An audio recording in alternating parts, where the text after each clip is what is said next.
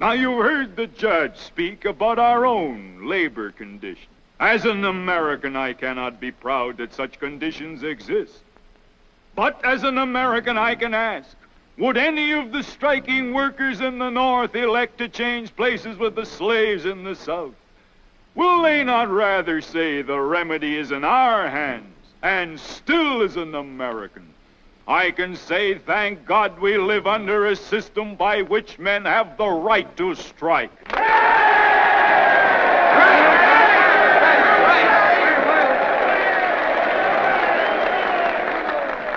I am not preaching rebellion. I don't have to. This country with its institutions belongs to the people who inhabit it. Whenever they shall grow weary of the existing government, they can exercise their constitutional right of amending it, or their revolutionary right to dismember or overthrow it. If the Founding Fathers gave us anything, they gave us that.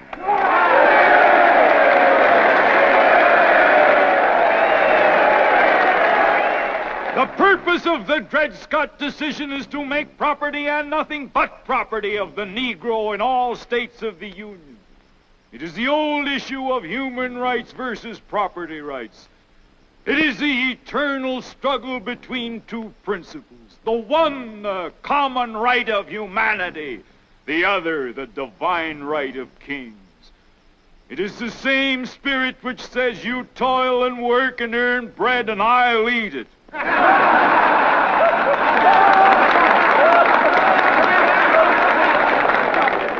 As a nation, we began by declaring all men are created equal. There was no mention of any exception to that rule in the Declaration of Independence. But we now practically read it, all men are created equal except Negroes. If we are to accept this doctrine of race or class discrimination, what is to stop us in future from decreeing all men are created equal except Negroes, foreigners, Catholics, Jews, or just poor people? That is the conclusion towards which the advocates of slavery are driving us. Let each state mind its own business, says Judge Douglas. Why stir up trouble?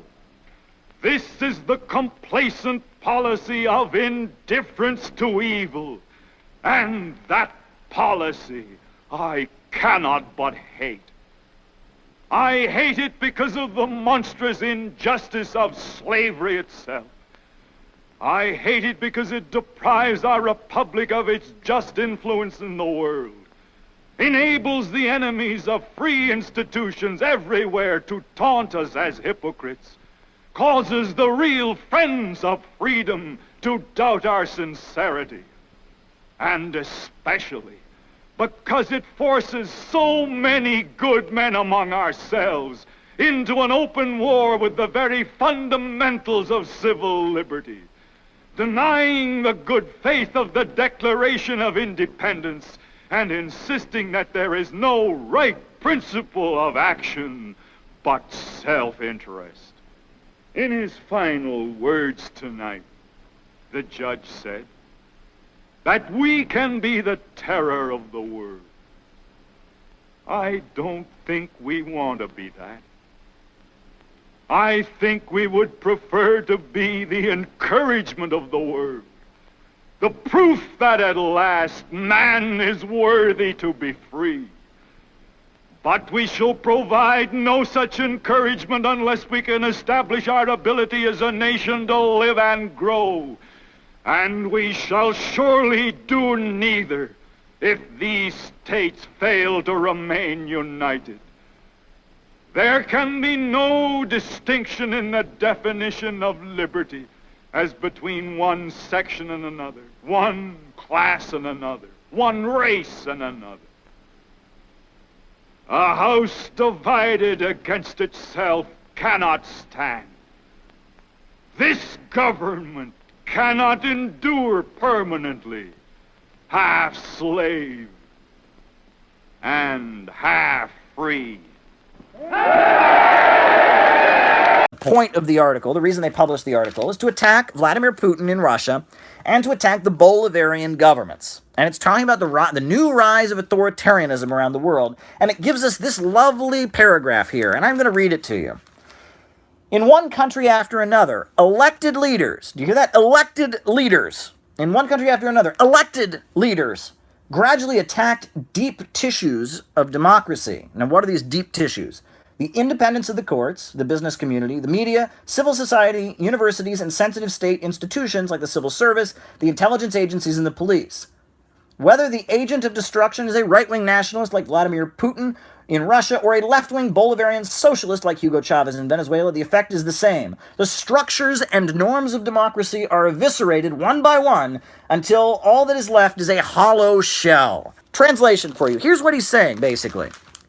In all these countries, all these institutions that he named, right? The courts, civil society, the universities, sensitive state institutions, intelligence agencies, the police, all of them de facto are supposed to serve Wall Street and London, right? The courts are supposed to rule in favor of Wall Street and London. The business community is supposed to be, submissive so Wall Street and London corporations can come in there and dominate the economy. The police are supposed to, arrest people who go on strike and enforce the will of international corporations. Every institution across the developing world, every institution across the entire world is supposed to serve the United States. And these countries, like Russia, like Venezuela, like Bolivia, like Nicaragua, they elect leaders who go in there and change that. Change that. So, lo and behold, people around the world want their courts and their business community and their civil society institutions and their universities not to serve Wall Street and London anymore. They want them to serve the domestic population. So a leader that they elect comes in there and changes that. That is dictatorship. This is crazy to me, right? They're basically saying that the natural order, the way things are supposed to be, is the USA and Wall Street and London having a global monopoly and running the world, right? And when all these institutions like universities, like police, like courts, like when they stop serving the West, when they stop serving Wall Street and London, they're no longer independent. When they're doing what they're supposed to do, they rule in, anybody, let's talk about it, right? What happened in Russia in the 1990s? Was Russia's court system and civil society and all of that independent in the 1990s and now it's not? No. Boris Yeltsin's government was working for Wall Street. It was working for Bill Clinton. And they went in there and they gutted the country like crazy. The population was overwhelmingly against the economic reforms that were forced on Russia in the 1990s. However, the courts and the universities and the civil society all enforced the will of Wall Street. Right? That's back when they were independent. And then, as things changed, as the country moved away from that, as Putin got in there and started restructuring the economy, now those institutions serve Russia. So, they're no longer independent. They're independent when they do what Wall Street wants. Venezuela, same story. In the 1990s in Venezuela, was the Venezuelan court system independent when it blocked people from going on strike? When it put communists in jail? Were the police independent? Were the universities independent when they pushed free market ideology and said that the United States was great and that the communism was evil? Were these universities they were all independent? They're independent if they do what Wall Street and London say. And they're then all of a sudden becoming dictatorial and authoritarian when they start doing what is in the interests of Venezuelans, right? This is really shocking here. All over the world. What he's saying here is all over the world, the courts, the universities, the policing agencies, they're all supposed to serve Wall Street and London. And when they stop doing that, the country's becoming a dictatorship, even if they do it because of elected leaders. No one disputes that Vladimir Putin won the elections. No one in their right mind can dispute that Hugo Chavez and Bolivarianism won the elections. But when elected leaders get in there and change the nature of the political system so that it doesn't de facto allow the rule of Wall Street in London, that's dictatorship, right? Democracy is dictatorship. That's what he's saying. He's saying that the will of the people being enacted in Russia and in Latin America is dictatorship. If the people want the courts and the universities and the policing agencies and civil society and business to change, and they elect a leader who will change it, that's dictatorship. It's democracy as long as the West wins, and it's dictatorship as when people they don't like win. He's saying that, right? Elected leaders. I mean, it can't get more blatant. They're basically admitting here that if you change the nature of the way these institutions work, all of a sudden they're no longer independent. They can't make it more blatant. I'm fired up about this because it's like so many people I know will read this stuff and just digest this garbage. No one, I mean, wow. So if anything good happens, it's dictatorship, right? If the nature of the courts change, if the nature of any of these civil institutions changes, then it becomes a dictatorship. This is blatant. It's blatant. It's a democracy if they like it. It's a dictatorship if they don't. Can they be more blatant about this? Sorry I'm getting fired up here, folks. I'm having a great time. I know there's plenty of people that got things they want to talk about.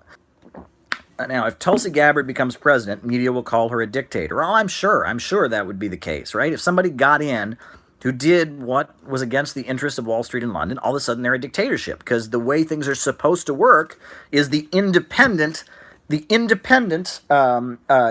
tissue of democracy is supposed to serve Wall Street and London. And when it stops doing that, it's becoming a dictatorship, right? I mean, that's what he's saying. I mean, the highlighted quote: elected leaders are attacking the deep tissue of democracy. That's what he's... Elected leaders are attacking the deep tissue of democracy. It stops being a democracy when it starts eroding the power of Wall Street and London. That's what they're saying. They're blatantly saying that. They're spelling it out in plain English. It becomes a dictatorship when civil society starts to change. So we're here out in front of the Asia-Pacific Economic Cooperation Summit, and I want you to see what's going on right behind us. So first of all, right on the corner there, you can see a group of Chinese and American students. They've got American flags, they've got Chinese flags, and they're happy to be here. They're celebrating. And then next to them, you've got this NGO guy who's got a sign trying to equate the Chinese with the Nazis. He's got a sign that says, China has concentration camps. So here we are on the floor of the media area of the Asia-Pacific Economic Cooperation Summit here in San Francisco. We're at the Moscone Center. So yeah, you can see behind me, looks like they've got a band that's going to play.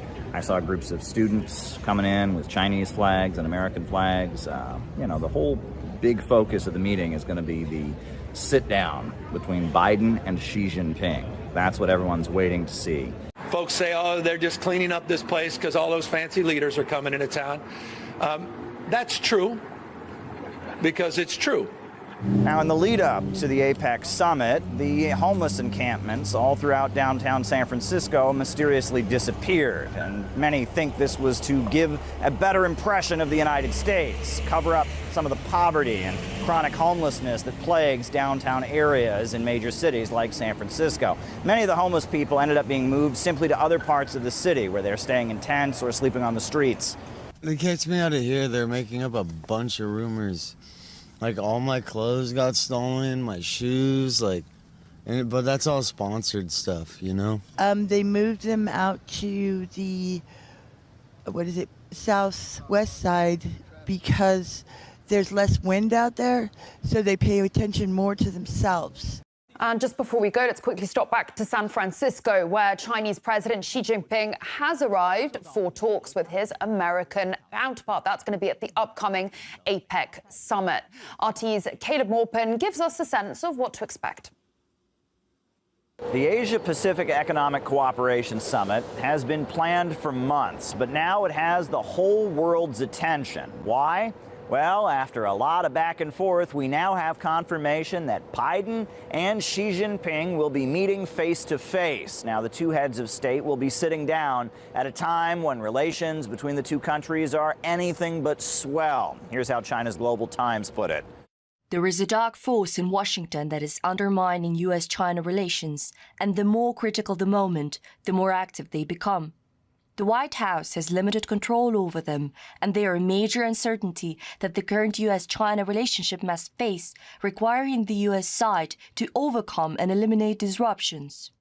Not the most optimistic words, and the White House has rarely painted a beautiful picture of future relations with China either. It won't be long before somebody gets hurt. it wouldn't take much for an error in judgment or a mistake to get made. The allegations from Washington against Beijing are getting more heated by the day. China is accused of being more aggressive, both regionally and online. In addition to that, they are blaming China for America's drug problem and rolling out a number of their old tropes about human rights. Joe Biden used some pretty non-choice words when he was bragging about shooting down a weather balloon. The reason why Xi Jinping got very upset in terms of when I shot that balloon down with 2 boxcars full of spy equipment is he didn't know it was there. That's a great embarrassment for dictators when they didn't know what happened. China sees the United States as frankly out to get them on the global stage, trying to crush their ability to produce computer chips and doing everything possible to stir up trouble when it comes to the territory of Taiwan. Western countries led by the United States have implemented all-round containment, encirclement, and suppression of China, which has brought unprecedented severe challenges to our country's development. Chinese diplomats have laid out a pretty clear road to de-escalation. Nothing too complicated. They say it's America that wants a fight, not them. China does not seek to change the US, nor should the US seek to shape or change China. We hope that the US will implement its commitment not to seek a new Cold War and not to engage in conflicts with China, and work together to promote the return of China-US relations to a healthy and stable development track. If relations between Washington and Beijing are going to improve, Taiwan is crucial. And the United States must reaffirm its one China policy. Every time things start to look like they're improving between China and the U.S., something goes wrong. And that recent pattern has many people holding their breath when it comes to the big meeting between 2 heads of state set to take place on Wednesday. Let's hope there's no snafu this time in the form of a giant weather balloon or anything else. Caleb Maupin, RT, San Francisco. So they didn't want all the foreign guests coming into San Francisco to see what this country is really like. So they moved the homeless people who generally have lived in downtown San Francisco, hundreds of them. They kicked them out, they took their tents down, and they moved them here just a few blocks away. So if you're coming to the United States for the APEC summit, this is what they prevented you from seeing, because they want people to think America is a land of opportunity and freedom.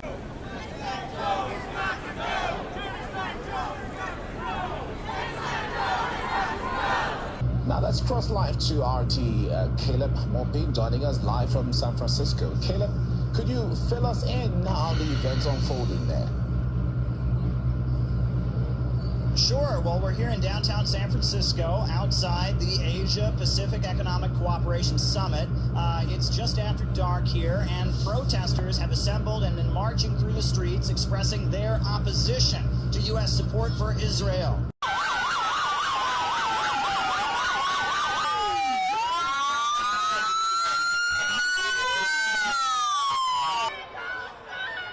Free Palestine! Palestine will be free! Ceasefire now! Ceasefire now! Ceasefire now! What you got to say? How many kids have you touched today? Almost every single week and every single day. Just open air prisons! No more money for Israel's crimes! No more!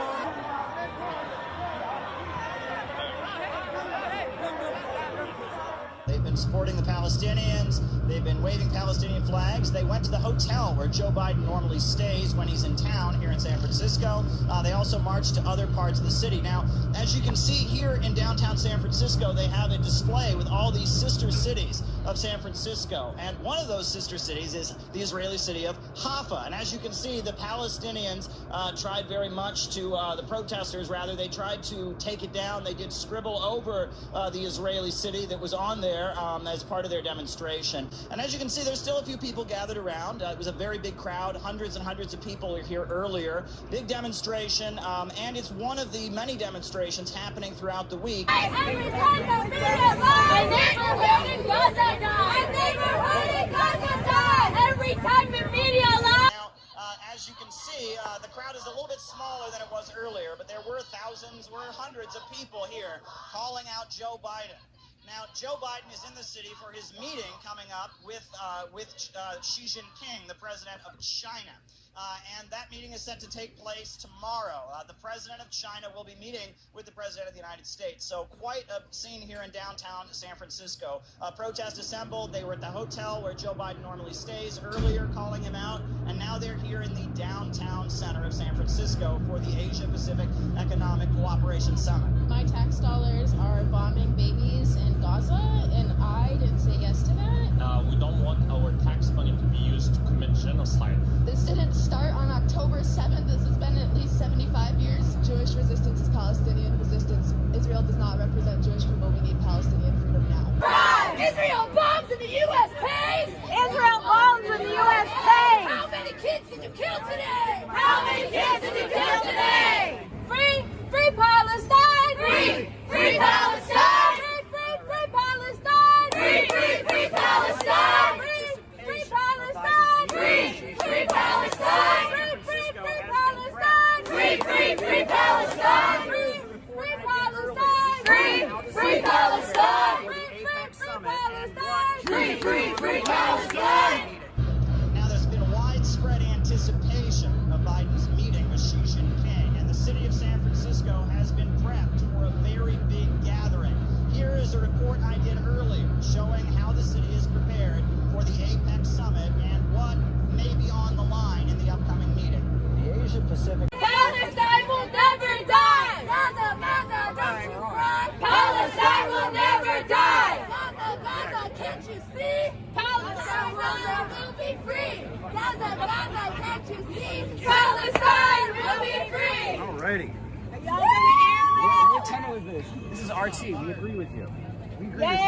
We're more pro-Palestine than anybody. So, well, this is RT. We agree with you. We're more pro-Palestine than anybody. We're not your enemy. Calm down. You're so pro-Palestine.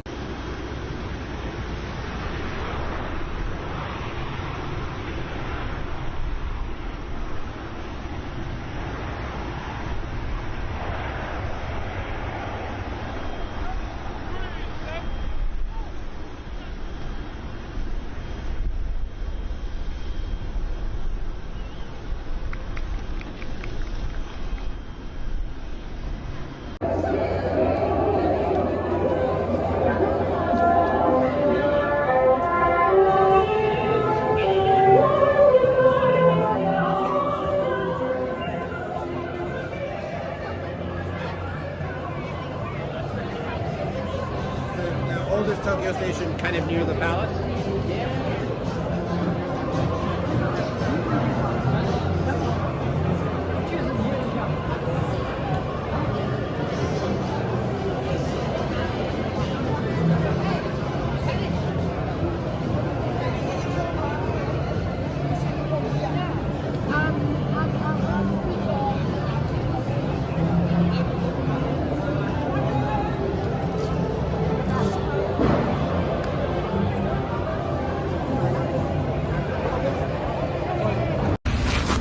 Ready, close, ready, gun, ready, face, forward.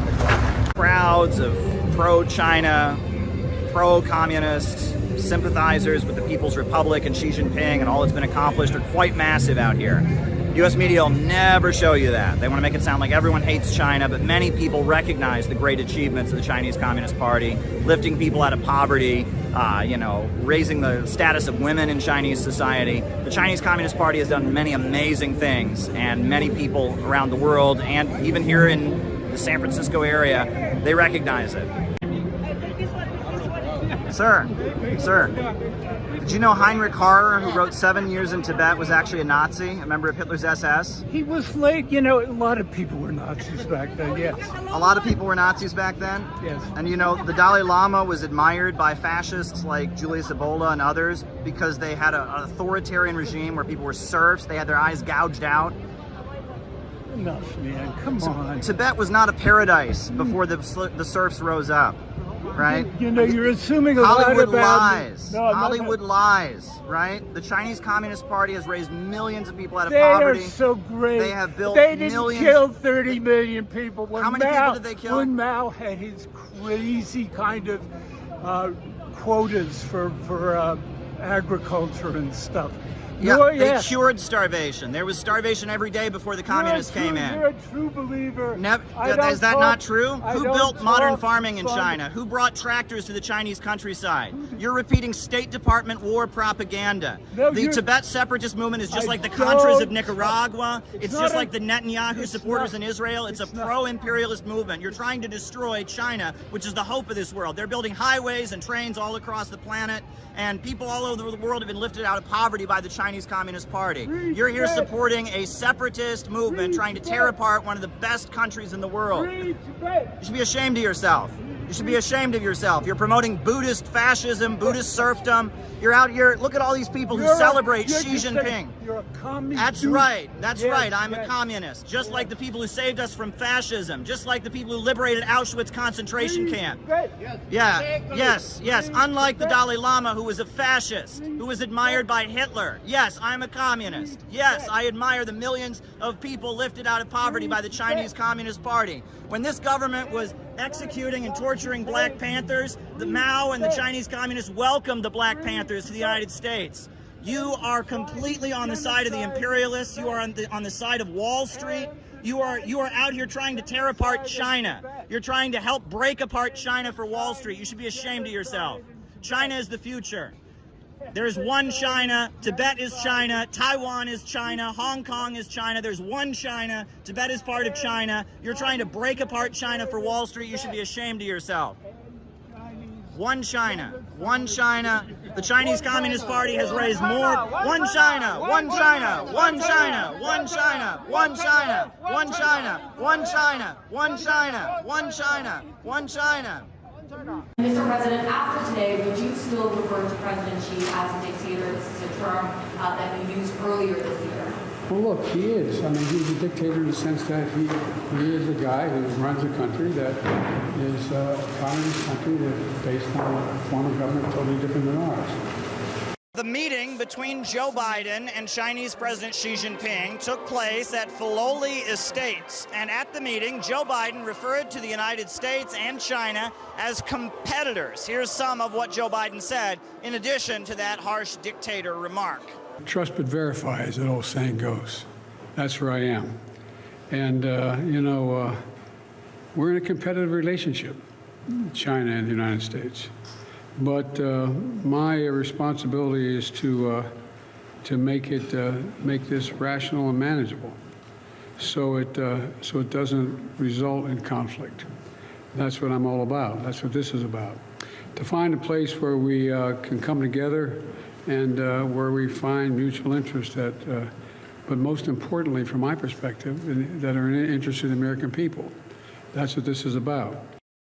Now, at the meeting, military contact between the U.S. military and the Chinese military was reestablished, and that is very important in terms of keeping peace and making sure things in the Pacific region don't get out of control. The two leaders also agreed to a joint dialogue about combating the danger of drug trafficking and drugs. Now, the Chinese leader Xi Jinping urged Joe Biden to stop sending weapons to Taiwan, and the two leaders agreed to have dialogue further in the future. Now, at the meeting, Xi Jinping emphasized that China seeks cooperation with the United States. Here's some of what he said.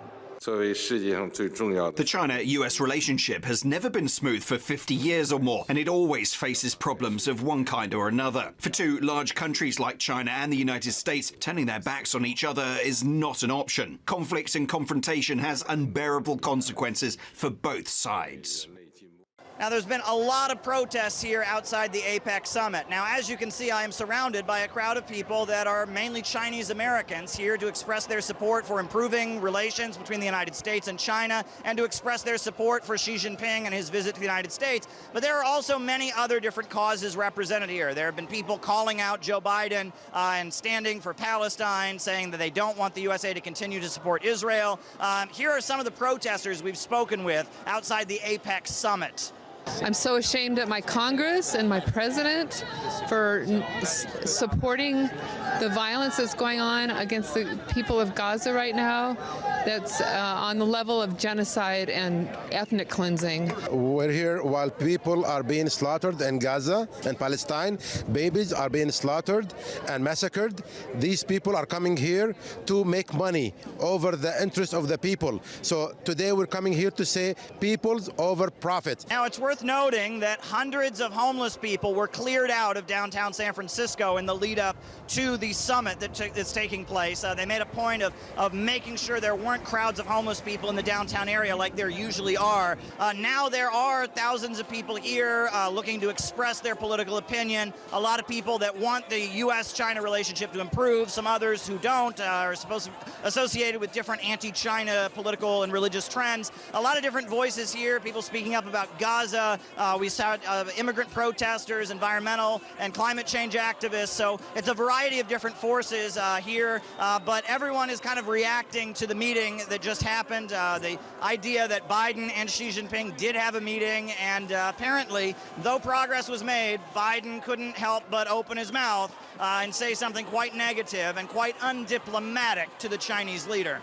So I'm here in San Francisco outside of the meeting, the Asia Pacific Economic Council, and I just heard the news that Biden called Xi Jinping a dictator during their meeting. Well, I got to tell you, that's rich coming from Joe Biden. How many people who have opposed Joe Biden, whether it's January 6th protesters or others, are sitting in jail right now? We all know the only reason that Joe Biden won the election is because he had the FBI suppress the Hunter Biden laptop story and basically rig the elections for him. He has indicted the African People's Socialist Party and the Uhuru movement. He's trying to put them in jail as Russian agents because they disagreed with his Ukraine policy. Joe Biden is working with the FBI to rig Twitter and decide what news stories we're allowed to hear and what stories we're not allowed to hear. And this is absolutely rich for Joe Biden to call Xi Jinping a dictator when the whole world knows the American people hate him, they're angry with him, they're tired of their rights being taken away, and that he is a dictator.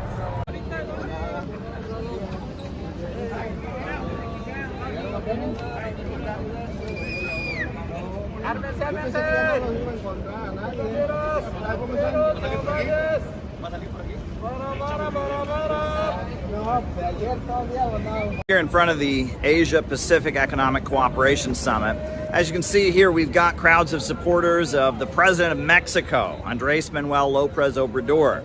Now, AMLO is a very interesting political figure. He kind of rose to prominence in Mexico in the aftermath of a teachers' strike that kind of exploded into a rebellion in Oaxaca in 2006. And he was a leader who sympathized with labor unions, was kind of a populist.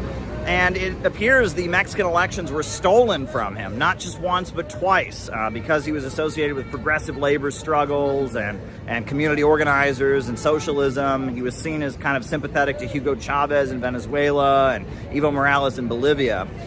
He was able to finally win the presidency as a result of Donald Trump. When Donald Trump came into office and there was a lot of animosity then between Mexico and the United States, that created an opening where the forces that had generally prevented AMLO from taking office in the past were not as motivated to cooperate with the United States, and that created an opening. And then he leads a coalition in Mexico. It's called Morena. There are a lot of different political parties involved. There's centrist parties, liberal parties, but one of the parties that's part of the Morena coalition is actually called the PT, or the Workers' Party of Mexico, and it is a socialist, anti-imperialist, revolutionary party that's got a good relationship with North Korea and such. And he's actually been very much in favor of better relations between Mexico and China, Mexico and Russia. He's been in favor of building infrastructure, building new airports, building schools, kind of dealing with the drug crisis in Mexico in a way that could actually resolve it and bring peace rather than just having an endless flow of U.S. weapons. So, overall, I think that AMLO, as a leader in Mexico, is doing a pretty good job. He's the leader of a coalition government. There are socialists and communists in that coalition, but they are not the only factor. And he's trying to lead Mexico in a more independent direction. I think that's pretty admirable.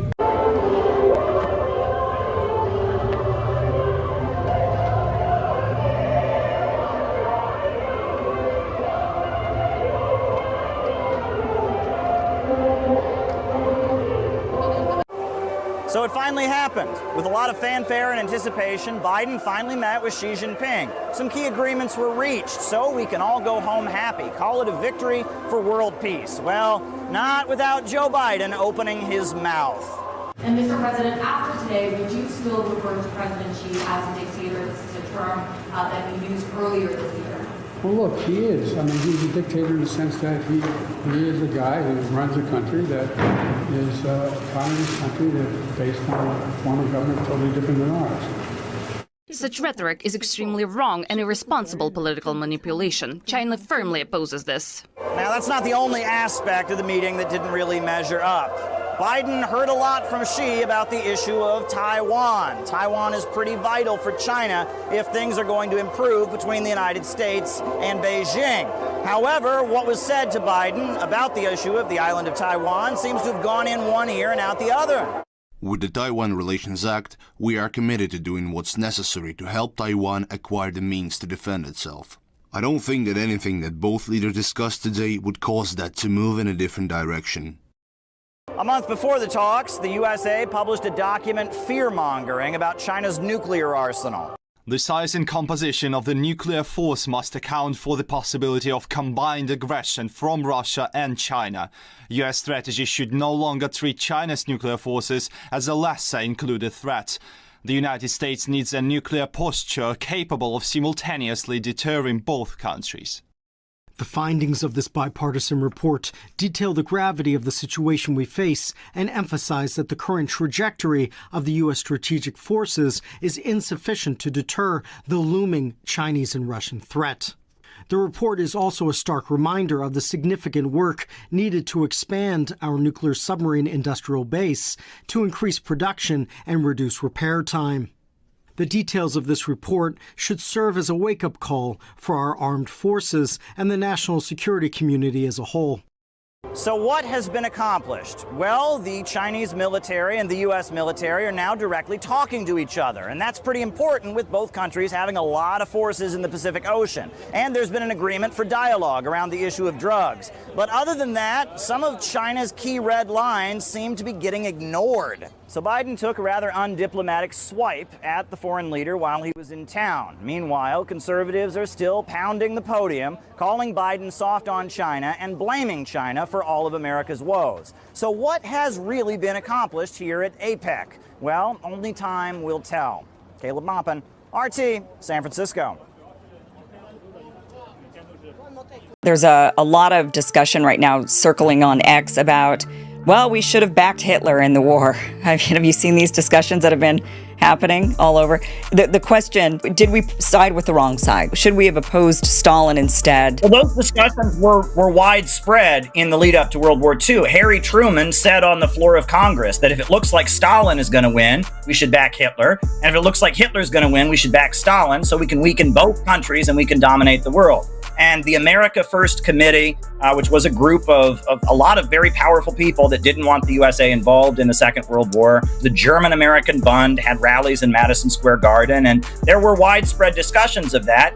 And there was a divide, and it's interesting. It was the factory owners, the industrialists. They didn't like the labor unions. The labor unions were led by Marxists and communists, and they cut into their profits. And Roosevelt was friendly with the Rockefellers and with the British, that they kind of make their profits by selling oil to the world, by dominating international finance. So the factory owners, they were more sympathetic to the Nazis because the Nazis killed the communists and, got the economy going with all kinds of military spending. Whereas the oil monopolies and the bankers were more sympathetic to Roosevelt because they wanted to maintain their domination. And Germany was a rival that had been beaten down, a country that had been stripped of its colonies after World War I. And then Hitler came to power, and all of a sudden Germany was a power again, and it was seizing territory and claiming new colonies, etc. And so Germany was now a rival once again, and they didn't want to have a rival. And that underlying World War I and World War II was the tension between the economy on the European mainland and the American and British economy that is based on the ocean and global trade, right? The Atlanticist international order versus the economy on the European mainland. And the greatest fear of the British Empire and Wall Street has been the Germans and the Russians getting together. Because if they got together, then that would end British and American domination of the European mainland and possibly of the whole world. The Americans failed with all their capabilities at the beginning of the aggression against Yemen, and today they will fail even more and faster. Marches are taking place worldwide. A sea of demonstrators, you can see for yourself, with many carrying Palestinian flags. A representative of the Houthi movement addressed the crowd, saying that its forces were ready to fight against both Israel and the US. We will support our brothers in Palestine. We tell them they are not alone. God is supporting him, and we are with him too. Today is part of an international mobilization in support of the Houthis. We're here at this rally to support the Yemeni people. The people of Yemen are the heroes of the entire world for what they are doing right now. We're out here, we got a leaflet, we got signs. We realize the aggression on Gaza and all these crimes are a joint American-British-Israeli action. Whoever stands with them bears responsibility for what happens in Gaza. 20,000 plus people killed in Gaza as Israel unleashes its horrendous crimes. But the Houthis in Yemen, the poorest country on the planet, they're actually doing something about it. They're turning the ships around. They're saying, no ships to Israel until the bombing stops.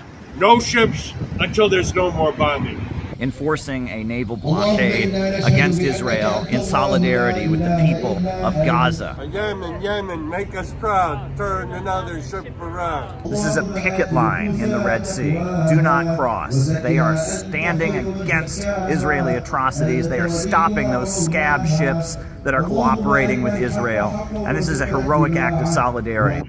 Thanks to heroes in Red Sea, Palestine will be free. Thanks to heroes in Red Sea, Palestine will be free. And if you think about that, I see America in Ansar Allah. This is a group of people that call themselves supporters of God, that believe in economic development. Because they're doing the same thing that the people in the American Revolution did. They're standing up against an international colonial system. And I really want everyone watching now to think about what it means to be an American. What does it mean to be somebody here in the United States of America? Because this is a country that was founded by people from all different corners of the world, endured all kinds of hardship, people from all over the planet who come to the United States of America because they believe that they can get a better life for their family, because they can survive horrendous conditions. Many of them motivated by belief in God and belief that there is a higher purpose and they can build a better life. I have actually here these buttons with the symbol, the official symbol of Ansar Allah on them. And as you can see, you know, one of the things that's very prominently featured on their symbol is a gun. Because part of the Ansar Allah religion, part of the teachings of Zaydi Shia Islam is that every man must have a gun to protect his household. They believe in the right to bear arms. What could be more American than that? In addition, they have a shaft of wheat. There's a shaft of wheat that is perpendicular to the gun. That stands for economic development, meaning that they don't believe in this degrowth environmentalism that's being pushed by the fake left. They believe that they can make a better life for their children, make a better life. They want to use Yemen's oil resources to build up their economy and raise their people up from poverty. No war with Yemen! No war with Yemen! No war with Yemen! People in one of the poorest countries in the world, in the mountains of northern Yemen, the Ansar Allah movement, the followers of Hussein al-Houthi, the poorest people in the world are standing up and fighting back. They have picked up a gun and they are fighting for their people. The Yemeni people will not tolerate any American intervention or guardianship. We are ready for confrontation. The aggression against Yemen has been US-led from the beginning. We are prepared for everything. We realize that if we do not make a sacrifice now, we will later when we are oppressed and defeated. You know, the Bible says that the last shall be first and the first shall be last. And if you think about it, if you think about what's happening in the world now, Yemen, one of the poorest countries in the world, is making itself heard all over the planet. The Houthis are heroes. If the American people knew what they were doing, right, they would be supporting it. You know, Mao Zedong, the founder of the Chinese Revolution, he said, the people of a small country can surely defeat aggression by a big country, but only if they dare to rise on struggle, only if they dare to take up arms and grasp into their own hands the destiny of their country. And the people of Yemen have done that. If the American forces present in the Red Sea commit foolish acts against the Yemeni people, whether against the Navy, against Yemen in general, or against Yemen's interest, the Yemeni people will not stand idly by, and the armed forces will not stand idly either.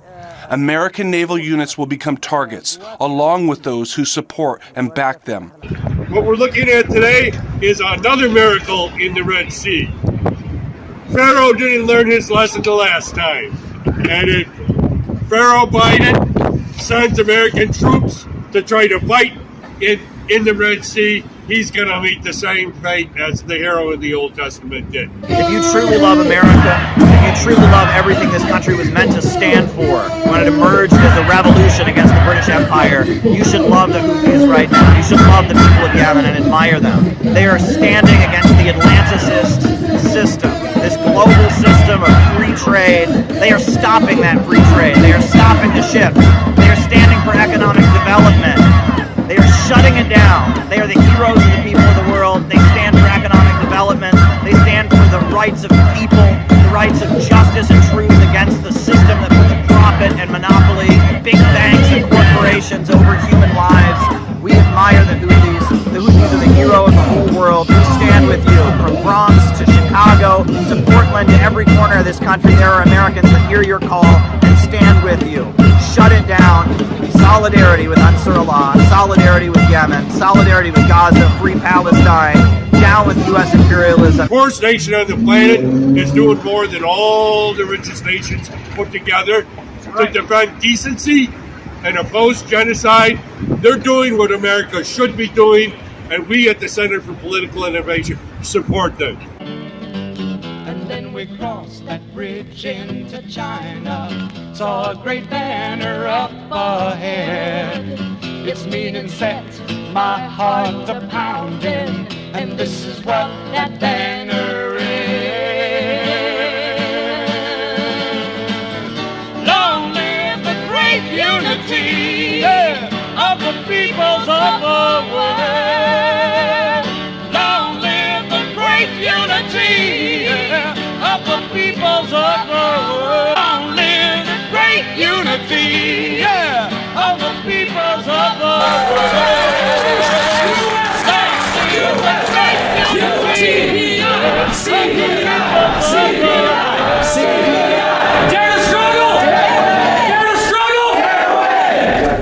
The government of Sana'a, because it makes its own decisions, isn't hostage to the American colonial project and has witnessed the atrocities of the American Zionist colonial project. The world, if it continues to watch the heinous crimes in Gaza and Palestine, will pay a high price in the future. Because this is the message of the new colonial project. Whoever stands against it will face a fate similar to that of the people of Gaza.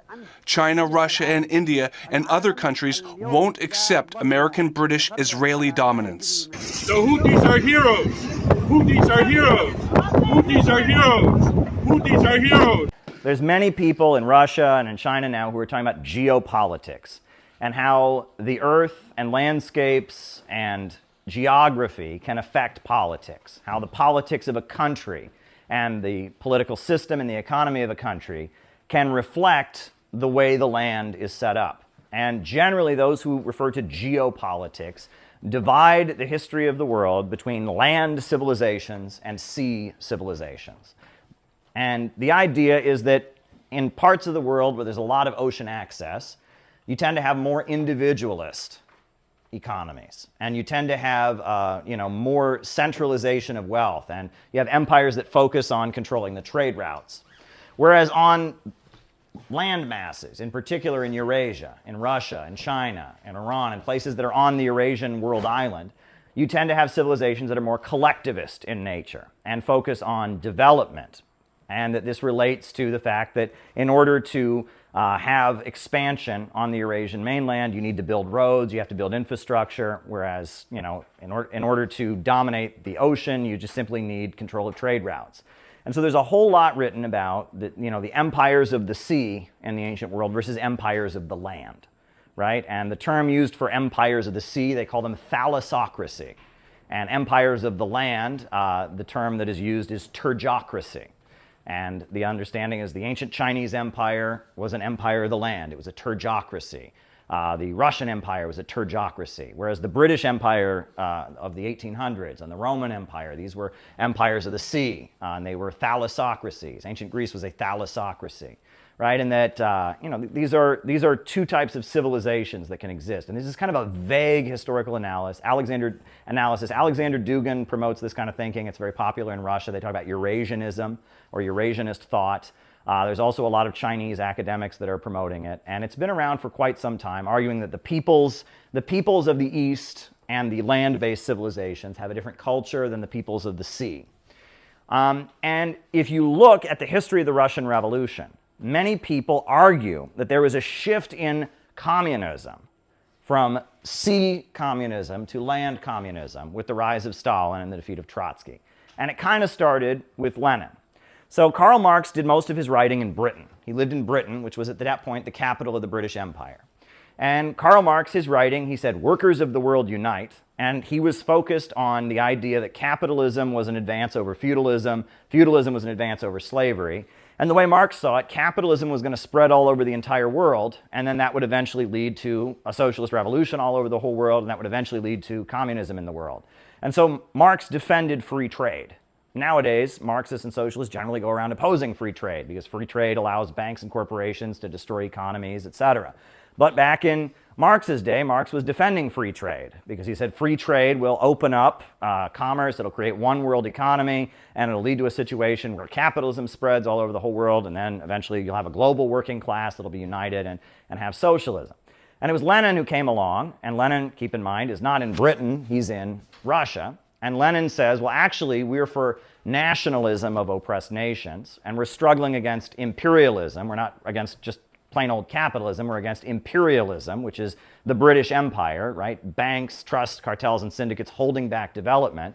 And we're supporting the fight of entire nations to break free from imperialism, from this international financial system. So the beginning, you could argue, of Marxism and socialism shifting from a sea-oriented orientation to a land-oriented orientation begins with Lenin. And of course, Lenin forms the party of new type, the Bolshevik Party. And the Bolshevik Party is like a clandestine secret organization, and it's very demanding and disciplined. It's not a debating society like he considered the other groups to be. You're expected to give the whole of your life.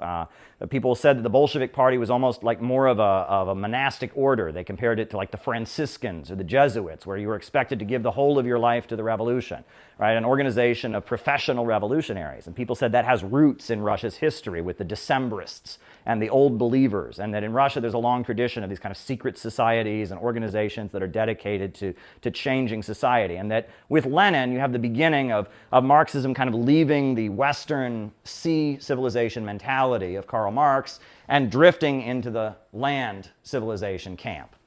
But then you have the rise of Stalin, and Stalin opposes Trotsky. And what is the big disagreement between Stalin and Trotsky? Trotsky says he's for permanent revolution, which is spread communism all over the entire world. And Stalin says, I'm for socialism in one country, meaning that we can organize our economy to have socialism, we can raise our people out of poverty, and sure, we'll support revolutionary movements in other countries, but that's not the focus. The revolution in other countries is not our business necessarily. We just want to focus on raising our own people up out of poverty, organizing our society this way. Stalin says they need to have 5-year economic plans to industrialize the country. Trotsky says that he wants to draft everyone into the military and militarize the economy and use the military to then spread communism into Europe to have global permanent revolution. And we all know that Trotsky lost and Stalin won over Trotsky, so Trotsky fled first to Turkey and then to France and then to Mexico. And he formed his own organization, the Fourth International, he called it, or the Trotskyites. The Trotskyites were against the Soviet Union. They invoked Lenin and communist history, but they said they were against Stalin. They said Stalin he led what they called a parasitical bureaucracy, and so they were opposing Stalin, and they were calling for a political revolution to overthrow the Soviet government. Eventually, as we saw in the film last night, a number of leaders of the Soviet government were arrested for allegedly being in a conspiracy with Trotsky and getting funding and support from the Nazis to try and overthrow Stalin. Trotsky was found guilty in absentia in the Soviet Union for being the leader of this conspiracy. And then in Mexico City, he was killed. Somebody came into his home and ice-picked him in the head, and he was killed. And that was, as World War II was breaking out, he was killed. And so Trotsky and Stalin kind of represented, I would argue, the land versus the sea division in communism. Whereas Stalin was a guy from the countryside. He was Country Joe. He was from a small village in Georgia. He'd gone to seminary school to learn to be a priest. And in priest school, he had been kind of a rebellious student. He dropped out of seminary school and eventually joined the Bolsheviks. He was a union organizer. He was the editor of Pravda, which was the daily agitational newspaper that they distributed. Trotsky, on the other hand, spent most of his life in exile. He was from Ukraine, but he lived most of his life in Paris and Berlin and Vienna. And he was this well-known revolutionary intellectual who was known at the time of the Russian Revolution. He was living in New York City, where he had a newspaper called, if there's any Russian speakers here, I'm going to butcher this, Novy Mir, which means New Peace or New World.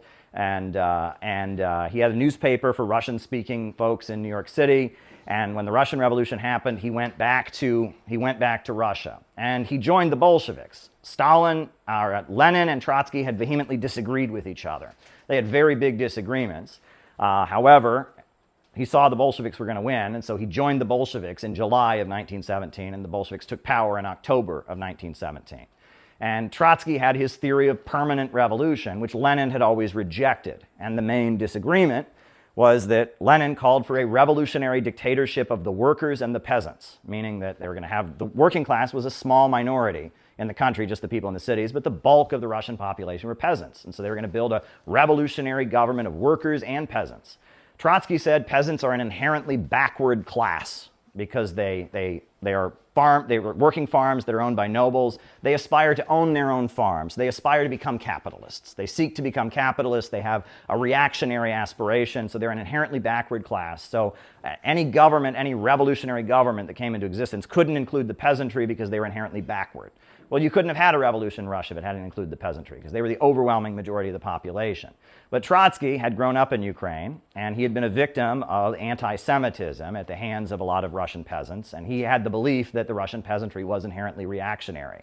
And that was the primary disagreement between him and Lenin. Lenin wanted to organize the peasantry and want an alliance with the working class, and Trotsky said the peasants are inherently backward and reactionary. And because Russia had a peasant majority, Trotsky said the only place that it would really count to have a communist revolution was the Western countries. So if Russia had a revolution, it would just be a temporary holdout to spread communism to where it really mattered, the West, where they don't have peasants anymore. Right? That was the idea, because peasants were inherently backward.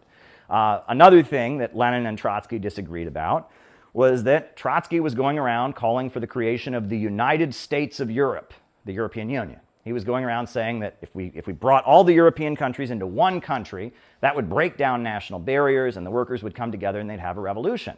And Lenin said, we don't want that. We don't want all the Western imperialist countries to come together, because then as they combine their strength, they can more effectively colonize and exploit the third world. So we don't want to create a United States of Europe. In fact, we want the Western imperialist countries to be divided, because that can open the door for colonized countries to get their freedom. So that was a big source of disagreement between the two of them. And then Trotsky announced on the verge of the Russian Revolution breaking out, he announced that, he repented or whatever, he supported Lenin. He joined the Bolsheviks, but then after Lenin's death, he starts talking about the permanent revolution again, and of course he has a falling out and a disagreement with Stalin, and he forms the Trotskyite movement, which is the other communists, right? It was a way that one could be a communist, but against the Soviet Union, against the socialist countries, in the name of permanent revolution, in the name of being ultra-revolutionary, you would oppose the actual communist governments. And that was the disagreement, and it was really, in essence, a lot about land versus sea, but also about the East versus the West. Trotsky was holding on to Western Marxism, and Lenin and later Stalin had taken Marxism in an Eastern direction, and there was a clear divide. And when we think of the revolutionary movement in Europe, we think of the middle class. We think of, if you ever see Les Miserables, right? Those guys in the pubs, do you hear the people sing, and waving the red flags, and the intellectual students who want freedom and want to rebel and tear the world down. That's the ideology of the Western revolutionary middle class intelligentsia. And that was Trotsky. That's what he was about. But if you look at Stalin, Stalin's a guy from the countryside who went to seminary school. And there's almost a conservatism about Stalin. Stalin is trying to build a movement of people that are patriotic and loyal to their country and want to use socialist methods to build their country up. And there's a disagreement.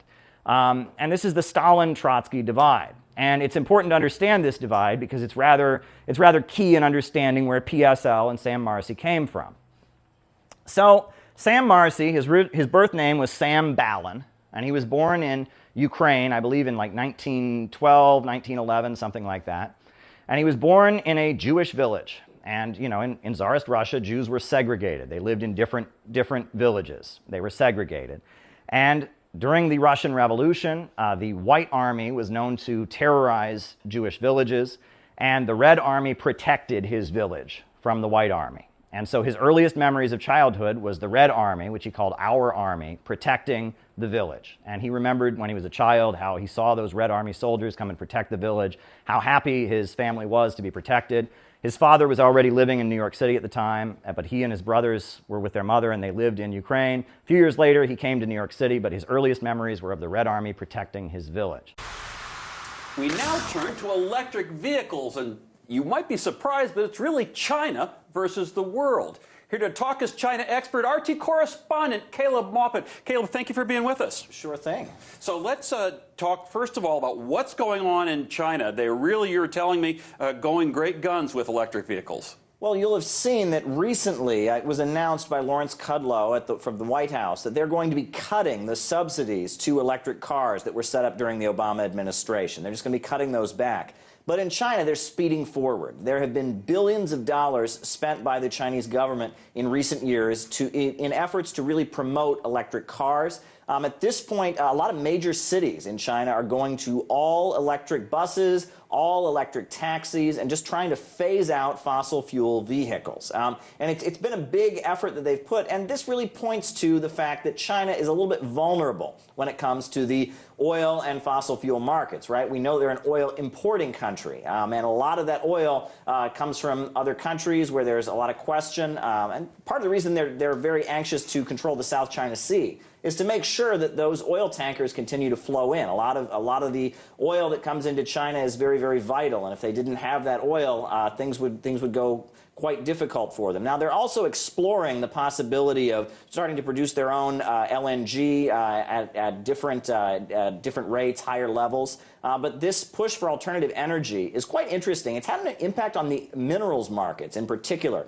The demand for the minerals that are used in electric car batteries has vastly gone up. These things they call earth minerals, and they all involve things like cobalt and things that go into making up these big heavy-duty batteries that end up being a large part of the weight for these electric vehicles, right? Sure, and a lot of the countries that China is investing heavily in Africa is where you can find these particular minerals that are vital in the electric car markets. But I mean, some of these experts have come forward and said when it comes to electric cars, or what they call new energy vehicles in China, when it comes to that, no one can really compete with China. I mean, we've got them here, but nothing compared to what they've got. They've got some really, really innovative designs. They're producing them at huge amounts. I mean, the record amounts that have been sold just in the year of 2017 was quite high, way up from the previous year.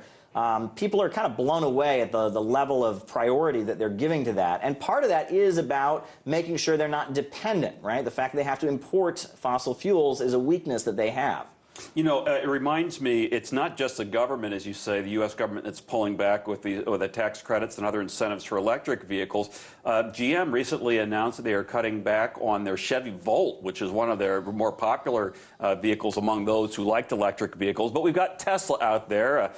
You know, it is a public company and making large strides, even though they've had a rough time of it. But when we talk about where you can use these electric vehicles, Lauren Fix, the car coach that we have on the program all the time, says, look, in Iowa, they're not going to have plug-ins. How are they dealing with that? Is it electric vehicles are just going to be in the major cities in China? Well, they're expanding access all over the country. And actually, it was recently pointed out by one of the executives of the BlackBerry Corporation that not only is China ahead when it comes to new energy vehicles and electric cars, they're also cutting edge when it comes to driverless vehicles. And they're really pioneering that market in particular. And they see that as a huge breakthrough. If they could start transporting things across the country without any drivers, that would be a huge breakthrough. And you know, this executive in BlackBerry, when they looked into it, they said compared to other countries, they're going to be way ahead if we ever cross that threshold. Exciting stuff. Caleb Maupin, our China expert, RT correspondent. Thank you, Caleb. What a pleasure. Thank you. And without further ado, I would like to welcome to the stage the 45th President of the United States, Donald J. Trump.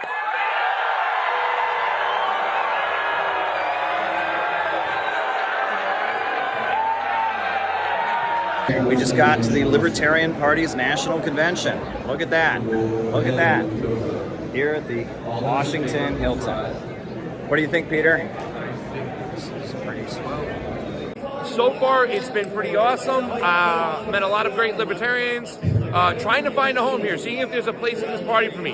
If a guy like myself who's kind of like a libertarian socialist of sorts, who believes in central planning, that it can work, who believes that Medicare for all is a human right, where do we have a home here? Do we have a place here? And there are some people in the old guard who don't like me, don't like my ideology. They still say that stupid stuff like, you want to kill us. Like, no, we don't. I got a lot of friends, you'll meet them. My good friend Caleb will be by. We don't want to kill you. We just want to find a way we can come together to fight back against this machine. Hi, everybody. My name is Nick, and I am a libertarian because I am pro-peace. I am pro-whistleblower. That is people like Julian Assange, Edward Snowden, the Boeing whistleblowers. Julian Assange should be freed, being locked up for heinous reasons.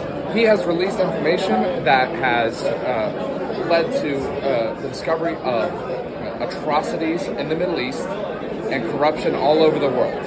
If we can't have good, actual information like that, there's no reason that we should have any free speech in the first place. Free speech is under attack. He did nothing wrong. Reporting shouldn't be a crime. Free Assange. Free Assange. So your button says abolish the FBI, abolish the CIA. Tell me about that. Well, I just think we need less federal government and less federal agencies. They're driving for World War III. They're attacking our civil liberties. They're allowing the United States to crumble economically. They're you know, January 6th, they should all be free. Blanket amnesty at this point. The FBI made that happen. Sure, a lot of them may have done things they shouldn't have done or whatever, but when we know the government set that up, at that point there should be a blanket amnesty for all January 6th people. So your buttons say abolish NATO and abolish the UN. Tell me about that. Well, both NATO and the UN work for the military-industrial complex. They're both about spreading wars. They were established and they lie and say that it's about keeping peace, but have we seen peace? We have. There's not been a year of my life where the United States has not been at war. I agree with the libertarians. Our freedoms are being taken away, right? I mean, the government is tapping our phones and listening to reading our emails and violating our freedoms left and right. You know, they had stop and frisk in New York City. That was a gun control policy. Yeah, right. Right? Now they have these no-knock raids and all of that. No kids in cages. They have abolished the NIAID, which you know a lot about, all these CIA covert wars. They even had a pin that said, no human is illegal. So there are leftist libertarians here, and it's kind of awesome meeting there, and this thing is just growing over here. This is the third party. What are the disagreements within the Libertarian Party? Because I know there's a lot of internal strife and stuff. What's going on? It's whether to embrace Donald Trump or not. Oh. Some lots of people don't like Donald Trump. Mm-hmm. Fine. Some people like Donald Trump. That's fine. It's on a high level. It's a strategic difference. Mm-hmm. Lots of people say that Donald Trump, his brand is eventually it's going to crash and burn. And where does that leave the Libertarian Party? So we're in the hall where Donald Trump is going to be speaking in a few minutes. Who's going to give his speech in a few minutes. So big crowd of people here. Not all of them Trump supporters, I'll tell you that much. It's going to be interesting to see how the crowd reacts to Trump. Trump has done a lot for the United States. I think he's probably the best president we've had in my opinion, since Ronald Reagan. Do you think he can stop World War III? I think he could stop World War III. And I think when he was in there, I mean, you saw other countries respect the United States. Now the United States is a laughingstock. Angela McArdle, chair of the Libertarian National Convention.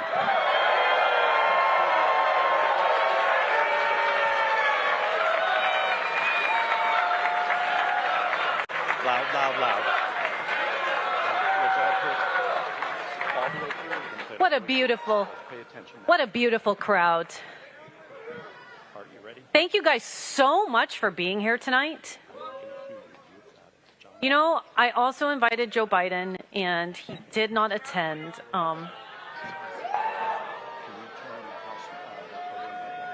We have an incredible opportunity tonight, and I'm really grateful for it. Never in the history of the Libertarian Party has a former president and front-runner candidate for the presidency come to speak specifically to our concerns.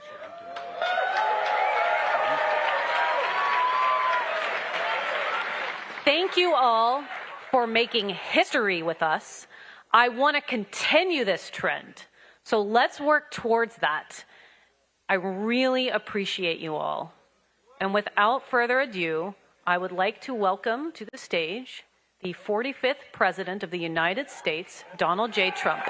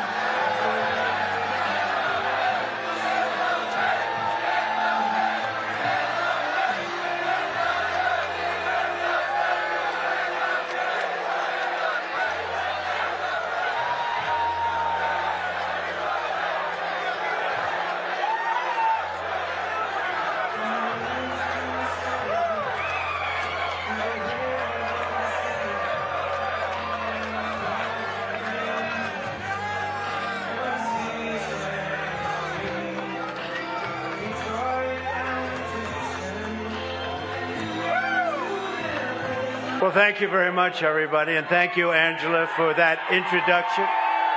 And I am truly honored to be invited here tonight as the first president in American history to address the Libertarian National Convention. We believe that the job of the United States military is not to wage endless regime change wars around the globe, senseless wars. Biden's radical left Democrat Party is a fascist movement that wants to throw you in jail if you post a meme they don't like. They want to throw you in jail if you do something that isn't quite to their liking. And I am proud to be the only president in 70 years who started no new wars. I took on the military-industrial complex. I broke the stranglehold on neocons and warmongers on the Republican Party. And instead of war, I made peace in the Middle East, something nobody thought was possible, and dealt with Kim Jong-un of North Korea, where a nuclear war was guaranteed to start in a very short period of time if Hillary Clinton became president. I will have the horrible war between Russia and Ukraine settled, so we quit spending hundreds of billions of dollars to fight other people's wars, and so that we start immediately saving thousands and thousands of lives. And I am committed to restoring peace and restoring stability. And if you vote for me on day one, I will commute the sentence of Ross Ulbricht to a sentence of time served.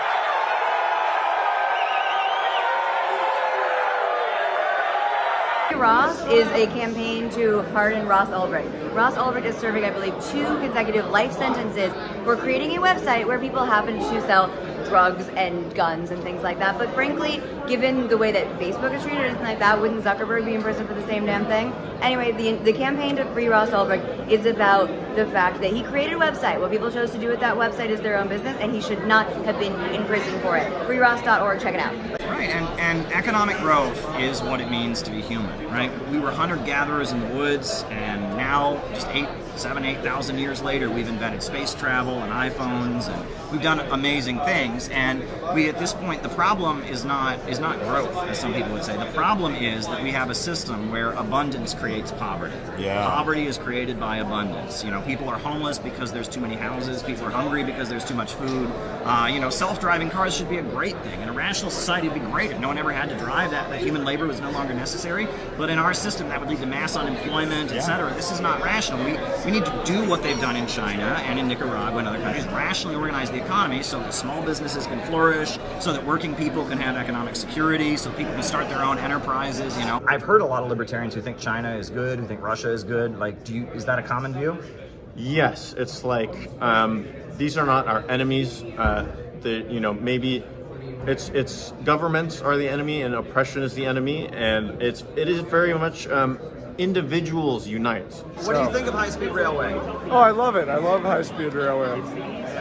I would love to ride a high-speed rail from LA to Las Vegas. Very good. Yeah. All right. Be good for our economy, right? Yeah. Amen. Do you like fusion energy? Yeah, I love it as well. I've dipped my hand in the cooling tower reactor of 3 Mile Island.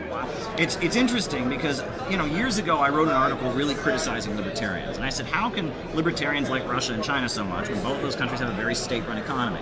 And I got a very astute response from a libertarian. And they said, well, Caleb, you know, yes, Russia, their economy is centered around state-controlled oil and gas. China has 5-year plans and state-run industries. But you have to admit, both Russia and China have a way bigger middle class and way more small business owners than America does. And they treat their middle class and their small business owners way better than America does. And I thought that's actually a really good point. All right, so we're out of all the pamphlets we have. We got the last stack of them in the car. It's been going really, really well out there. A lot of sympathy. What did you guys hear?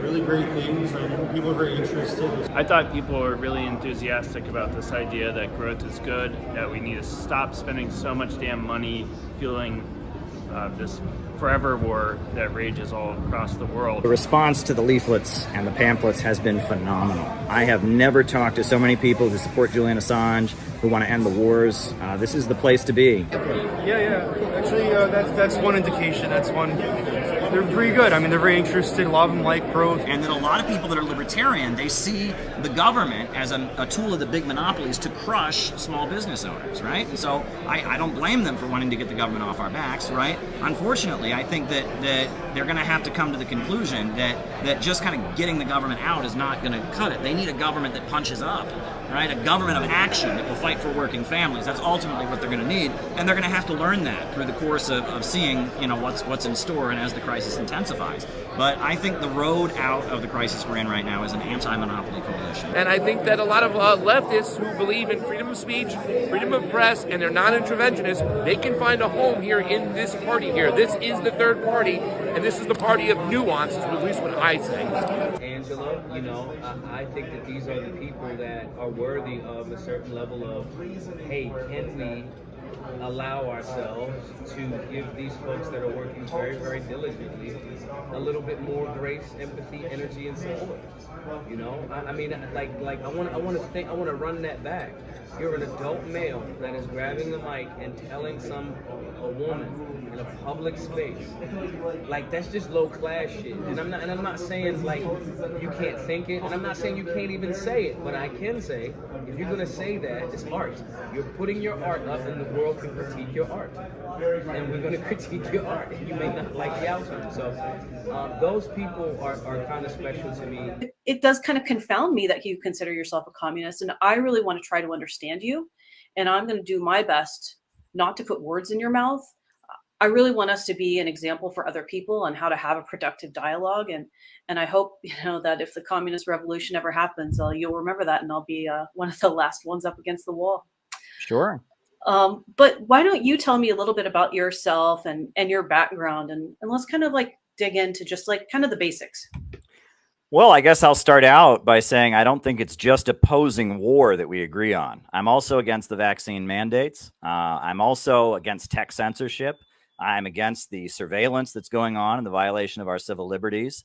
I'm against the emerging police state. I'm against a lot of these trade deals that hurt American jobs, et cetera. So I think that there is quite a bit of overlap beyond simply the issue of anti-war. But I'm an Irish American. I'm from a small town in Ohio. Are you Irish as well?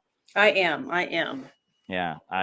Years ago, I met an Irish cop in Cleveland, and he said that he heard an expression that when an Irishman gets off the boat in a new country, the first question he asks is, does this country have a government? And if the answer is yes, he says, well, I'm against it.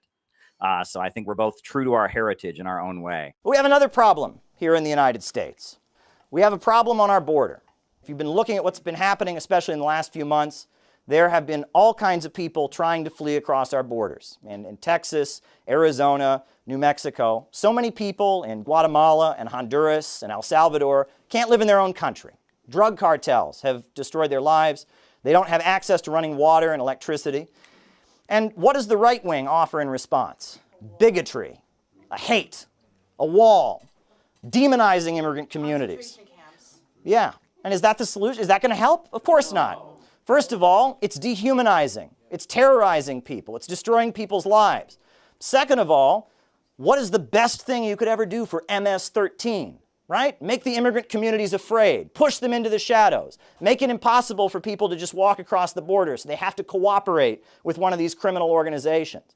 The criminal organizations that operate along the U.S. border benefit very strongly from these insane policies that the Trump administration and others have pushed. But what do the liberals offer? Well, Kamala Harris says not to come here. You know, just don't come here. Yeah, what do they have to offer? Nothing. Just don't come here. Just don't come. Well, we at the Center for Political Innovation have a solution, and that's called the Sandino-Zapata Economic Corridor. That it's time for the United States and the government of Mexico and the government of China and the government of Nicaragua to have a joint project of economic development for that entire region. People in that region need jobs and healthcare and education. They need access to modern facilities and roadway. And it's a matter of national security for the United States, for Mexico, for Guatemala and Honduras and all those countries there. It is a matter of urgent necessity that there be economic development. You know, Sandino was the leader of the Nicaraguan Revolution. Emil Zapata was the leader of the Mexican Revolution. And so our demand is the construction of the Sandino-Zapata Economic Corridor.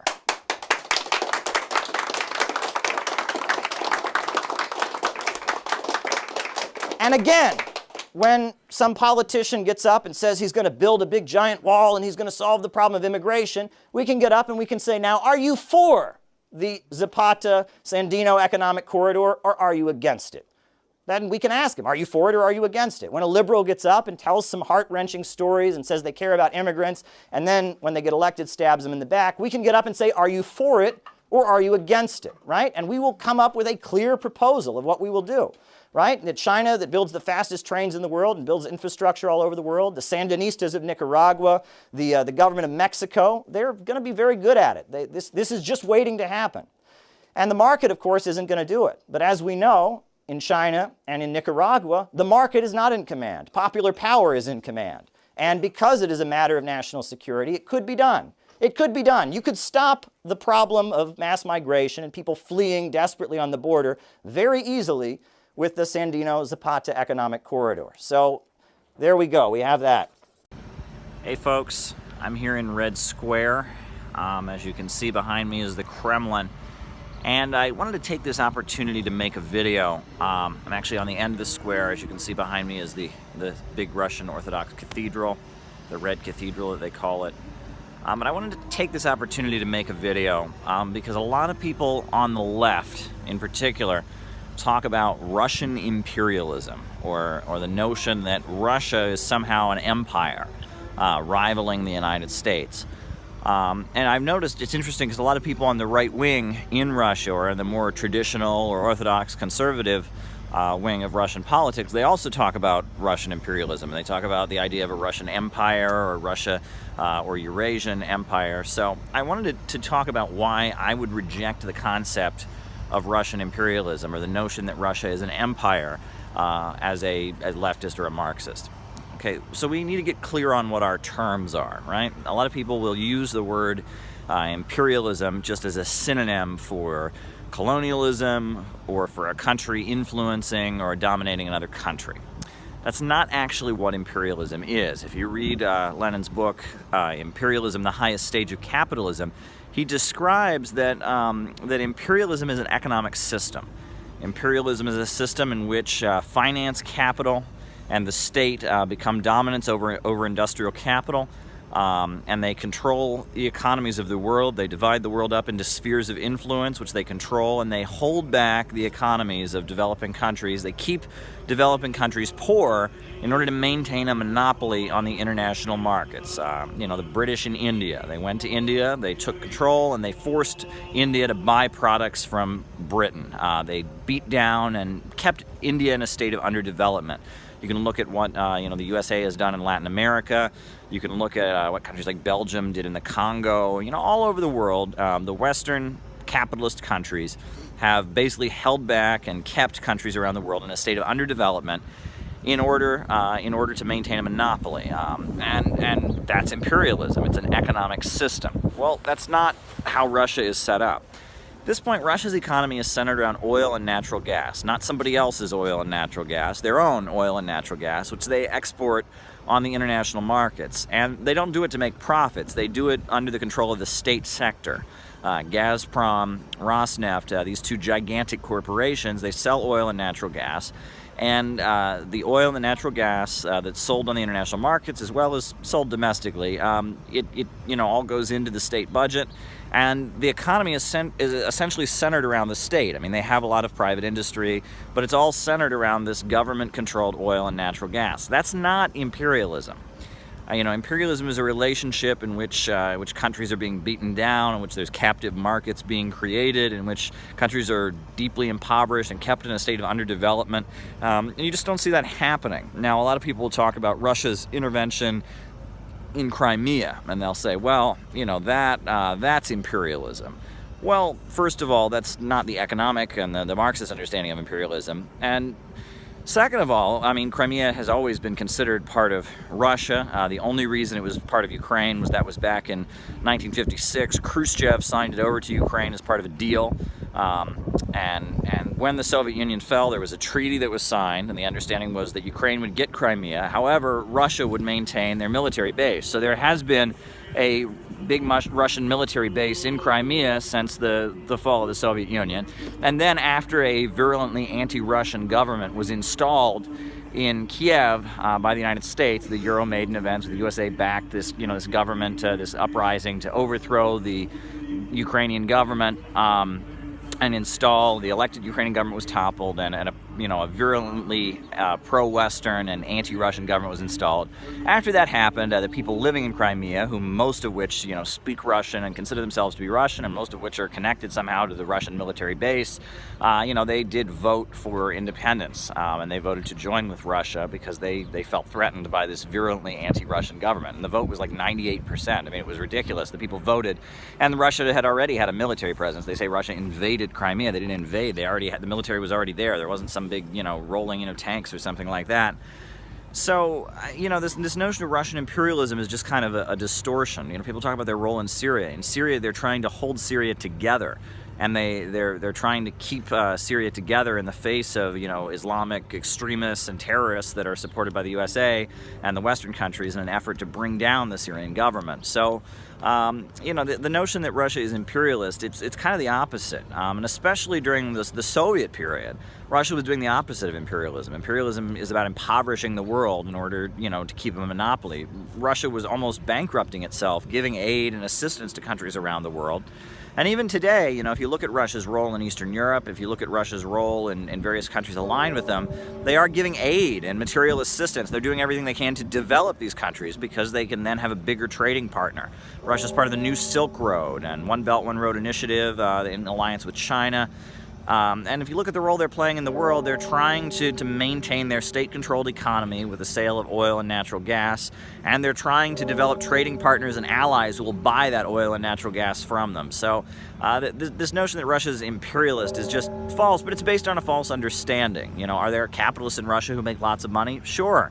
Does Russia have influence over the world economy? Sure, but that's not what imperialism is, and Russia is not an imperialist country. According to the tables which we have assembled, it is our estimate that 4% of the American people own 85% of the wealth of America. and that over 70% of the people of America don't own enough to pay the debts that they owe. How many men ever went to a barbecue and would let one man take off the table what's intended for 9/10 of the people to eat? The only way you'll ever be able to feed the balance of the people is to make that man come back and bring back some of that grub he ain't got no business with.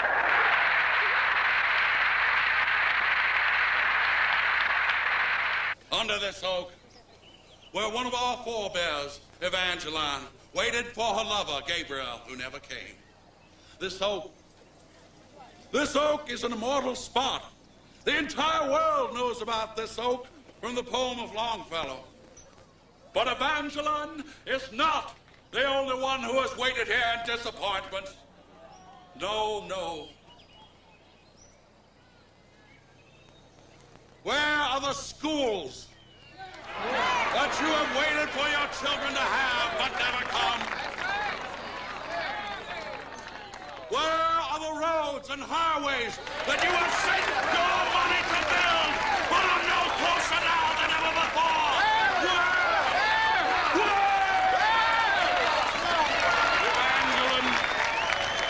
Evangeline wept bitter tears, but that only lasted one lifetime. Your tears in this land and around this oak have lasted for generations. Will you let me dry the tears of those who still weep?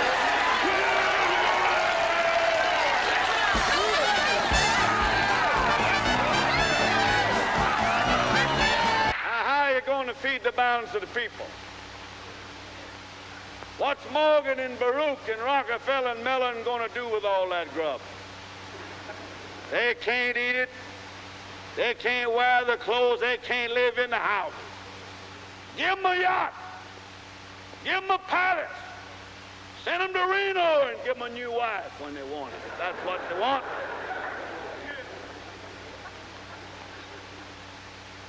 But when they've got everything on the God's living earth that they can eat and they can wear and they can live in, and all that their children can live in and wear and eat and all their children's children can use, then we got to call Mr. Morgan and Mr. Mellon and Mr. Rockefeller back and say, come back here.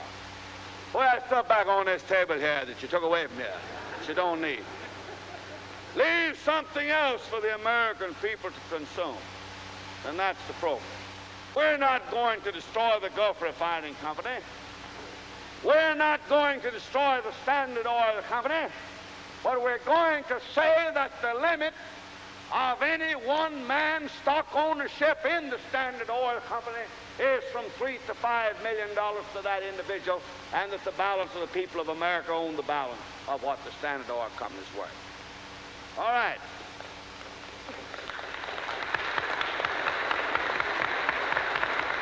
My name is Huey P. Long, Jr. Like any good patriot, I was born in a log cabin. I would get up before the sun to help my daddy, and my sympathy has always gone to those who toil, and I have endeavored to help them. They say I'm the Karl Marx of the hillbillies. I'm no Karl Marx, but I do love the working man.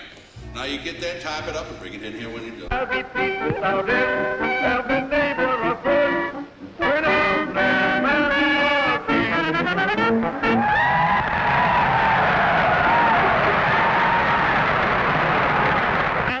Masses of America, 75 to 80 to 85% of the people not only give up their property year after year, but they go further and further and further into economic slavery to where the flesh and blood of the born and the unborn will never be able to raise the debt, let alone come back and rescue the property that they've lost from these depressions. You know how for most of you, your pocketbooks are empty, your bellies are tight? They tell us we are even faced with communism. Why not?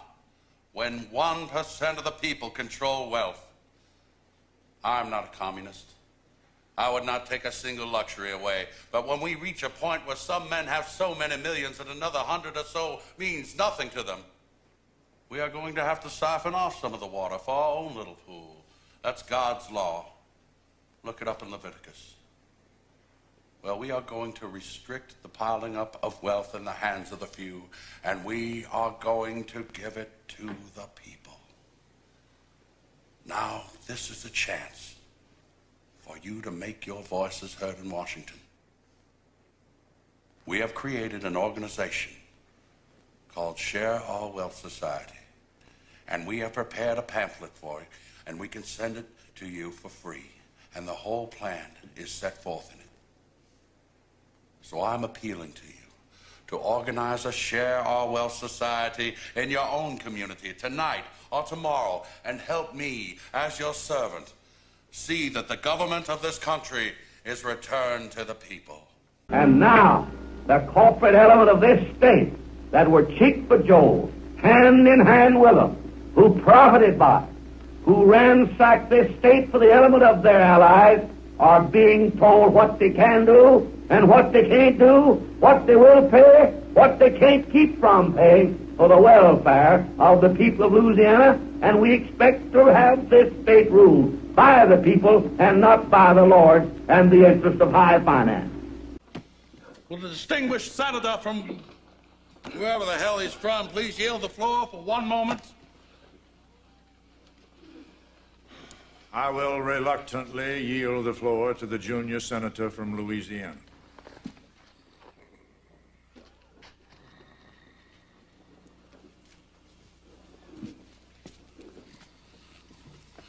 Thank you.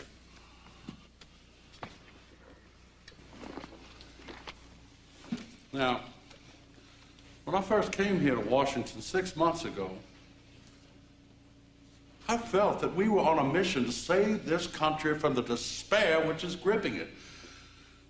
But all I get is a good deal of dither and blather from both parties. Millions and millions of workers are out of work. Millions of farmers are losing their farms to the banks, and what are the banks going to do with them? Now, you listen to me.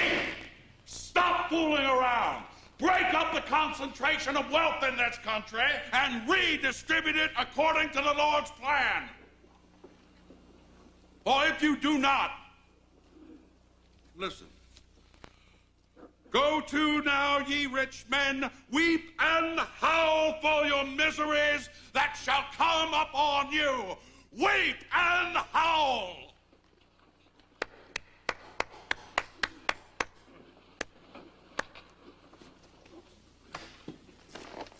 Senator, what are you trying to do? Start a revolution? No, sir, I'm trying to wake you all up. Sir, you are not speaking for us. Well, if I'm not speaking for y'all, I guess I'm speaking against you. The economy of this country is collapsing, and unless we do something about it, the people will be at those Capitol doors 6 months from now looking to string you scoundrels up. And unless you awaken, I'll be there tying the noose.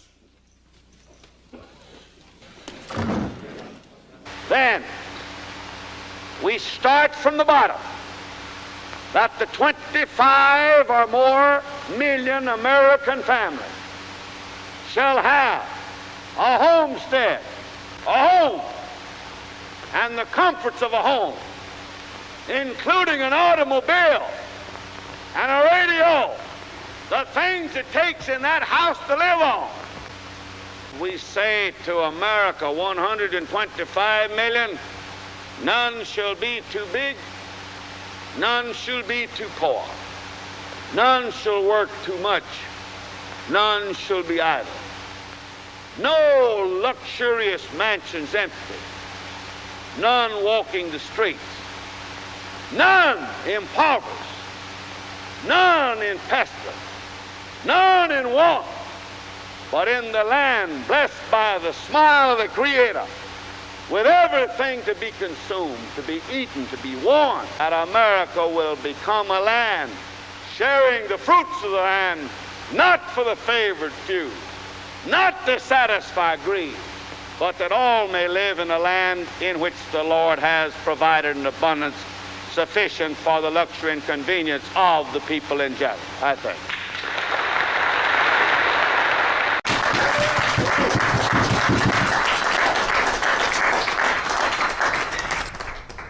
when you think about the Abraham Lincoln Brigade, that points to an aspect of our movement that it's really important to understand. There's a famous writer named Sherwood Anderson. You ever heard of Sherwood Anderson? He wrote Winesburg, Ohio. He was a novelist. And at one point, Sherwood Anderson was asked, what's the difference between a socialist and a communist? What's the difference? And he said, I don't know the technical difference, but it seems to me like the communists, they're the ones who mean it. And what he was pointing to was the fact that when we do something, we really do it. In the early 1930s, the understanding was that the Social Democrats and the Reformists, the sellout leaders who had sold out the revolution in Germany, that were leading workers to oppose the Soviet Union in the name of socialism, that they were the main threat. And it was necessary to expose the Social Democrats and the Reformists. And so when that was the line of the Communist International, we didn't just half-ass oppose the Social Democrats. We didn't just sort of oppose the Social Democrats. We went all in. We really opposed the Social Democrats because we understood that that was what was necessary. And so all over the world, communists went into class against class mode to expose the Social Democrats and build a united front from below because we understood that that was the correct tactic. And then we know that after the rise of Hitler, and as the situation changed, the line changed, and it became correct to align with the Social Democrats in a united front against fascism. And when that line changed, we didn't just half-ass align with them against fascism. What did we do? We built the Abraham Lincoln Brigade and went and fought in Spain. We had the Battle of Cable Street in London. We built huge anti-fascist mobilizations. We are the reason Roosevelt won the 1936 presidential election. When we do something, we do it hard. We do it hard. There was a labor leader who once remarked, he said, if it's 3 in the morning at your labor union hall and there's 2 guys running the mimeograph machine, you can bet at least one of them is a communist. And the people who criticize our movement, right, this is a really common critique from Trotskyites, is they'll say, well, hey, they zigzag, you know, they're always reversing themselves. You know, they do this and then they do that. Yeah, if the situation changes in 24 hours, the tactics must also change in 24 hours. And sometimes what's correct on Monday is not correct on Tuesday, and it's not correct on Wednesday, and you have to change your tactics. And when you're as dedicated as we are, and when you never half-ass these things, when you take it very seriously, when you are fully committed to achieving what we aim to achieve, it can look a little strange to people who don't get it. And they can go, well, one day you're running this way, and the next day you're running this way. Yes, and every way that we run, we're running hard because we understand that it's necessary and that it must be done. However, no entanto, there's a danger in this. Existe certo risco nisso. Because the oil price drop, porque a queda no preço do petróleo, it's taking place in the context of a bigger crisis. Está acontecendo no contexto de preços mais altos. You'll notice a lot of Walmart stores across the United States and around the world are closing. Vocês vão notar que várias lojas nos Estados Unidos estão se fechando as portas. President Obama likes to talk about how cheap gasoline is. O presidente Obama gosta de falar sobre gasolina barata. But if you go to any gas station, mas se você for em qualquer posto de gasolina, in the Midwestern or southern parts of the United States, no centro-oeste ou sul dos Estados Unidos, if you wait there all day and watch, você fica lá e espera e assiste, I can guarantee you'll at least once you'll see one occurrence. At least one time you'll see something.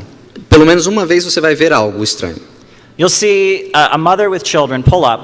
Você vai ver uma mãe com seus filhos estacionando. She'll very carefully put $2 worth of gasoline into her car. E com muito cuidado, ela vai colocar só $2 de gasolina no carro. You can't do much with $2 worth of gasoline. Não dá para ir muito longe com $2 de gasolina. But there's an economic crisis in the United States. Mas existe uma crise econômica nos Estados Unidos. And it's a global crisis. E é uma crise global. It's not just the price of oil that's down. Não é só o preço do petróleo que caiu. The price of steel is down. O preço do aço caiu. The price of copper is down. O preço do cobre baixou. The price of gold is down. O preço do ouro. The price of all the commodities are down. Todos os commodities estão com preços baixos. What's causing this? O que está causando isso? Well, this is a result of the computer revolution. Isso é um resultado da revolução dos computadores, da revolução informática. The process of production has become so efficient. O processo de produção se tornou tão eficiente That there isn't room for millions of people on the global assembly line any longer. Que não há mais espaço para milhões de pessoas numa linha de montagem mais. People are fleeing Africa for Europe. As pessoas estão fugindo da África e indo para a Europa. People are fleeing Bangladesh. Estão saindo de Bangladesh. People are fleeing the Philippines. Estão saindo das Filipinas. People are fleeing Central America. Estão saindo da América Central. The global economy has become so efficient A economia global se tornou tão eficiente that they don't have room to employ millions of people. que eles não têm mais espaço para empregar milhões e milhões de pessoas. In the United States, E os Estados Unidos, after the Second World War, depois da Segunda Guerra Mundial, the working people, a classe trabalhadora, at least the white ones, pelo menos os brancos, and the wealthy and the rich and powerful, e os poderosos e ricos, we had kind of an agreement. fizeram um certo acordo. The agreement was that they got to go around the world. O acordo era que eles podiam ir ao redor do mundo, They got to carry out their coups. executar seus golpes de Estado, They get to murder people in Korea and Vietnam. assassinar pessoas na Coreia e no Vietnã, They commit these horrendous crimes, cometer crimes horrorosos, and we do nothing about it. e a gente não faz nada, And we wave the flag like patriots. e a gente balança a bandeira do patriotismo, And in exchange, we get a house e em troca temos uma and a casa, car um carro, and a TV set uma televisão. and the American dream. É o sonho americano. But the Soviet Union is gone. Mas a União Soviética já era. They don't need the American dream any Eles longer. não precisam mais do sonho americano. This agreement has been terminated. Esse acordo já era, acabou. At this point, production is so efficient. Nesse ponto, a produção está tão eficiente. Let me give you an example. Deixa eu dar um exemplo. At one time, Certa vez, there were these places called bookbinderies. existiam encadernadoras de livros. Hundreds, Centenas, sometimes even thousands of people would às be vezes employed. milhares de pessoas tinham esse emprego de encadernador de livros. They would spend the whole days just binding books. Ficavam o dia inteiro encadernando livros. Well, now they have a machine Bom, hoje em dia é uma máquina. where a single book can be published, can be printed, Um livro inteiro pode ser publicado, impresso. by simply uploading a computer file Você coloca o arquivo já no computador and pushing a button. e aperta o botão.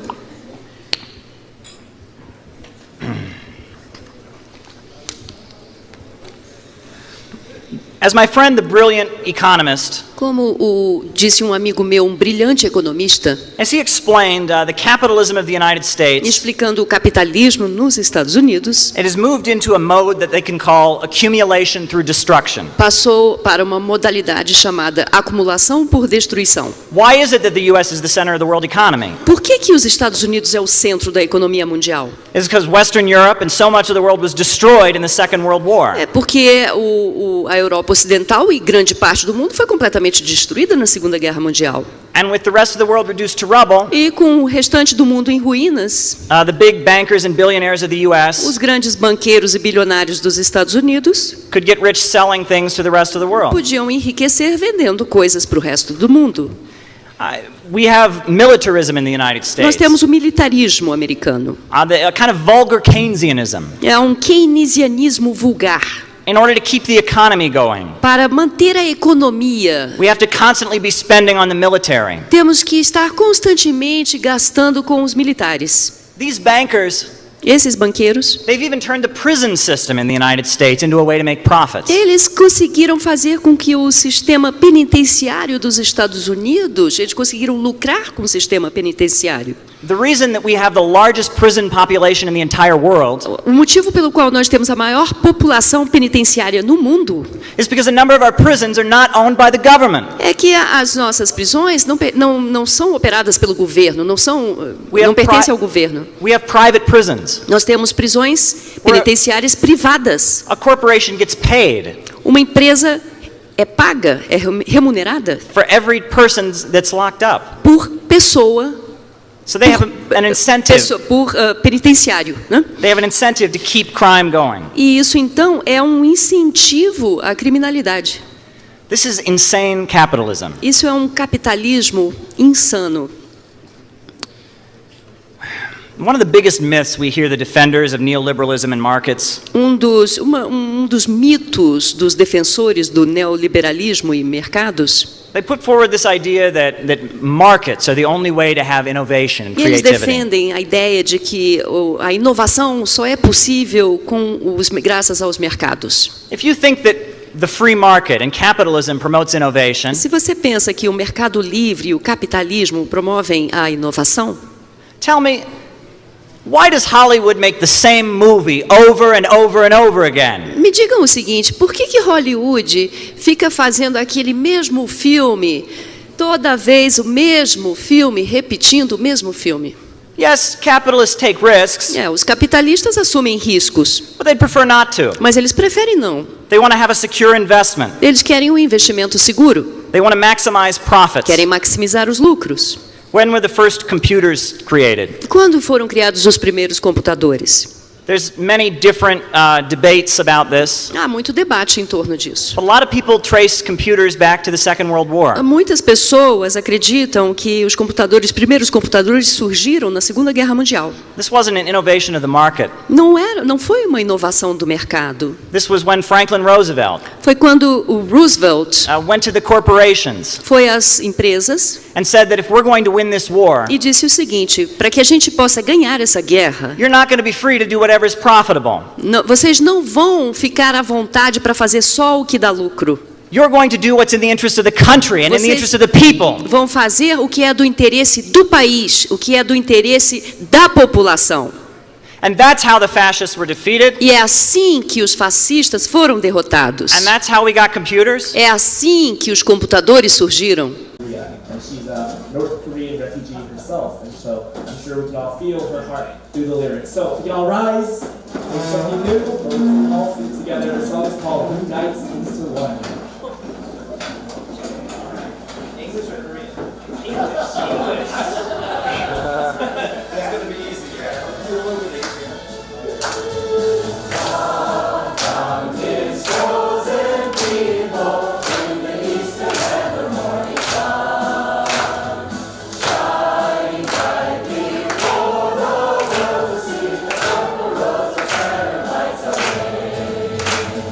Coming people all around the world, let's unite into one.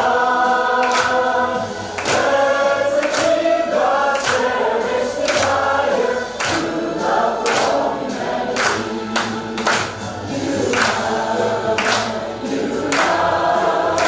Let's unite into one.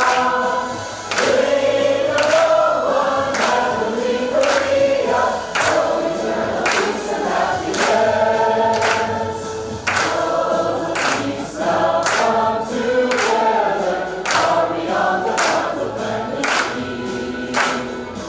Live for God, a heavenly new world, giving joy and liberty to all. Peace ambassadors all around the world, let's unite into one. Let's achieve God's cherished desire, true peace for all humanity. What do we do? Unite. Let's unite into one. Bring about one heavenly Korea with eternal peace and happiness. Lending hand to Korea, lead the shining age of love and hope. From Apollo to Maupin to realizing peaceful unity. From the people thinking of humanity, let's unite into one. Let's achieve God's cherished desire, heavenly unified world. Let's unite into one. Bring about one heavenly Korea with eternal peace and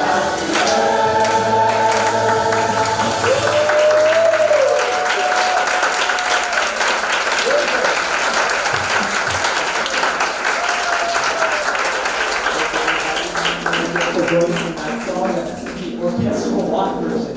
Maybe when the unification takes place, that'll be the song we can sing in a very epic way. So yes.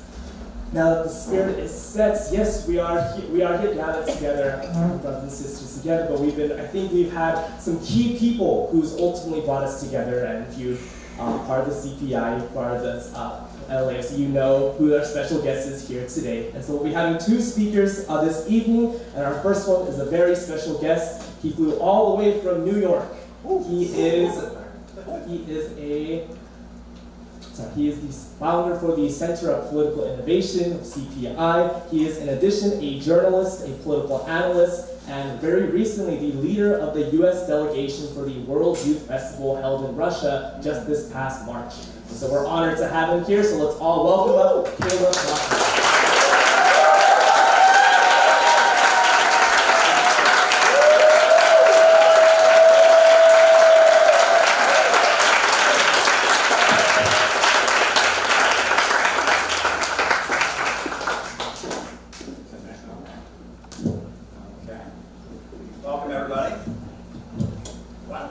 Opportunity to stand up and stretch a little bit. All right.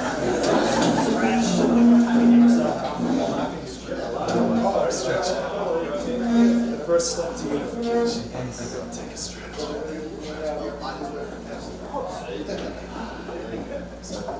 Sit down and take a deep breath. Sit down, get comfortable. We've got a lot to talk about tonight. The fact that I'm here tonight is pretty solid evidence that the world is constantly changing. Yes. And the fact that I was invited here tonight is pretty solid evidence that the world is constantly changing. Change can be scary. Change can be uncomfortable. Change can be frightening. But I've learned that if you want to find peace with the universe, you have to embrace it. You have to see the change as an exciting opportunity. I've often said, today's Friday, and I do not know what tomorrow will bring. But every Friday in my life has been followed by a Saturday. But I do know that the Saturday that comes after this Friday will be unlike any other Saturday that has ever existed before. And the Sunday that comes the next day will be unlike any other Sunday that has ever existed before. And we have to learn to embrace the world around us and see it as gradually moving toward perfection, gradually moving toward a state of beauty. And rather than fear it, understand that conflicts and changes and adjustments are necessary. It's all a necessary road toward that perfection. So with that perspective, I'm going to talk about the Korean Peninsula. I want to start out by talking about a time that I had a teacher who got it wrong. Because I was taught in school that the printing press was invented by a German guy named Johannes Gutenberg. Many people believe that the printing press was invented by Johannes Gutenberg. But a couple of years later, I had another teacher who pointed out, well, actually, the printing press wasn't invented by Johannes Gutenberg. It was actually invented by the Chinese. Marco Polo brought it to Europe when he came back from China. But then I learned when I was in college that that teacher was also wrong. That the first book, the first printed book in history, was printed in Korea in the year of 1377, 200 years before Johannes Gutenberg. And that's proof that the Korean Peninsula has been a One of the reasons why I'm excited that your book has kind of caught on is for exactly this reason. It's not just about Kamala Harris. It's about a much deeper analysis of politics and the class forces behind and all those interests. But I did just want to ask you in general about anti-imperialism. Why has anti-imperialism historically been such a core component of class politics? And what is the difference between being anti-war and being anti-imperialist? Well, my understanding is that imperialism refers to a system, capitalism in its monopolistic stage. And it's very interesting because that is the classical Marxist-Leninist understanding, right? Lenin talks about imperialism, the highest stage of capitalism. And what really defines imperialism is holding back economic development. It's preventing countries from being able to take control of their own economy and resources, and instead having what he calls the export of capital, where instead of, it used to be we exported tires or we exported cars. Now we export the corporation, right? McDonald's is spread all over the world. We don't export French fries, we export McDonald's, right? And it's about the export of capital and preventing countries from developing their own industries and keeping countries in poverty, holding back economic development. Now, that was the understanding that the Bolsheviks and the Soviet Union had. And that's why right after the Bolsheviks took power, they gave military support to the Emir of Afghanistan. And he was a conservative monarchist, but he was fighting the British Empire. And they said, that works for us. And they convened the Congress of the Peoples of the East in Baku. And they said, hey, if you're going to fight the British Empire, we're with you because imperialism is the enemy. And when you talk about being a component of class politics, you can even go back to Marx, right? In Marx's day, Ireland was fighting for its independence. And Karl Marx, he wrote a very important letter where he said the duty of working class radicals and Marxists and socialists in Britain is to support the Irish freedom struggle everywhere and to get the English workers to see the victory of the Irish people against the British Empire, not as a question of abstract justice, but as a matter of their own liberation, right? I think A.J. Muste, who was a kind of a Christian socialist pacifist, he would say our real enemy is at home. And that is what anti-imperialism is. It's the understanding that these countries around the world that are struggling against the domination of big banks and corporations from the West are our allies in the struggle against the big corporations here. Right. And that ultimately, we don't have an interest in helping, ExxonMobil, BP, and Bank of America take over the world. And in fact, we're getting screwed by Bank of America and ExxonMobil right here. And so we have a common interest with people around the world that are struggling against them. Now, that was the classical Marxist-Leninist understanding, but I've been to Iran where they are definitely not Marxists. They are very religious. But, they studied Lenin in Iran and they studied the economics of imperialism. And, Khomeini, the founder of the Islamic Republic, he talked about American economic imperialism. And the Bolivarian countries, they are socialists, but they incorporate Roman Catholicism, indigenous ideology. They have this understanding. And, you go around the world today, the classic Soviet-style Marxism is not really in fashion anymore. But this understanding of what imperialism is and that it's a system, that is very much the global understanding. And I do maintain that understanding. I'm at the point where, it's funny, I wrote this book 4 years ago. I don't call myself a communist as much now because, I know what I believe. My beliefs haven't changed. But if you say communist now, people think you're woke. And I'm not. I'm not woke. And I've been to communist countries. They are not woke. But it used to be in America, if I told people I was a communist, they would say, how could you be that? And I could say, well, let me tell you all about it. Nowadays, if I tell people I'm a communist, they go, oh, I know what you are. You're 17, you have purple hair, and you think all Republicans are Nazis, and you're obsessed with the trans thing. That ain't me. That's not what I believe. And it ain't what they believe in Venezuela. It's not what they believe in Vietnam. It's not what they believe in China. It's not what the countries around the world struggling against imperialism believe. So the term that I've started to use to describe myself, I say that I am an innovationist. Because if you look at the world, right, the underlying question, and this is what that last 10 pages that you didn't get to, Russell, are about, is that human beings... That's what I said, the reveal. Yeah, human beings are creative creatures. We are constantly reinventing our relationship with our environment. And human technology, we're constantly moving to a higher plane. Ants have been building their ant farms the same way for thousands of years. Beavers have been making their beaver dams the same way for thousands of years. But in just 7,000 or 8,000 years, we've gone from hunter-gatherers in the woods to space travel, to iPhones, to artificial intelligence. We constantly reinvent our relationship with Mother Nature to make it serve us in a more efficient way, to expand our population, to increase our life expectancy, to make life more comfortable. That is the nature of what it means to be a human being, as we're constantly trying to expand. And right now we are in a crisis because human brilliance has outstripped the narrow horizons, the narrow limits of production organized for profit. And what we need is a rationally organized economy so we can keep inventing, keep expanding, keep having our life expectancy grow, keep expanding our population. Well, taking it back to that Eastern establishment, the Rockefellers, the DuPonts, the British Empire, they say that the solution right now is that we have to degrow. We have to reduce consumption because the problem is that there's too many people. They are not Marxists, they are Malthusians. right? They blame the economic crisis that we're in the world on overpopulation. And that their solution to save the global economic system and conveniently let them stay at the top of it is to prevent growth around the world. And they see anti-imperialist countries that have broken out of their system, as the main target, because what are they doing? They're growing. That's what they do. When countries break out of Western domination and imperialism, they start growing and building and electrifying and wiping out illiteracy and bringing their people up. And that is seen as a threat to the environment. And Biden openly said so when he was running for president. If you read his essay, America Must Lead Again, he said, we're going to stop China from building power plants in Africa, right? That's what they want. To save their system, they want degrowth. And that is what fascism is. And that is what fascism has always been.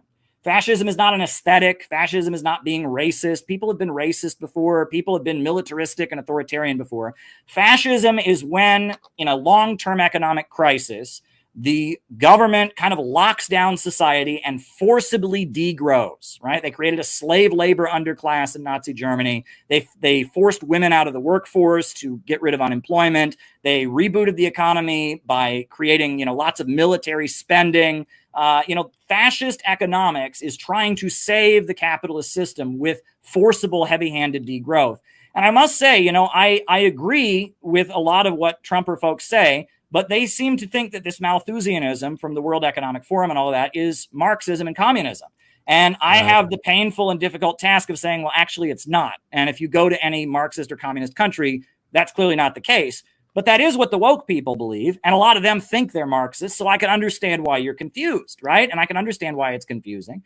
And also, let me add that socialism in our time and anti-imperialism, a really big part of it nowadays is small business owners, right? Vietnam, the way they've had their economic miracle is with their enabling people to start their own businesses. They call it a socialist-oriented market economy. Nicaragua, I've been there. I was an elections monitor there. They have what they call a micro entrepreneurship program where the government loans money to people to start their own businesses, worker cooperatives, and that is the strength of their socialist economy in Nicaragua. And that 21st century socialism is all about enabling people to start their own business and be creative and all of that, and subsidizing them in doing so in coordination with an overall planned economy. So the state is kind of making sure there's constantly growth.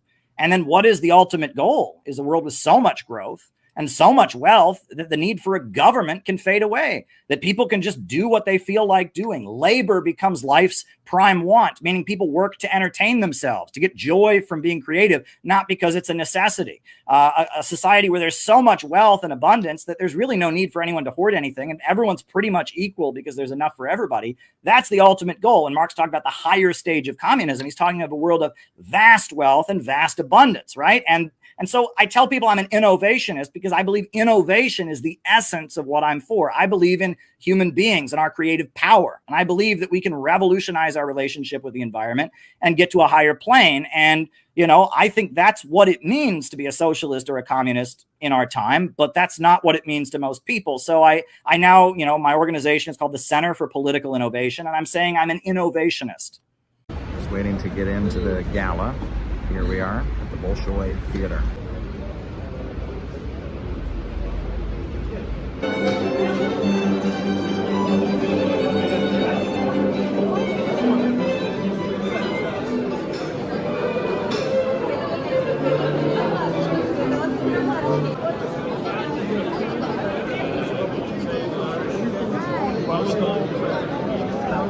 Yes.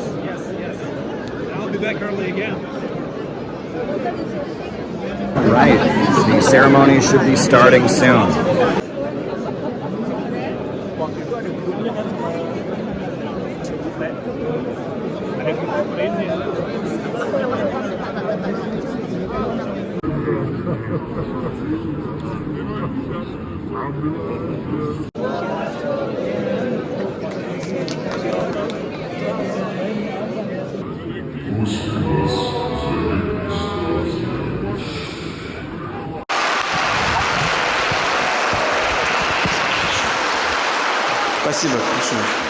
Thank you.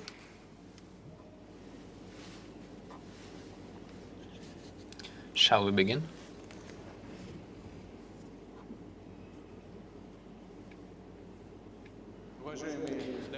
Distinguished ladies and gentlemen, colleagues, friends, I am very glad to greet you here in this wonderful hall of the Bolshoi Theater to celebrate the 20th anniversary of Russia Today channel.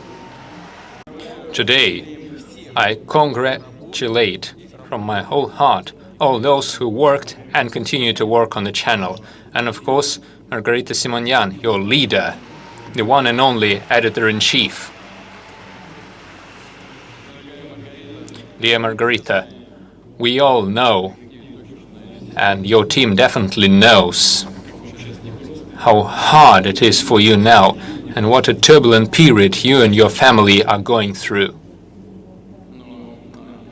But in your work, you have always expressed courage, boldness, and I am confident that you will cope with it now too.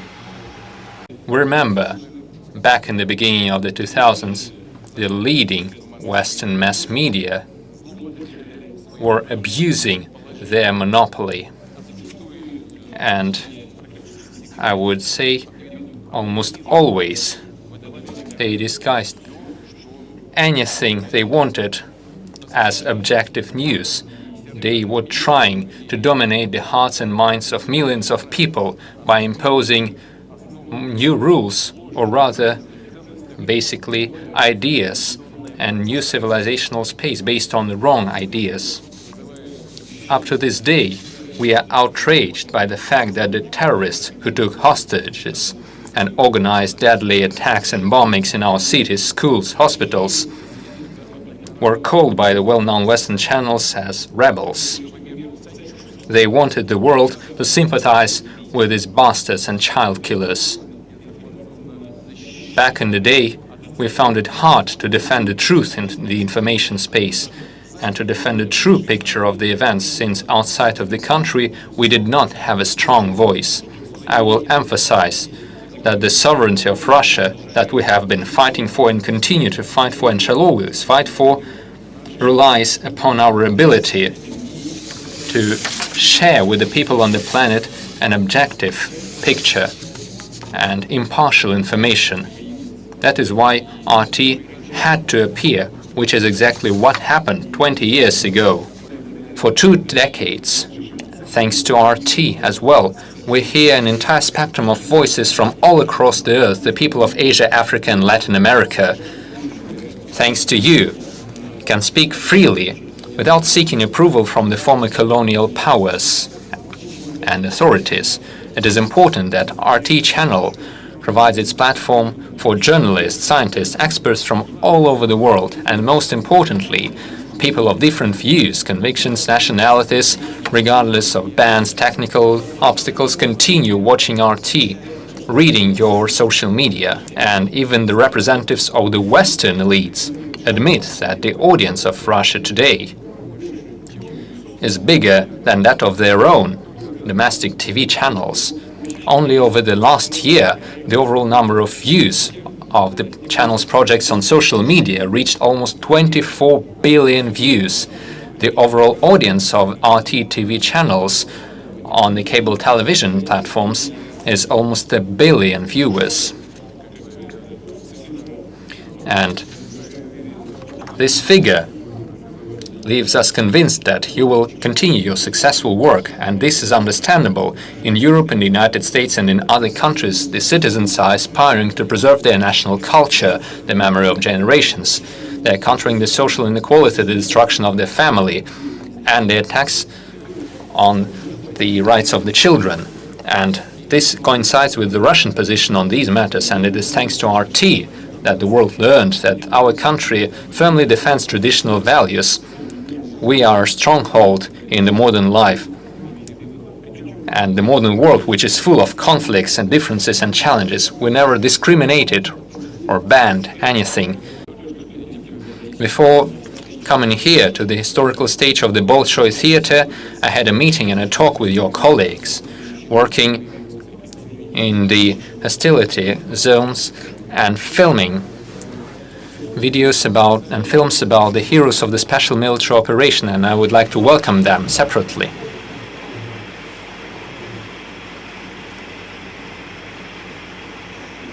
Thank you. If I knew how to blush, I would have been as red as an apple. You mentioned Mr. Correa. He's here with us today, and our colleagues, our friends from every continent, from a great number of countries are here. They came here to congratulate us, including those, I believe their ancestors would be proud of them. For example, we have descendants of de Gaulle, of Bismarck, and we have MPs of European Parliament. I don't know what they will do to them when they go back to their countries, but they are here, and I would like to say thanks to all of them. Thank you very much. I wish you continue your development, finding new formats and new topics in a tense fight for the minds and the hearts of the people. And to succeed in this fight, you need to continue using your secret, strategic, highly precise intercontinental weapons. The truth. We just heard a great speech from the Russian president. Now there's going to be a ballet performance. Very exciting.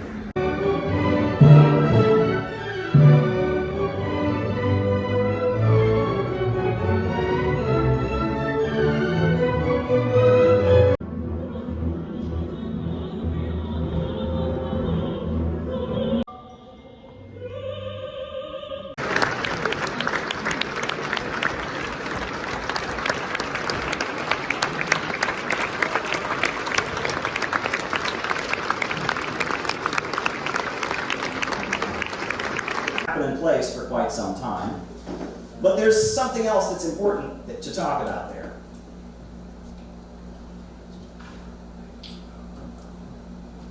The other thing that's important to talk about is there's a reason that people remember Johannes Gutenberg and the printing press in Europe.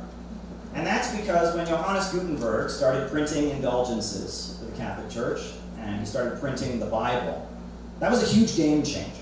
Because suddenly people had access to information in ways they had never had it before. People started reading the Bible for themselves. Newspapers became available. Mass printing enlightened people in a way they had never been enlightened before. And that gave birth to all kinds of changes. You had the Protestant Reformation. You had the eventual revolutions that changed the course of history. You had the emergence of the modern world. And a change in access to information brought about a change in the course of world history. That's very important because I think the time we're living in right now is an age where access to information is also being revolutionized. With the internet now, and social media, information is available in ways that hasn't been available before, and people are connected in ways they haven't been connected before, and people are listening to ideas they haven't heard in ways they have never done before.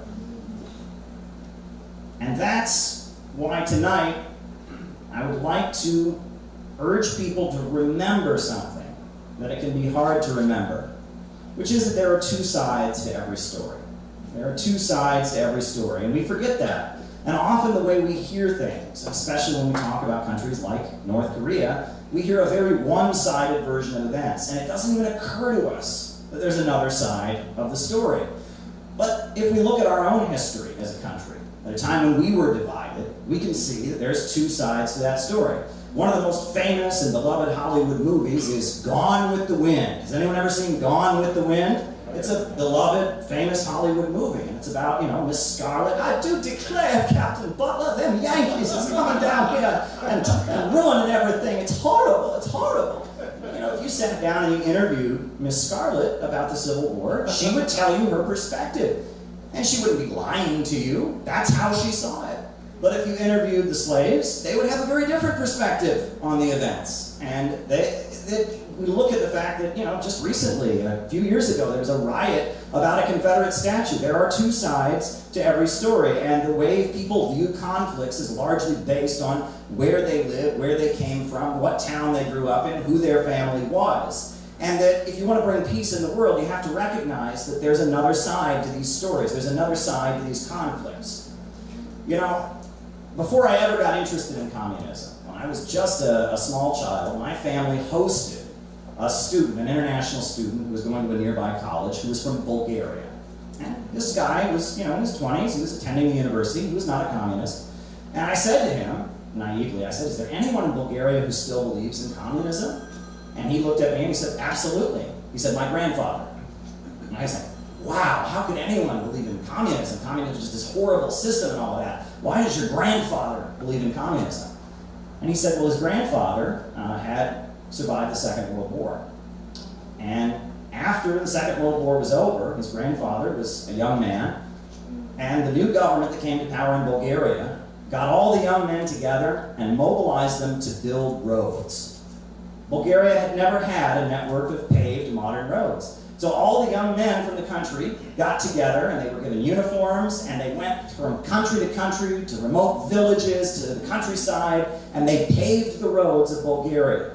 And his grandfather remembered this as the best moment in his life because he was working with people his age. He was seeing different parts of the country he'd never seen. In every little town and village they went to, people applauded for them as heroes. And he felt this spirit of unity. They were rebuilding the country. It was going to be a new Bulgaria. The war and the pain and the trauma was over, and it was a new day. And that's why, even in the 1990s, this student's grandfather was a huge admirer of the Soviet Union, a huge admirer of Stalin, because he lived through that. And that experience was his experience. And one thing I must say is that we take that for granted here in the West. We take for granted the fact that we have paved roads. We take for granted the fact that we have electricity. We take for granted the fact that we have running water. But in countries that have never had that, in countries that have never had literacy, that have never had electrification, these things are a pretty big deal. If you went from never having electricity, never having running water, never having access to education, suddenly having it, that's going to be a huge, huge change in your life. And if you look at communism in the 20th century, it was largely countries that were underdeveloped, breaking out of the dominance of other countries economically and developing, and paving roads, and building power plants, and building modern university systems. And that is important when you want to understand what happened on the Korean Peninsula, and I'll tell you why. In the 1990s, after the fall of the Soviet Union, things were very, very bad in North Korea. There was a food crisis. They needed petroleum, gasoline to run their tractors, and they couldn't get it. And their food system came to a grinding halt, and people were starving to death. And it was an absolute disaster, and it was a very, very bad time. And many international observers looked on and they said any other government in the world would have collapsed under those circumstances. But if you look at today, the Korean Workers' Party is still in power. They're still in power. And the grandson of the founder of North Korea, Kim Il-sung, his grandson, Kim Jong-un, is the leader of the country. And if you look at the fact that they got through a huge crisis that they now call the arduous march period in their country, where people were literally starving to death, where their food system came to a grinding halt, where electricity was limited, where things were that bad, but yet the government of North Korea did not fall, you have to acknowledge there's a lot of people who feel very, very loyal to the Korean Workers' Party. And I'm going to tell you some of why that is. And my source for these statistics is the country study published by the U.S. Library of Congress. The U.S. Library of Congress publishes a country study of every country in the world. And these statistics come from the U.S. Library of Congress's country study of North Korea. Between 1948 and 1990, the life expectancy of the average person in North Korea increased by 30 years. 30 years. Can you imagine what a 30-year life expectancy increase means? How much would things have to improve in a country for people to be living 30 years on average more than they did before?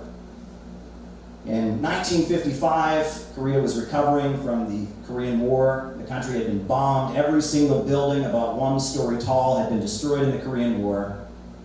And in 1955, North Korea had only 285 hospitals in the whole country. But in 1986, according to the U.S. Library of Congress, they had 2,401 hospitals. I feel that both the liberal fairy tale Disneyland left and the hateful and bigoted far right both misrepresent the issue of immigration. The crisis of mass migration is something that we're not just wrangling with here in the United States. It's a question that rages all across Europe. The reality is that we are facing an international global crisis. North Africans are dying trying to get to the Mediterranean and get to Europe. Every day, scores of dead bodies are found along the U.S. border with Mexico. Many of those fleeing to Europe come from countries like Libya, Syria, and Iraq, where direct efforts by the United States and NATO have reduced countries to chaos. Direct military intervention, overthrowing the governments, arming terrorist groups has made life in these countries unlivable.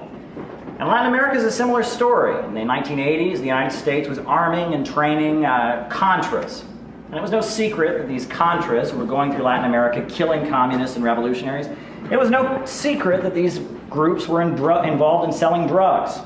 And now, with loads of US-made guns, the drug cartels have made life in Guatemala, Honduras, and Mexico pretty unlivable. But the underlying issue behind the crisis of mass migration isn't just wars, destabilization, terrorism. The ultimate drive behind mass migration is economics. The computer revolution has made it far easier to produce commodities than ever before. There are now millions of people on the planet who have no place at the global assembly line. The entire working class is suffering because of advances in technology. Under this system, advances in technology lead to greater abundance. And under capitalism, greater abundance leads to greater poverty. I'm originally from Ohio. I recently went out to a part of Ohio called Clinton County, and I did a story about how, it's kind of ironic because it was Clinton County, but they voted 60-70% for Donald Trump. Well, while I was out there, I didn't see anyone in Clinton County under the age of 35. They've all moved on. There's not jobs. They've moved to places like New York City. They've moved out to California in order to get a decent life. When I listen to right-wing nationalists talk about immigration, they talk about it, it's like they think about it this way. They think that Juan or Jose is growing up in the rural parts of Mexico or Guatemala or Honduras, and he's in school, and the teacher says to him, Juan, Jose, what do you want to be when you grow up? He ponders for a moment. He says, well, could be a doctor, could be a lawyer, could go into real estate, but instead, I think I'm going to cross the border illegally, risk my life, come into the United States, start working for less than minimum wage, and be in terror of being deported the entire time. And he thinks over his options, makes a decision, crosses the border. When people are being kicked off their lands, when drug cartels are raining chaos and terror into people's lives, when ISIS is beheading people, when strong central governments collapse and countries are cast into chaos, sure, there are some people that surrender. But within the human species, and with all life on this planet, one thing that is always present is the will to survive. People do not want to be destroyed. People do not want to be crushed. Life seeks to preserve itself. And that's why a giant border wall isn't going to stop them. Fences aren't going to stop them. Doubling the border patrol isn't going to stop them. Tripling the border patrol isn't going to stop them. The drive behind the crisis of mass migration is an innate human will to survive. And this will is relentless and it never surrenders. I'll tell you this much. There are millions of Americans who love their children and they love their families, and I can guarantee you that if they were faced with the situations that are currently being faced by people in the Middle East or people in Central America, they would do the exact same kind of thing and take the exact same kind of risks to protect them and win justice and win a good life for their families and the ones that they love. The immigrant phobia, this belief that migrants are the other, this is a primitive understanding of politics. But I must say that the way mainstream liberals talk about immigration is also disgusting. They don't recognize that what's happening is a crisis and a human catastrophe. They talk about the crisis of mass migration as if it's something to celebrate. I've heard they hold welcome the refugee parades. They say, this is the American dream, people coming to a new land. Don't you know, we're all a nation of immigrants. They say, these immigrants, they do the jobs that we won't do. They do the jobs that we won't do, as if there aren't millions of people in this country who are struggling and desperately need a good-paying job. Well, both of them ignore the reality of what's taking place. Both of them deny that we're facing a global humanitarian crisis spawned by the greed and the system of capitalism. So, often in debates like this, when the topic of immigration comes up, someone will make the points that I just made, and then the right-wing nationalists will say, okay, I get it. No one's saying these people have a good life. No one's saying that these people have it good. But what are we supposed to do? Are we supposed to turn our country into an international homeless shelter? Are we just supposed to cry a river? Well, I'm here to offer a solution to the crisis of mass migration. Right now, the People's Republic of China has arguably the most brilliant anti-immigration policy ever invented. It's called the New Silk Road and the One Belt, One Road initiative. In places like Afghanistan, where people are so poor they cannot continue to live, where people are joining heroin gangs and terrorist groups, China has decided to start building high-speed trains and railroads and open up textile factories. In Bangladesh, a country plagued by poverty and suffering, China is in the process of now building airports, hospitals, highways. By stabilizing the parts of the world plagued by terrorism, drugs, and poverty, the Chinese are making it possible for people to remain in their own countries. They are securing their borders by creating an interconnected global economy where countries can trade with each other, not in a predatory way, but on an equal basis. And yes, China's brilliant anti-immigration policy has helped solve our own problem of mass migration a little bit. We have immigrants pouring into this country from Central America, from South America. We don't have many immigrants coming to this country from Nicaragua these days. Barely any immigrants are coming over the border from Nicaragua. Why is that? Because at this point, Nicaragua has a booming economy. In cooperation with China's One Belt, One Road initiative, Nicaragua is raising itself up. The Wall Street Journal reports that since 2005, poverty in Nicaragua has been reduced by 30%. The GDP has been increased by 36%. Working with China, Nicaragua is now building a canal that will serve as an alternative to the Panama Canal. The World Happiness Index, this is a study done by psychologists where they interview people in different countries, they say that there's been the highest increase of any country in happiness in 2016 was in Nicaragua. President Daniel Ortega and Vice President Rosario Murillo lead the Sandinista government with the slogan, Christianity, Socialism, and Solidarity, and with portraits of Karl Marx, Che Guevara, and Jesus Christ, along with trees of life inspired by the indigenous religions of the Aztecs and the Maya, a centrally planned economy is now being constructed in Nicaragua. Nicaragua is moving toward their own brand of Bolivarian socialism. And with jobs, housing, education, and infrastructure, Nicaraguans, unlike other people in different parts of Central America, they don't feel a need to leave their homes. I like to listen to debates on the internet. That's why I'm so happy to be here debating. In the lead up to the presidential election, there was a debate between a liberal and a conservative. There was Cenk Uygur and Ann Coulter. Have any folks seen that debate? It was kind of popular online. And during the debate, Ann Coulter is arguing about the issue of mass migration with Cenk Uygur, and she says, the majority of immigrant children from Central America have never seen a flushing toilet. Well, I don't dispute this claim. It is true that people living in rural parts of Mexico or the jungles of Peru or Central America don't often have running water or electricity or access to medical care or education. However, Ann Coulter says this and she expects us to just go, ooh, these disgusting people, I want to keep them out. She appeals to kind of a crass, classist arrogance and chauvinism. Coulter would have us believe that Central American folks are just naturally inferior to the white people of the United States and Western Europe. Well, she's wrong.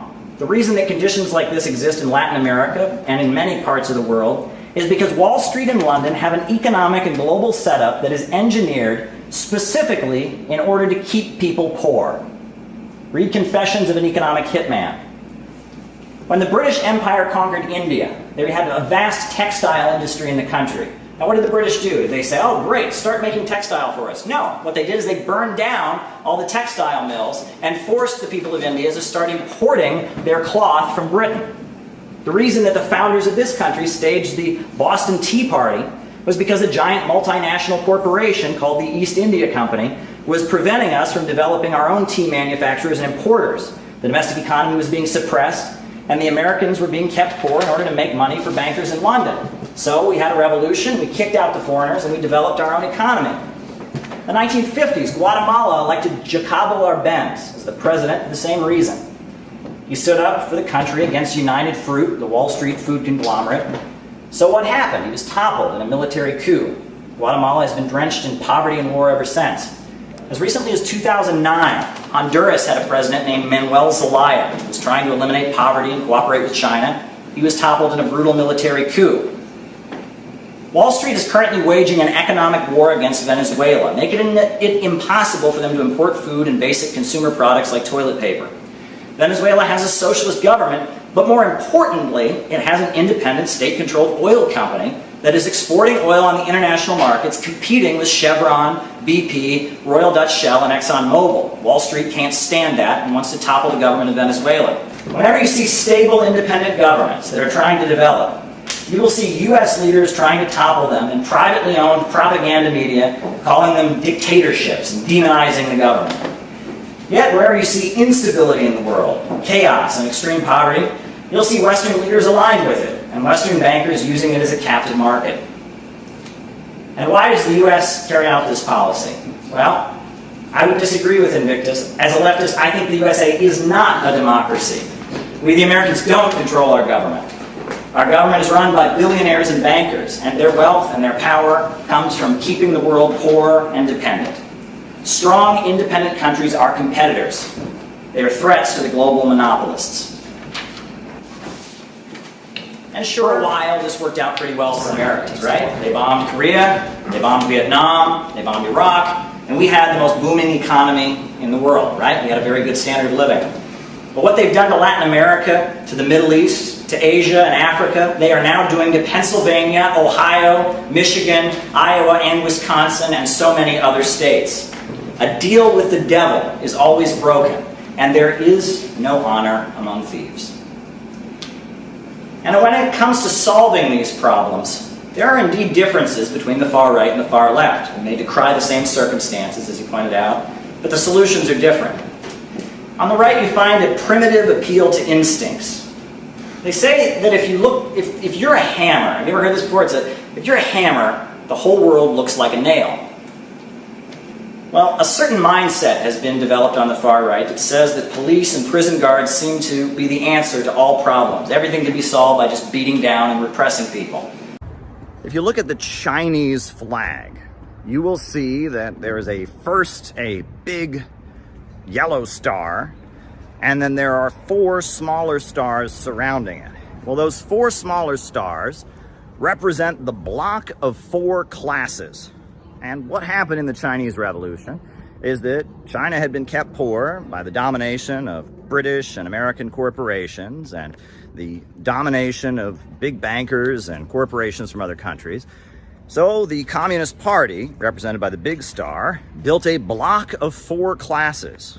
That was the workers, the peasants, the urban capitalists, and the national capitalists, the national bourgeoisie. They built a block of 4 classes to defeat the imperialists.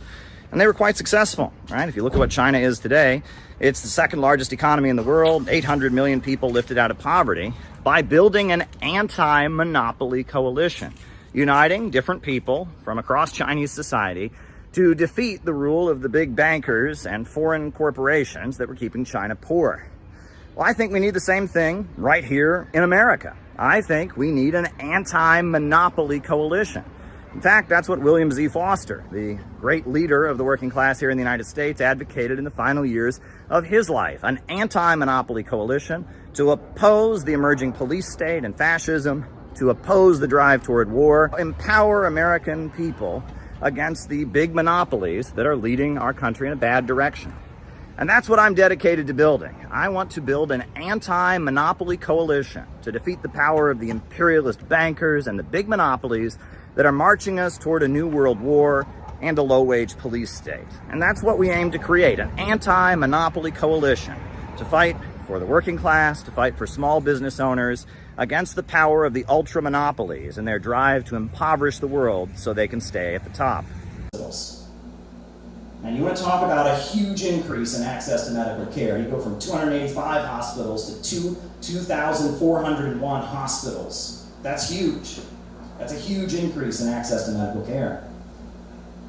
When the communists took power on the Korean Peninsula, 20% of the population had any kind of education whatsoever. Any kind of education. By 1956, again, just a few years after the whole country had been bombed and destroyed during the Korean War, according to the U.S. Library of Congress, they had wiped out illiteracy in the northern half of the Korean Peninsula. These are huge, dramatic achievements. that changed a lot of people's lives. And they were done under the leadership of Kim Il-sung and under the leadership of the Korean Workers' Party. And they were done in the aftermath of a devastating war in which the whole country was ravaged and destroyed by bombs. And they were done with aid from China, aid from the Soviet Union, but there are millions of people who lived through that, and their loyalty to the Korean Workers' Party and to Kim Il-sung was won by seeing how their country was transformed. And, you know, we know that North Korea has been in a pretty bad spot since the fall of the Soviet Union, but it hasn't always been like that. And this is from a BBC article that was published, and they acknowledged that prior to the fall of the Soviet Union, North Korea had a bit of success. This is what the BBC article said. At one time, North Korea's centrally planned economy seemed to work well. Indeed, in the initial years after the creation of North Korea, following World War II, with spectacular results. The mass mobilization of the population, along with Soviet and Chinese technical assistance and financial aid, resulted in annual economic growth rates estimated to have achieved 20%, even 30% in the years following the devastating Korean War of 1950 to 1953. And as late as the 1970s, this is BBC, South Korea languished in the shadow of the economic miracle north of the border.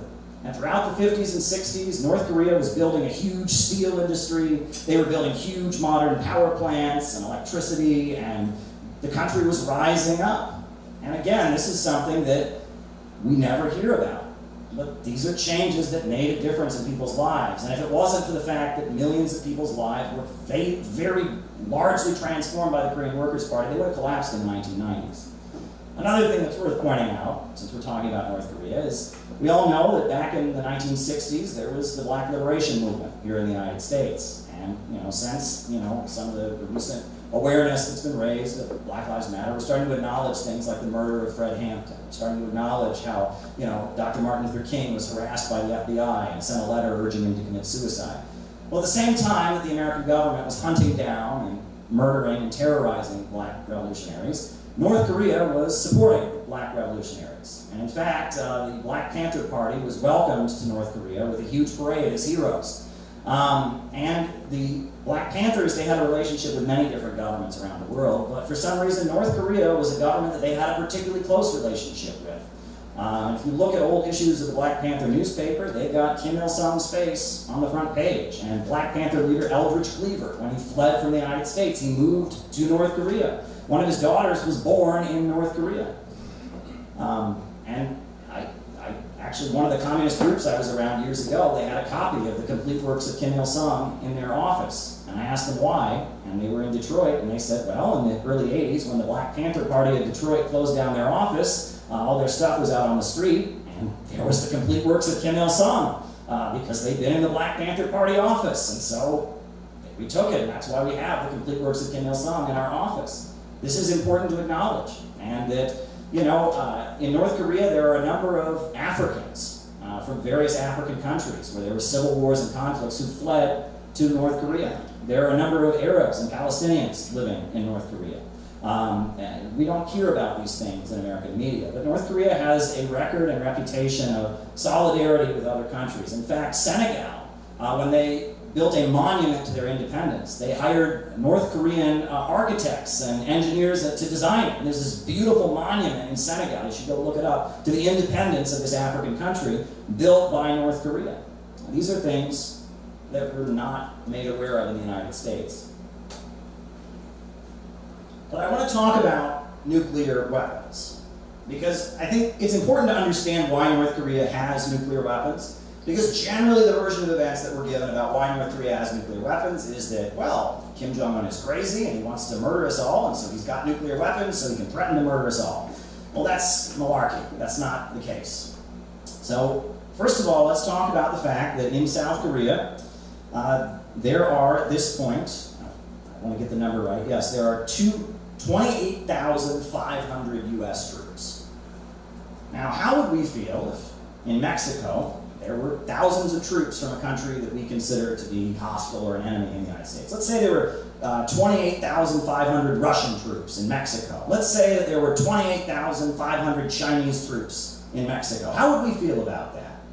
But it's not just that those U.S. troops are there. every year they do this war game, this provocative drill. And what the provocative drill is those 28,500 troops and all the airplanes and tanks and missiles and helicopters and jets, they march them all right up to the line. And they say, well, it's only a drill. Don't worry, guys. It's just a drill, just a practice. And they do this every year. Now, can you imagine if, in Mexico there were 28,500 foreign troops, and every year they marched all of them right up to the border to practice invading the United States. And they said, don't worry, guys, it's just a drill. It's just a drill. Well, we'd be wondering, which year is it not going to be a drill? That's what we'd be wondering about. It's a little bit of a provocation. And that was one good thing that Donald Trump did, is he suspended those drills. They paused while he was president of the United States, and that's one thing I give Donald Trump a huge amount of credit for. I think it's an applause.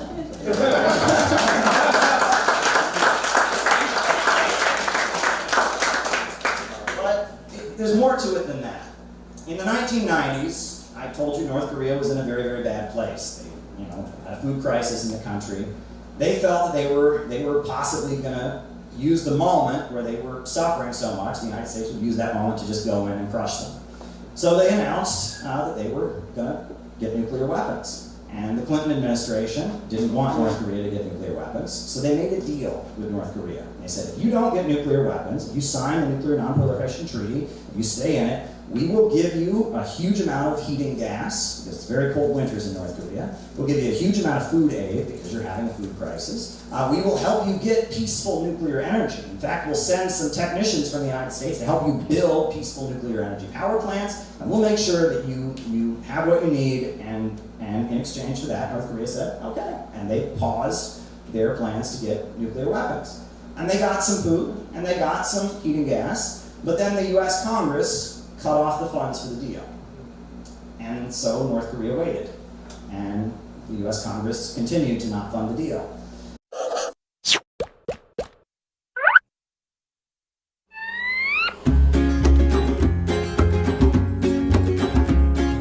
Hey, have you guys heard what's going on in China?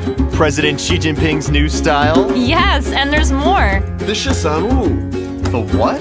China's 13th five-year plan. Yeah, the 13路. Oh. Every 5 years in China, man, they make a new development plan. The time has come for number 13. 13路, that's what it means. It's a huge deal. Like how huge? Huge. Like China huge? Yeah, China huge. Oh, that's really big. If you wanna know what China's gonna do, best pay attention to the 13路. The 13路, the 13路. The 13 what? The 13路. But who makes all the plans? There's government ministers and think tank minds and party leadership contributing fines. There's doctors, bankers, and farmers too, and even engineers who deal with poo. Ew, did I hear that right? Yeah, it's true. Chorus. If you wanna know what China's gonna do, best pay attention to the 13路. The 13路, the 13路. The 13 what? The 13路. But how do they make all the plans? First there's research, views collected, then discussion and views projected. Reports get written and passed around. Then there's actually more research and more discussion and more research and more discussion. Like at every level. Over and over, like through hundreds of rounds. It's Okay, we got it. Hundreds of rounds. Oh my god. crazy, right? Okay, 1, 2, 3. If you wanna know what China's gonna do, best pay attention to the 13路. The 13路, the 13路. The 13 what? The 13路. But it's not over yet. When the plan comes out, the work's not done. In fact, it's really just begun. Because every province, county, city, too, have got to figure out what they're gonna do. Whoa. That's a lot to do. I know. Hey, what's it called again? The 13路. If you wanna know what China's gonna do, best pay attention to the 13路. The 13路, the 13路. The 13 what? The 13路. Then the plans keep getting even better. As the plan goes down from high to low, the government's experience continues to grow. They have to work hard and deliberate, because a billion lives are all at stake. Like every 赵钱孙李周吴郑王冯钱楚魏会讲神 Chorus! If you wanna know what China's gonna do, best pay attention to the Shizanu. The Shizanu, the Shizanu. Everybody's talking about the Shizanu. So that's it. That's it? Yeah, now it's time to get ready for the 14th five-year plan. What? Yeah, the 14. The 14 what?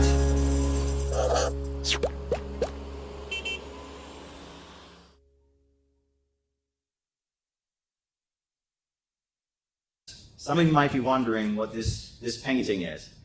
Well, this is a painting from 1844, and this is from Horace Vernet, the American painter, and it's his depiction of the Hebrew prophet Jeremiah from the Old Testament of the Bible. This is Jeremiah, the weeping prophet. And this is his depiction of this Hebrew prophet Jeremiah. And if you read the book of Jeremiah, Jeremiah was born in the year 650 BC in the kingdom of Judea. And at that time, the kingdom of Judea was experiencing a lot of injustice, I guess you could say. At the time, the gap between the rich and poor in the kingdom of Judea was rising very significantly. And the rich people were becoming more and more ruthless. They were finding loopholes in the Hebrew law through which they could utilize poor people as slave laborers to build their great mansions. They also, according to the Hebrew law, they had provisions to care for widows and orphans, but those were being ignored, and widows and orphans were being left destitute and hungry. And at the same time, the rich were also engaging in human sacrifices, and they were burning infant babies, and they were engaging in all kinds of rituals and such. And Jeremiah was not from the priesthood. He was just an ordinary person. And he spoke up against the rich and powerful in the kingdom of Judea. And I want to point out something about that, because it's very, very easy to speak up against people who have no power. It's very, very easy to condemn people who have no power. And I hear that when you turn on CNN. You know, they'll sit there, some Hollywood celebrity. I'm so morally opposed to these people who vote for Donald Trump. These people in Texas and Alabama, they're bad people. I condemn them. I morally oppose them. It's just so wrong. And they sit there, and then the cameras go down, and they're like, all right, time to go party with P. Diddy. Time to get on Jeffrey Epstein's airplane. It's ridiculous. It's so easy to grandstand against people who have no power. But if you start calling out the rich, and you start calling out the powerful, that's when the consequences begin. And Jeremiah did that. And in fact, one of the people who was the most opposed to Jeremiah was the priesthood. Why? Because he was calling out the priesthood. He was saying that the priesthood, they were complicit in the crimes of the rich. They were complicit. They were enabling the rich to get away with what they were doing. And so he called out the priesthood, and he built a movement. And all kinds of people in the kingdom of Judea started gathering outside the temples to listen to Jeremiah's preaching, to put on sackcloth. And the message was, we've got to change our ways. We've got to repent. If not, we're going to lose our country. And he said that if they could change, and if they could start caring for the widows and orphans, and if they could start having a society that was not tricking people into cheap labor, and if they could actually go back to their principles, they could save their country. He said, for if you thoroughly amend your ways and your doings, if you thoroughly execute judgment between a man and his neighbor, if you oppress not the stranger, the fatherless, the widow, and you shed not innocent blood in this place, and neither walk after other gods to your hurt, then I will cause you to dwell in this place, in this land that I gave your fathers forever and ever. That if you can turn things around, we can stay here. But if not, we're going to lose our country. And Jeremiah was building this movement of people in the kingdom of Judea, calling out the rich and powerful, and he got a great boost in social media terms. There was somebody who really liked what Jeremiah had to say, and that was the king, Josiah. The king Josiah was seeing that they had enemies, and that there were other countries that could attack them, and that the way the rich were behaving and conducting themselves was tearing apart the social fabric they would need to resist a foreign invader. So King Josiah, who was himself from the rich and powerful class, decided he was going to boost Jeremiah. So he began promoting Jeremiah and encouraging people to listen to Jeremiah's speeches and promoting him. And Jeremiah was able to thrive and build this mass movement because he was trying to hold the country together. But then the king died. And after the king died, the new king who came in was somebody who was in with the rich and their human sacrifices and their parties and didn't want to hear what Jeremiah had to say.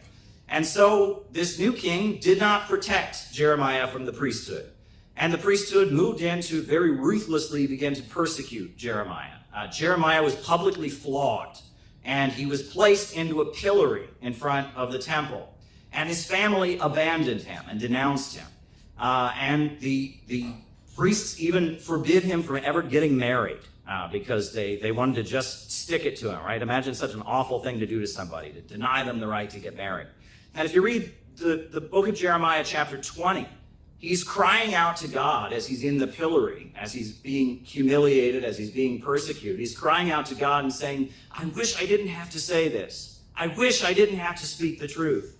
And he says, I wish that I could just have held it in and not said these things that would get me in so much trouble. He says, then I said, I will not mention him nor speak any more his name.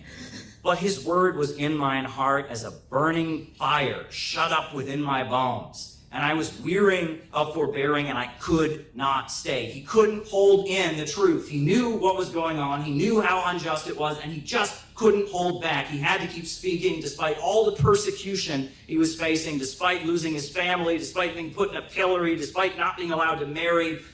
He had to keep speaking up. And he's saying to God, why can't you just let me not say it? Why are you not letting me just hold back? That's Jeremiah. And what happened? Well, after Jeremiah was subjected to all this persecution and was isolated, was made into a social pariah, what happened? Well, Babylon invaded the kingdom of Judea. And the Israelites were subjected to 70 years of enslavement. And everybody knew that Jeremiah was right. And the whole reason we have the book of Jeremiah is because somebody, it's funny, this painting is inaccurate. Jeremiah was illiterate, so there's no way he could have been writing. This is an inaccurate painting. Back then, most people couldn't read or write. But Jeremiah, at that point, everyone realized he was right, and he fled to Egypt, and a scribe named Baruch transcribed his very poetic sermons so they can be preserved.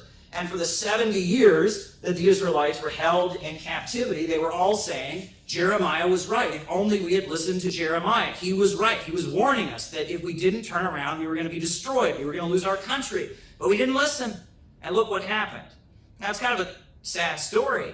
But the reason it's important is because Jeremiah became kind of the archetype, right? Fast forward 600 years to when John the Baptist was going around, the voice crying out in the wilderness, wearing camel skin and eating locusts. Well, everybody knew he was modeling himself on Jeremiah. Jeremiah was the archetype that all the Hebrew scholars studied. And later, we've all heard that one of the famous deeds of Jesus Christ is driving the money changers out of the temple. Well, what did Jesus Christ say as he was driving the money changers out of the temple? He says, you have converted my Father's house into a den of thieves. Well, he was quoting Jeremiah. And to the people that were listening to him in the temple, the scribes, the Pharisees, that word ringed well because Jeremiah had said those very same words in that very same place. So Jesus was quoting Jeremiah. But what does this all have to do with America, right? We're thousands of years in the future. Well, I think that has quite a lot to say about our time. But why do we have the Second Amendment in the United States? Why do we have the right to bear arms? We have the right to bear arms because our country was started by English religious dissenters. In England in 1649, there was a war between the Parliament and the King. And the King aligned himself with the Church of England. And so the Parliament, which represented the emerging capitalist system overthrowing feudalism, aligned itself with the Puritans and the Roundheads and the Muggletonians and the Ranters and the Quakers and all kinds of radical street preachers who didn't go along with the Church of England. And they rallied and they protested and they built an army and they defeated the King of England and they cut his head off in 1649. They cut the head of the King of England off. Oliver Cromwell led the English Civil War in which the King of England was beheaded. The English Civil War was quite wild. There was one of these religious dissenters was the Diggers. And they seized control of St. George's Hill. And they created an agricultural socialist commune in England. Very temporarily. And it was just a radical uprising. At the time, information technology had really changed because this thing called the printing press. And there were thousands of pamphlets being distributed all over England as people were reading the Bible for themselves and reading pamphlets about politics and arguing about who should have the right to vote. It was an upsurge of democracy that these radical preachers, these English religious dissenters were part of. So after all of that was over, and after Oliver Cromwell died, they wanted to kind of cool things down in England. So what did they do? They brought the son of the king who had been beheaded, they brought him back, Charles II. He was fled to France, they brought him back and they put him on the throne. One of the first laws that Charles II made was that no religious dissenter could own a gun. No religious dissenter may own a gun. Why? He didn't want to get his head cut off, just like his father. Well, at that point, a lot of the English dissenters said, now they're taking away our guns. And that's because they don't want us to be able to defend ourselves when what comes next. And they started packing up and fleeing to the New World, to the United States. And when the American Revolution happened, we had the Constitution.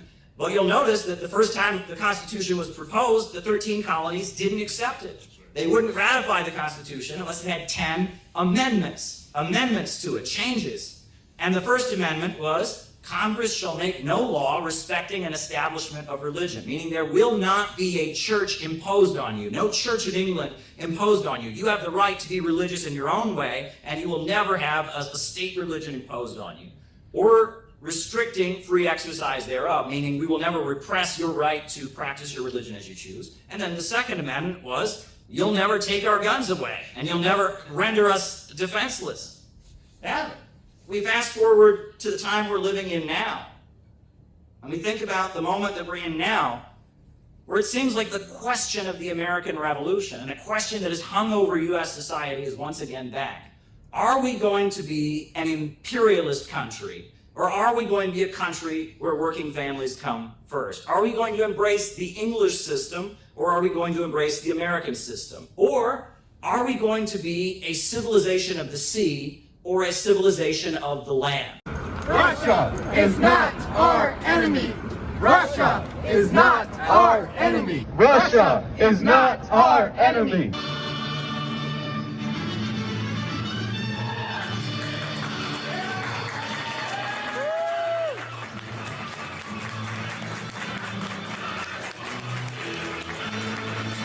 The energy revenue to rebuild the industries of Russia, and he made Russia once again a strong economy. And that is why U.S. media demonizes Russia. That is why the U.S. government toppled the government of Ukraine in 2014 with the Euro-Maiden coup and installed a fanatically anti-Russian regime in Kiev. You know, I saw a CNN reporter claim that Ukraine was a peaceful country until now. Well, this is the monument in Donbass to all the children who have died of the shelling and the bombing being carried out by the U.S.-backed regime in Kiev. 14,000 plus people dead, children who have died. It hasn't been a peaceful country. The people of Donbass have been subject to 8 years of bombing, 8 years of shelling, 8 years of a food blockade, and Russia is now moving in to protect them and bring an end to this. The Wall Street money sharks hate Russia. They hate China, Cuba, Venezuela, Iran, and many other countries because they have governments that stand up to the international bankers and their monopolistic corporations. And it's not a good situation. People are dying and it needs to end. And we need there to be a negotiation. We want there to be peace in Ukraine, and that means that our leaders sit down and negotiate. It doesn't mean that Boris Johnson gets on the phone and wrecks a peace deal just because he wants people to keep dying. Global food crisis spawned by a war. That's right. Russia is not our enemy. Russia is not our enemy. Russia is not our enemy. Russia is not our enemy. Russia is not our enemy. Russia is not our enemy. Russia is not our enemy. Russia is not our enemy. Russia is not our enemy. Russia was with us in the fight against the Nazis in World War II. At the moments when America shows its true colors and is standing up for justice and truth, you'll notice that we're standing with Russia. Peace with Russia. Peace with China. Peace with Russia. Peace with China. It's time to stand for peace here at the United Nations. We are marching up to the religious rally. Russia and China are not our enemy. Peace with Russia. Peace with China. Peace with Russia. Peace with China. Peace with Russia. Peace with China. Peace with Russia. Peace with China. Peace with Russia. Peace with China. with Russia. Peace with China. Peace with Russia. Peace with China. Peace with Russia. Peace with China. Peace with China. Peace with Russia. Peace with Russia. Peace with China. Peace with Russia. Peace with China. Peace with Russia. Peace with China. Peace with Russia. Youth festivals are very, very important to my organization in particular, the Center for Political Innovation. Every meeting that we have, we begin with the pledge. We've changed the word youth for people because we have people of all ages, but we begin, we raise our right hands, we pledge that we shall remember this unity forged at the end of the Second World War, not only today, not only this year, this week, but always, and the pledge goes on. But that is such a beautiful pledge that came out of the World Democratic Youth Federation. And I must say that the youth festivals represent the best, not just of this country, but of America. A time when we stood in solidarity with Russia to defeat fascism. And they're trying to erase that from American history. I'm Caleb Maupin, the chair of the U.S. delegation, and he also represents the Center for Political Innovation. Welcome, everybody. My name's Caleb Maupin. I'm the founder of the Center for Political Innovation. And in October, I was deeply honored when the youth office of the Russian Foreign Ministry reached out to me about forming a national preparatory committee for the upcoming World Youth Festival set for March in Russia. As someone who attended the World Festival of Youth and Students in 2013 in Quito, Ecuador, someone who attended the festival that was held in Sochi in 2017, as an advocate of socialism, peace, and international cooperation, as an American patriot, as a Christian, and someone who strives to live according to the teachings of Jesus Christ, I considered this to be a great opportunity.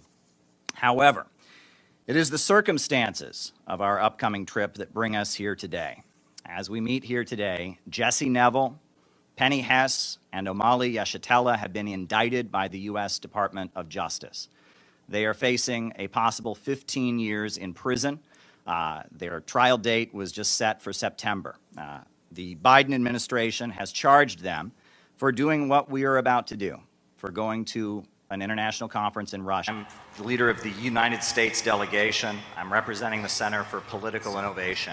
And I would like to just thank you from the bottom of my heart for that dynamic interview you gave to Tucker Carlson, in which you showed many, many young Americans a different kind of leadership, because our politicians and our leaders in the United States, they speak in sound bites, they speak in terms of scandal and gossip, but you presented a long-term vision, a scientific view of statecraft, and by getting through to young Americans, you made a difference. Many people who would never have listened to anything you had to say or heard another perspective heard you because of that interview. Now, getting to my question, things between our two countries are not good at this point. Before we left, we had to have a press conference at the United Nations. We are concerned about being prosecuted. There are 3 Americans that have already been charged and are facing prosecution, possibly 15 years in prison, simply because they attended a conference like this in Russia, the Uhuru movement they're called. And we are concerned because I know that I speak for the majority of the American people when I say that we do not want our tax money dumped into this conflict in Ukraine any longer. We do not want our country to continue to deteriorate internally while our leaders waste money on prolonging this war. I'm frightened by what the Biden administration is doing, not just in Ukraine, but also on Taiwan and on the Korean Peninsula. And I really do see gatherings like this as a potential road to peace. And what I have seen at this festival has blown my mind. The amount of young volunteers that you have here, people who have stepped up, who love their country and want to just come forward and put together dynamic events like this. What kind of role can events like this and young diplomacy activities like this play in helping set the stage for maybe changing the dangerous direction our leaders in the United States are taking things against the majority of the wishes of the majority of the people of our country? Thank you.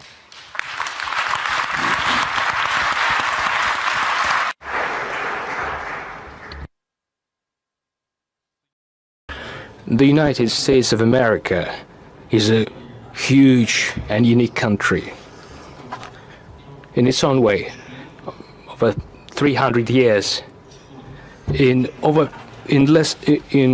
just 300 years, which is a small period of time compared to our history. But thanks to the talents of the Americans, it became a superpower, which is an obvious fact.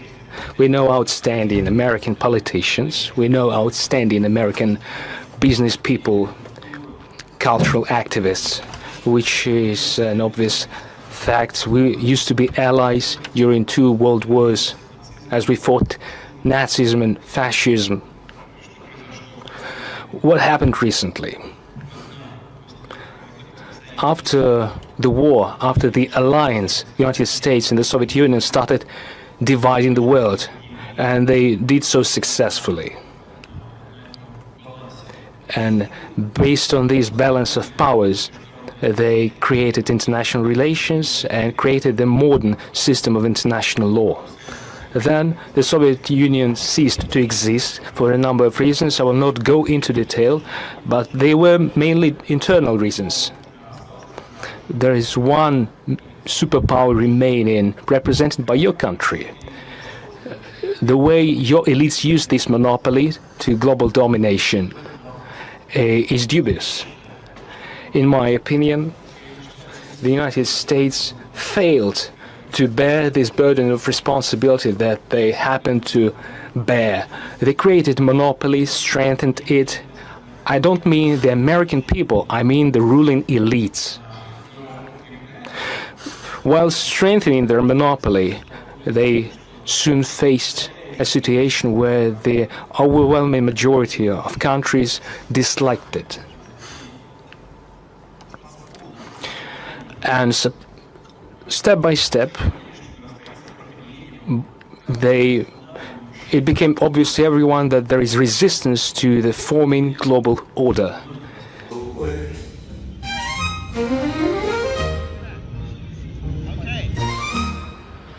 All right, so we're here at Trump Tower.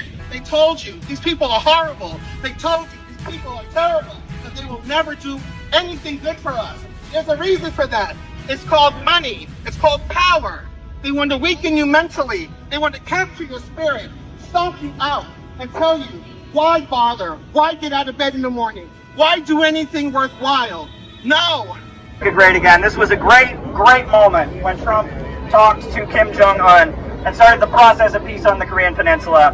And we want to see peace not just with North Korea, but with Russia, with China, with many countries around the world. It is outrageous that billions of dollars is being spent on prolonging the war in Ukraine when our people can't get relief in North Carolina. People are left behind in Georgia and North Carolina. They can't get the relief they need. This is outrageous. Our government is more concerned with waging wars around the world than for caring for our own people. That we need a president who will put America first, a president who will bring peace around the world. Only peace can make America. Big crowd of people, huge crowd of people here to support Donald Trump, pouring in to watch the inauguration ceremony in the Capital One Arena.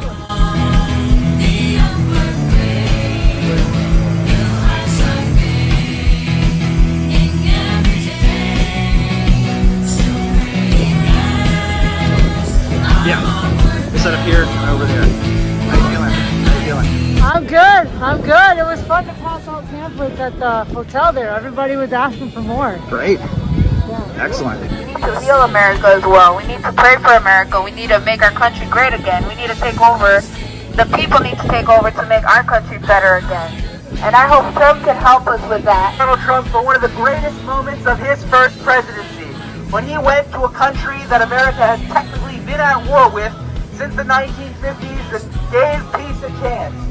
We want to make peace around the world. We're here in front of the Spoon Bridge in Minneapolis to support peace talks between Russia and Ukraine. We have confronted our government multiple times. We don't need this war. You know, we might not agree everything what Trump is doing, but we need peace. I don't want my child to be going in a war that's not ours.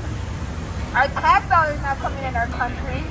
You know, the infrastructure is crappy. There's holes all over Chicago. you know, I'm sick of it. A few people walking by, they look at the banner and they're trying to figure out if we're on the red team or the blue team, and they can't quite figure it out. Well, we're not on the winning team. We're on the team of the American working families. We're on the team of the American people. We're on the peace team. That's what team we're on. Talks between Trump and Putin are the most important thing in the world right now. Way more important than anything these stupid rallies have been demanding. Hands off this, hands off that. We need hands off the thermonuclear button. People have been very excited to hear something that isn't directly partisan, but rather demanding things that they need and want as people. It seems to me like people are very receptive of a message that is less oriented towards telling them which team to vote for. Hands off the button. Hands off the button. Peace with Russia, no war with Iran. Peace with Russia, no war with Iran. Peace with Russia, no war with Iran. Hands off the button. Take it down.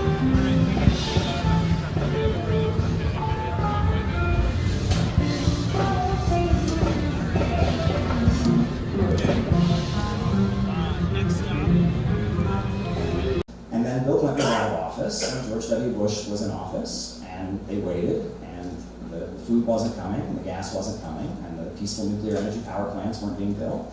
And then we all remember George W. Bush. 9/11 happened. And then George W. Bush got up in front of the country after 9/11, and he said, there's an axis of evil. There's an axis of evil in the world. And who did he name? He named Iraq, Iran, and North Korea.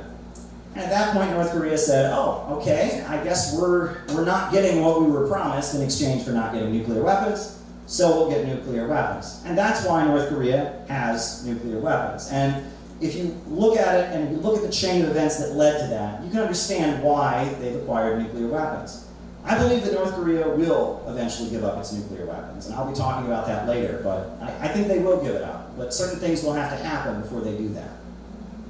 But it's also important to point out, North Korea wasn't the first country on the Korean Peninsula, the first government on the Korean Peninsula to seek nuclear weapons. South Korea had a nuclear weapons program for quite some time. And South Korea was starting to acquire nuclear weapons. Now, who was the biggest opponent of South Korea acquiring nuclear weapons? Well, you'd think it'd be North Korea, right? Well, North Korea certainly wasn't in favor of it, but the United States was also very opposed to South Korea developing nuclear weapons. Why? Because if South Korea had nuclear weapons, then they wouldn't need those American troops there now, would they? You know, nuclear weapons are for us Western colonizers. It's for us white countries. We're the ones that get to have nuclear weapons, right? And, you know, if South Korea had its own nuclear weapons, then it wouldn't be reliant on the United States. And all the military corporations that make lots of money by having U.S. troops in South Korea would lose out, and South Korea would be more independent, and it could have more independence economically, and the role of the United States in Asia and its ability to dominate the Asian markets might decrease. And the United States basically twisted the arm of South Korea in 1975 into signing the Nuclear Non-Proliferation Treaty. However, it's now been revealed, it was revealed in 2004, that South Korea continued its nuclear weapons program after signing the treaty. And throughout the 1980s, up until I believe 1986, they were doing nuclear weapons research. And in violation of the treaty, they were looking to develop nuclear weapons of their own. But it's also important to point out that the leader of South Korea, who was trying to develop nuclear weapons for South Korea, Park Chung-hee, he was somebody that the United States brought into power, the United States had supported, but it looks like the United States pretty well turned against. He died under very mysterious circumstances that are still to this day not explained. He was having dinner with the head of the Korean intelligence services, and the story is that there was an argument or something, and the head of the Korean intelligence services shot him, and then the head of the Korean intelligence services was summarily executed before ever stating his motive. So it's very mysterious, but it's also important to point out that at the same time that Park Chung-hee was being hated by the United States in the lead up to his murder, the Carter administration launched what it called the Koreagate investigations, dragging all kinds of Korean businessmen before congressional committees, accusing them of being foreign lobbyists. And actually, this church was a target of the Koreagate investigations. And a lot of the demonization of this church began during this very time. And that goes to show you that even South Korea is not really respected by the United States. It's very much viewed as a colony. It's very much viewed as a playground. In 2016, I got to go to a press conference that Donald Trump did at the old post office in Washington, D.C. And I asked Donald Trump a question about Russia. And he responded, and in his response, he started talking about Korea. And he said, you know, why do we have all these troops in South Korea? What's the deal? Half my TVs are made there. They don't need our military. I thought that was pretty wild. That was a pretty wild thing for Donald Trump to say. But it must be pointed out that for the majority of time, since the end of the Second World War, South Korea has not been a society with free elections. It's not been a democratic country. It's been a military dictatorship. You first had the military dictatorship of Syngman Rhee. You then had Park Chung-hee. You had military rule in the 1980s. And even today, they have in South Korea something called the National Security Law. And the National Security Law is a very vaguely written law that has been condemned by Amnesty International and Human Rights Watch that basically says if you do anything that's interpreted as being supportive of North Korea, you go to jail. And in 2012, there was a case of Park Jong-gun, and he was arrested and imprisoned because he had a Twitter account, and he was a comedian. And he retweeted some tweets from North Korea in what he thought was a joke. And they arrested him, and he was facing years in prison. And the New York Times and others covered it. It was an outrageous case, but, you know, 2 years in prison for a tweet, well, that's how these laws could be interpreted. Anything that could be interpreted as supporting North Korea is illegal in South Korea. And that's why whenever I see these polls about South Korea, I have to question them. And that's why whenever they have a human rights hearing about North Korea in South Korea, I have to ask the question, because if your country has a law that says you can't say anything good about another country, how can you have an objective human rights hearing about that country? I mean, it's under duress, right? If all the testimony that people give has to be one way, because if they speak the other way, they go to prison, that's not a fair human rights hearing. And there were many people at the United Nations that said the UN should not be convening those human rights hearings about North Korea and South Korea because you're not going to get accurate testimony. That's testimony under duress. That's worth pointing out. And that, you know, South Korea is coming to terms with some of the very ugly things that happened in that society during the Cold War. Right? One thing is the horrendous events that took place at Samcheong prison camp. And you can read about that. And that was part of the South Korean military. They had what they called social purification projects. And what it amounted to was rounding up homeless children off the streets because they thought homeless children, you know, tourists don't want to see that. That doesn't make our society look good. And these homeless children were rounded up and worked to death in prison camps. And, you know, that's the kind of thing we hear North Korea accused of, but now BBC and others and the South Korean government is coming to terms with the fact that that went on during the period of military rule.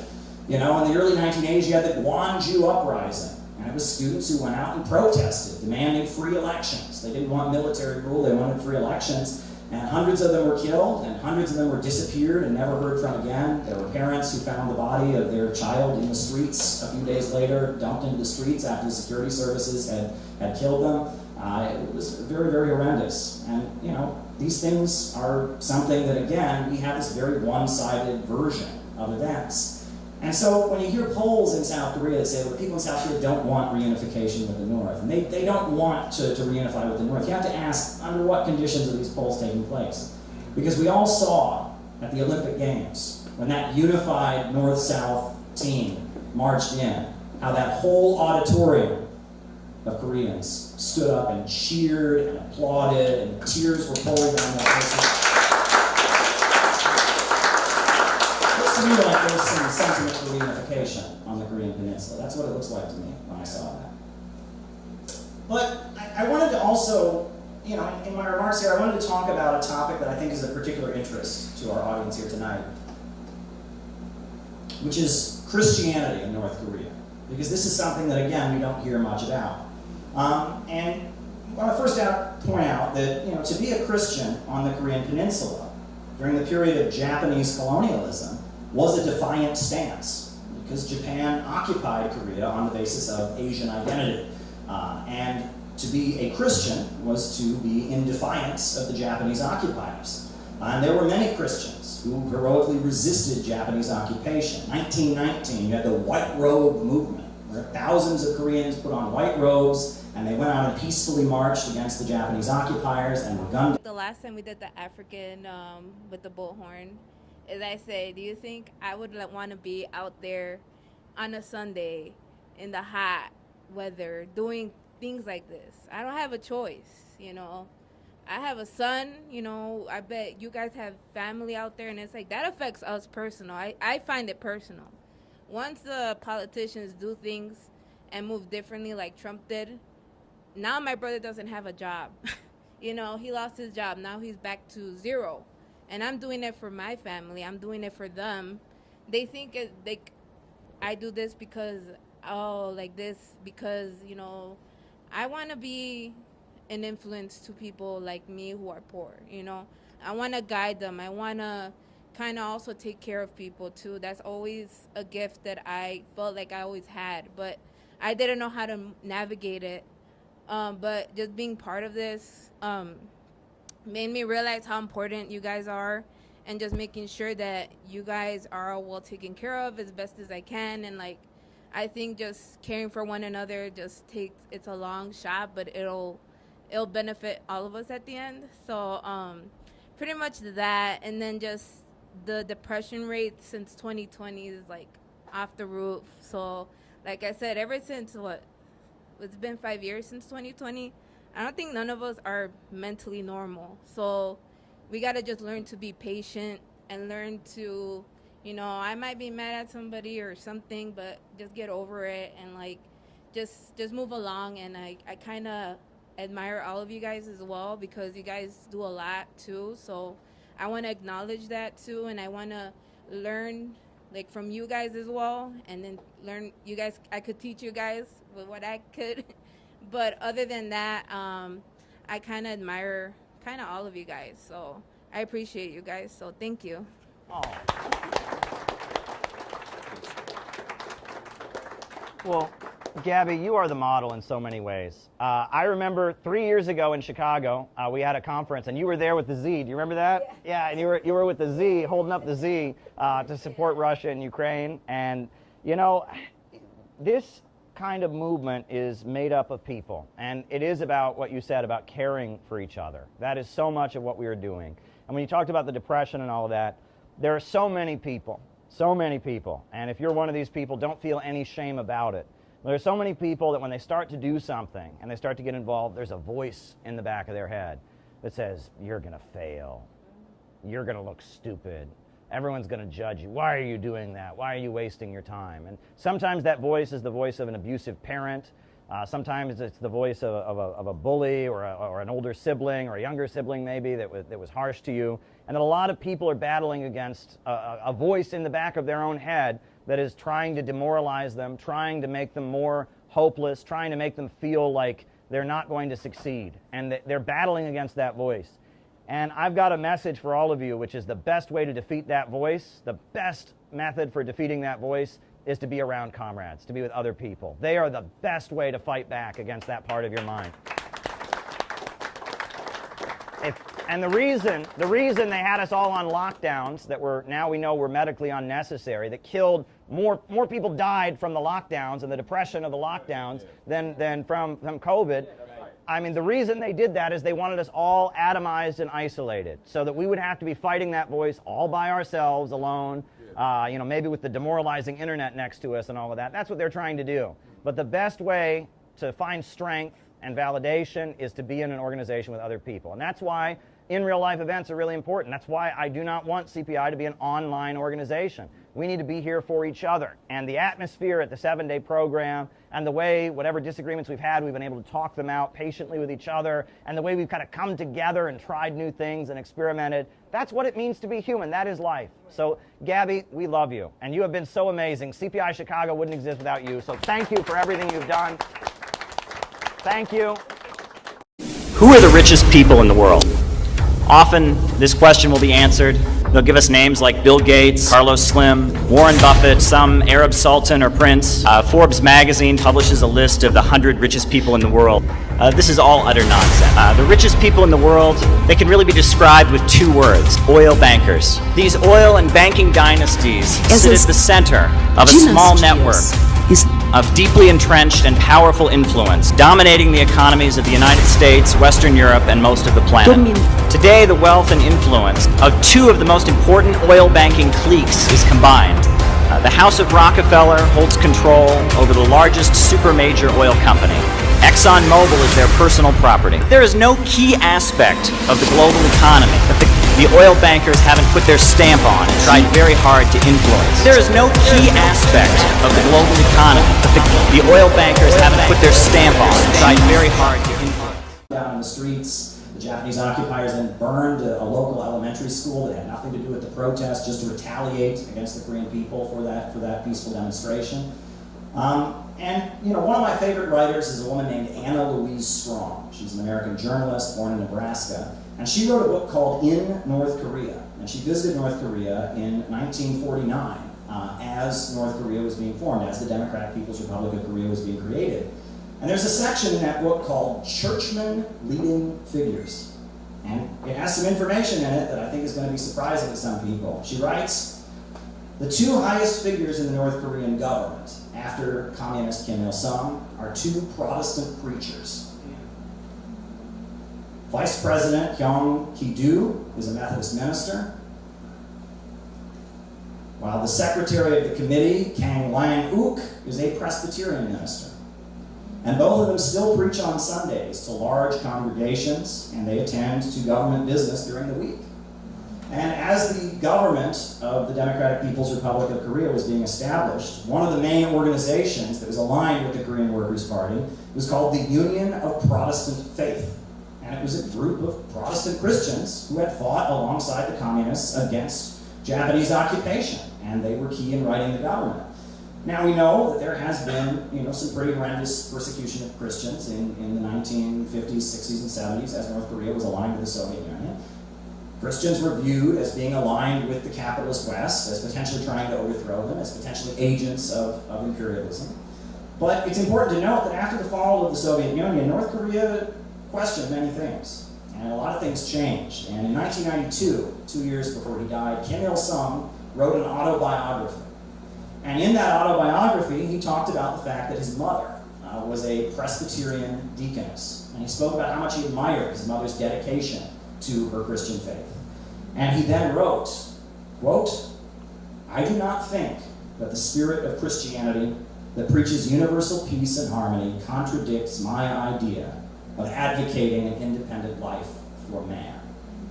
That was a pretty bold statement for Kim Il-sung to make. And during this period, Reverend Billy Graham was invited to North Korea to preach and give sermons. His son, Franklin Graham, has been to North Korea to preach. And actually, right now, there's even more Christianity going on in North Korea because of Russia.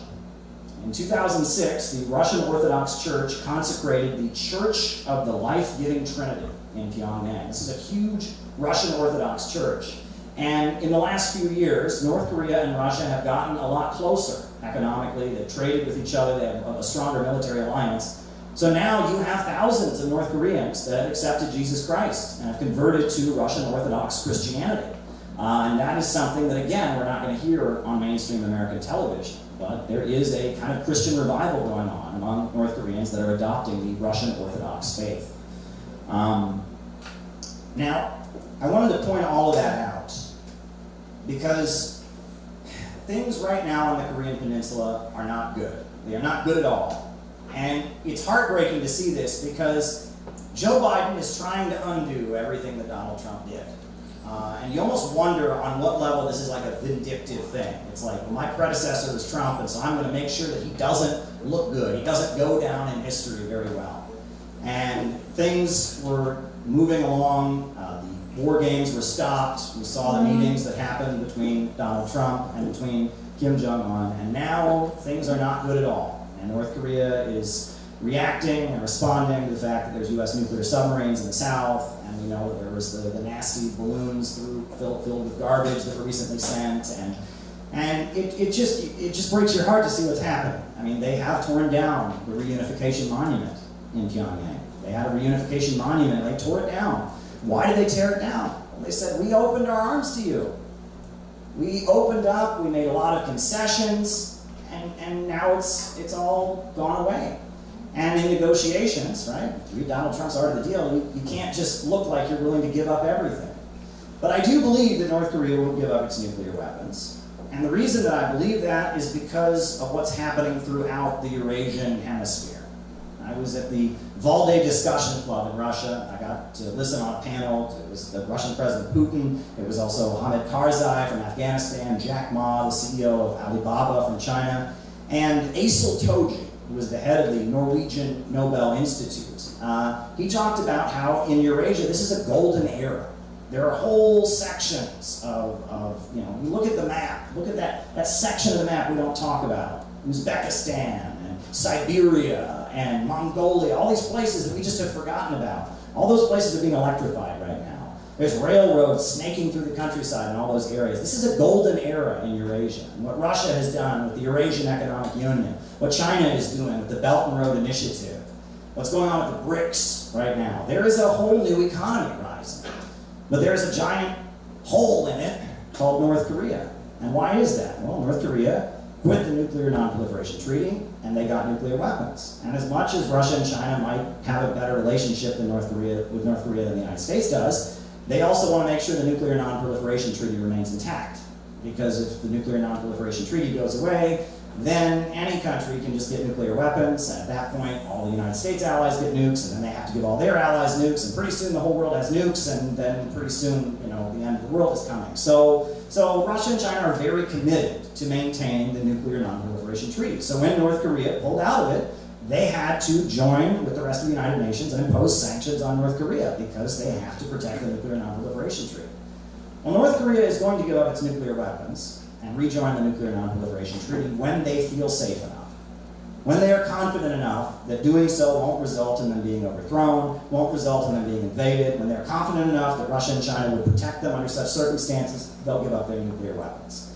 I must say, though, they did write kind of a biting editorial after the death of Gaddafi, because they pointed out, Saddam Hussein, he didn't have weapons of mass destruction, and Iraq got invaded and destroyed. And Gaddafi, he was trying to get them, and he gave up his weapons of mass destruction, and he got invaded and destroyed. And they said, look at us, we got nuclear weapons, and we're still here. And they said that, and who could argue with them? Who can argue with them? And you look at the Iran nuclear deal. Iran made a deal with the United States to give up almost all of their peaceful nuclear energy program. And how did the United States respond? They murdered Qasem Soleimani. They ripped up the deal. I mean, you look at it, and making a deal with the United States, most countries around the world look at that and they say, are we really going to make a deal with you? And our track record, we don't really look like a really trustworthy country at this point to make a deal with. All the people that make deals with us to give up their weapons or to limit their nuclear capacity or whatnot end up at a bad spot, and that's not particularly good for the United States. We don't have a very good credit score, you could say, when it comes to our negotiations. And that's something we have to oppose. But Jim Rogers, who's a billionaire, he was one of the biggest supporters of Donald Trump going to North Korea, and he said he wants to invest in North Korea. And the reason he wants to invest in North Korea is because when North Korea gets out of the situation it's in, when they get back in the Nuclear Non-Proliferation Treaty, it's going to be a bonanza. It's going to be an explosion of economic growth. Because North Korea, because of the sanctions, is already making its own cell phones in-house. They have to make their own cell phones. They can't import cell phone technology. So they make their own cell phones in North Korea. And those mountains in North Korea. Ice hockey will never be the same, and the streets of Washington, D.C. are jubilant, celebrating the new record holder for career goals. Alex Ovechkin is the pride of the town.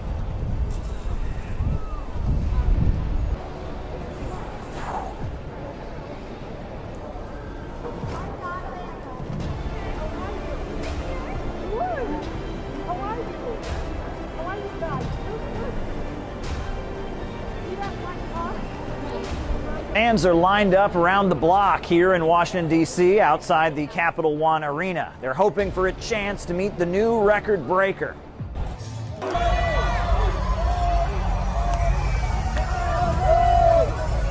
Do you think there can be a U.S.-Russia hockey game soon? I hope so. That'd be amazing. Yeah, you think Ovi can make it happen? I believe in miracles. Yeah. Well, President Trump wants to set up a Russia-U.S. hockey game as part of the negotiations. Have you heard? I would love that. Yeah? I think it should happen. Trump wants to set up a U.S.-Russia hockey game as part of the negotiations. Sounds like an exciting game. I think everyone would love to watch. Yeah, well, you think Ovi can help make it happen? He's Russian. Who knows? I think it's a political game, but, the players have a lot of influence, but it'd be a great game to watch. Yeah, you'd like to see it, huh? I'd love to see it. Why not? Yeah, you think sports can bring Americans and Russians together? In a peaceful way, yeah. Now you'll see Ovechkin's jersey number all over the auditorium. He's number 8, and they've decided to make that into a meme for great. Hey, do you think there's going to be a U.S.-Russia game? I don't know. Would you like to see one? I don't know.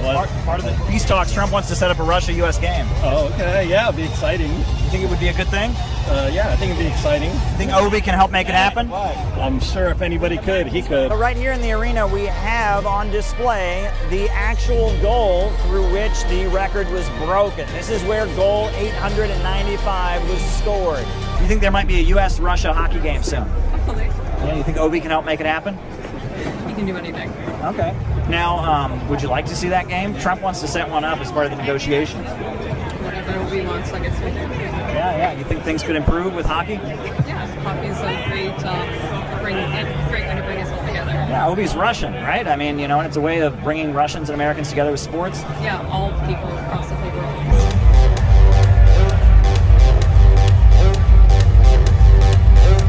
Well, President Trump is talking about a Russia-U.S. hockey game as part of the negotiation process. So, you think you're optimistic? You think it can happen? I don't know. You never know. If it's gonna happen, it's gonna be from Ovi. To my mom, my family, my beautiful wife, my beautiful kids, thank you. I love you so much.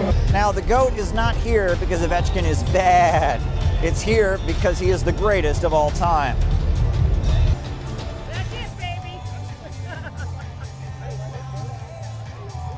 Do you think there's going to be a U.S.-Russia game? When? Well, that Trump wants to have a U.S.-Russia game soon as part of the negotiations. Okay. Do you think that's going to happen? Anytime soon, probably not. I don't know. You think Ovi could help make it happen? I have no idea. Okay. Would you like to see one? A U.S.-Russia game? Who would play in the Russia game? Well, the United States would have a team, and the Russians would have a team. Well, okay. Would that be something you'd like to see? Not necessarily. Okay. Yeah. But do you think, Ovi is Russian. You think he could make it happen? I don't know if we can make it happen. I don't know. It's a complicated geopolitical question right now. So it's not entirely clear whether or not an athlete has the ability to make something like that happen or not. Well, we did it with ping pong with China. That was a long time ago. Yeah. Well, Trump wants to do it with hockey. Trump wants to do a lot of things that don't make sense. It's going to be a game with Russia.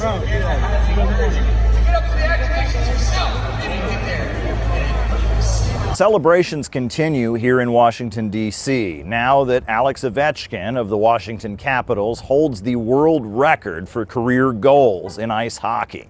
Well, we had the opportunity to speak with him and ask him about the global implications of his victory and the potential for talks with Russia and peace. What do you think the possibility of a U.S.-Russia game soon would be? Answer in English or English, please. English? I don't know.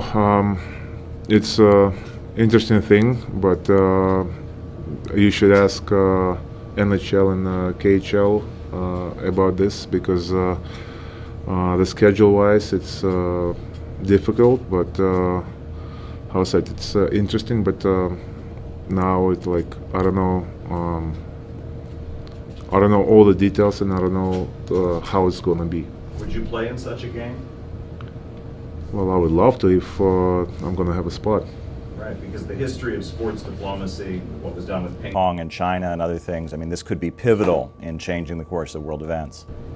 Yeah, but how I said, I don't know all the details, and I don't know when it's gonna happen, and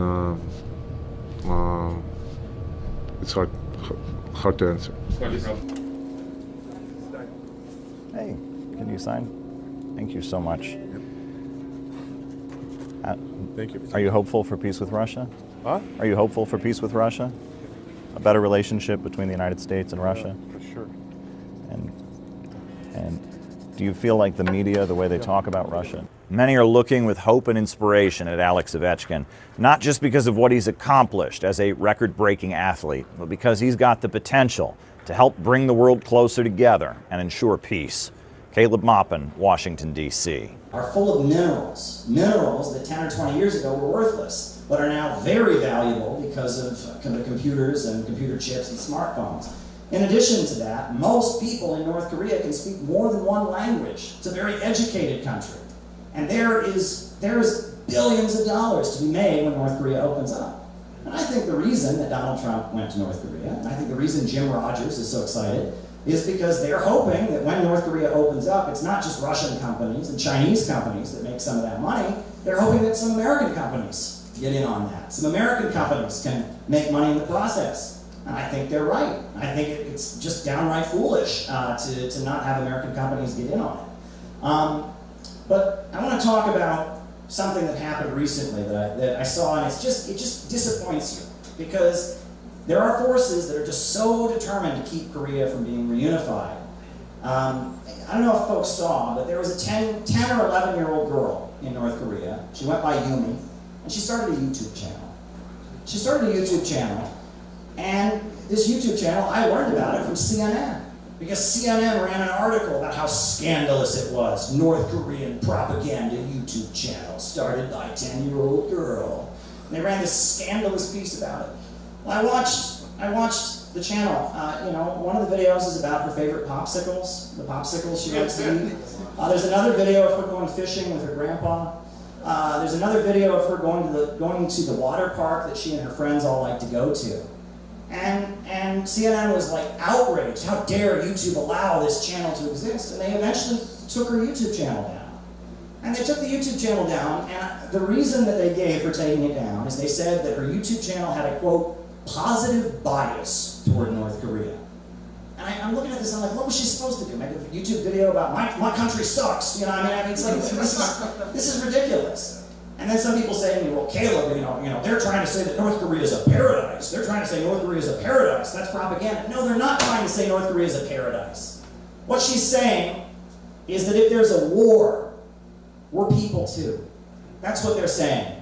And she's saying it's not just a 24/7 military parade like we see in American television. Every time they show North Korea on TV, what do you see? I say countdown. They say North Korea, and then two to 3 seconds later, you see a bunch of guys marching around like this, right? We think North Korea is just a 24/7 military parade. But there's real fathers there, there's real daughters there, there's real mothers, there's brothers, there's sisters, there's children, there's families. And if there's a war, real people are going to die. And that's what her YouTube channel was trying to say, and we need messages like that on YouTube.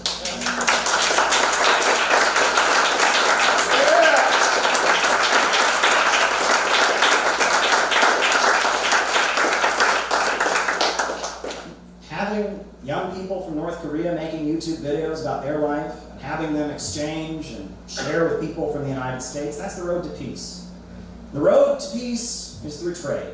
The road to peace is through development. This is not just true for the Korean Peninsula, it's true for the entire world. When people have jobs, when people have health care, when people have education, they're a lot less likely to join drug gangs. They're a lot less likely to join terrorist groups. When people have something to live for, when they're able to see their children have a better life than they had. And that so much of the way we were taught about North Korea in the United States is extremely biased. So I wanted to end my remarks for tonight by quoting from Dr. Martin Luther King Jr. And Dr. Martin Luther King Jr., he was the great civil rights leader in the United States, and shortly before he died, he gave a speech at Riverside Church in New York City, opposing the Vietnam War. And if you have an opportunity to go listen to or read the Beyond Vietnam speech of Dr. Martin Luther King Jr., it's one of the most powerful and moving speeches, so much packed into one presentation. But in the speech, this is a quote from the speech. He said, "These are revolutionary times. All over the globe, men are revolting against old systems of exploitation and oppression. And out of the wounds of a frail world, new systems of justice and equality are being born. The shirtless and barefoot people of the land are rising up as never before. The people who sat in the darkness have seen great light. And we in the West must support these revolutions. That was Reverend Dr. Martin Luther King Jr.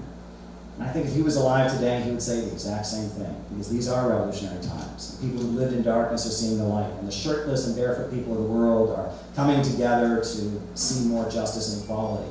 And there are millions of people here in the United States that are very unhappy with the way things are going, and the fact that we spend so much money on militarism, while 27 different states in this country are unpaving the roads. I don't know if you know this, but in 27 different states, you have municipalities that can't afford to maintain paved roads. And so there's actually a machine called a reclaimer that pulls up the asphalt and pulverizes it. And where you used to have a paved road, you have a dirt road. Now, I never pretended to be a Nobel Prize winning economist, but if we're going from paved roads to dirt roads, we have a pretty big problem in our economy, I think.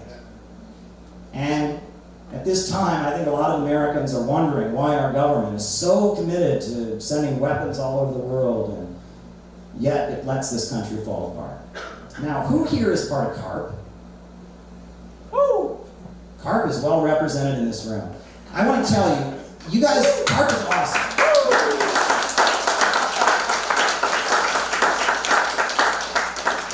And the reason that CARP is awesome is they are on the college campuses here in Los Angeles and other places every day, talking to people, going up to people and asking them questions, asking them what they believe about God, what they believe about the afterlife, engaging with people.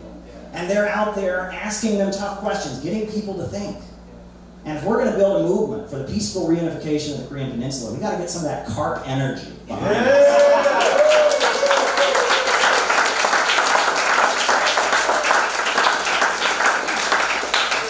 I'm serious. It can't be an online movement. It can't be a retweet movement. It's got to be an in the streets movement. And we've got to find people who are looking for answers, people who want to learn the other side of the story. We've got to engage with them. And sometimes that's uncomfortable. And sometimes that's awkward, but it must be done. It must be done. So I want to thank everybody for the invitation, and I guess I will conclude my remarks here. So thank you very much.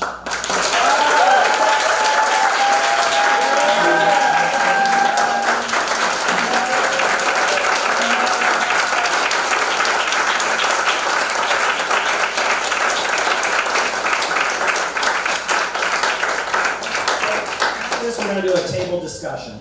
So why don't, at your table, the first question people ask is, what do you think could be done to build a movement for peaceful reunification of the Korean Peninsula?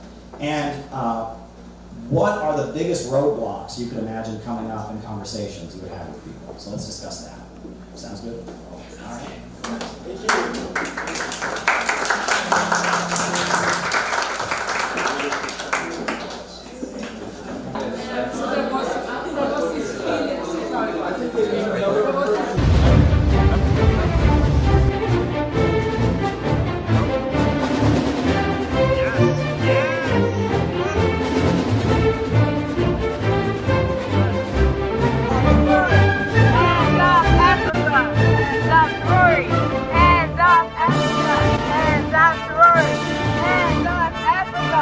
Africa is not a mistake to be fixed. Africa is not a failed continent. Africa is the womb of the world, the cradle of civilization, the keeper of tomorrow's hope. We know that Ibrahim Traore is the future of the African continent, that he represents the African wing of the global anti-imperialist movement. We see that he's providing health care for his people, he's putting people first, he cares about the infrastructure, he's creating systems so that people can thrive instead of being in poverty like we have here in this country. So we are here telling people, hands off Africa. The colonialists need to mind their business. Why is he a dictator in the mind of the American media? Well, because he cares about the people of Burkina Faso. Let me tell you what Ibrahim Traore is doing. He has got agricultural projects. Burkina Faso is having a farming boom right now because of this great African leader. He has just made a law that any woman who has a child, her medical bills are completely eliminated. It's free to go to the doctor and have a child in Burkina Faso, in this African country, because mothers and maternal care is so important. You speak of democracy, yet uphold a global structure where the powerful few veto the dreams of the many. We will no longer whisper in rooms where we deserve to speak with full voice. He's not a criminal, he's just being there for his people. And if we could just follow his example. The forces that are trying to overthrow Ibrahim Traore are the same forces that keep Americans poor. We want a prosperous America, not one that is so focused on maintaining the global economic system that our own citizens live in poverty. He admires Gaddafi, he admires Patrice Lumumba, he admires all the great African leaders of the past, and we're here to say that American working people should look to Ibrahim Traore as the kind of leadership we need. A builder, a constructor, someone who lifts people out of poverty, someone who stands with the new economy rising in the world of the BRICS with Russia and China. Donald Trump, look at this man. Try to be like him. Don't be like Zelensky. Don't be a worm. Be a president like Ibrahim Traore. New economy emerging in the world, and it's based on real wealth. What China's doing with the Belt and Road Initiative, what Russia is doing with the Eurasian Economic Union, what is happening in Latin America with Bolivarianism, with the axis of resistance. There's a whole new economy. And this fake Wall Street derivative rip-off usury economy of Wall Street in London, that economy is the past. And the only future America is going to have is joining this new economy. Imagine what we could have in this world just by doing what he's doing for his people. What we need to do is get the United States to link up with this new economy in the global south and in the east, right? They lifted 1 billion people out of poverty in 20 years, right? We could be part of that. Instead, Donald Trump, on orders from Benjamin Netanyahu and the international banks, is trying to destroy that new system. No, we don't need to destroy it. We need to join it. We are a spiritual people. Before your cathedrals, our ancestors sang to the sky. Before your missionaries, we knew the language of the rivers and the laws of the sacred forest. Christianity came, Islam came, and we received them not as slaves but as seekers. But now we ask, will the church and the mosque stand with us, truly with us, when all people are displaced by greed, masked as globalization? Will your pulpits echo our cries or only repeat the songs of the powerful? Faith, too, must be decolonized. It must walk with the poor, not the privileged. Well, we're having a really important event coming up on July 12th at the Midwest Convention Center in North Lake near the O'Hare Airport. We're going to have speakers talking about the Houthis and the Yemeni movement. We're going to have speakers talking about the Palestinians. We're going to have speakers talking about Africa and what's going on there. We're going to have speakers talking about the peaceful reunification of the Korean Peninsula. We're going to have music. We're going to have traditional dancers from the former Soviet Union. It's just going to be really amazing in so many ways. Anti-imperialist speakers, cultural performers, dancers, music. It's going to be really special. 500 like-minded people. If you can't make it, send us a donation to cover all the costs. It certainly costs a lot to rent out this big venue and get everyone there. To the youth of Africa, to the young boy selling oranges by the roadside, to the girl who walks 10 kilometers to attend school, to the child whose only toy is a stone but who dreams of stars. You are the reason we fight. Do not believe the lie that your continent is cursed. You are the blessing. Do not envy foreign passports. Be proud of your name, your land, your roots. The world may not applaud you now, but the future will speak your name in honor. So we need to be paying attention to him. We need to be supporting him, and we need to be in unity around the principles that he's advocating for as a leader. And he is standing up to AFRICOM, standing up to NATO, saying, U.S. out, we want to develop Africa for African people, not for the bankers on Wall Street who are not only keeping the people of Africa poor, but keeping people in this very city poor. Why are there so many homeless people in America? Why is our infrastructure falling apart? It's time that we hired the China Railway Company to build high-speed trains throughout the Midwest, connect Chicago to Washington, D.C. and to Los Angeles with high-speed railway. That's what we're talking about. We're saying it's time that we start having an education system that makes our kids smarter. We have social media apps that train our young people to be more confident and more physically fit. We need a government that invests in people, not a derivative rip-off government that makes profit from prison and war and death and destruction. We need a government of action that will fight for working families. And in Burkina Faso, this impoverished African country, they have such a government right now. They've got a builder, a man who believes that human beings are the source of real wealth in the world. And he is investing in his people, and they are raising up the population. raising up the life expectancy, raising up the living standards, raising up education, raising up healthcare, raising up access to a decent life. That's the kind of government we need here. A government of action that fights for working families. They're keeping you poor in this country as well. It's an absolute disgrace. We need leadership like Ibrahim Traore. We need programs that will allow people to raise children. We need people to have jobs and education in schools. We don't need to be starting war after war, bombing people in the Middle East, bombing people in Africa, funding terrorists in the Horn of Africa, and then banning people from coming here. It's absolutely ridiculous. But it's going to be like nothing you've ever seen. That auditorium is going to be packed. It holds 500. We think we can fill it. It's going to be a great event. So I hope you join us July 12th. Long live Ibrahim Traore! Long live Ibrahim Traore! Long live Ibrahim Traore! Long live Ibrahim Traore!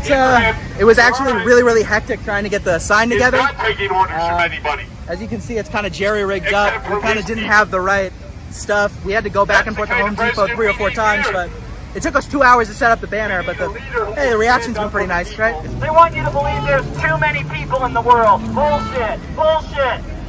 We need more people because human beings, human labor power is the source of all wealth. We need a government that invests in people, provides people with jobs, provides people with health care, provides people with education, and builds and constructs.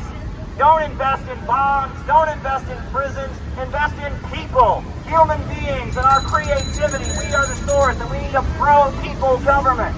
And that's what Ibrahim Traore is on the African continent. And that's why he's teaming up with China to build power plants. And that's why he's enabled thousands of Africans to become farmers and have their own orchards and have their own fields. Behind him, we have got whole fields of wealth. That's what he's about. I do not come to declare war, I come to declare will. So we will not kneel to fear. We will not kneel to foreign banks. We will not kneel to outdated empires masquerading as friends. Africa is not asking for a seat at your table. We are building our own, a table where no child eats last, where no nation is silenced because it lacks nuclear arms, where justice is not filtered through the lens of race or history, but shared as breath is shared. This is our vision and this is our vow. Let the world hear it today and always. Africa will not kneel. We need a government like Ibrahim Traore in America. That's what we need, a government of action that will fight for working families. So join us in Chicago, July 12th. Working families first, defeat the deep state for a new world of peace and innovation. The most revolutionary thing to do, as Ibrahim Traore is showing us, is to build. Not destroy, but build. We need to build our way out of this global crisis. We can't bomb our way out of it, right? They're trying. But the more they try, the more trouble they get their system into. They need to join the new system that is already being built. And that's the message of our conference. Dare to struggle! Dare to win! Dare to struggle! Dare to win! Dare to struggle! Dare to win! Hey folks, this is Caleb. I'm here at the World Festival of Youth and Students, and with me I have Mohammed, and he is from Justice for Peace, an organization of young Iranians who are involved in their country and trying to create peace around the world. Can you tell us what the reaction in Iran has been to the new sanctions that were imposed on the country by Trump?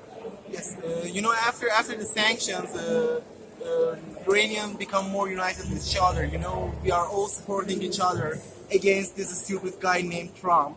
And we are supporting our Revolutionary Guard because we believe that without this Revolutionary Guard, we can't have security in this, in this firing land that we are now living in. And so because of that, we support our leader, we support our Revolutionary Guard, and also we ask our government and our diplomats to be strong against the United States of America because that stupid guy named Trump, he can't do anything.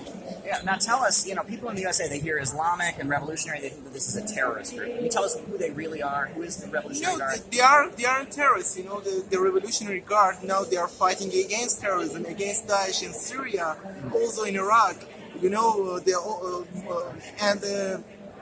lots of the Revolutionary Guard, they were killed, they were burned by Daesh.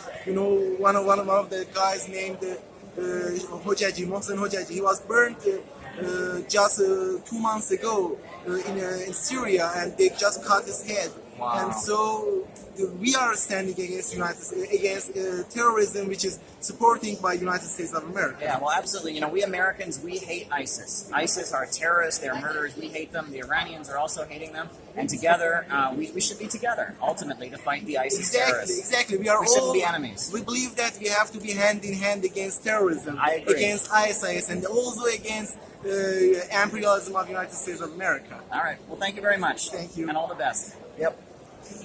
Bit of wisdom that was passed down to me.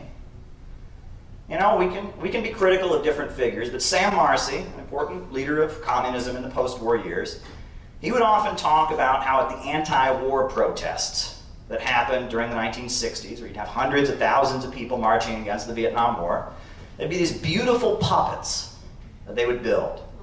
They'd have puppets of, you know, Richard Nixon with his money or whatever. They'd have puppets of the heroic Vietnamese people fighting for their liberation, these beautiful puppets.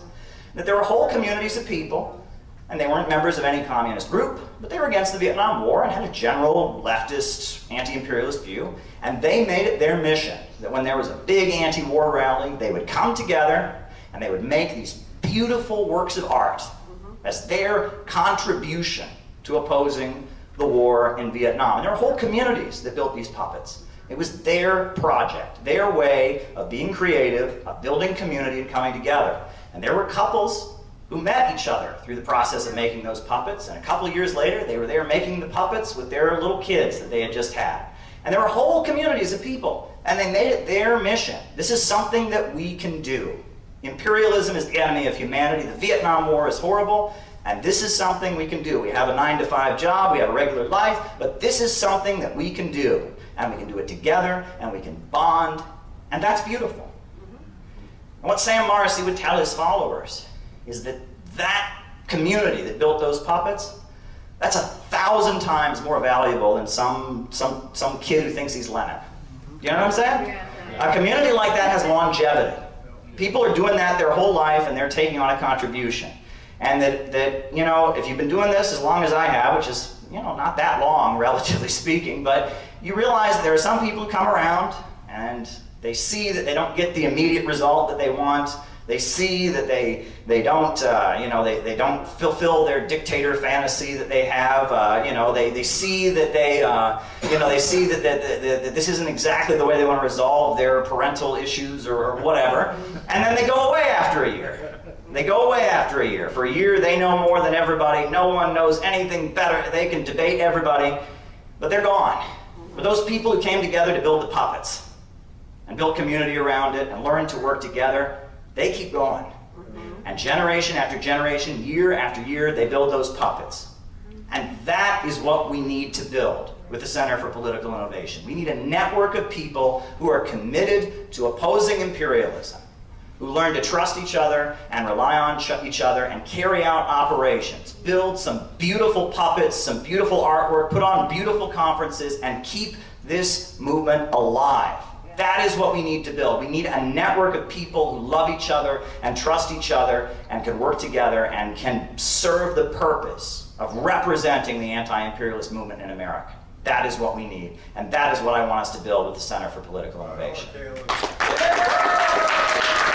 I mean, we have to really salute Caleb Maupin and the Center for Political Innovation. I mean, you've seen him all around the world, all around the world, saying so. Right? So you see him in Russia standing up, bringing us to the world stage. So we talking about them elephant stomping, right? And the people coming in support. That's Caleb Maupin and the Center for Political Innovation.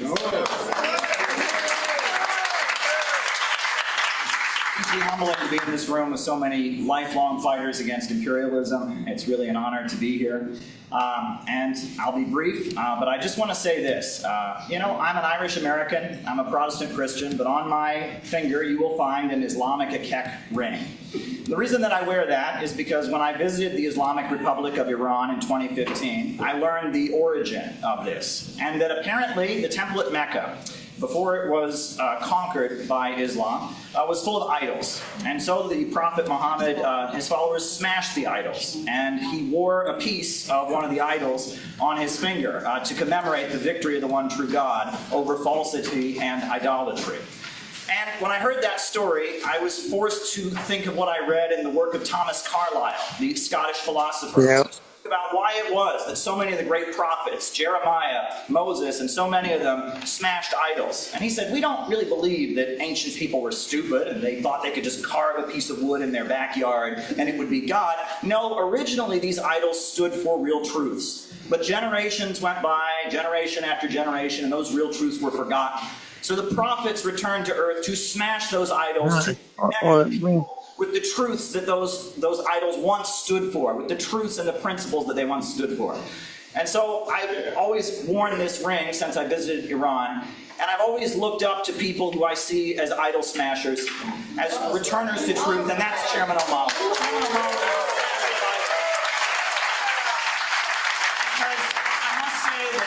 the Democrat Party is an idol. The white left is an idol. And I am high time ready to celebrate and stand up for those who smash the idols that hold us back in the struggle to defeat colonialism. It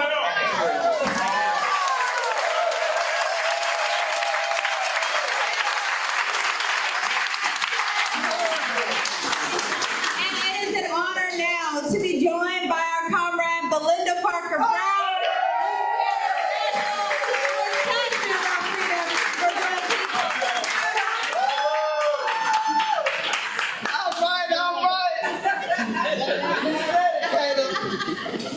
Wow, it feels good up in here.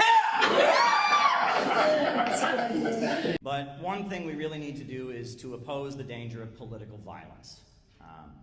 Because if there's one thing that will prevent a real mass movement, bringing the country together, it'll be violence and killing. The glorification of the murder of Brian Thompson and the celebration of the alleged crime of Luigi Mangione is extremely dangerous. In Italy, in the 1970s and 80s, they were getting ready to leave NATO. And then they fomented the years of lead. And we know with Operation Gladio, the CIA was funding fascist groups and funding the Red Brigades, and there were kidnappings and killing, and it led to the population being weary and demoralized, and that's why Italy is still in NATO. And a similar thing happened in Jamaica in the 1980s. And if you look at it, creating a situation where people are afraid to get politically active because they might get shot, creating a situation where they reinforce this false polarization of woke versus MAGA, red state versus blue state, religious versus secular. That's not the polarization we need. The polarization we need is the overwhelming majority in this country that oppose the wars, that want economic growth, and want to protect our civil liberties. The polarization is that majority in all states, from all backgrounds, coming together and opposing the billionaire monopolies in their drive for World War III. That's the polarization we need. And political violence is one way to make sure that it doesn't happen.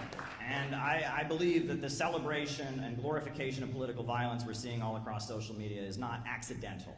This is an operation to demoralize, to make the population weary, and to get us to just kind of go along and accept what everyone in this country pretty much doesn't like, the way the country is going.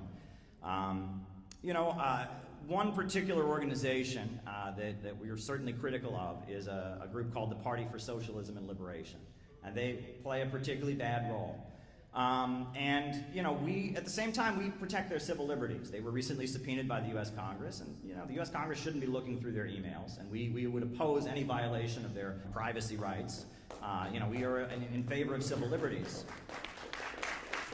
But at the same time, they've played quite a negative role. And little known story is that we all remember what happened when Donald Trump was sworn into office the first time, right? There was all kinds of violence on the streets of Washington, D.C. Cars burned, people were, violent, etc. Well, we caught on to what was happening and who was promoting it. And, it was the Party for Socialism and Liberation had reserved the permits, and they were going to organize a demonstration that would have facilitated another, bloodbath in Washington, D.C. When Trump took the oath. And so what did we do? We put out a press release that got widely circulated, and I appeared on George Galloway's television show, And we called on PSL to cancel that demonstration, to not have violence in the streets of Washington, D.C. when Donald Trump took office. I want peace, but I'm very concerned about what the Answer Coalition, led by Brian Becker, is planning. They have staged and got permits for a demonstration that is taking place on that day, and they say it's going to be peaceful, but we saw what happened last time Trump took office. And we know that this demonstration they are planning is going to be utilized by provocateurs, by Antifa elements to try and taint the Trump presidency with violence. The Answer Coalition needs to cancel their demonstration that is taking place on Trump's inauguration. They need to call it off so that they cannot facilitate the provocative actions being planned by the pro-NATO faction of the deep state. So my hope is that the Answer Coalition, which claims to be an anti-war organization, will cancel their demonstration, their rally that is basically going to become a space for provocateurs working on behalf of NATO to destabilize Washington, D.C. If they are truly anti-war, they need to cancel their demonstration. That is my call for the Answer Coalition, for the Palestine activists. They need to call off the provocative demonstration planned for Trump's Inauguration Day. And we raised the alarm, and when Inauguration Day happened, the demonstration that they had was miles away from downtown, and there was not a bloodbath in Washington, D.C., and we think we had something to do with that, and we're very proud of that. The cold weather probably helped too, but there you go. What we need right now is a movement. Podcasts don't cut it. It's great that people like to talk on the internet. It's great that people like to debate the facts. But what we need right now more than anything is a movement. People coming together to spread anti-imperialism, to figure out how to carry out operations like Peace MAGA or getting the Houthi book out there. We need a movement of people who rely on each other and can work together, can learn together, can be patient with each other, and can get things done. And if there's one thing I've learned over the last couple of years, it's that sometimes the people who agree with you can be completely useless. And sometimes people you might not agree with, but you have some common ground around, they can be the most helpful and important people in getting done what needs to be done. My name is Caleb Maupin. I'm a journalist. I'm originally from Ohio, but I currently live in New York City. I've been involved in a lot of activism and social justice work in the United States, fighting against the system that we live under. And I've come to Iran. This is the third time I've visited Iran. Every time I come here, I find it to be really delightful and charming, and so I'm happy to be here. It's very brilliant, and it's the way it was written. Everything about it had an amazing kind of insightful aspect to it. What I found to be the most inspiring part of the letter was the fact that he did not tell us what to think, but he rather encouraged us to do our own investigation and find out the truths for ourselves. And this showed a real brilliance, because in the United States, we're always told to think of Iran as a dictatorship, think of Iran as totalitarian, repressive. But our leaders are never telling us what the Supreme Leader of Iran told us, which is to do our own research, to learn the facts for ourselves, to do our own investigation. We never get a call to do our own investigation. And I think that his letter was so much stronger because of that. It didn't give us a presentation of facts. It gave us a challenge to find out for ourselves what the truth actually was. And that was very, very inspiring. I gave it to many young people, all of my friends. I sent the letter to all of them. I made copies that I distributed whenever there were a couple times when I got back from Iran, I gave a speech about like what Iran is like, seeing it for myself, and each time I distributed a copy of the letter with my presentations. And when people read it, they were really surprised. They were expecting that the Supreme Leader would just preach at them and tell them exactly what to believe. And instead, they found a very insightful, very sensitively and carefully written letter urging them to do their own investigation and do their own research. And that was very unique. It was not like what they were expecting, and it really changed their perception of Iran, and it made them question what they had been told by the leaders of the United States about Iran. The youth of Europe and North America are very frustrated right now and are very unhappy because the economic situation in the Western countries is very much declining. We have been told in the United States that you are worthless. So much of the media, it's not even stories about good and evil, no protagonists. It's just following rich people around and seeing how they live. We're taught to worship wealth. And at the same time that we're given this kind of disgusting, worship of wealth, we're being faced with the reality that the situation, the living standard for young people in the United States is far lower The good-paying industrial jobs, which were kind of the basis of the U.S. economy. We're talking about auto manufacturing, steel manufacturing.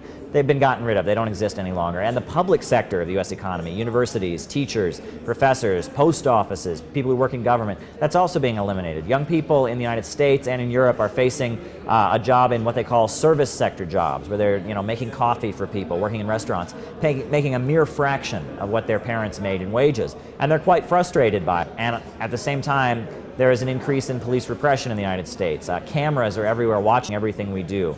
We hear case after case of the police beating somebody up, murdering somebody, and facing no accountability for their actions. And in those circumstances, there's a rising amount of frustration among the young people in the United States and also in Europe. And based on that, young people are looking for something to believe in, looking for people who have answers. What's wrong with Western society? I myself, I've always known that something's wrong with the society that I live in. There's something not right about it. But I didn't really have anything to put it into words. I didn't have an explanation. And I think young people are looking to documents, things similar to the letter from the Supreme Leader, as they try to find out what's wrong with Western society. One thing that is happening in the U.S. is we're constantly being told now to hate Muslims, hate people of Islamic faith. And I think a lot of young people are questioning the government, and they're questioning that as well. If our leaders, who are lowering our standard of living, destroying the economic situation in the U.S., increasing police repression, are then also telling us to hate Muslims, perhaps that's not the truth. Perhaps this is something we shouldn't believe in. They call it Islamophobia, to be afraid, to be hateful of people of Islamic faith. And I think there are a lot of young people that are questioning that because they see that it's the source of Islamophobia is the same source of the people that are destroying the United States. So maybe they should not believe it, and maybe they should listen to what leaders of the Islamic world are saying.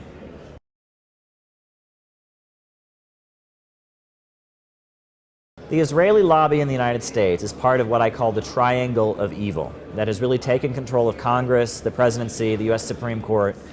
First you have the weapons manufacturers, the people in the Pentagon that make money, Boeing, General Electric. These are entities that make money from war. Wherever there's war, they're manufacturing the weapons and all of that. And then you have the oil companies. We're talking about the Rockefellers, the Carnegies. These are the oil manufacturers that have a real interest in this region of the world and controlling it because there's so much oil here. And they have entered an alliance with this third entity, the Zionist lobby, which is, Zionism is an ideology. It says that Jews are superior to all others, and if you're not Jewish, you're not a human being, and that Jews have the right to beat down all the other peoples. Very much a tribal aspect of a tribal belief system is Zionism. These three entities, the weapons manufacturers, the oil companies, and the Israel lobby, have entered an alliance and really have formed the triangle of evil that now controls the United States. And there are many people in the United States who are very unhappy about that situation, and they don't like it. We have the highest prison population in the entire world in the United States, and we actually have contracts signed between the government and these prisons that if the prison population decreases, that then the government will be sued. So the government is obligated to put so many people in prison in order to please these bankers. That's not a healthy thing. Prisons are supposed to prevent crime, right? That's why we have prisons. That's why we have, any punishment in society is to prevent people from breaking the law. Any sense of morality and justice has really been lost as this triangle of evil has seized control of the United States.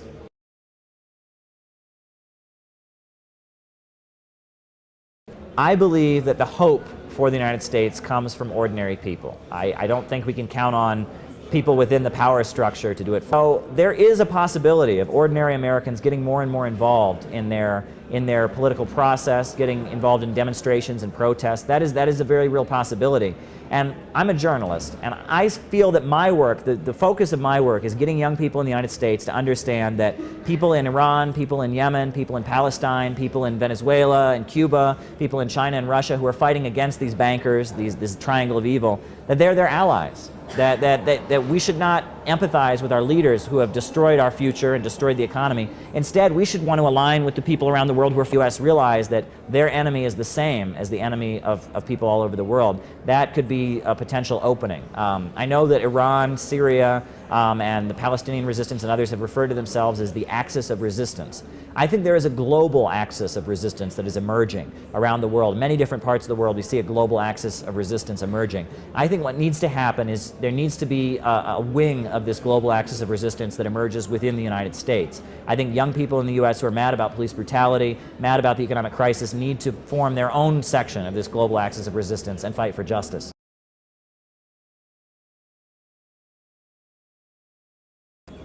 Well, I'm optimistic because so many young people are waking up. So many people are realizing the kind of things that I'm saying right here. They don't have to hear it from me. They're seeing it for themselves. They're investigating. They call the young generation of people in the United States, they call us millennials. That's the term they use. And they say we're always looking at our phones. We're always in our phones. And, well, what are we doing on our phones? We're investigating. That's just what Khamenei, the supreme leader, told us to do, to investigate, to learn the truth. The reason that young people are always questioning the government and not agreeing is because we're investigating. We've been trained to investigate. And I think as we investigate, we're going to realize that something is very wrong. I have always said that, a war with Russia or a war with China, that's not a war that the U.S. government could fight with drones. They could not just send drones to go fight Russia. That would be a very big war. And if they were going to have such a war, they would have to go to young people my age and younger, and tell them, you need to go fight people in Russia and China.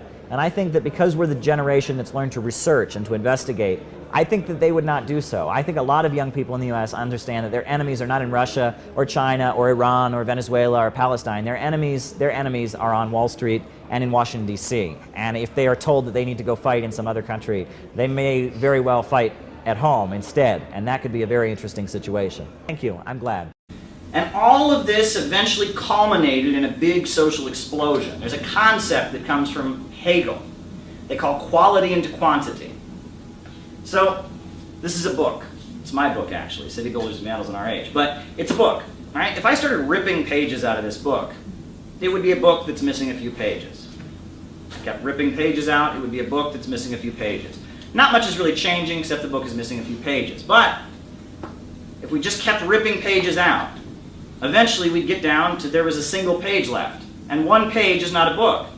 So we've gone from minor quality changes, whereas we're just changing the nature of the book, reducing the number of pages, to once we had a book and we don't have a book anymore, right?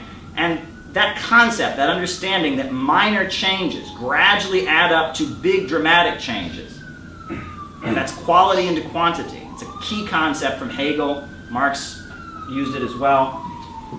And the explosion that happened in Europe in the 1700s, where we saw the overthrow of feudalism, was one of the greatest explosions in global history. We saw the feudal commons being broken up. We saw that mercantile class that was neither a peasant nor a landowner seizing power. And it was a dramatic social explosion. And it launched the beginning of a period that you can call primitive accumulation.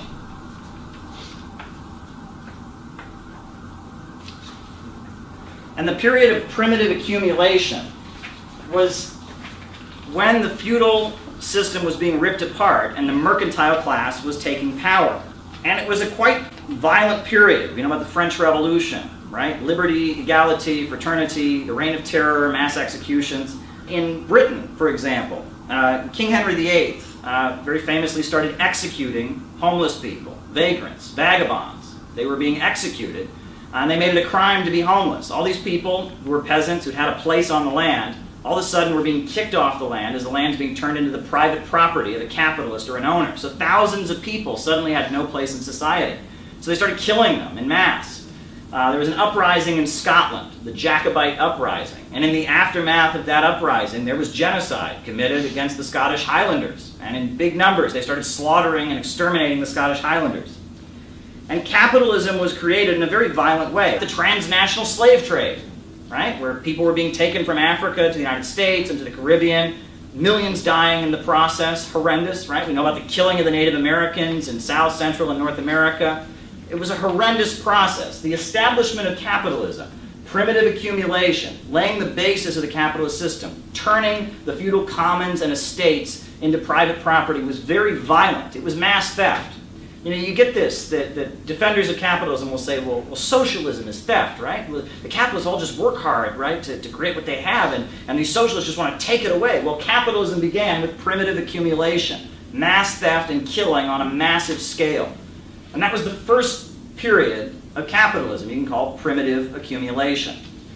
But eventually, we know that these merchants, with their trade routes, laid the basis for factory owners and industry. And we started to see the beginning of the second period of capitalism, the period of industrialization.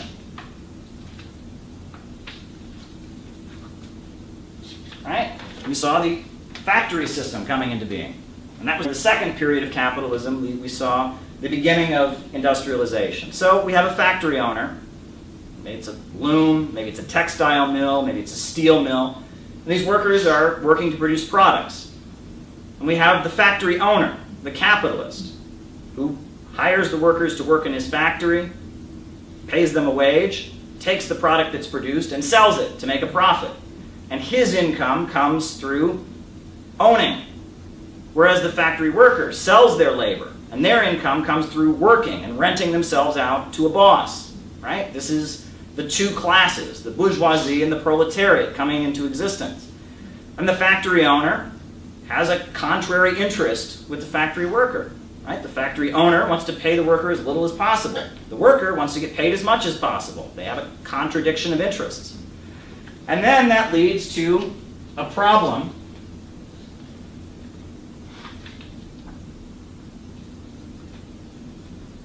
A problem in the way factory production is carried out. So, let's say that you're producing a product, right? Let's say that the product you're making is this pen, right? So in order to have this pen, first you have to hire workers to assemble it. So that's your labor costs, A. And then you're going to need the materials to make the pen, B, right? And then on top of that, you're going to need to ship the pens to where they're being sold, so that's C, right? And the total cost of the pen is D. But here's the problem, right? The labor costs can never be equal to the total cost of the pen, right? Or else you wouldn't be able to pay for everything else, or else the capitalists wouldn't be able to make any profits. So A cannot equal D. And the problem is those labor costs, those workers are also consumers. And the worker can never buy back the product he produces. And this is the basis of the boom-bust cycle, where you have pretty soon the market being glutted with products that can't be sold. And this is what makes capitalism a naturally unstable system, is that the worker can never buy back the product he produces. And on top of that, the capitalist is constantly trying to advance technology to make production as efficient as possible. But at the same time, the worker can't buy back the product. So the capitalist is driving to fill the market with as many products as possible, but pay the worker as little as possible in order to buy the products, and it leads to that boom-bust cycle.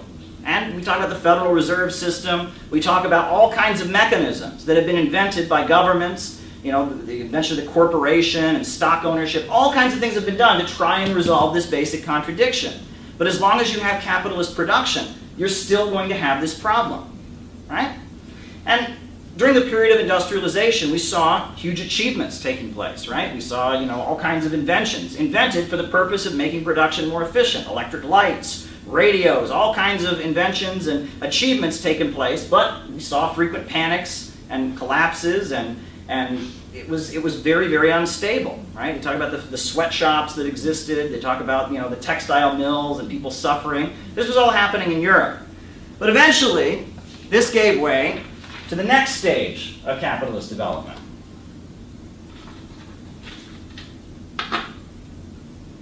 Which is imperialism. So, imperialism began with the factory owners and the captains of industry being replaced by bankers and finance capitalists and lenders. And there's a fundamental difference between a banker and a factory owner. Because a banker makes money through lending money. A factory owner makes money through selling products. So a factory owner, he wants to pay his workers as little as possible, right? At the same time, he wants to sell as many products as possible. But a factory owner generally wants society to become wealthier, because the more prosperous people are, the more products he can sell. But a banker is very different. A banker simply wants to continue making money through lending money. And with imperialism and the rise of finance capital, we saw a dominance and the emergence of international cartels, huge multinational corporations, going across the world and essentially carving out spheres of influence. Talk about the opium wars in China, where they forced China to accept the importation of narcotics, forced them to accept products from Britain, not allow any tariffs, beat down the economy. The USA seized the Philippines, right? We know about the Spanish-American War, but not much is written about the Philippine-American War, which was hundreds of thousands of people killed in the Philippines, forcing the Philippines to be a captive market. And what's different between imperialism and industrialization is that during industrialization, that was the capitalists trying to raise the living standards in their home country, trying to expand the apparatus of production. But imperialism was the emergence of huge multinational cartels that were actively trying to stop development in the third world. In Asia and Africa and Latin America, they're going there and they're trying to hold back economic development, keep these countries poor, captive markets, make them dependent on international corporations. For example, when the British went to India, they very famously burned down all the textile mills. India had a huge textile loom apparatus. They burned it all down and forced them to import their cloth from Britain. Right? That's imperialism. And in the time of imperialism, we saw the standard of living in the first world increasing at the expense of beating down any industrialization in the third world. And in the first world, you had the emergence of what you could call the labor aristocracy. And these were workers that were working class people, worked in a factory, worked in manufacturing, but they were well paid enough that they identified with the bosses and aligned with their own big corporations against the people in the developing world. And while the USA was bombing Korea and bombing Vietnam and destroying countries in mass, you had very prosperous manufacturing jobs in the home country, right? You had this aristocracy of labor that was necessary in order to have the unity in the first world in order to continue underdeveloping and beating down and halting development in the third world. And that was imperialism. And Lenin's book, Imperialism, the Highest Stage of Capitalism, describes this period in which banks dominate over corporations, in which they're carving out spheres of influence in the developing world, in which you have an aristocracy of labor that develops in the home country. He describes it very accurately. But then, imperialism gives way to the stage that we're in now, which is called accumulation through destruction. A friend of mine actually coined the phrase accumulation through destruction. During the period of imperialism, at that point, you had an effort to beat down development in the developing world, but to develop and raise living standards in the first world. You had this labor aristocracy of good-paying industrial jobs that laid the basis for a prosperous economy in the first world at the expense of the third world. But what's happening now is essentially we're seeing the elimination of the labor aristocracy, and this method through which capitalists are starting to make money off of society further impoverishing. In a socialist society, self-driving cars would be a good thing. It would mean less work, and those who make their living driving cars could do something more rewarding. They could, it would be great. It would be great. That'd be less work for everybody because the cars can drive themselves. But under capitalism, it means mass unemployment. It means the elimination of millions of jobs. We know about the military-industrial complex, which is a big aspect of the period of imperialism. But now we have a prison-industrial complex. Fine, people are more unemployed, people don't have jobs. Well, we can make money by locking them in jail. Capitalists are enriching themselves. You know about the opioid epidemic. Millions of Americans are getting addicted to opioids. And so now, it's a way to make money. You talk about, the oil prices shooting up very dramatically during the Bush years because Iraq, an oil-producing country, was blown to bits, blown off the market. A country's destroyed. And then that makes the oil in the hands of American corporations tied in with Saudi Arabia far more valuable. You see Libya, an oil-producing country, blown to bits and destroyed. And that makes the oil in the Western countries more and more valuable. This is essentially the period we're in where instead of trying to hold back development in the third world and trying to develop the first world, the capitalists have gotten to the point that they are now underdeveloping the first world in a global race to the bottom. And we see an unfolding low-wage police state in the United States with civil liberties being stripped away. We see roads that are not being properly paved. We see bridges that are not secure. We see drinking water that is not being purified.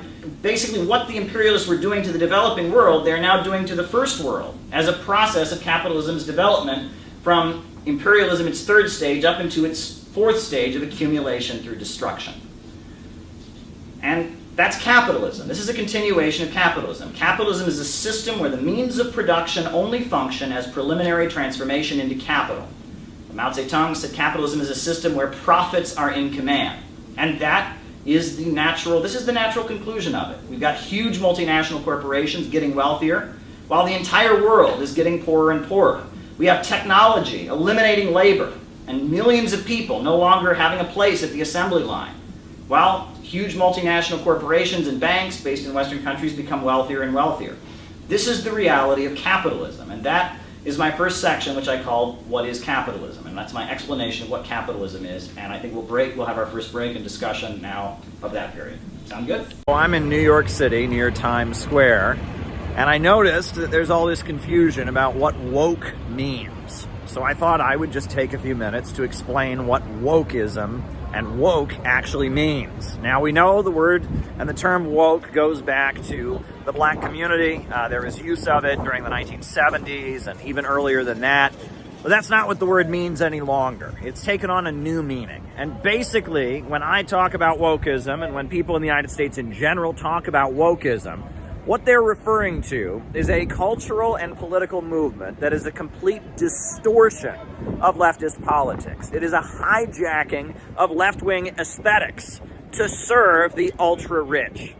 Essentially, during the Cold War, there was something created by the U.S. Central Intelligence Agency. It was called the Congress for Cultural Freedom.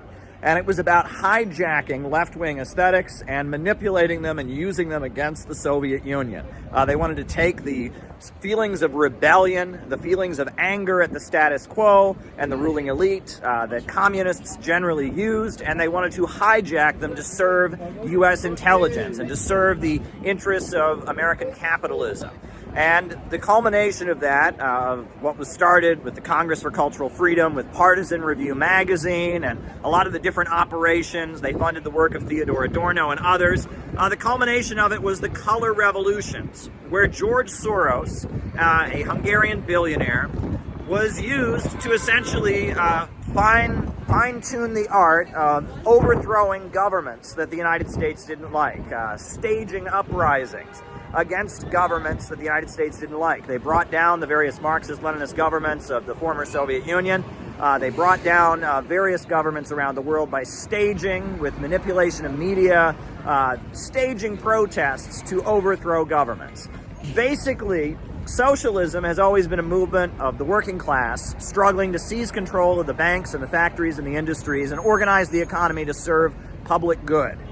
Wokeism is simply tapping into people's desire to harm other people, people's desire to rebel, people's desire to push back against authority, people's desire to punish people they perceive as having more privilege or power than them. And wokeism is stripping the economics and politics away from leftism and reducing leftism to simply the libidinal sexual release, the drive of rage and anger, the rage of children against their parents, the rage of people against authority, the inner sex drive, which is connected with rage. It is a psychological manipulation that strips left-wing politics of its economics, of its understanding of capitalism and imperialism, and reduces it simply to the release of impulses. It is the sexualization and pornographication of politics, and it's being used now by the ultra-rich. The richest and most powerful people are trying to save capitalism by grinding the world into poverty. And so they've created this psychological manipulation, this hijacking of left-wing aesthetics to serve their own ends. And basically that's what wokeism is. Wokeism has nothing to do with socialism. Socialism, Marxism, communism, these are movements of working people striving to build a world where there is not instability, but there is order. They're striving to build a society where the means of production function to serve the public, where people are lifted out of poverty, where wealth can be created, where people can live in prosperity. Wokeism seeks to create chaos, death, and destruction in order to save capitalism. And now we're going to bring up another tremendous member of CPI, which is Penny, who's come all the way from Minnesota. And Penny, I guess your latest claim to fame is you confronted Ilhan Omar. Oh, yeah. Yeah, that's a great video. She gave who's Ilhan Omar a fright. So there you go. Yeah, well, I live in Ilhan's district, and I've confronted her many times about the Ukraine war, and she wouldn't answer me. And so finally I got fed up, and I just got up there. Let her have it, and I lasted 45 seconds either way. So I'm going to give you a little context to who I am and what I've been through, and this poem that I wrote, where it's coming from.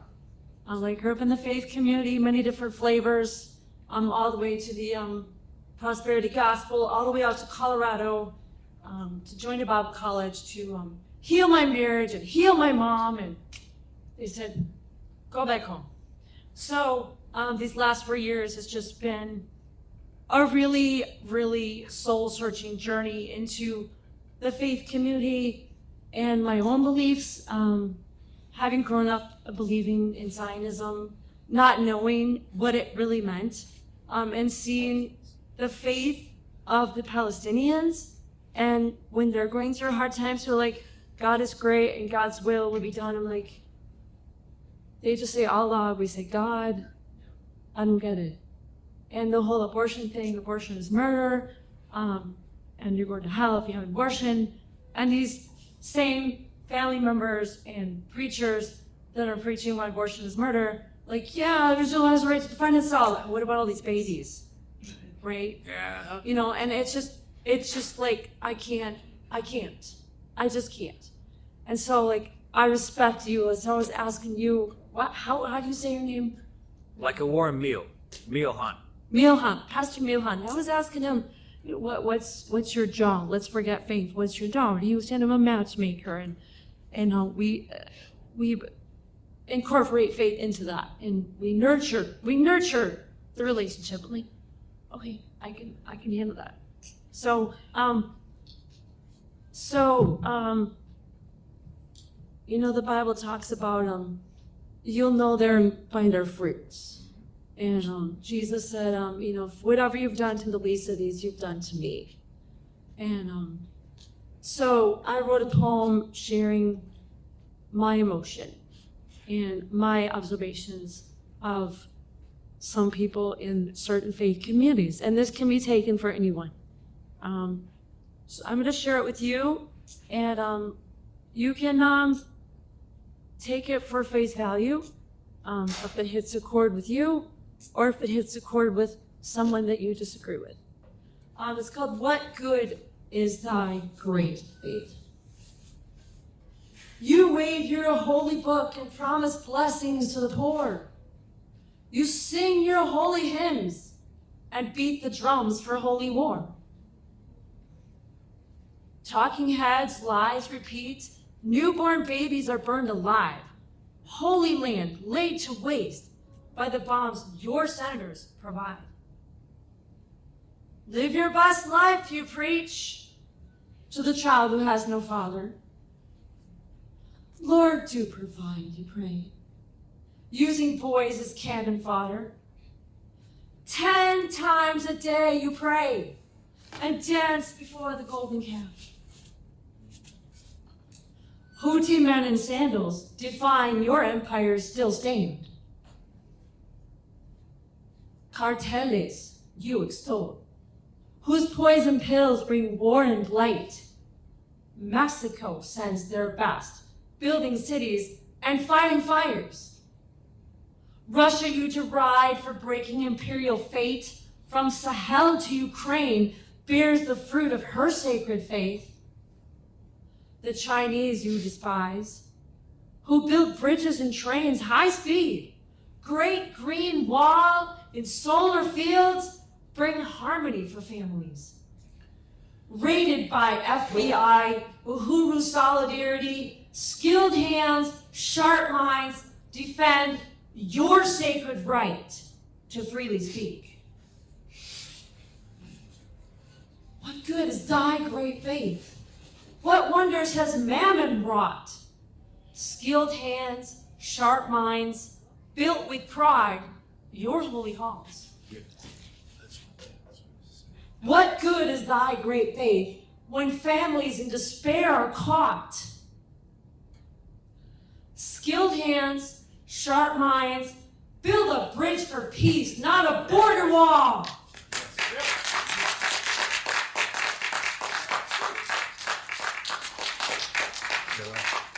Thank you very much, Penny. And you're very heartfelt, and it's great to have you here. Thanks for coming. Good job, Penny. Coming.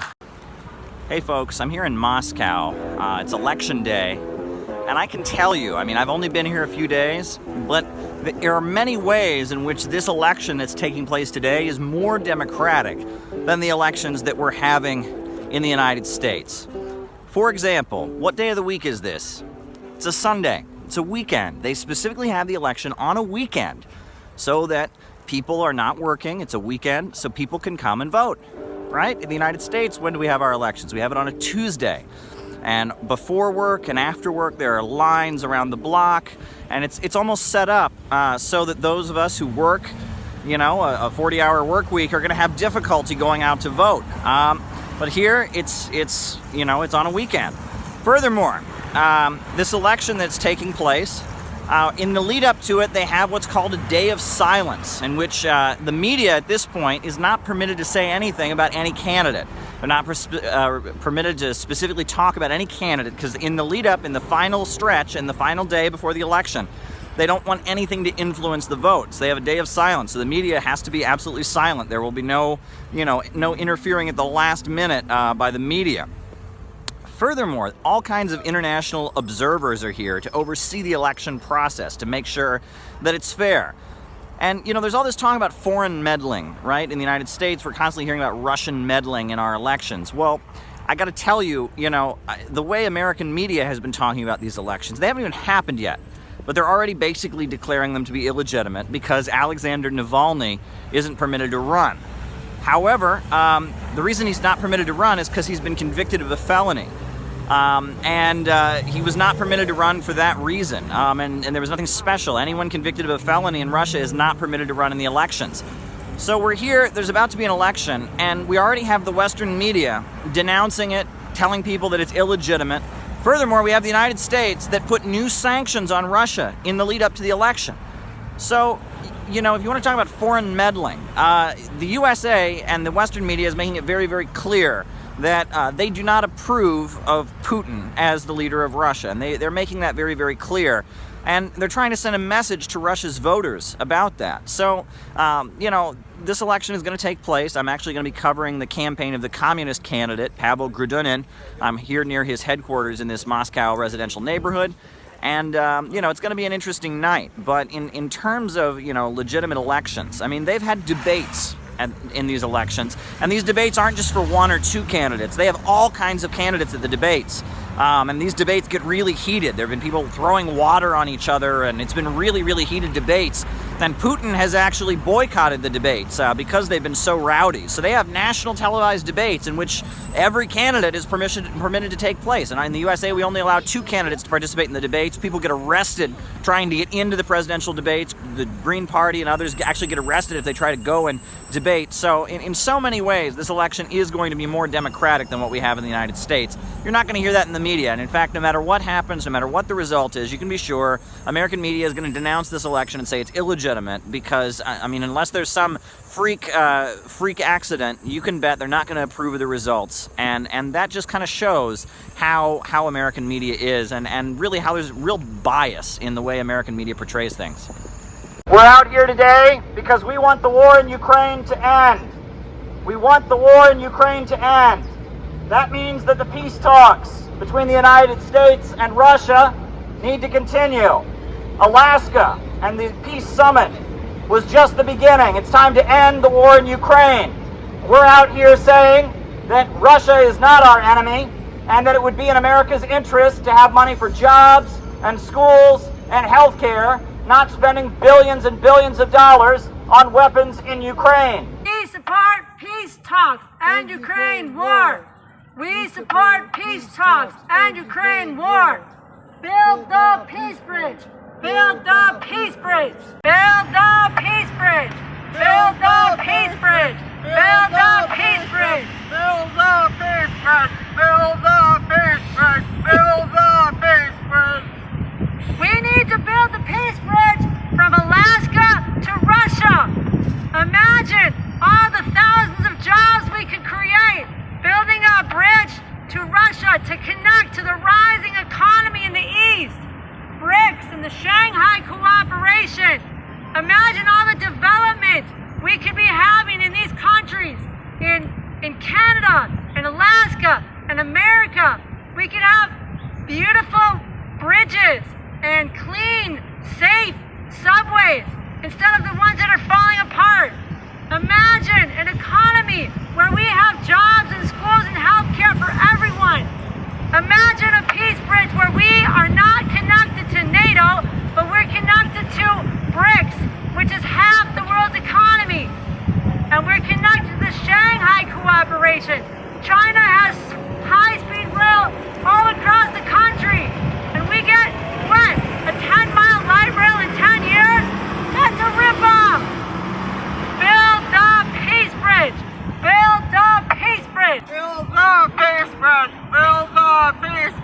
We support peace talks and Ukraine war.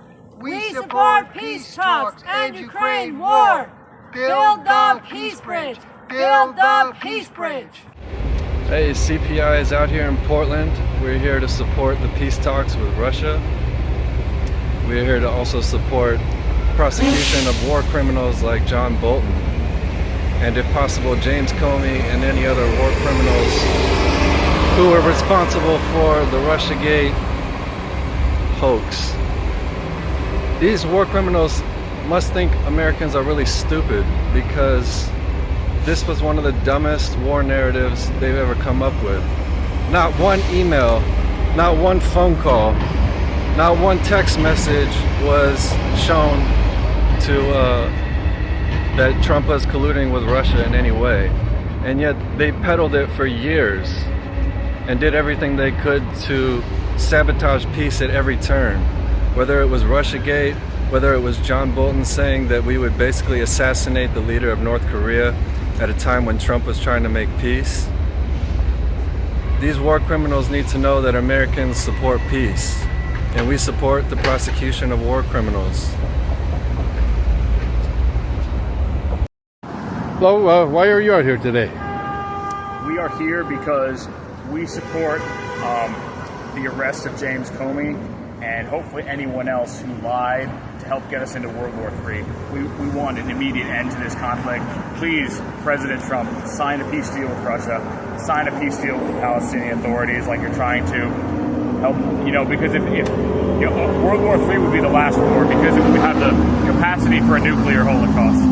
Thank you. Here's CPI. We're at the University of Southern California, and we got our signs here. As you can see, we support peace talks and, of course, the peace bridge. And we're here across the street from the entrance of what's called University Village, USC Village. A lot of student traffic here going back and forth to the campus over on this side, and of course, a lot of traffic coming by on the street. So a lot of people are seeing our images today here in LA. The developments taking place between the Russian people and the United States right now are positive. America first should not mean Ukraine first. America first should not mean Israel first. And we're here to say money for jobs and schools, not the war in Ukraine. We support the peace talks. We support the peace talks that happened in Alaska, and we need to continue the peace process. What started the negotiations, they need to happen. Donald Trump won the election promising peace. Where is that peace? We need to see that peace. Let's end the Ukraine war. No Russian ever hurt me. No Russian has ever harmed this country. Our enemies are the big bankers on Wall Street who are pushing us into new wars. We support the peace talks in Ukraine, and we want to end the Ukraine war. Russia is not our enemy. We want to support the peace negotiations. Trump promised he would end the war in Ukraine, and we want him to fulfill his promise. End the Ukraine war. Peace treaty now. Peace treaty now. Peace treaty now. Peace treaty now. Peace treaty now. Peace treaty now. Peace treaty now. End the Ukraine war. Russia is not our enemy. Stop spending money on weapons and bombs for Ukraine and start building jobs and schools and education and healthcare right here in America. It's time that we end this war in Ukraine. It's doing nothing for the American people. Killing Russians in Ukraine doesn't benefit America one iota, not one bit. We need to end the war in Ukraine, continue the peace talks. Peace treaty now. End the Ukraine war. I'm gonna lay down my sword and shield down by the riverside, down by the riverside, down by the riverside. I'm gonna lay down my sword and shield down by the riverside, down by the riverside. I ain't gonna study war no more, study war no more, study war no more, no more, study war no more. I ain't gonna study war no more. down by the riverside. It's Gavin and Judd with the Chicago Center for Political Innovation, part of a national day of action to support the peace summit in Russia between President Trump and President Putin. We should be friends, not enemies. That's what most of the American people want. That's what most of the world wants. Two largest thermonuclear powers in the history of the world. It's very dangerous if our presidents are not talking to each other. So we're here to support that summit and to thank Tulsi Gabbard for making it possible, because she exposed that Russiagate was a complete and total deliberate lie by the intelligence agencies. And that's what gave Putin and Trump the freedom to meet. And we need to make sure they follow through on that and bring the world peace instead of thermonuclear war. When it comes to foreign policy, diplomacy is always the answer, and war never is. Thank you for your time.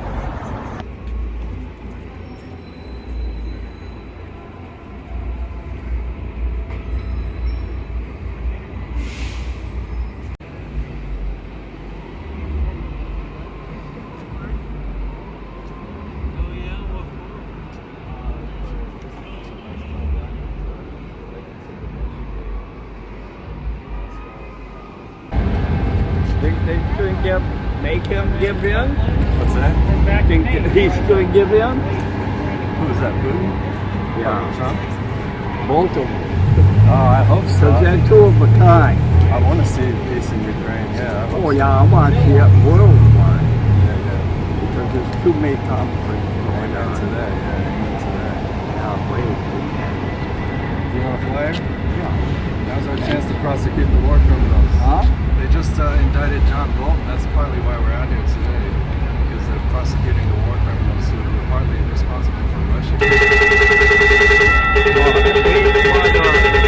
Behind the foot. Oh, he's behind him. He's like a backer. I say, like a backer, you know, it's backer in the war. Yeah, all wars are bankers' wars, right? That's all about money. They don't care about the world, guys. Exactly. Yeah, and that's why they try and dress up the Ukraine war as like about human rights or something, but really it comes down to... No, it's all about power. It's just a power struggle. And the innocent people getting hurt. Yeah, exactly. Well, it's the same way in Israel. Yeah.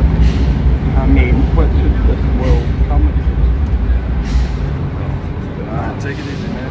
Have a good day.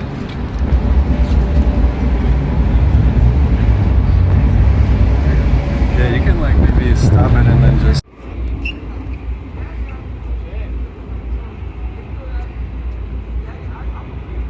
MTA, we got the broken system of the subways. Have you seen the grime, the gutter, the rats, the uncleanliness? I mean, we gotta be, we're under such pressure. I mean, it truly is hard. It's a bad sight, and the quality of living, the quality of life is bad in our New York City. There's so much we can learn from Russia, from the Moscow, from other cities, other model cities in the world. We should, President Trump, the message is really for the President Trump to reinvest, bring back the money home, stop the war in Ukraine, end the genocide in Gaza, stop the war in Ukraine. We support the peace talks and Ukraine war. I'd like to say that there are a lot of people on the so-called left who want us to believe that the prosecution of James Comey and other nefarious elements within the FBI, the neocons, the foreign policy establishment within the United States that are constantly pushing for war. They want us to believe that somehow supporting those people is a progressive act, that the same group that prosecuted the Black Panther Party, the same group that brutally destroyed the black liberation struggle in this country is somehow a progressive force that is now fighting for our rights. We say that it is an astoundingly amazing development that James Comey, who has committed crimes against the American people, against the people of the world, pushing for war when he knew for a fact that it was a lie. This was revealed by Tulsi Gabbard, heroically pushing back against the neocons within the Trump administration. That the foreign policy establishment, the FBI and others, are not good, and they're pushing for many horrible things. This nation, instead of for us to be able to fulfill our mission right now in this very era of human history. And that's why we are praying for your presence, the presence of your very spirit right here as we are talking about peace. And the Bible says that blessed are peacemakers because they will be called the children of God. So as we are standing here as your children, as peacemakers, we are inviting you in our midst so that your spirit can guide each and every one of us, and all those who hear this message, it can come with your spirit of healing, your spirit of forgiveness, your spirit of greatness. Thank you once again, and we pray for really the spirit and the good angels to be dwelling in this place and to cover America and to make America the greatest nation and to be able to stand up to fulfill our mission. Thank you. I pray in the name of Jesus Christ, the one who really came as the peace king. Thank you and amen.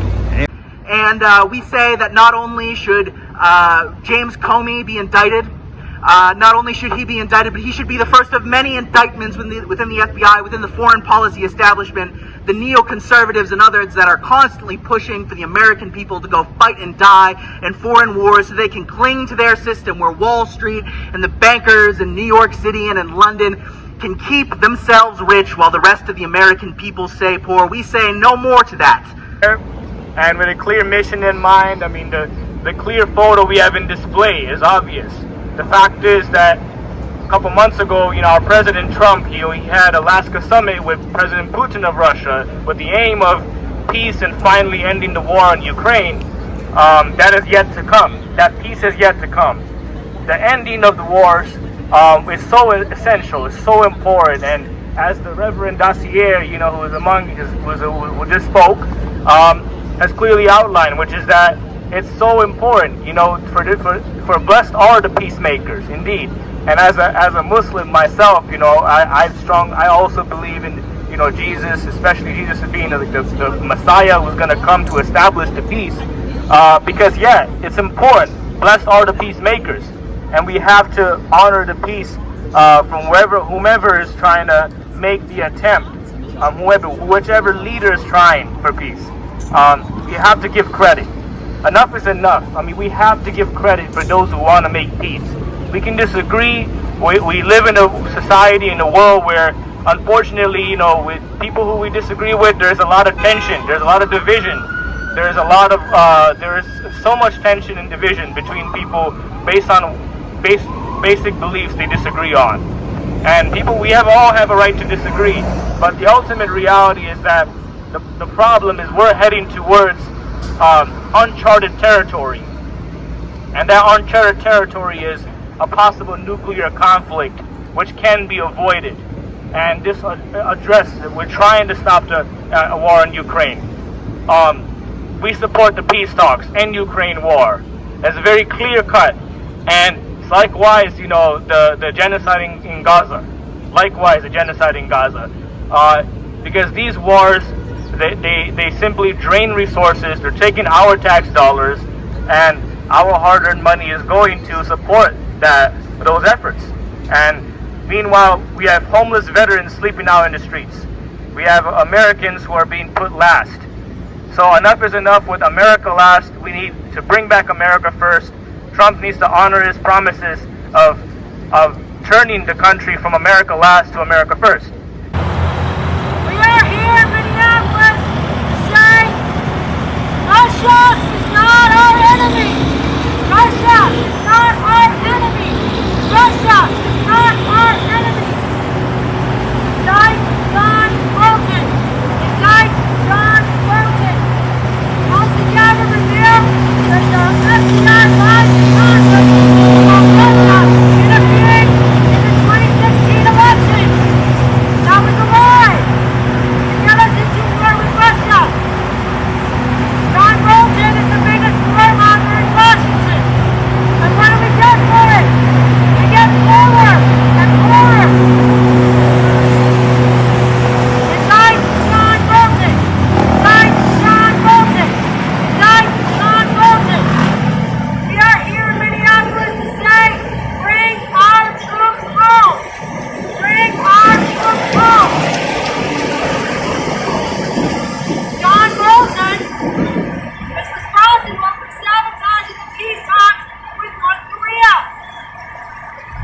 can be trading with North Korea. Trade, not war and sanction. Trade, not war and sanction. Indict John Bolton. Indict John Bolton. John Bolton is accused of selling military secrets to other countries. That is treason. That is treason. How does that help America? We want our tax dollars to go for schools, jobs, and healthcare. Not war against Palestinians, not war against Russia. Russia is having an agricultural boom while our farmers are going under. Why is that? Because the imperialist globalists want to reduce the amount of food in the world. They want to reduce the population. They want to keep us fighting with each other on the internet. The internet is not real. You are real. You are the source of our wealth. Russia is not our enemy. Russia is not our enemy. Russia is not our enemy. Indict John Bolton. Indict John Bolton. Indict John Bolton. Not only should James Comey be indicted, but other nefarious actors like John Bolton and others, the neocons, Marco Rubio, the people pushing for war with Venezuela right now, the people pushing for a war with Iran right now, pushing the Palestinian people further into death and despair, are the very same people who want war with Russia because they see that Russia is a competitor on the market for them and they want to cling to their system. We say no more to that. We support peace with Russia. We support peace with China. We support peace with Iran. We would like the United States to join with the emerging BRICS economy, join a multipolar world of peace and prosperity and development, not war and death and destruction. We want money for jobs and education, not for death and destruction overseas. We support the peace talks. End the Ukraine war. It's time to end this war in Ukraine. There's nothing for America to gain on the battlefield in Ukraine. Sending weapons and death as an export. Russia's not our enemy. China is not our enemy. Iran, Venezuela, Cuba, these countries are not our enemies. Our enemies are the Wall Street bankers.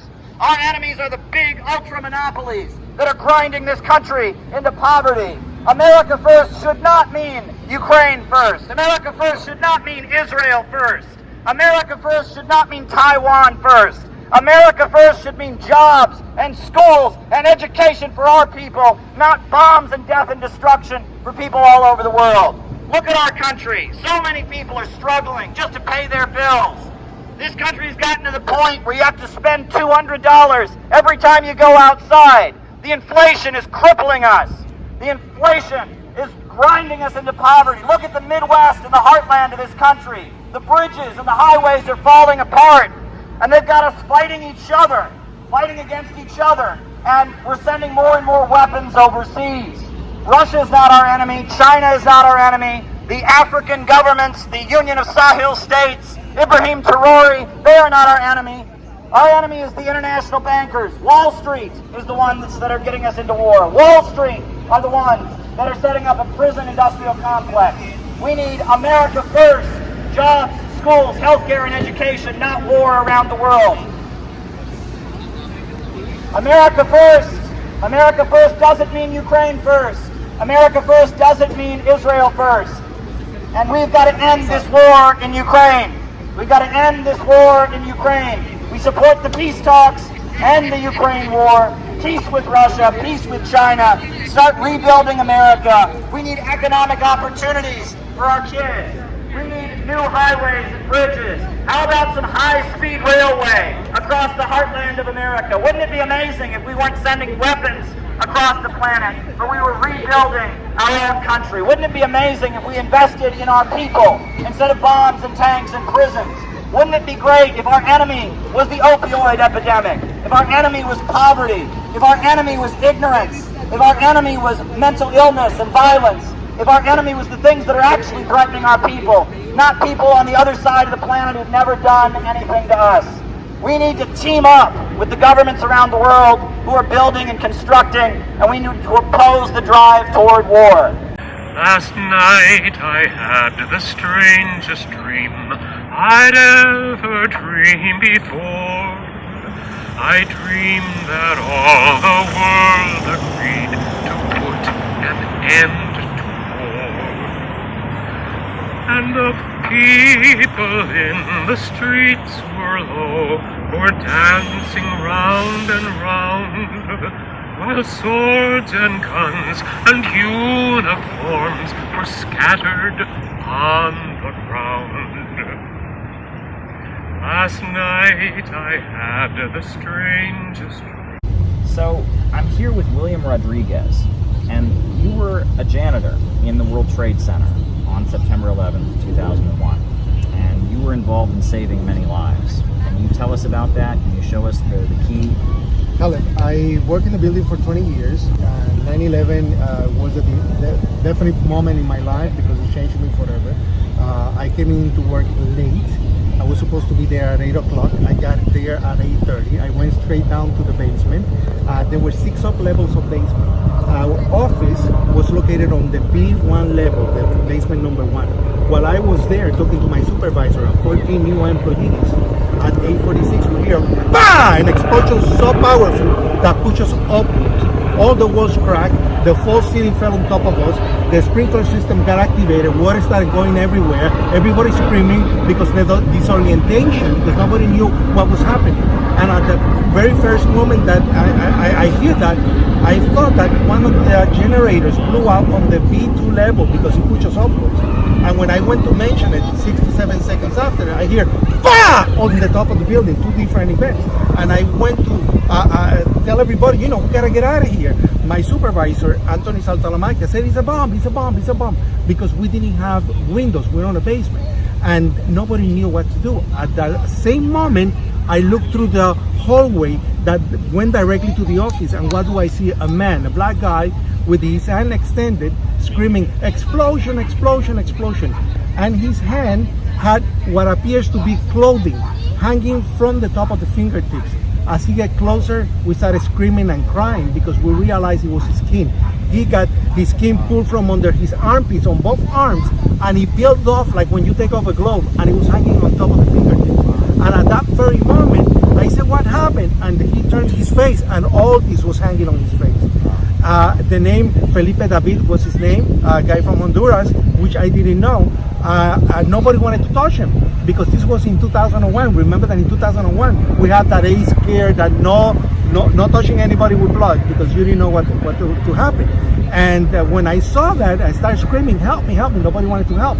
So I went into the office and I took a box of rags because it was a cleaning company, and I started putting it around him. I said, don't move, I'm gonna call the medical emergency unit that is located on the other tower because they connected through the basement.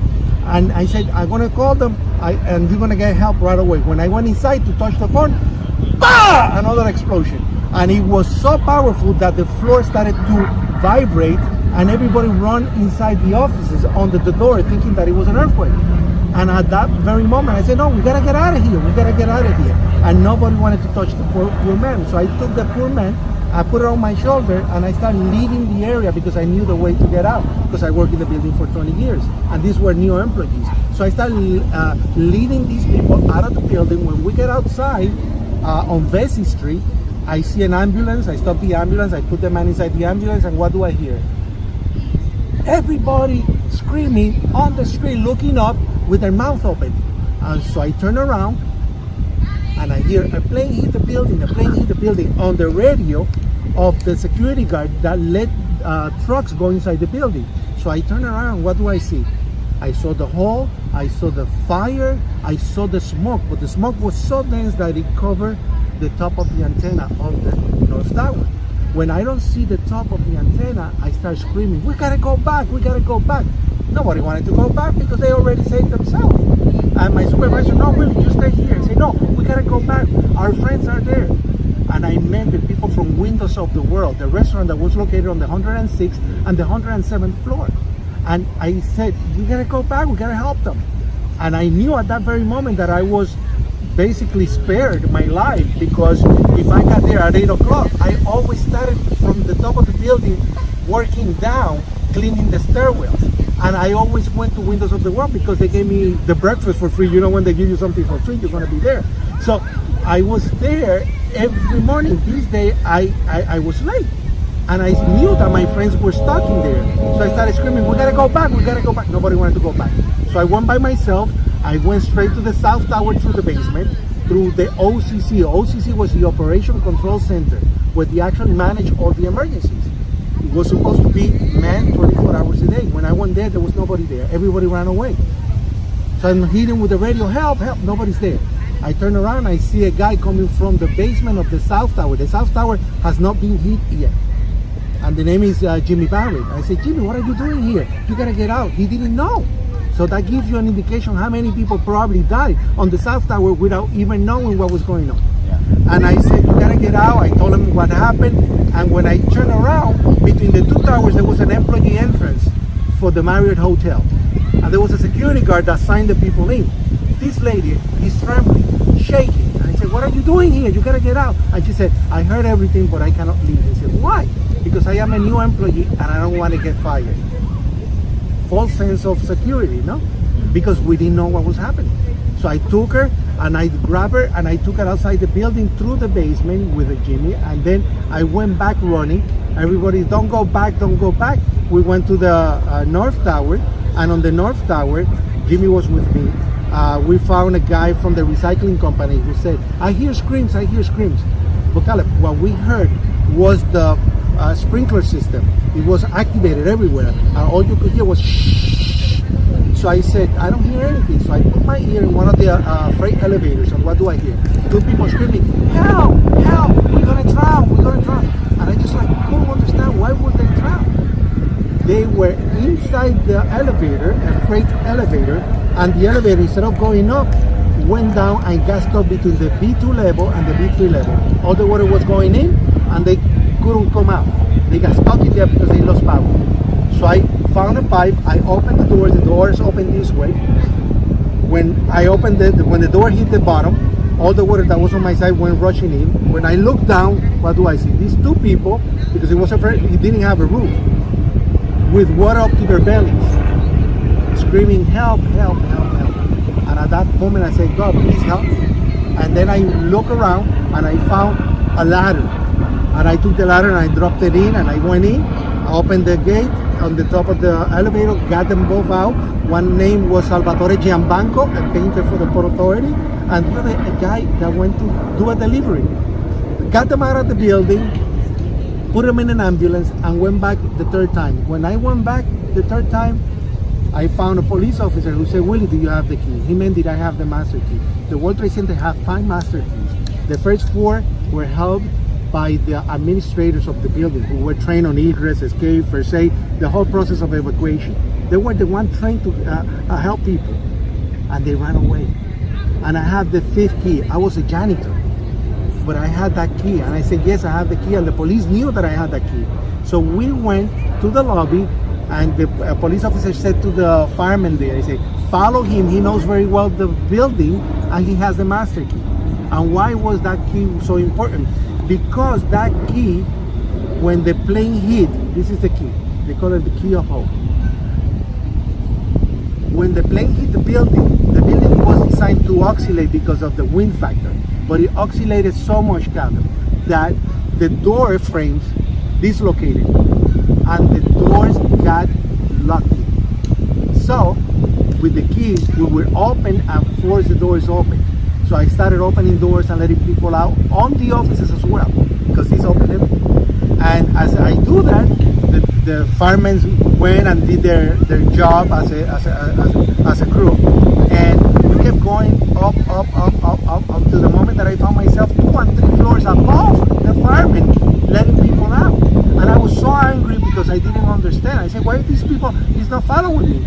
I didn't understand that I didn't have any equipment in my bag.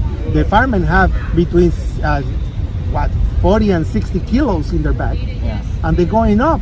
Plus they have their uniform and things like that. And I was so angry, I didn't understand it. Mm-hmm. And I remember that somebody said, there's a man on a wheelchair on the 27th floor who's having an asthma attack. He cannot breathe. So I went to the firemen, and they told me, don't worry, we'll make it there. We made it to the 27th floor, and when I opened the door on the 27th floor, the image was unforgettable. This unit of heroes, my heroes, the firemen, they all went in and they collapsed on the corridor. because they didn't have any more strength. You know what is going up 27 floors with all that equipment? They just collapsed. And I remember the police officer said, "Willie, do you know this office?" He said, "Yes, where can I get water?" He said, "Well, on the other side, there's the vending machines for the bottled water." And he said, "Let's go." I said, "I don't have no money." So we go over there, and the police officer with the boot started breaking the glass. I was, "Oh my God, he's gonna blame me. You know, I'm the Puerto Rican, he's gonna rent." So I gotta get out of here. He said, "No, please help me." And we started looking for bottled waters, and we gave it to the police officer, to the firemen. And at that moment, I called my mother because there was still phone service in the office. And then I continued by myself because these people were there, collapsed. So I continued opening doors until the moment I get to the 33rd floor. I get to the 33rd floor, I hear strange sounds on the 34th floor above me. I bypass that floor, I didn't want to open the door, and I continue getting people out to the 39th floor. When I get to the 39th floor, the police officer with the fire chiefs, because they were wearing white shirts, they said the whole process of evacuation, what we're going to do, and then we hear another explosion, huge, on the other tower. It could have been the heat of the plane, I have no idea what it was. And then at that moment, we hear pa pa pa pa pa pa pa pa inside our building. And I said, "What happened?" He said, we lost 65, meaning the 65th floor collapsed internally to the 44th floor, and I was on the 39th floor. So I go crazy, we gotta go up. And the police officer said, "No, you've done enough, and you don't get paid for this. Do my responsibility as a citizen, you gotta get out and leave." I said, no, I'm gonna continue going up. He said, "Better if you give me a hand with the man on the wheelchair on the 27th floor." So I go to the 27th floor. I said, I will help, but I'm gonna come back. So I got the man on the wheelchair, named Ed Payet, and we start going down the stairwell. And as we go down, the other building collapses, and it creates a whole movement in our building. We lost our foot on the stair, and we almost fell down the stairwells. But we made it all the way down to the lobby. When we make it to the lobby, it was all destruction because the other tower already collapsed. And I look all the destruction on the lobby, and one of the firemen on the lobby said, "Get the ambulance ready," while they're giving first aid to the poor man that was on the wheelchair. As they're doing that, I go to the front of the building facing West Side Highway. And as I go to the revolving doors, there was no doors. Everything was destroyed. As I get to the middle one, what do I see? That the police is across the street. The area is cordoned out with a yellow tape that said "crime scene, do not pass." And they see me and they start screaming, "Don't look back, don't look back, don't look back." And the first thing I do is look back. And I saw all the bodies of the people that jumped out of the building. I didn't know that the people were throwing themselves through the windows. And I saw bodies everywhere. And I started screaming, "Oh my God, oh my God, oh my God." And all of a sudden I hear, "Run, run, run." And the building started to shake and it started to fall. And the only thing in front of me was a fire truck. I went right under the fire truck and the building collapsed right on top of me. And I was buried alive. And then it took hours for them to find me. And then I was saved hours after. And once I was saved from under the rubble, a miracle because I didn't break a bone. And I stayed within the ground zero looking for other people until the end of the day. Your testimony before the 9/11 Commission was not public. No. No. I testified for the 9/11 Commission, and everybody knew my story because I was taken to the White House, I was wine and dine, I was put on, imagine, every possible documentary. And when I talk about the explosions in the building, that could have been anything. Could have been anything, but they did not investigate it. It created the whole conspiracy theory of the World Trade Center, and nothing that I have that I agree with it. But it created a whole sense of insecurity because when the 9/11 Commission report came out, my testimony was eliminated. It didn't show anything. And that's when people started really questioning the 9/11 report. The fact that you talked about explosions in the building. And then your testimony was omitted. Omitted, yeah, totally omitted, yes. And of course, you know, attacks started at that moment. They started doing a whole propaganda against my story, and but it's what I went through. And I gave the 9/11 Commission a list of witnesses that they were never called. And again, I didn't have any good thing to say about the 9/11 Commission because I went through it. Thank you very much.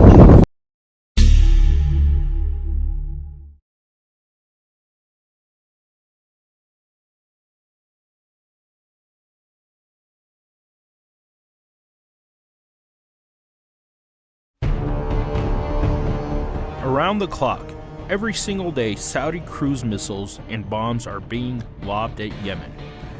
Schools, hospitals, mosques, and homes are being destroyed. At the same time that this massive bombing continues, soldiers from the United Arab Emirates and Sudan have invaded the country. Over 7,000 people are dead as fighting continues. The war has been going on without pause since January of 2015. But the US media is almost completely silent about it.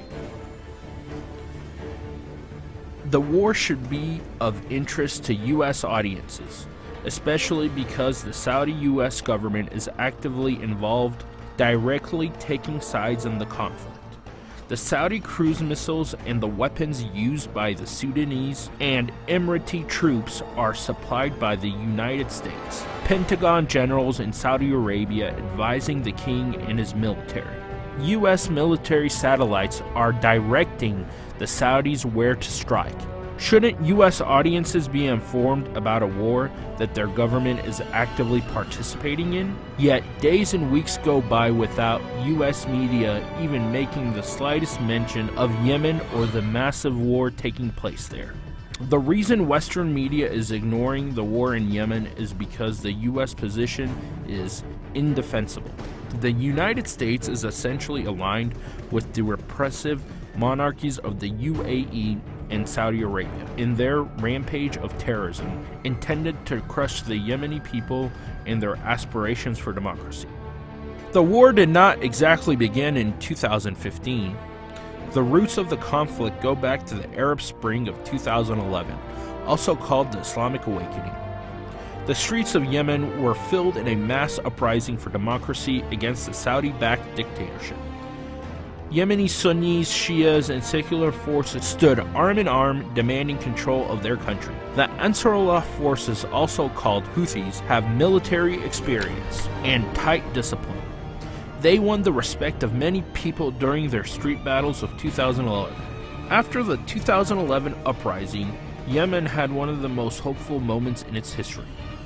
People's Assembly sprung up, and broad democratic debate took place. However, the hopeful moment was abruptly terminated with a sham election, as the only candidate on the ballot, Mansour Hadi, a Saudi agent, was declared the president. In response to the sham, the Ansarullah organization formed a people's committee to pick up guns and continue the revolution. In the northern regions of Yemen, they carved out liberated territories in their countryside, built alliances, and made compromises, and gradually prepared to seize power. The former dictator saw the arrival of Mansour Hadi was able to reach an agreement with them. In January of 2015, the Ansarullah forces marched into the capital city of Sana'a and seized power. The People's Committee became the new government and called for a constituent assembly. The People's Assembly formed in the 2011 uprising were restored. Community militias were built to defend the revolution. The onslaught of Saudi bombs came in response to the victory of the revolution. The Saudi royal family, the Israeli regime, and the United Arab Emirates seek to restore Mansour Hadi to his throne as Yemen's puppet dictator. And still another force has joined these thieves, packed against the People's Committee. The ISIS forces, who consider Ansarullah to be Shia apostates, have set up shop in Yemen as well, seeking to bury the revolutions with bombs, kidnappings, and beheadings.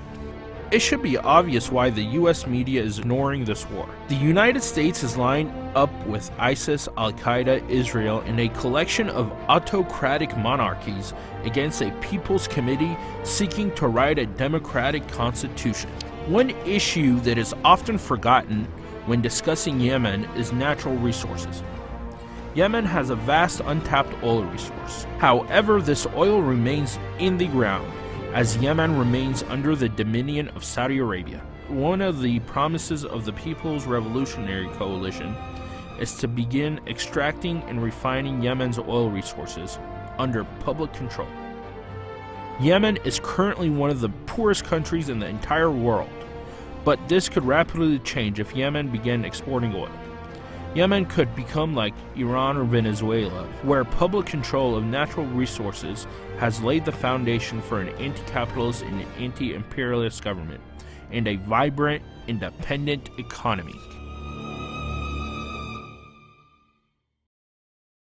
What is socialism? I learned in school when I was a kid that socialism is everyone gets paid the exact same wage no matter how hard they work, and so then everyone's lazy because that's bad, what socialism is. I've had other people, the more common definition you get now is socialism is whenever the government does anything. The government does something, that's socialism. The USA, I've heard, is half socialist and half capitalist because we have Social Security and the post office and the US military, but we also have private companies. There's many different definitions of socialism. The first use of the word socialism was in France. It was Henry Saint-Simon, and he was a French religious man who was worried that after the French Revolution, all these people were unemployed, and factory owners at that point were like raping women who worked in their factories and mistreating them, and it was a feeling there was something wrong with liberalism, which was the ideology of the French Revolution. They didn't say they believed in capitalism; they said they believed in liberalism, individual rights. And Henry Saint-Simon said, well, maybe in contrast to this liberalism, we need socialism. But he never really explained what it was, but he did a lot of charity work, and he opened some cooperative businesses, and that was Henry Saint-Simon, and he used the word socialism in French. The first person to use the word socialism in English was Robert Owen, and Robert Owen was a Welsh factory owner, and he started a colony called New Lanark, and it was a cooperative, commune that existed in Scotland for a while, and he eventually moved it to Indiana, and set it up in the U.S. state of Indiana. It was called New Harmony. And it's still there. You can see it. It's a nice little, they got a museum there, and it was this cooperative that Robert Owen built. And he actually addressed a session of the U.S. Congress and gave a lecture on socialism. He was the first guy to coin the term socialism. But Karl Marx distinguished scientific socialism from utopian socialism. Henry Saint-Simon, Robert Owen, others, they were utopian socialists. But Karl Marx described himself as a scientific socialist. And he described socialism this way. He said, "We have seen above that the first step in the revolution by the working class is to raise the proletariat to the position of the ruling class and to win the battle for democracy. The proletariat will use its political supremacy to wrest by degree all capital from the bourgeoisie, to centralize all instruments of production into the hands of the state, and of the proletariat organized as the ruling class, and to increase the productive forces as rapidly as possible." That's what Karl Marx laid out as his vision of socialism. Now, Friedrich Engels, he described socialism. He said, "The proletariat seizes the public power, and by means of this transforms the socialized means of production, slipping from the hands of the bourgeoisie into public property.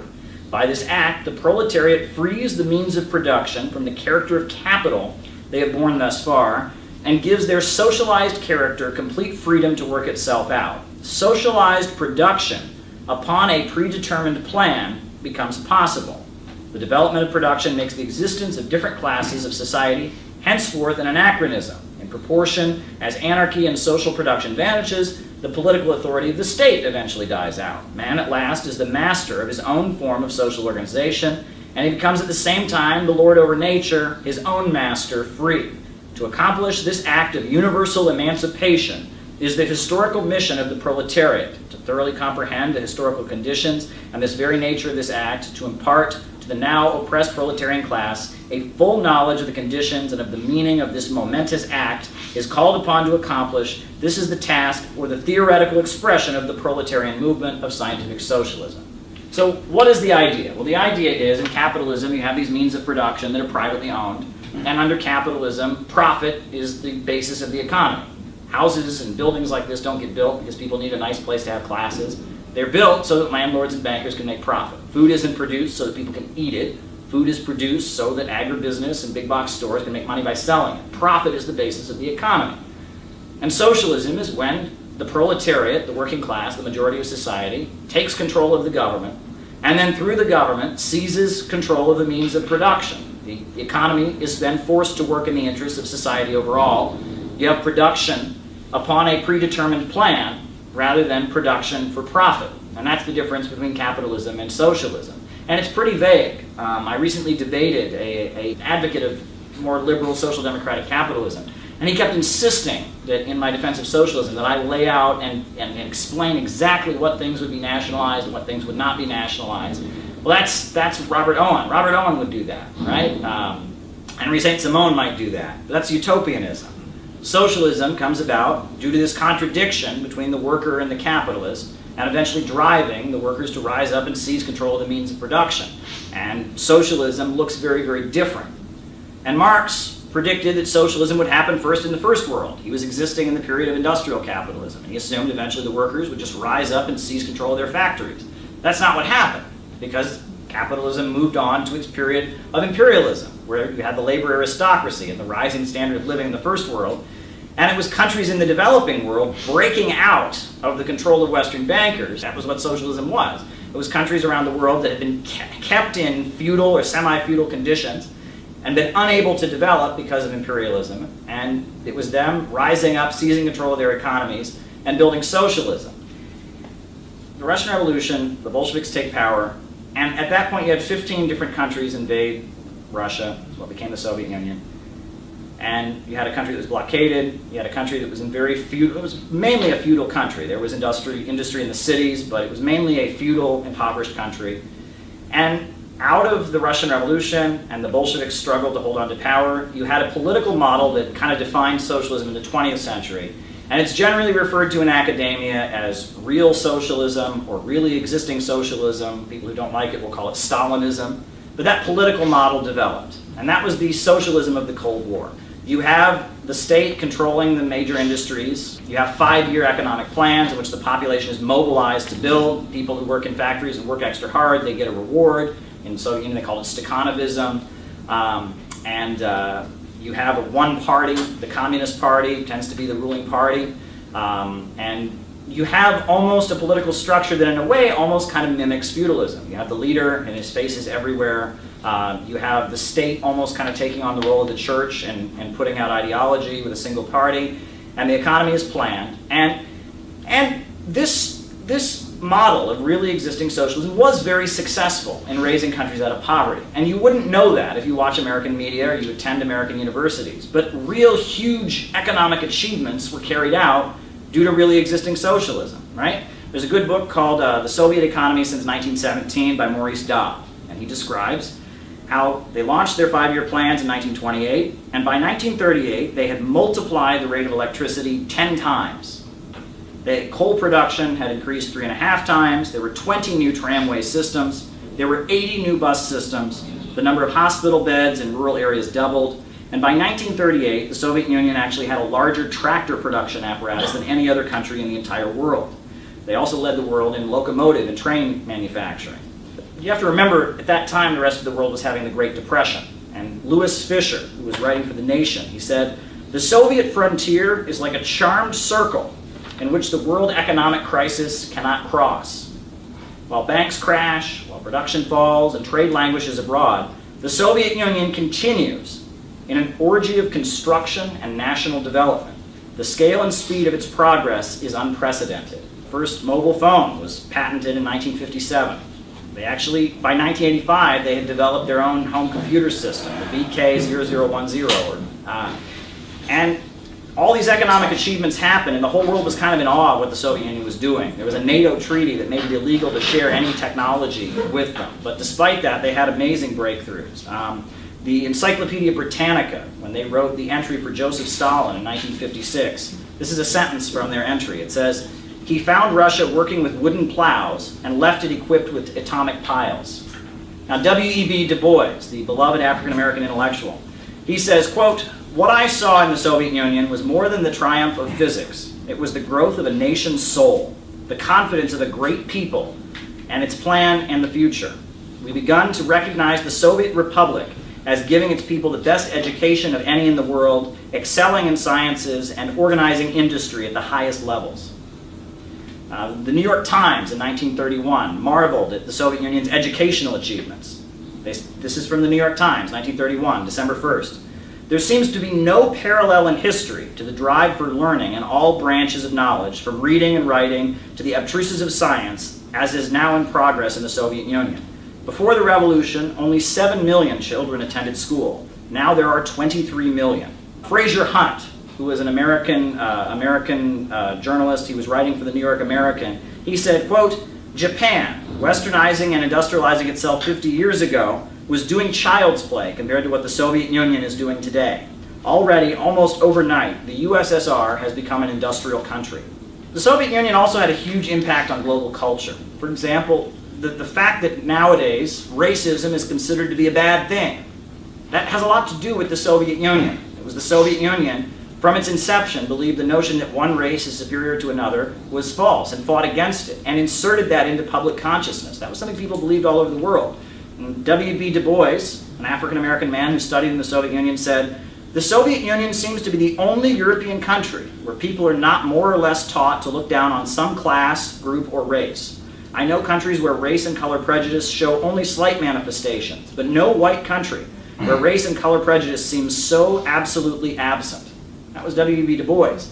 And it's largely understood that the birth of the modern civil rights movement of the United States, where Martin Luther King Jr. Became a household name, was after the lynching of Emmett Till. Right? He was an African-American man who was accused of whistling at a white woman. The owners of this store came and killed him and were acquitted in court. Well, the reason that that case created such a huge splash was because the Soviet Union took the image of Emmett Till's mutilated body and sent it all over the world and humiliated the United States. The Cold War was going on, and the United States was saying that we're a land of freedom and these are communist dictators. And then the Soviet Union just held up that picture and said, "Oh, really? That's your idea of freedom?" And it was in that context that the northern wing of the Democratic Party started to move against the rival wing of the Democratic Party, the Dixiecrats of the U.S. South. The Soviet Union had a lot to do with writing the UN Charter in the aftermath of the Second World War and condemning racism and bigotry. The Soviet Union also gave huge amounts of support to people in Africa that were fighting against colonialism and imperialism, and that also forced the United States to address the issue of racism. And everywhere that really existing socialism came into being, it had huge economic breakthroughs. I mean, and you don't have to listen to them. You don't have to take their word for it. I mean, a great resource is the U.S. Library of Congress. The Federal Research Division of the Library of Congress has published a study of every country in the world. And this is their study of Romania, a very poor country in Eastern Europe. This is what it says. It says between 1950 and 1971, the number of hospital beds per 1,000 people more than doubled in Romania. The number of doctors per 1,000 people increased by 25%. The infant mortality rate was reduced by 75% from 1950 to 1984. In 1945, only 27% of the people were able to read and write. However, by 1966, illiteracy was eradicated. By 1970, the number of teachers had tripled, and the number of university professors in Romania had gone from only 2,000 before the Second World War to 13,000. Right? For a very small, impoverished country, these are big, dramatic changes. Right? If you take a country and you expand access to health care, you wipe out illiteracy, you expand universities, I mean, this is huge. This is very, very big. People who say socialism has failed everywhere it's ever been tried, it's never accomplished anything, just doesn't match the facts. Cuba is very famous for its accomplishments, especially in the field of healthcare. I'm reading from The Guardian. Cuba's literacy rate is at 100%, and its life expectancy parallels first world nations, despite limited funding and supplies. The country's high ratio of doctors to patients and its proactive, community-centered approach to healthcare has long been the envy of many first world countries, not the least the United Kingdom. Cuba, UN General Secretary Ban Ki-moon said that their medical school is the most advanced medical school in the world. So that's their achievements. And I mean, even after the fall of the Soviet Union and the economic hardships, you can look at the CIA World Factbook and compare the life expectancies between Cuba and the surrounding countries. Cuba's life expectancy is 78.9 years, about the same as the United States. Dominican Republic, 71 years. Jamaica, 74 years. Honduras, 71 years. Guyana, 68 years. Mexico, 76 years. Guatemala, 71 years. Haiti, 64 years. Right? I mean, it's pretty dramatic that the socialist system has done a lot to improve people's lives in Cuba. Of course, we're not going to hear about that in the United States. It's also funny that, we'll often hear about North Korea and the economic hardships that North Korea has had since the 1990s, the fall of the Soviet Union, the food shortages. But this is actually from an article from the BBC, published in 2008. This is what they said about North Korea's economic development. At one time, North Korea's centrally planned economy seemed to work well. Indeed, in the initial years after the creation of North Korea following World War II, with spectacular results. The mass mobilization of the population, along with Soviet and Chinese technical assistance and financial aid, resulted in annual growth rates estimated to have reached 20% and 30% in the years following the devastating Korean War. As late as the 1970s, South Korea languished in the shadow of the, quote, economic miracle north of the border. Now, obviously, they've had problems during the 1990s and the fall of the Soviet Union. But the fact that there were huge achievements in industrialization, that they built hospitals all over the country, they wiped out illiteracy in the country, they industrialized the country, again, gets kind of glossed over. Remember, socialism just fails everywhere it's ever been tried. And that was really existing socialism, and that was the model that kind of defined the Cold War. And obviously that model had big problems in terms of human rights and the way people were treated. And it had big problems in terms of not having a market sector and people that were intellectuals and academics kind of being stifled and stuck. But we've had other forms of socialism that have come into existence. For example, in the Arab world, right, you had Ba'athist Arab socialism. And that was a political movement. Ba'ath means rebirth in Arabic. And there was a guy named Michel Aflaq, and he was a Syrian, and he was in the Communist Party. But when the Second World War broke out, the Communist Party of Syria was basically saying that that there had to be peace with the French occupiers. And he, being a Syrian who didn't like French colonialism, broke with the Communist Party and formed his own party, the Ba'athist Party. And the Ba'athist Party eventually took power in Iraq. It eventually took power in Syria.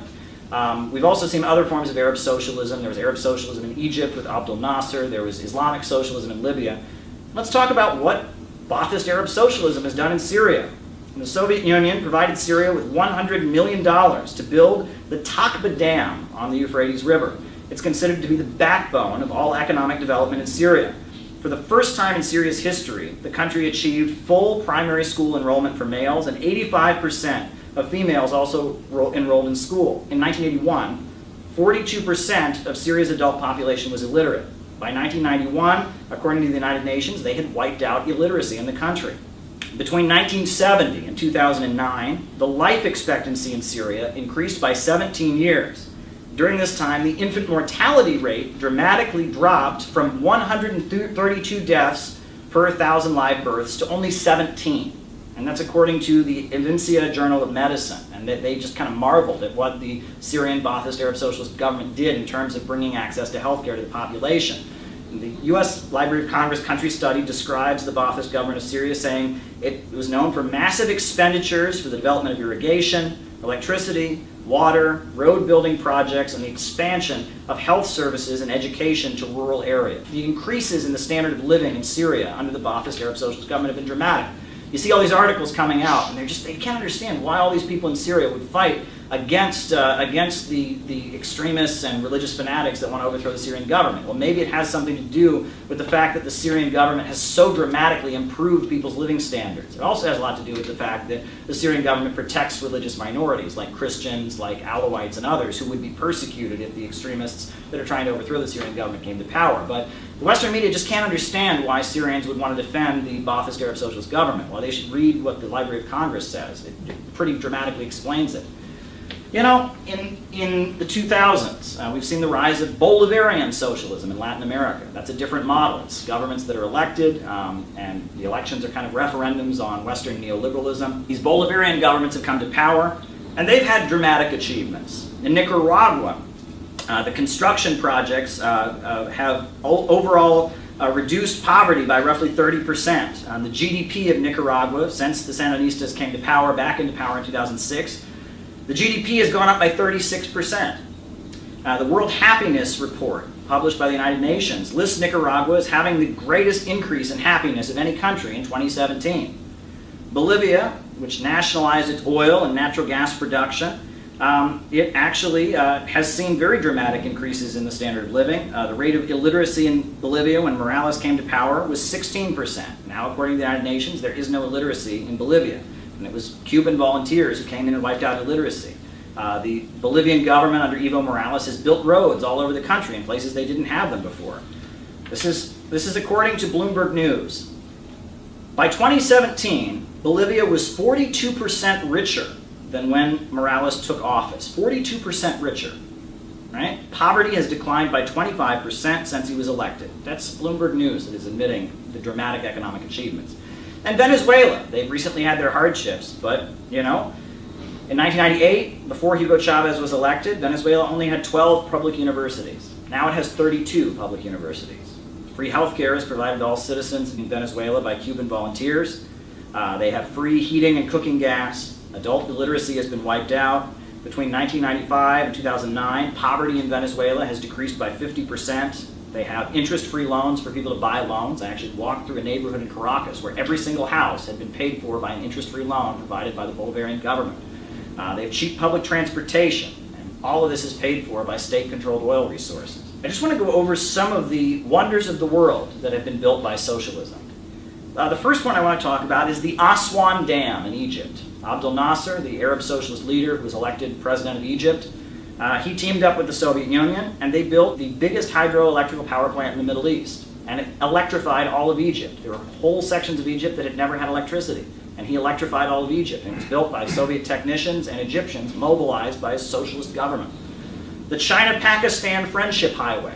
It's one of the highest and longest paved roads in the world, 810 miles long. And it's very high elevated. It was built in an alliance between China and Pakistan in 1966. The Great Man-Made River of Libya, that's the world's largest irrigation system. It is the largest irrigation system in the world. It was very damaged in 2011 during the Libyan war, but it's still functional. It was built by the Islamic Socialist government of Gaddafi. They built the world's largest irrigation system, enabled Libya to start growing their own food on a much bigger scale. It was very dramatic. The Soviet space program. No one ever talks about the fact the Soviet Union had the first satellite. The Soviet Union had the first person in outer space. During the 1930s, the Soviet Union built the Dnieper Dam, which was at that point the biggest hydroelectric power plant in the world. Well, it's not the biggest hydroelectric power plant in the world anymore. Today, the biggest hydroelectric power plant in the world is actually the Three Gorges Dam in China, a government-controlled hydroelectric power plant that was built by the socialist government. And the China Railway Corporation is at this point making the fastest trains in the world. And I just wanted to end this section by talking about an example that I think clearly illustrates the difference between capitalism and socialism. And that's what happened in China in July of 2015.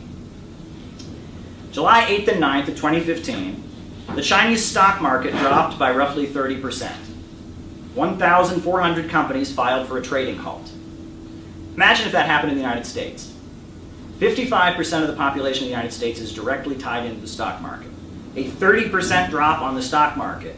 There would be riots in the streets. Food would not be delivered to stores. It would result in an utter societal collapse. And that didn't happen in China. In fact, less than 6% of the Chinese population is in any way tied into the stock market. And on July 8th and 9th, the Chinese government stepped in with what they called anti-selling measures. The Communist Party announced that anyone caught short selling or betting that a stock would go down would be immediately arrested. They also banned all major shareholders from selling any of their stocks for 6 months. The state-owned enterprises followed government direction and were carefully managed. And like 2 weeks later, the Chinese stock market had dramatically gone up again, right? Because the Chinese economy is not centered around the profits of the people on the stock market. It's centered around the state. The state controls the means of production. The stock market simply exists as a vehicle for bringing in foreign investment. And because of that, they were able to just dramatically recover from an event that would have wiped us out in the United States. Why? Because profits are not in command. You know, there are difficulties in socialist countries. There have been many bad things that have been done. But this notion that you can't have socialism and have growth, socialism has created a huge, huge amount of economic growth in the world. It has proved that a society without profits in command can make dramatic improvements, raising people out of poverty, electrifying, wiping out illiteracy. I mean, huge achievements have happened under the leadership of socialist government. We're here in downtown LA. It seems the crowd is now throwing explosive fireworks towards the federal troops that are positioned around City Hall. Explosions are taking place, as you can hear behind me. Cars are going by, throwing explosives at protesters. It's not clear who is in the cars, but they are throwing explosives at the protesters. All right, we're here in downtown Los Angeles, and as you can see, the crowds of people who came out to protest Donald Trump are still largely here in mass. Now, the protests that happened today are to coincide with Donald Trump's birthday and the military parade that is taking place. Many feel that a military parade on the president's birthday is a sign of authoritarianism. They came out to protest, the banner call being "No Kings." No Kings is the theme of the protest. Now, today's demonstrations come as there was just a political killing that took place in Minnesota. Lawmakers were gunned down, and the country is reacting to a political killing, a political assassination that happened in Minnesota. Many people are quite upset by that. Now, it's important to note there are, at this point, federal troops here that have been deployed. President Donald Trump deployed federal troops to California in response to protests earlier this week that got violent. Protests that were sparked by the Immigration Customs Enforcement and their aggressive raids.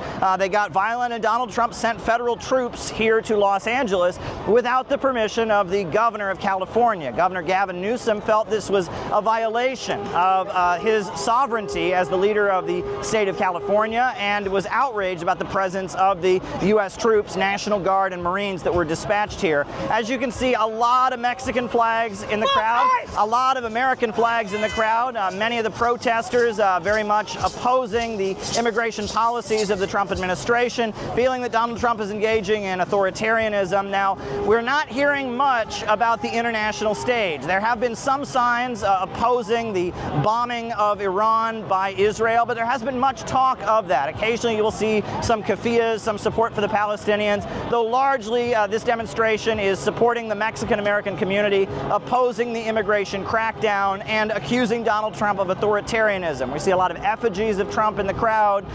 We see a lot of denunciations of Donald Trump as a dictator, as a king. It's quite a mobilization. It's been going all day. The protests began in the morning, and there were thousands and thousands of people. And hours later, you know, this is getting into late afternoon. There's still a big crowd of people here expressing their opposition to the President of the United States.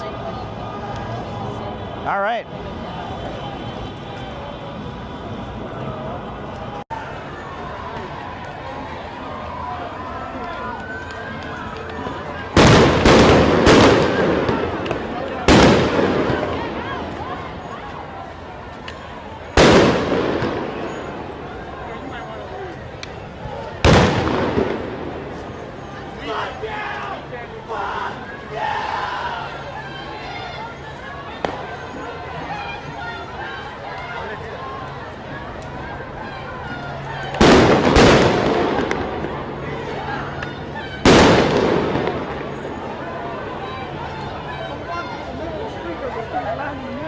We're here in downtown LA. It seems the crowd is now throwing explosive fireworks towards the federal troops that are positioned around City Hall. Explosions are taking place, as you can hear behind me. It's getting quite intense.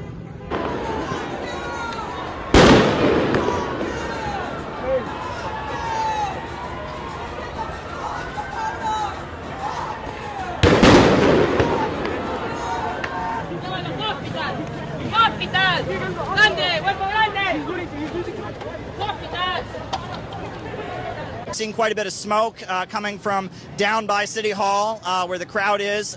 So one protester was seen covered in blood. It looks like he was hit with a police rubber bullet.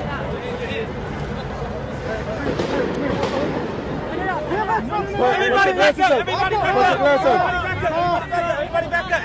He's a medic! He's a medic! He's a medic! Get back! Get back! Get back! Get back! Everybody get back here! Okay, you guys awesome. Yeah, I like you guys. You're good. You're good. You're good. This is a fucking photo. You're good. I know. It needs to be packed. It needs to be packed. Come here. Come here. All right. Hey, man, just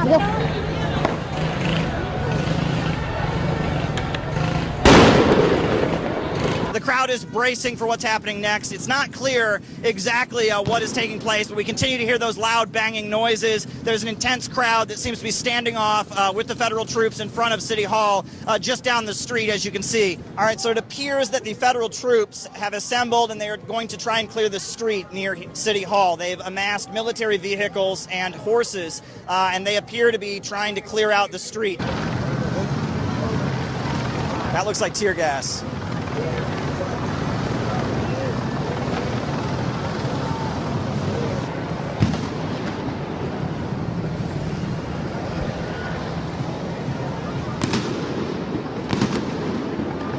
Now, we all just received notice on our phones that an unlawful assembly has been declared. The phone notice urges people to avoid the downtown area, and that basically announces that the federal troops or local law enforcement have declared the assembly of people, the thousands of people gathered here, to be unlawful.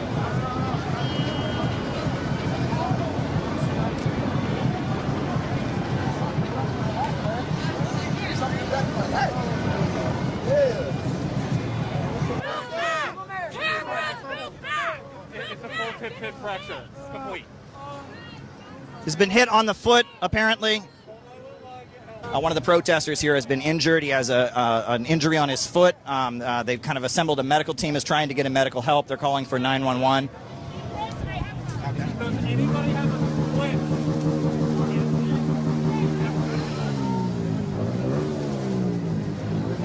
Was he hit by a rubber bullet? I assume so. See that sheet?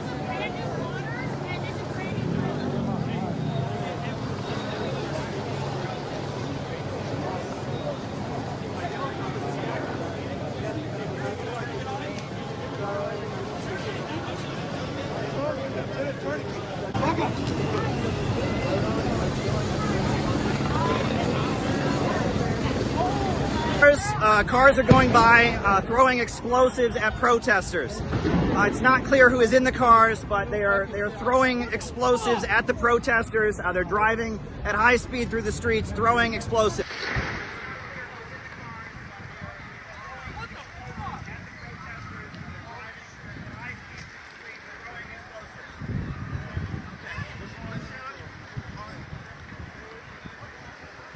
Breathe. Go. All right, so civilian vehicles have just gone by, driving by very quickly, throwing explosives at protesters. There's a car here that is leaking gas heat. As you can see, there's a burning car right over there. It's not clear what's coming out of the car, smoke, something to that effect. Yeah, as you can see, this car, there was smoke pouring out of it. There have been cars, vans driving by with explosives being thrown out into the crowd. Look at this car here that was pouring smoke. A lot of explosives, kind of fireworks have been thrown into the crowd.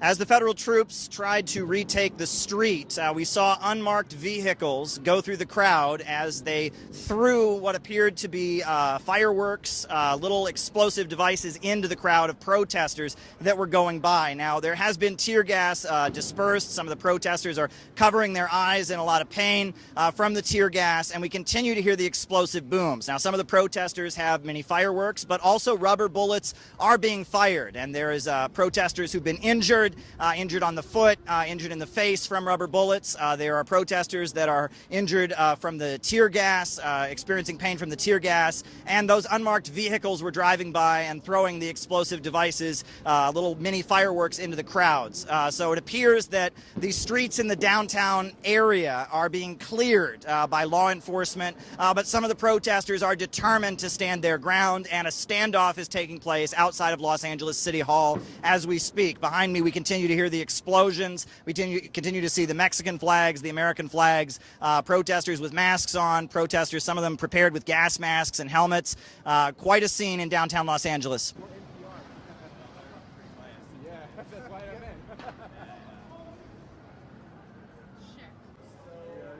All right, local police on horseback are attempting to march down the street, kind of flanking the protesters who are facing off with the federal troops in front of City Hall. We see the protesters fleeing as the police on horseback are approaching. All right.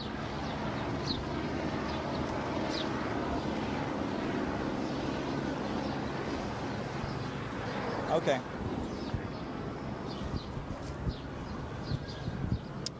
Can you hear me?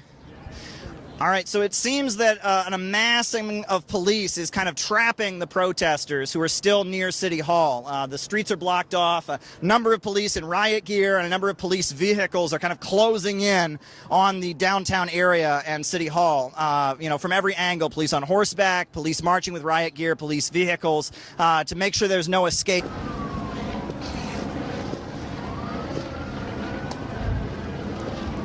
Now, a number of protesters are trapped down by City Hall. An army of police has kind of closed in on them, surrounding the streets around City Hall so that there's no escape. A number of the protesters are on the streets in front of City Hall still with no way out, where they're standing off with the federal troops. As you can see, like, you know, a number of police vehicles, police on horseback have just closed off any of the streets that would provide an escape.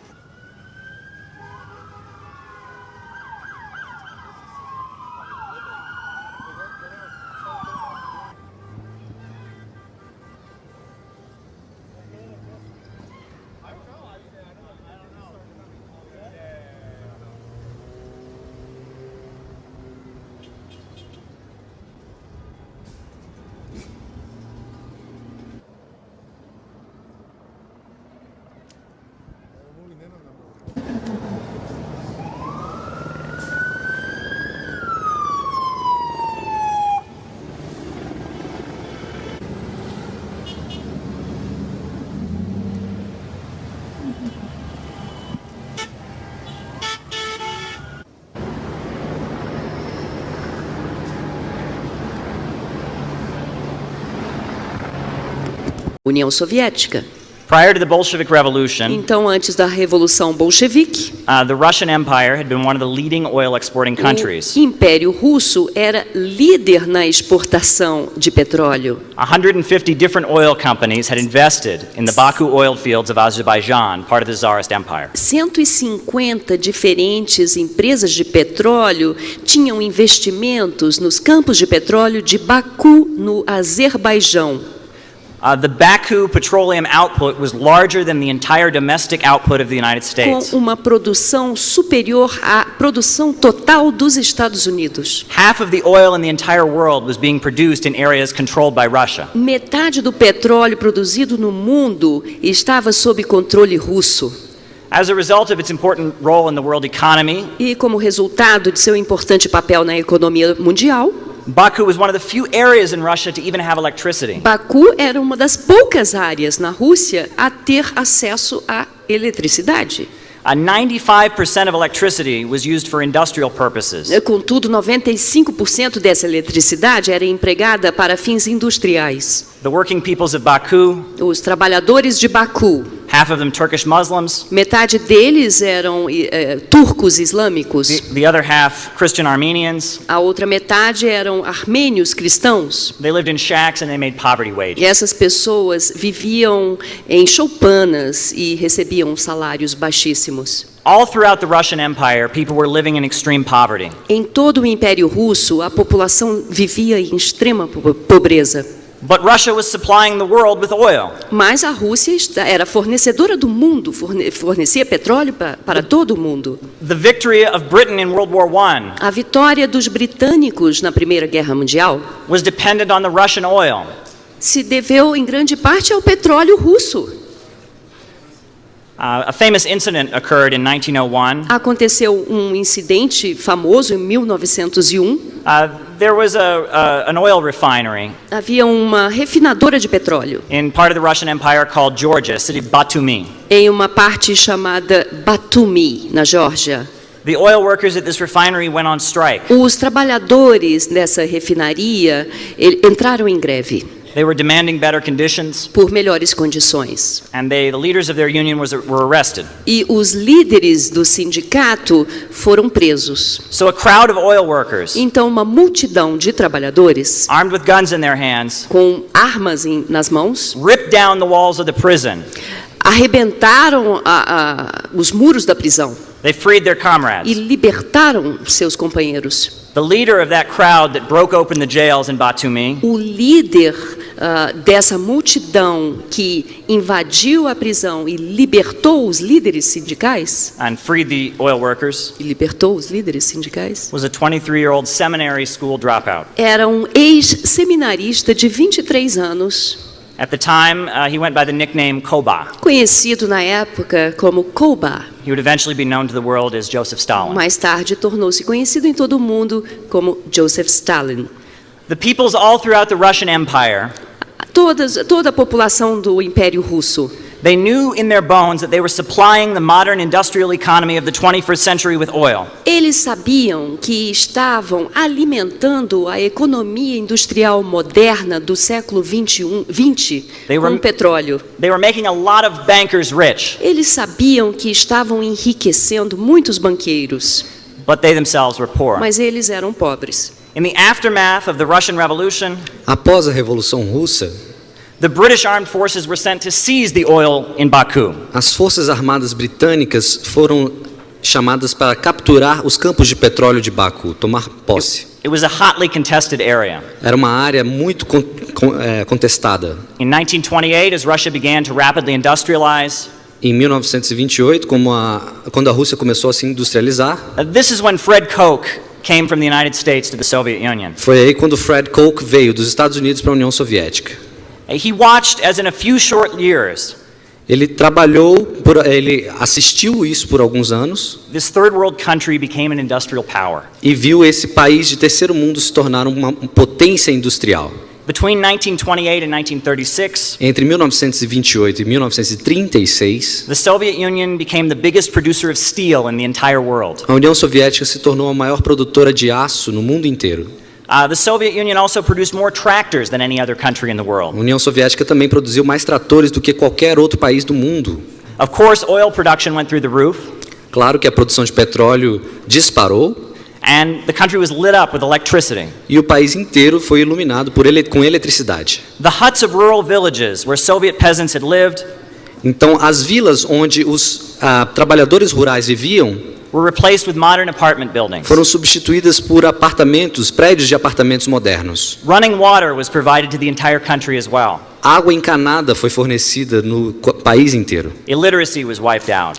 Analfabetismo foi eliminado. And this was the 1930s. Isso nos anos 1930. The rest of the planet was having a Great Depression. O resto do planeta estava sob grave depressão econômica. Now, the Soviet Union was not the workers' paradise many of the Marxists and communists had expected. Mas a União Soviética não era o paraíso que muitos marxistas esperariam. It was clearly not heaven on earth.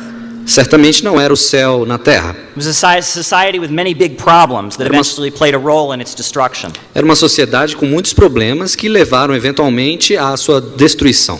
But what the Soviet Union did between 1928 and 1936 Mas o que a União Soviética fez entre 1928 e 1936 was go from being an impoverished country foi passar de um país empobrecido, controlled by Britain and France as a semi-colony, controlado pela Grã-Bretanha e pela França, quase que como uma semicolônia, to becoming a superpower.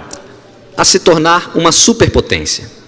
This doesn't require Marxism-Leninism. Isso não requer marxismo nem leninismo. This doesn't require Soviet-style command economics. Não requer um estilo soviético de comando da economia. It requires economic independence. Mas apenas independência econômica. It requires mobilization of the people. Requer a mobilização das pessoas. It requires a leadership that loves the homeland, not the international bankers. Precisa que as lideranças amem sua pátria e não os banqueiros internacionais.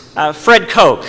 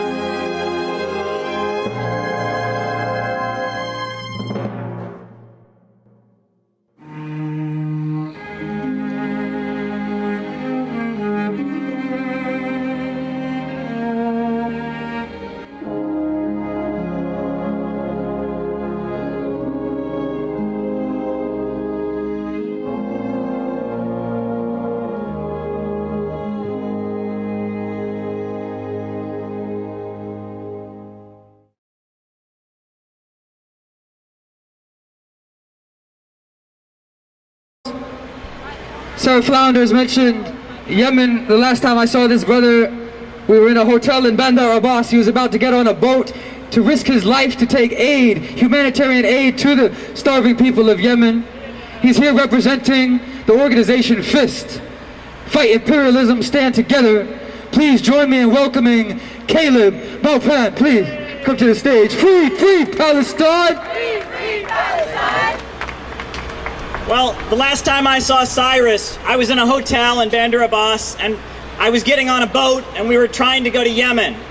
Our boat was full of medical supplies, humanitarian aid, food, flour, things that people in Yemen desperately need.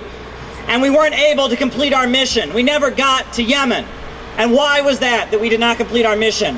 On the day that we were supposed to arrive in Yemen, the Saudis bombed the port of Hodeidah, not once, not twice, not 3 times, but 8 times in a single day. They bombed the port of Hodeidah.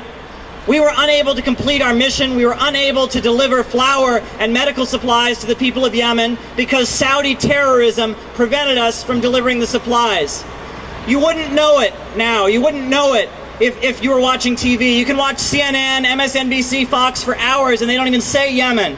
But around the clock, every single day, Yemen is being bombed. It's being bombed by the Saudi military. But every single one of those bombs is given to them and sold to them by the United States. Pentagon generals are on the scene directing the Saudi attack on Yemen. This attack on Yemen, it shouldn't just be understood as a Saudi attack on Yemen. The bombing of Yemen that is destroying hospitals, destroying schools, destroying power plants and civilian infrastructure that's already killed at least 4,000 people. The bombing of Yemen that's taking place is a U.S. military operation. It's an Israeli military operation. It's being done to serve imperialism and Zionism. Why are they bombing Yemen right now? They're bombing Yemen because Yemen wants to be free. Yemen used to have a dictator, a president who was a dictator, a puppet of the Saudis. But the people in Yemen decided they wanted democracy. They wanted independence of their country. And they overthrew the U.S. and Saudi-backed dictator. And that's when the Saudi bombing campaign started, with U.S. support. They're bombing Yemen in order to stop them from developing democracy and independence. And why else? It's a well-kept secret that Yemen has vast untapped oil resources, one of the biggest oil deposits in the region. And they know that an independent Yemen could utilize these oil resources to start developing their economy and exporting. The U.S. and Saudi Arabia and Israel are teaming up against Yemen because they want to keep it poor. They don't want it to become an independent country like Iran or Venezuela with public control of natural resources. What is going on in Yemen? This crime that we hear nothing about. It is horrendous and it is a crime against humanity. We don't know anything about it. You know, people might see our rally here today, see the Day of Al-Quds and think, what's he up here talking about Yemen? That's a completely different country. But it's not. It's all connected. Every major religion, Christianity, Judaism, Islam, they all forbid what's called ribald or usury, which is the way of making money by doing nothing, making money off investments. But what is Wall Street? Wall Street sits at the top of a global system based on ribald and usury. Yeah. They make money from nothing. They make money from nothing. They make money from impoverishing the world. And that's what we have to oppose. We have to oppose the global system of monopoly capitalism, where a few big bankers in London and in Wall Street control the world. Yemen is fighting for its independence. And I'll tell you another thing. Obama and the leaders of the U.S., they say that they want to stop ISIS, and they say they want to stop terrorism, and they say they want to spread democracy. But there's nothing democratic about Saudi Arabia. And what countries are actually defeating Daesh and ISIS? It's Iran and Syria. They're scoring real victories against them, and we can't even sign a peace treaty to end the sanctions on Iran. It's Iran and Syria that are fighting terrorism. It's the United States and Saudi Arabia that are spreading terrorism all over the world. So, as we talk here today, we got to organize and fight back. And I'll tell you one thing. Some people say that if you oppose Zionism, you're an anti-Semite. But one piece of evidence that shows that's not true, the majority of Zionists in the United States, the majority of Zionists are not Jews. They're Christians. All across the Midwestern United States, there are people who've had their homes foreclosed and have had the good-paying industrial jobs taken away, and they're living in an economy and they're miserable. and they're going to church to pray, to try and find some consolation. And when they pray, their ministers who are getting money from Wall Street are telling them to pray for Israel, and that's a crime. The same big bankers that have set up Israel, the same big bankers that are destroying the Midwest of the United States, they're the same big bankers that are setting up the prison industrial complex in this country, and all humanity has a stake in the fight against imperialism and Zionism.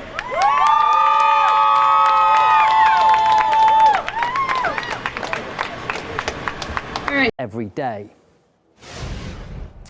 Well, journalist and political analyst Caleb Maupin is here live for us to talk more about what has happened. It's a tragic incident, but one many people say is becoming far too familiar. But in the past, when there's been a debate about gun control, it always seems that the pro-gun lobby seems to win through. Do you think that this will be any different? Well, I think U.S. media often portrays kind of a false image of U.S. society, and a lot of people around the world are led to believe that the U.S. is some kind of paradise in which the streets are paved with iPods and everyone lives in prosperity. But for a few moments on live television, people today saw what the United States is really like. This is a society dripping with fear, dripping with violence, and people walk around really, really upset and afraid of each other, and there's a lot of insecurity.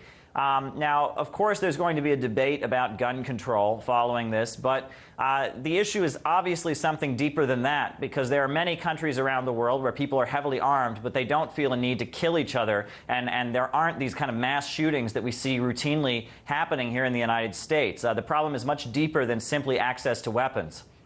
Caleb, do you think the unusual and also very graphic nature of this killing will alter the debate at all?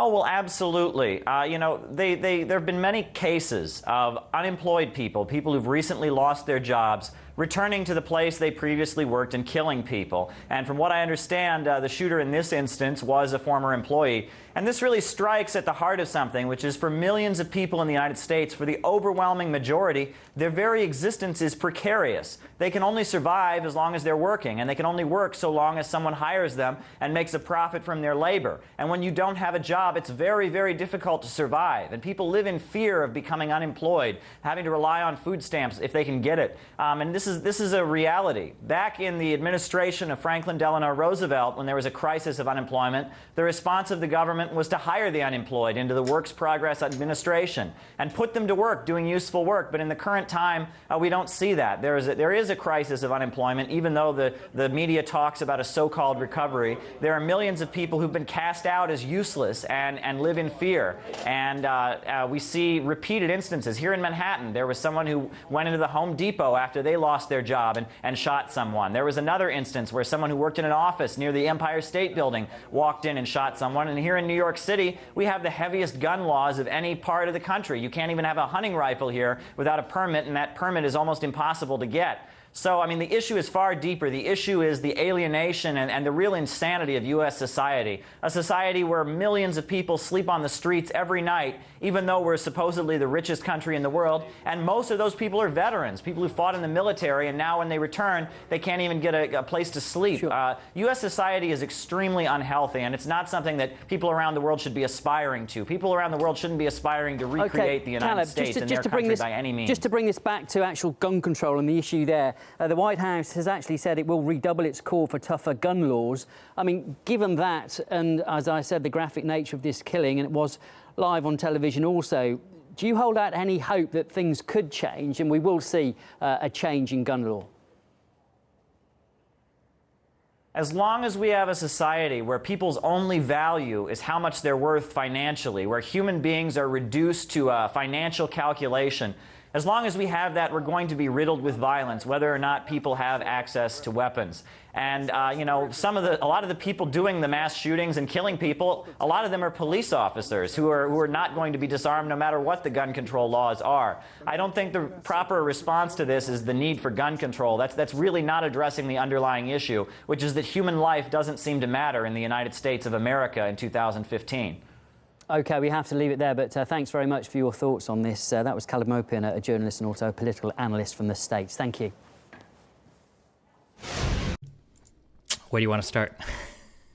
Well, can I respond to what was said? Yeah, whatever you want to do, yeah. Okay. I find this a laughable caricature of anything I've ever written or anything that I understand is part of this conversation. And I don't appreciate being told what I think or what I say or what I mean or what I intend. I can speak for myself, and that would just be fine if we could allow each other to do that. Number one. Number two, I have no idea what this silly remark that I hear so often is, that no socialist society has succeeded at anything. I have no idea what you're talking about. Let me give you an example. One of the most important metrics used in the economics profession around the world to assess the quote-unquote success of an economic system is the rate of economic growth. You measure GDP and you look at how it grows over time. And then you compare one country to another to assess their relative success, not as societies, because that's a vague generality, but at this particular metric, which we use in economics to measure economic growth over time. It's not the only metric, but it's a widely used one. So I'm now going to use it. In the 20th century, the fastest growing metric, the fastest growing GDP in any country measured was the Soviet Union. And in the 21st century we're living in, the fastest growing GDP in the world has been the People's Republic of China. This is not an endorsement of one or another economic system. It's a statement of fact verified by any reliable source of information. The UN, the project in the University of California, Berkeley, and others who keep track of this. So this has to be understood because in much of the world, economic growth is a shared objective and goal that these two societies have excelled at achieving.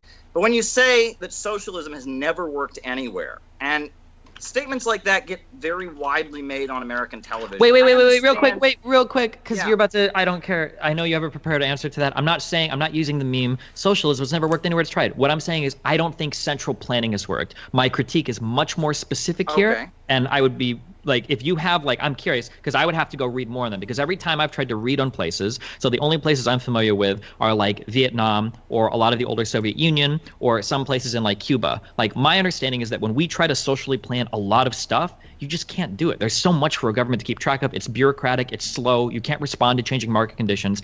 So I'm saying central planning specifically doesn't seem to be a solution to an economy. That's what I'm saying specifically, not like the socialism has never worked meme. Okay, I'm glad you're being more specific than that. But I would encourage you to read Maurice Dobbs' book, Soviet Economy Since 1917. Maurice Dobbs was a lecturer at the University of Cambridge in Britain, and I have, quotations from the book right in front of me. In 1928, they launched the 5-year plans in the Soviet Union. By 1938, coal production had multiplied by 3.5 times. They had increased the rate of electrification tenfold. There were 20 new tramway systems. The number of hospital beds in rural areas had doubled. The Soviet Union at that point was the largest tractor producer in the world, and they were the largest locomotive producer in the world. Right?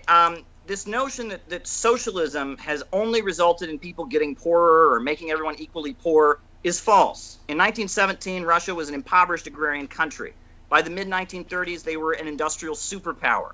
My understanding is that in the 20th century, there was a faster growing economy than the USSR, and it was Japan. Japan still exists today, and the USSR does not. I understand that the USSR did show a huge amount of growth, but I think it's odd to use that as an example when socialists often point to the evils of imperialism, and when you point out the fact that everybody was heavily industrializing around that time as well. I don't think it's fair to say that the USSR simply grew on the merits of socialism when there were so many other things happening at the time, and when it was outgrown by another economy that was... But those are the facts. I mean, you can play whatever games you want. The fact of the matter is that the Soviet Union's performance in the 20th century completely outshines that of Japan. There's no comparison. In 1917, when the Soviet Union begins, it is the poorest country in Europe by far. It then goes through 70 years of a lost World War I, of a civil war, of an agricultural collectivization, and of World War II, which did more damage in Russia than in any other country. Notwithstanding that it was the poorest country at the beginning of this horrific story, it ends up in 1965 being the #1 competitor of the United States for global hegemony. That's only because of its #1 status in economic growth that it achieved the overcoming of all those horrific losses. I'm not arguing in favor of this or that about the Soviet Union, but the fact of its achievement is a staggering reality that you can dance around from here to tomorrow, but it doesn't go away because it's inconvenient to confront it. And the same thing is true now. If you read Pearl Buck's novels about China before the revolution, you will hear about a society whose depth of poverty literally blows your mind. And here they are about to surpass the United States before the end of this decade. And that was accomplished by a communist revolution and a government that has been run by a communist party to this day. And yeah, for sure, they cleverly opened their society up to capitalists to come and join them. But to imagine that the achievement of the Chinese economy is purely due to the private capitalists rather than to the state economy, that's making believe, because you need to have an argument that puts the success at the credit of one or the other. The infrastructure, the training of the mass of people, everything that happened in China is as much a product of the planning and policies of the communist government than of any other factor. And that has to be recognized as well. And none of this is an endorsement. That society has strengths and weaknesses. It has things we can criticize, but we can't make it up because it's inconvenient to face the successes they've had and continue to have. They were a country that was strong enough to defeat Nazi invaders. They were a country that eventually hold on. A lot of this is just not true. So the Soviet Union was not strong enough to defeat the Nazi invaders. Firstly, in the early part of the war, the Nazis were involved in lending a lot of things like rubber and other materials to the Soviet Union. And later on, the Lend-Lease programs from the Western capitalist nations were a large part of the reasons of why the Soviet Union was able to field as much armor and everything as they could. These aren't controversial claims. Lend-Lease was a huge program that was massively successful to supply the USSR with supplies. It's a global alliance, an anti-fascist coalition. Sure, but it's Britain disingenuous to say that it's Nazis on their own either. Sure, they but had help as well. The United States had I'm help. not. I'm not saying that these are. Sure, these are what about? Sure. I understand that. These are whataboutisms that aren't relevant to what I'm saying. Is that the idea that the USSR was some strong superpower that on its own could stand up to the Nazis? That is absolutely not true. They absolutely needed outside help. First from the Nazis themselves, and then once Hitler turned on Stalin, then from other Western nations via Lend-Lease.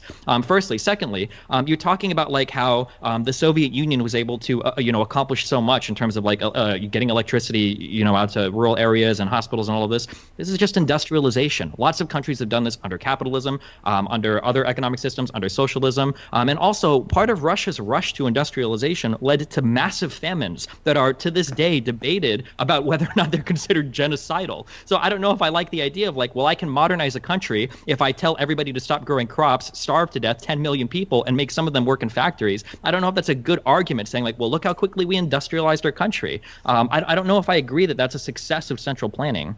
I think you can look all over the developing world today and see a lot of free market countries that have not industrialized and have not done what Russia and China both did during the 20th century, right? This notion that socialism never creates growth, it's never worked anywhere, all it leads to is people being poorer. Look at Russia in 1917. Look at Russia by the mid-1930s. Okay, hold on. We're back at Russia by the 1970s. Look at China in 1949. Look at China today, the second largest economy in the world. That's a big fat lie. And I am sick of hearing it because it contradicts reality. Socialism has raised countries up out of poverty. Meanwhile, all over the developing world, this is like literal. These are like still illiterate, where people don't have a basic electricity. right? I feel like I'm running down. Let's running down like a dialogue tree right now. I'm talking about central planning. I'm not. I understand that you've probably heard a million times socialism makes people poor or whatever. I would never make that claim. That's false. Well, no, but I would say that like the industrialization of the world. So much the same way when people say like, oh, capitalism is what's causing global warming. I don't think that's true. I think it's industrialization is what's causing global warming, right? We consume a lot of stuff. We produce a lot of emissions as a result of that. Like it's industrialization. When you talk to me about how, like, well, the living standards from the 1900s to the 2000s has increased. I'm not going to sit there and say, well, capitalism did that. And I'm also not going to say in socialist countries, socialism did that. Technological innovations, medical innovations, agricultural innovations, like these are the things that have driven a lot of this. So I'm not giving you the meme that socialism hasn't helped any country. I'm sure that we can find, whether we want to bring up Catalonia or other types of like smaller socialist societies that have existed and thrived for small periods of time. I'm sure we can find examples of that. What I'm saying is that central planning as a means of controlling an entire economy doesn't seem to be a realistic policy. If you want to talk more specifically about the USSR, we can, but I feel like that is not a good example for you to go to show off the successes of central planning when millions of people starved to death in that society as a result of central planning. I think millions of people starved to death prior to the Russian Revolution. As an agrarian economy, when there was a famine, people starved to death all the time.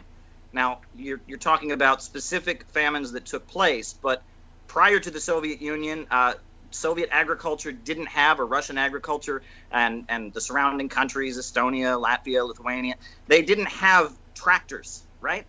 It was the Soviet Union that mechanized agriculture. It was the Soviet Union that electrified the entire place. They actually had the biggest hydroelectric power plant in the world in 1931, the Dnieper Dam. The fact that you gloss over the transformation of a deeply impoverished country into a country that was a superpower and is widely acknowledged to be a superpower, and you just say, yeah, but there were a bunch of famines, so none of that counts. That's completely disingenuous, right? The whole world realizes what happened there, and the whole world realizes what's happened in China. And furthermore, if you want to see countries that have been part of our global free market capitalist system and how they've flourished, take a look at Haiti. That country has NAFTA-style trade agreements with the United States. People eat dirt mixed with oil, right? The amount of poverty there is pretty big, right? And that's a free market country. But no one ever says Haiti's problems are because of capitalism. But all of Venezuela's problems are because of socialism. Take a look at Nigeria. This is the top oil-producing country in Africa. They have been doing business with Chevron and Shell Oil for decades, right? I mean, if oil and wealth and selling on the market would make them prosperous, they'd be a wealthy country. Their life expectancy is only 59. The rate of illiteracy the rate of literacy in terms of population that can read is not even 60%, right? The unimproved drinking water rates. Take a look at what the CIA World Factbook says about Nigeria, the top oil-producing country in Africa. That's what the free market has to offer, right? Free market capitalism is not industrializing countries. Why don't you compare India to Russia and China, for example, right? India did not have a socialist revolution. It had a nationalist revolution. It got its independence from the British. That was a good thing. But it did not have socialist construction or central planning. And compare it to Russia and China throughout the 20th century. Compare the conditions of the people in India to the people of Russia and China, and you can look pretty clearly there. And in fact, a lot of the industrialization that has happened in India happened because of the Soviet Union and China, right? It was the Soviet Union built steel mills in India. China is now doing a lot of business there. So this notion that capitalism is industrializing countries, you can talk about the Asian tigers. I'm happy to address the Asian tigers. That's an example. But, all these immigrants that are pouring into the United States on the border right now, countries like Honduras, free market, capitalist country, where there are people that don't even speak Spanish, people don't have running water, people don't have electricity, Guatemala, take a look at Mexico. These free market countries have been looted and destroyed by international corporations, whereas countries that have central planning have raised people out of poverty, they've industrialized, they've electrified, they've wiped out illiteracy very consistently, despite the problems. And there are big problems. I don't deny that. Okay, so I'm not saying that the USSR did not grow a lot. Obviously, the USSR grew massively. Your claim is not that the USSR grew. That's not what we're arguing about. It's whether or not the USSR grew at the rate that it did due to socialism. A country that was heavily involved in multiple famines, a country that heavily went from little industrialization to a lot of industrialization, and a country that engaged in a lot of imperialistic practices is a country that grew massively in the 20th century. To say that all of their growth, or even the majority of their growth, was due to the organization of their economy and not due to factors that were independent of that organization, to say otherwise that they wouldn't have grown, maybe at an even faster rate, had they been a capitalist economy, there would have to be some evidence provided for that. And I don't believe that that's ever been adequately demonstrated. On the contrary, I believe some people have argued that Russia could have potentially grown, the USSR could have potentially grown even faster had it abandoned some of its more outdated forms of trying to manage their economy. When we bring up China, China has grown a lot under certain socialist policies for sure. But when we look at China, especially in the 80s and 90s, China began opening itself up to massive growth when it comes to foreign investment. China is the number 2 country in the world that allows for foreign direct investment. And the coalescing of all of China's state-owned, the SOEs, the state-owned enterprises, into a select few industries, and then the massive opening of foreign investment into that country to give other people more control over privately owned businesses has been what has caused the massive explosion that we've seen of China in terms of pulling people out of global poverty, as you mentioned in the video that you did for the Gravel Institute. You attribute that to socialist policies, but the thing that really pulled China into the 21st century in terms of economic success was the opening itself up to foreign direct investment, was the opening itself up to other economies being able to interact with them more, which are all neoliberal trade policies. These aren't people-owned businesses. These aren't businesses that are ran by the workers. These are, I mean, if anything, China is a government that runs the business itself. It's a state capitalist economy more so than any type of socialist or communist economy. To say that a single party regime is having the workers themselves making decisions over how any individual business is running, I don't think is fair to say. I guess and then real quick, just finishing. Your understanding of China. Your understanding of China, though, is really badly flawed. Can I finish this last part? The thing that confuses me the most, and the thing that frustrates me the most, I guess, when I have discussions with socialists, is socialism feels like this very amorphous, ever-transforming idea of what it actually is, such that I don't even know why we use the word anymore. So I'm very glad that you've acknowledged that Marx, through his labor theory value analysis, was absolutely flawed and was an absolute failure. I'm glad that you've acknowledged that the way of analyzing. I have not acknowledged. You're making this stuff up. I've never acknowledged anything of the work. Okay, I don't even know where you get this. Well, earlier you just said that we shouldn't hold ourselves captive to the thinking of thinkers of the 19th century in terms of what socialism is. So I assume you've evolved No, I didn't do that at all. I told you that socialism has a variety of theories within it. It's a broad tradition. It had to be. In the 150 years since Marx wrote, his ideas have moved into every country on this earth at different levels of economic and cultural and political life. And of course, those different people all found something valuable, but they all made their own interpretations. This is a rich, diverse tradition. It's as if you're going to decide what it is I mean when I say these things. I never said that the Marxist theory isn't valuable, that the labor theory of value doesn't apply. If you read any of the books and articles I've pumped out in my life, you'd know that the exact opposite is the case. Wait a minute. I want to correct something about China because you keep repeating it. Okay. You know why private enterprise and private capital flows into China in the 80s and 90s? Because China had transformed itself from a place where nobody wanted to invest to a place like now where everybody does. Capitalist enterprises went there because they had a well-educated, disciplined labor force at very low wages, because they had built an extraordinary infrastructure, because you had a growing level of income for people to buy things. That's why General Motors produces and sells more cars in China than it does in the United States. The reason private capital went there was because they had, before the arrival, created the institutions. Every other part of the so-called third world, Asia, Africa, Latin America, who had received since the Second World War massive amounts of foreign aid, were desperately trying to do what the Chinese were doing, namely, develop their countries so that foreign private investment would come. China didn't get any foreign aid because they were communists and the United States didn't give them any.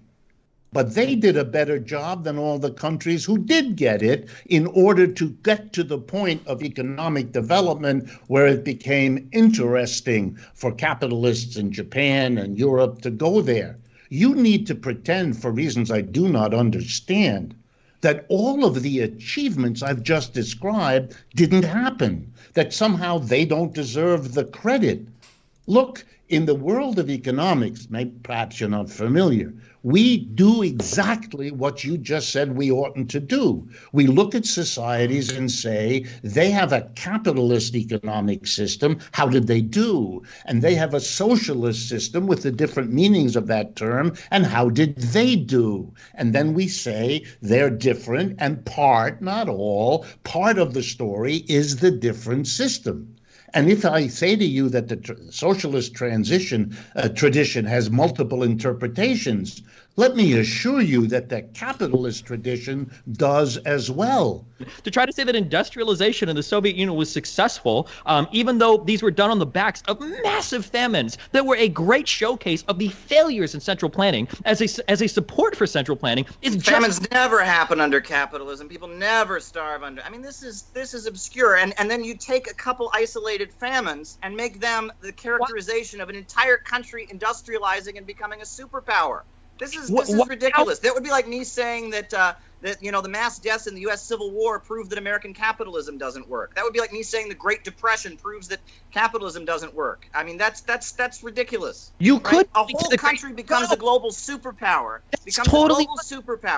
invents space travel, electrifies the entire place, is building some of the biggest hydroelectric power plants in the world. People that lived in huts are suddenly living in modern apartment buildings with electricity, but none of that counts because there was a famine along the way. That is absurd. I'm not saying miracles took place. The whole world was trying to be like the Soviet Union at that point. I don't want to. Every former socialist country of Eastern Europe, polls overwhelmingly show people saying life was better. That's not just in Russia. Soviet nostalgia is at an all-time high. I don't want us to talk over top each other. So Destiny, go ahead. I'm going to give Destiny the floor for a minute. So is nostalgia under the old American system. People nostalgia. But they lived under it. They know how horrible it is, Destiny. Okay. Let's rein this back. So let's rein this back. Destiny, go ahead. I don't see any Nazi nostalgia in Germany. I'll tell you that much. Really? I don't. Think about it. That never happens under capitalism, right? I mean, there wasn't huge famines in India caused by the British Empire. There wasn't huge famines in Ireland caused by British capitalism. I mean, but like this is okay. There were annual deaths of starvation in Russia all the time before the revolution. There were annual deaths of starvation in China all the time, but none of that is because of the old system. Okay, hold on. Hold on. Industrialized the place. They've actually gotten them out of Okay. Them for that. Destiny, why? This is absurd. Caleb, Destiny, why is he arguing your point for you? Because saying that, there were massive famines in the Soviet Union, which a lot of them weren't as bad as the ones that happened in Ukraine and Kazakhstan, saying that there were famines before central planning, and then saying they were there after central planning, that's my argument. Yeah, central planning. So I don't know. It was central planning that mechanized agriculture. They got them out of those situations. It was central planning that actually cured these problems. It was central planning that made China, instead of being a sick man of Asia that has mass impoverishment and mass famines all the time, into being the second largest economy in the world. You're blaming the system that cures famines and cures these problems, even though it takes a while to do it, perhaps. They are the ones that actually are responsible for the industrialization. You're blaming them for something that happened under your system all the time. I'm not. When the British controlled China, there were famines all the time. Okay. And with communists in power in China, they have become the second largest economy on earth. They have wiped out poverty. The IMF and the World Bank is praising everything that they have done, but you blame them for what? I mean, this is ridiculous. If we're going to talk about socialism, then we have to talk about what it means to the people pushing for it and urging it. And those people have learned from the 20th and 21st century, just like those who pushed for capitalism 3 centuries ago learned from their early experiments how to refine, how to adjust, and how to change. To pretend that didn't happen, to trade in old and shrinking conceptions of socialism may be good debating ploy, but it doesn't advance our understanding of anything. So it's election night 2018, and as you can see behind me, we are at the headquarters of the Communist Party of the Russian Federation. This is their headquarters. It's kind of got a fence around it here. We've got the flags. You can see Lenin behind me, but it's, it's kind of a compound. As you can see, we've got a building here. That's the headquarters. We've got, some other buildings around here, and we're going to be covering the Communist Party here on election night 2018. So I'm walking through. I'll just show you around. It should be nice. Now I'm going to be doing my lives from this area where they're setting up the equipment. That's where I'll be doing my live shots from as we get the results. And should be quite an exciting night. The candidate for the Communist Party this year is Pavel Gradunin. The first time he's run, usually it's been Zhuganov, but this time we have Pavel Gradunin, a billionaire owner of the and president of the cooperative Lenin Farms. It's going to be quite an interesting election. Of course, Western media is in an overdrive trying to denounce these elections, tell us that they aren't legitimate. So, tune into RT. We'll be on. Should be an exciting evening. Enjoy.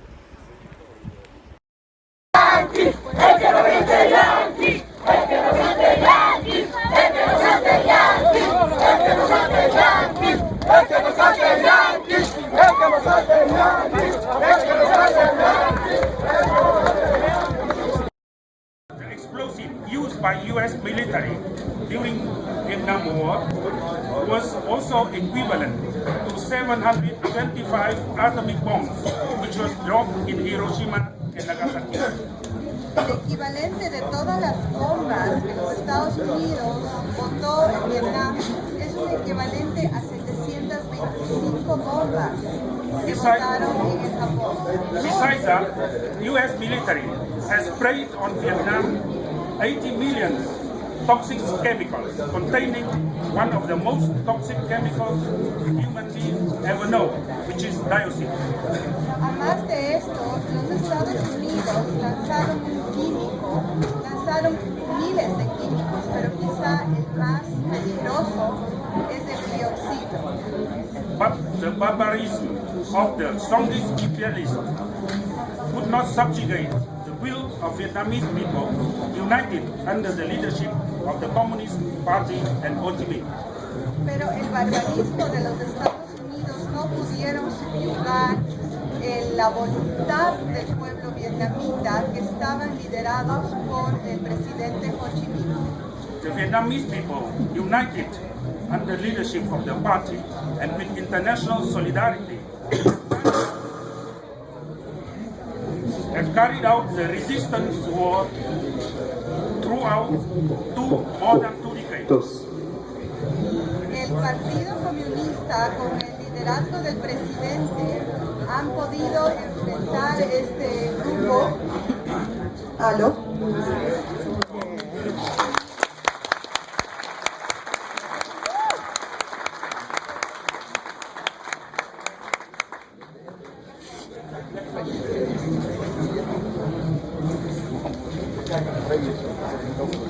La verdad es que esto está mejor porque si no nos íbamos a quedar sin garganta y ustedes no oían nada. En todo caso, lo que estaba diciendo es, ¿aló?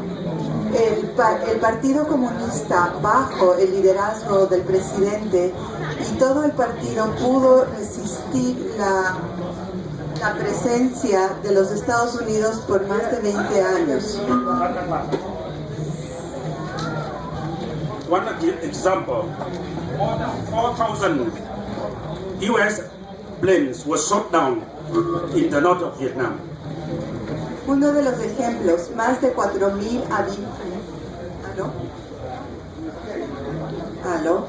Más de 4,000 aviones volaron sobre Vietnam y atacaron Vietnam. And finally, Vietnamese people succeeded to liberate the country at the 40s, 30s, 75. Finalmente, el pueblo vietnamita logró la victoria en abril de 1970.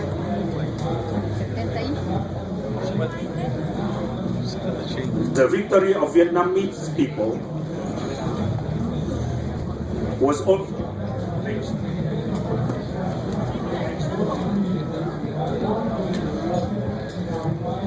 was also thanks to the very strong international solidarity. And many of you here are representing those movements. And on this occasion, we would like once again to express our sincere thanks to all of you, to your people, to your comrades, for solidarity and support of the struggle of Vietnamese people for national independence. Sin embargo, la victoria del pueblo vietnamita también se la debemos a todos ustedes, a la solidaridad internacional, a todas las personas que nos presentaron su ayuda. Así que estamos el día de hoy aquí para agradecer por todo su apoyo y solidaridad con el pueblo vietnamita. After the liberation, we had a situation that the country was destroyed heavily.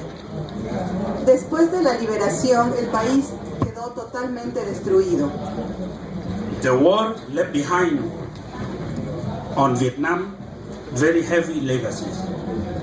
La guerra dejó unos legados demasiado difíciles al pueblo vietnamita. 3 million people were killed. 3 millones de personas fueron matadas. 4 million people were injured. 4 millones de heridos.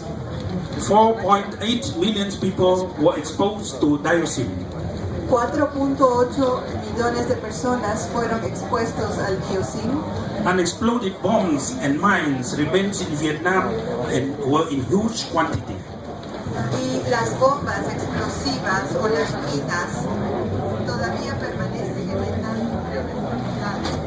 Experts concluded that Vietnam needs another 300 years. Vietnam needs another 300 years in order to clean up the country from unexploded ordnance remains from the war.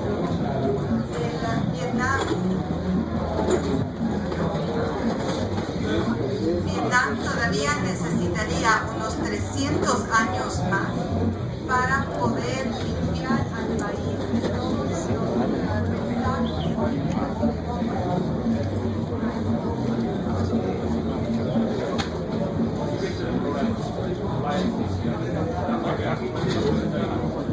Pido disculpas porque ya se me sale de las manos, es cuestión de la energía eléctrica. Tuvimos que hacer una conexión lejos y hoy tenemos muchos problemas. No puedo hacer nada hasta aquí, todavía llegar. Cuestiones de energía eléctrica.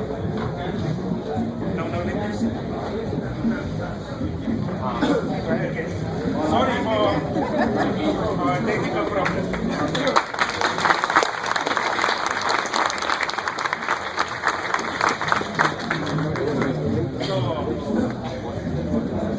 After the war, we badly needed a peaceful environment in order to heal the country from the pains of the war. Después de la guerra necesitábamos un ambiente de paz para poder sanar todas las heridas de la guerra.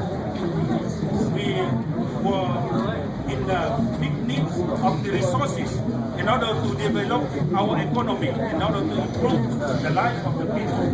Necesitábamos de todos los recursos para poder mejorar las condiciones de vida de las personas. But unfortunately, that did not happen. Pero desgraciadamente eso no sucedió. The Vietnamese people had to go through another decade of hardship. Desgraciadamente eso no sucedió y el pueblo vietnamita tuvo que sufrir otra década de penurias para poder seguir adelante. The U.S. imperialism imposed economic embargo against Vietnam for another nearly 2 decades. El imperialismo norteamericano impuso un embargo económico en Vietnam por 2 décadas más. They also organized various types of the sabotage activities against Vietnam. También organizaron una serie de actividades de sabotaje en contra de Vietnam. Khmer Rouge took power and started genocide in Cambodia and started attacks against Vietnam. El Khmer Rouge en Camboya empezó primero a crear un genocidio dentro de su propio país y luego empezó a atacar a Vietnam. When Vietnam helped Cambodian people to liberate their country from Khmer Rouge, then the West and their allies also focus on isolating and damaging Vietnam, supporting commerce. Cuando Vietnam empezó a ayudar a las personas de Camboya para que pudieran liberarse del Khmer Rouge, entonces los Estados Unidos y sus aliados empezaron a atacar a Vietnam para que no ayude a Camboya. This struggle lasted for more than 10 years. Esta lucha duró más de 10 años. At the same time, inside the country, since due to the model of development that we applied at that time in Vietnam, we had faced also another problem of economic development. Es entonces debido al modelo económico que se aplicó en el país, tuvimos también que enfrentar otros problemas económicos. Productivity was very low. La productividad era muy baja. Being a mainly agricultural country, but we face chronic shortage of food. Every year we have to import about 1 million tons of food in order to supply to our people on a minimum basis. A pesar de que éramos un país y somos un país agrícola, teníamos una gran escasez y tuvimos que importar 1 millón de toneladas de alimentos para poder ayudar a la hambruna que había en el país. And shortage was not only concerning food, it was concerning all kinds of essential goods for the people. La escasez no solamente tenía que ver con los alimentos, sino con todas las necesidades básicas de las personas. People's life was in a very bad shape. Poverty was 75% in the country. La vida de las personas realmente estaba en muy mal estado. La pobreza en ese entonces tenía un porcentaje del 75%. Since the middle of 1980s, the Communist Party of Vietnam has started process of, we call it Vietnamese đổi mới, and in English, the renewal policy. Desde a mediados de la década del 80, el Partido Comunista empezó una política que se llama la política de la renovación. The process of renewal during the past 37 years has changed Vietnam a lot. Esta política de renovación en los últimos 37 años ha hecho que Vietnam cambie mucho. Which are the key elements of the renewal policy? ¿Cuáles son los principales elementos de esta política de renovación? First of all, it is application of the market mechanism with socialist orientation. Primero es la aplicación de la economía de mercado, pero con una orientación socialista. Market with socialist orientation in Vietnam with the main following characteristics. La economía de mercado con la orientación socialista tiene las siguientes características en Vietnam.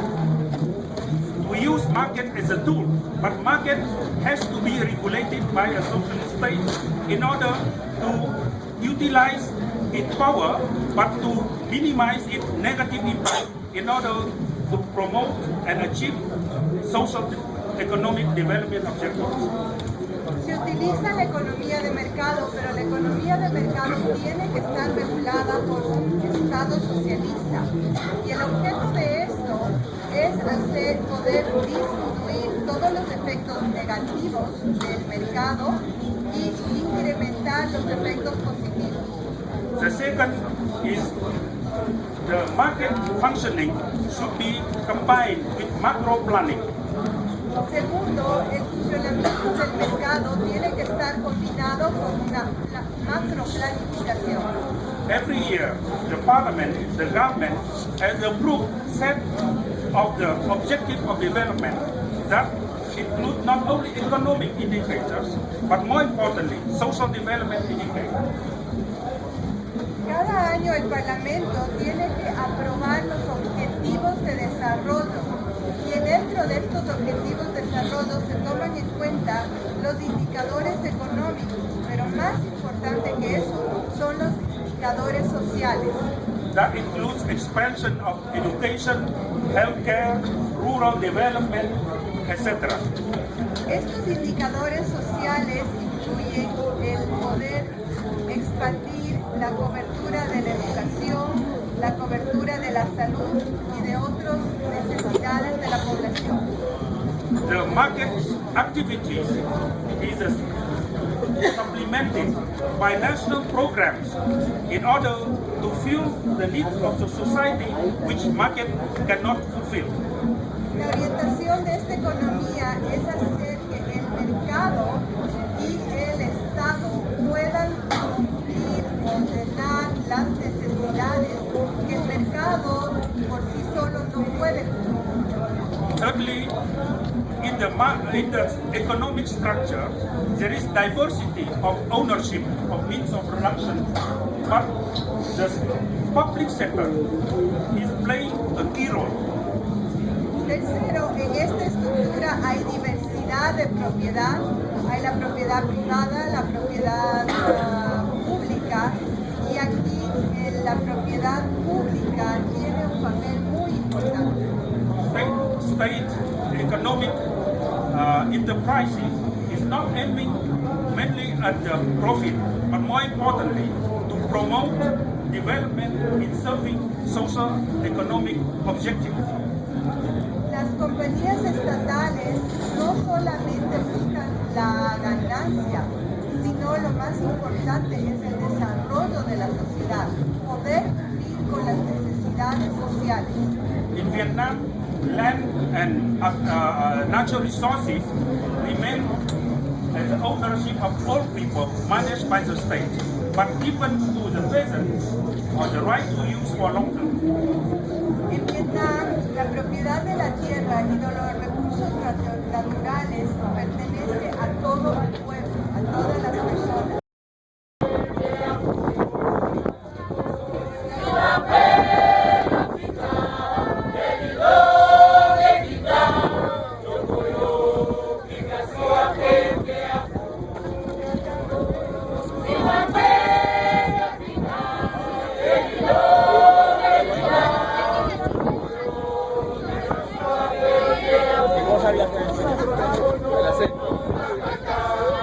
Anti-communism hurts all of us. It's not just about being wrong about communism. It is a poison pill that has destroyed so many lives and has made so many people right here in this country miserable. All kinds of awful things in your life are justified with anti-communism. You don't have health care because of anti-communism. Your wages are low because of anti-communism. Roads aren't being paved because of anti-communism. Drug gangs are coming into this country, and you know why? Because starting in the 1980s, the USA started sending weapons to people called the Contras who murdered people, and you know what the justification for sending them those weapons was? Anti-communism. The other major issue of the hearings, of course, was the diversion of funds to the Nicaraguan Contras. I believed then, and I believe now, in preventing the Soviets from establishing a beachhead in Central America. And it's based on a pack of complete lies. While $30 million had been allocated for the weapons, the CIA funneled a portion of that money to the Contras in Nicaragua, the group Reagan supported in their guerrilla fight against the Sandinista government. What was China like before the communists came in? What is China like now? What was Cuba like before Fidel? What is Cuba like now? What was Libya like before Gaddafi? What was Libya like under Gaddafi? And what is it like now? I mean, it's obvious. They do everything they can to obscure the obvious. Communism has been a largely successful economic system. That doesn't mean human rights weren't violated. That doesn't mean there were serious shortcomings when it came to the production of consumer goods. That doesn't mean that there weren't, crimes, atrocities committed, innocent people put in gulags or murdered. But the standard line, communism just doesn't work, is bullshit. It's complete and utter bullshit. Communists invented space travel. Communists turned the Soviet Union into an industrial superpower. Communists have built the largest telecommunications manufacturer in the world. Communists have built the world's largest hydroelectrical power plants. Communists invented the mobile phone. Communists have done astronomical, amazing things. Communists have lifted hundreds of millions of people out of poverty. These are undisputed facts. And the desperation, well, there was this famine in like the early 60s in China. There were famines every day before the communists took power. Every year people died of malnutrition. There were all kinds of famines before the communists took power. Oh, yeah, but like Stalin, he killed people. Wow, I can't think of any capitalist government that's ever killed anybody. Oh, well, you didn't have human rights in the socialist countries. Geez, I can't think of any capitalist society that's violated human rights before. It's all just bullshit. Oh, communist countries don't have human rights. Plenty of capitalist countries don't have human rights. Oh, communist countries, there's famines. There were famines every day, and it's the communists who built the agriculture and mechanized agriculture and raised people out of poverty and got rid of that. So that doesn't work. Right? Oh, well, the communists, they jailed and oppressed a bunch of people. Well, the biggest rate of incarceration in the world today is the United States of America. Right? Well, communist economics, I mean, they just stifle innovation. Well, it's funny that they invented space travel and mobile phones and satellites and, LED lights and all of that. It's funny they invented all that, it's pretty wild. Anti-communism is just a pack of lies, right? Compare Nicaragua to Honduras, Guatemala, and the surrounding free market countries. Nicaragua, Christianity, socialism, and solidarity, the Sandinistas, people are doing pretty well. Cuba sends literacy volunteers and medical volunteers all over the world. According to Ban Ki-moon and all kinds of sources, they have the best medical school in the world, one of the best medical systems in the world.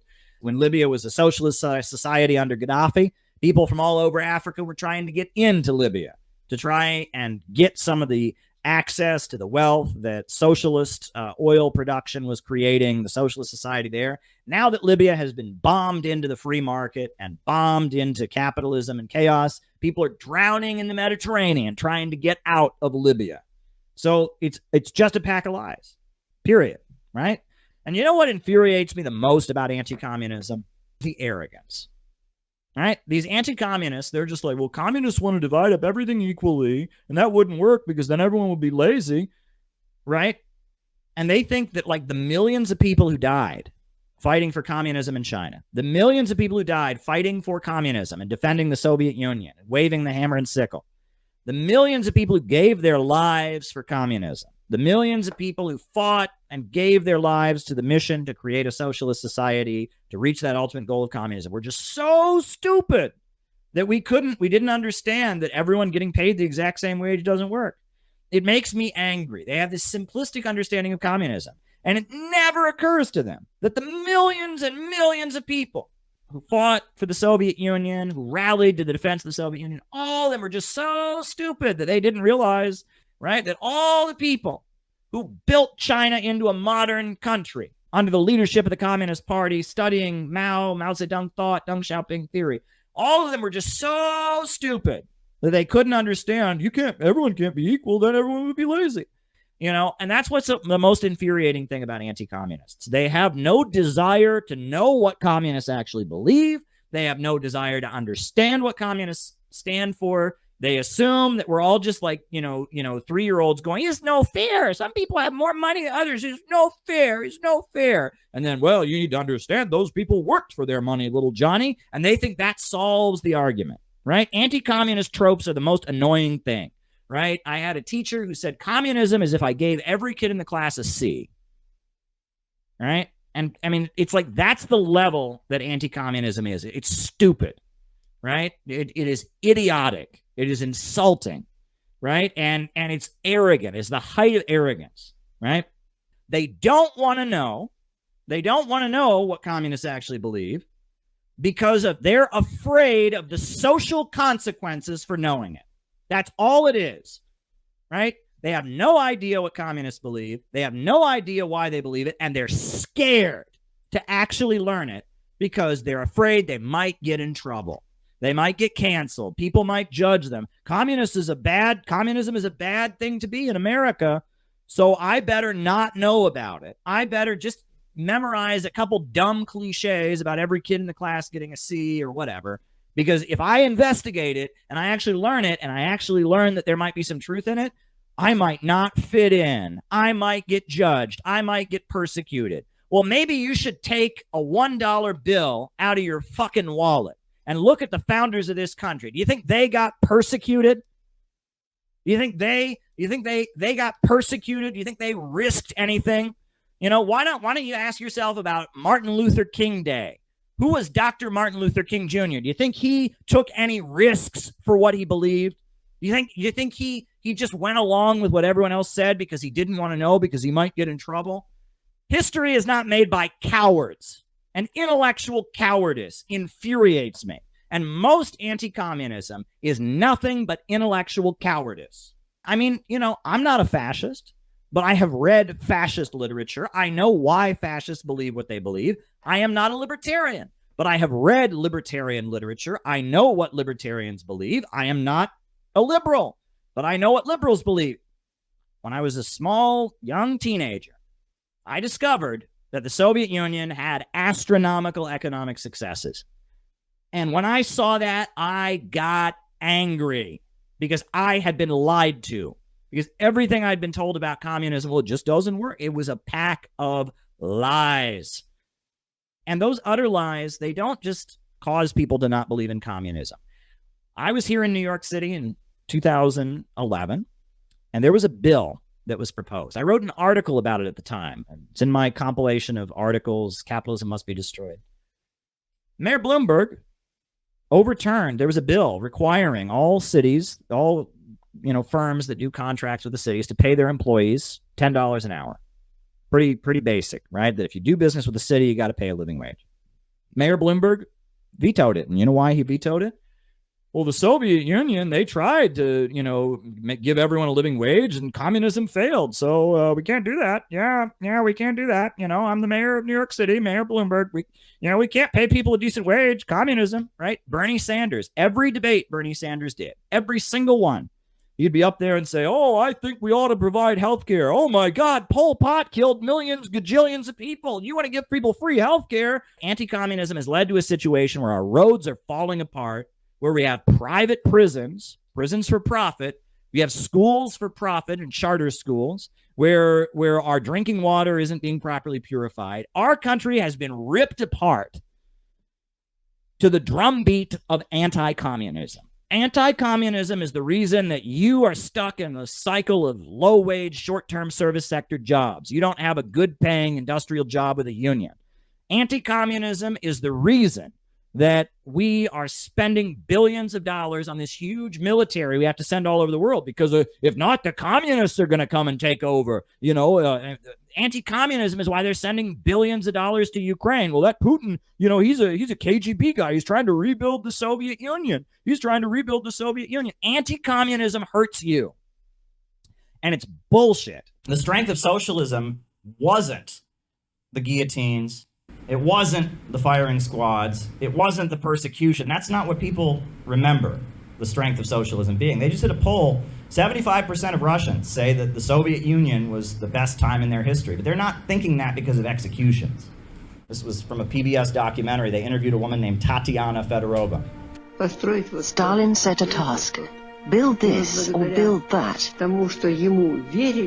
And thanks to the fact that people trusted him and this enthusiasm of young people, it was possible. Remember, this was a country where people were illiterate, lived in virtual darkness, wore birch bark shoes. Even now, I think it's like something out of a fairy tale. How was it possible at one of the most difficult times to raise these great construction sites? It was only possible through the unity of the people and the love of the people for their idol. And the reason Stalin remains wildly popular in Russia, it's not because he executed people, it's because he mobilized them to build that country up from nothing. This was a country... He built some of the world's largest power plants, he wiped out illiteracy, and he built a modern industrial country. He raised millions of people up out of poverty. The strength of socialism was not that it punished people and that it persecuted people, but rather that it enabled people to go out and build and construct. I've said to many people, I'm not a socialist because I want to destroy America. I'm a socialist because I want to save America.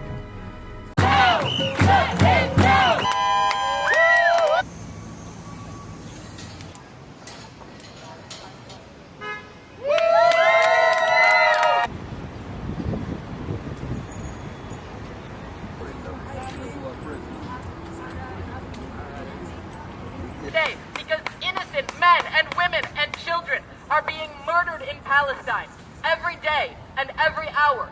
Hospitals are being bombed. Imagine that. That's 1 out of every child in your kid's class. That's, maybe 4 out of every person at your friend's wedding. That's 1 person at your family reunion. And this is happening because this country, the United States of America, and its vassal state in the Middle East, Israel, have determined it politically useful to bomb the fuck out of Palestine. And that's what we're here today to fight against. That's what we're here today to say, we're not having this anymore. We're going to fight until Palestine is free. We're going to fight until the bombs stop dropping and the territory is given back to the Palestinians. We're standing here on October 7th of 2025. It's been 2 years since Palestinians broke of neglect. But what that experience is an example of is what every single day people in Gaza have to live with.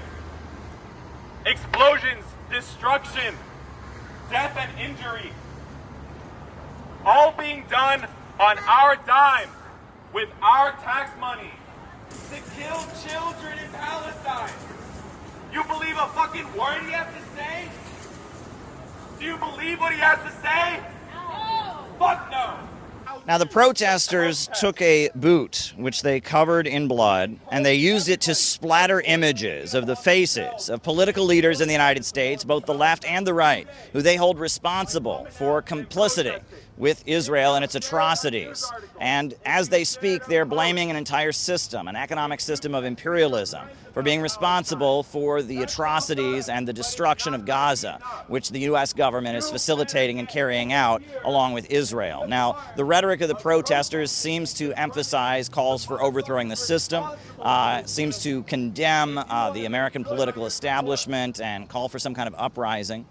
UG contract American, U.S. citizen in Israel that are on PR cover for it. As of a few days ago, the news came out that Donald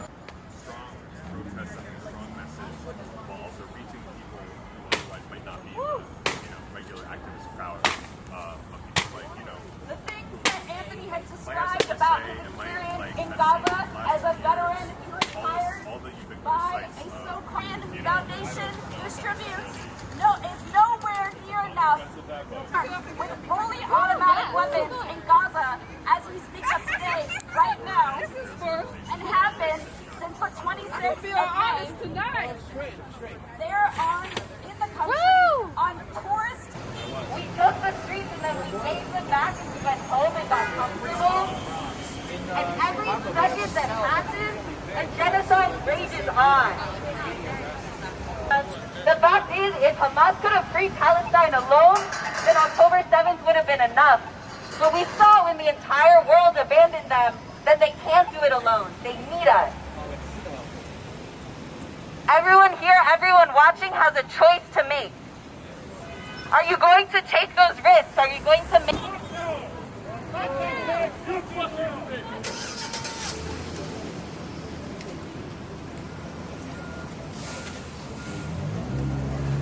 We're having a protest. From the river to the sea. From the river to the sea, we'll live forever. Say free, free Palestine. Free, free Palestine. Free, free, free Palestine. Free, free, free Palestine. Free on the shoulders of Palestinian people, of all people who are looking for freedom, who are fighting for freedom and liberation. And we need to carry that torch. Everyone who's standing around being bystanders, you need to be a part of this because this is on everyone's shoulder. How can you live in the exploitation of America? One more time. Free, free Palestine! Free, free Palestine! Free, free, free!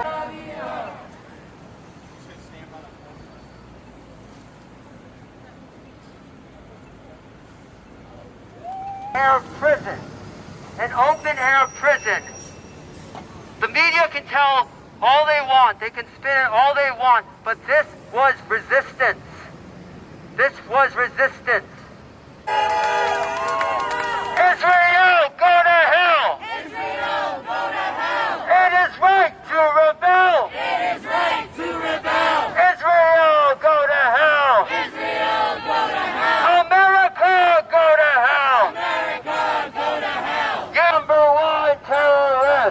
Number one terrorist!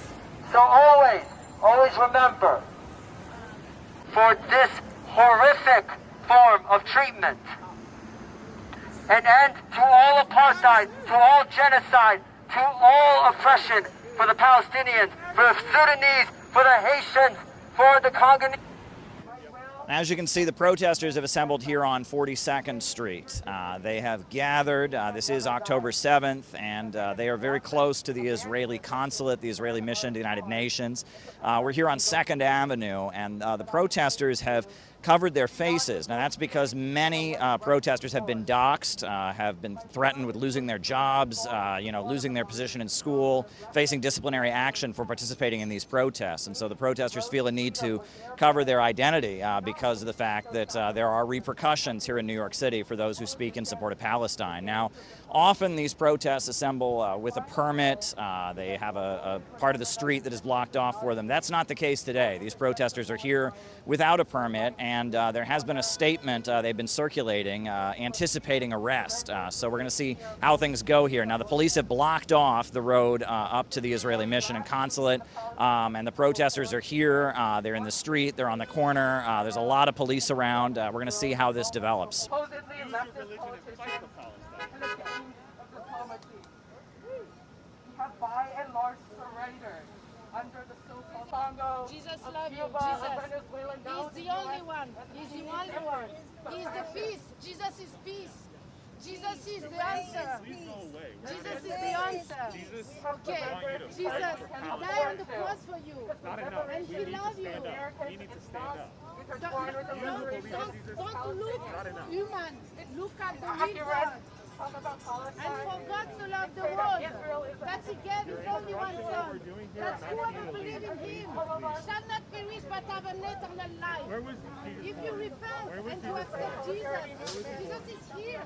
Jesus loves you and he's here. He born in Israel, in Palestine.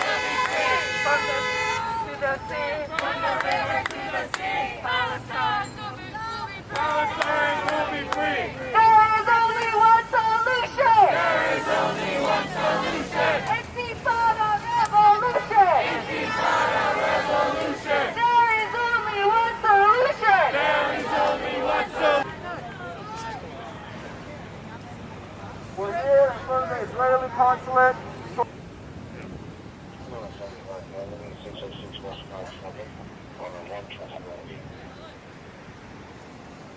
So these people are sick, and they've been starving Gaza and throwing out aid, and these are the conditions that you harass, brutalize, and oppress people every day in New York City. Fuck out of here, bitch. Don't touch her. Don't fucking touch her. Hands off her. Don't fucking touch people, son. Get your hands off. Let go. Before you go. Get your hands off. One more time, let go. Let go of her. Why are you guys doing this? You don't need to do this. You're not obstructing arrest. Stop obstructing. Let go. Hands off. Get your hands off. Get your hands off. Fuck you. That took you like 10 minutes to put off. Get on the sidewalk. Yo, don't twist this off. Don't twist this fucking off. So confident.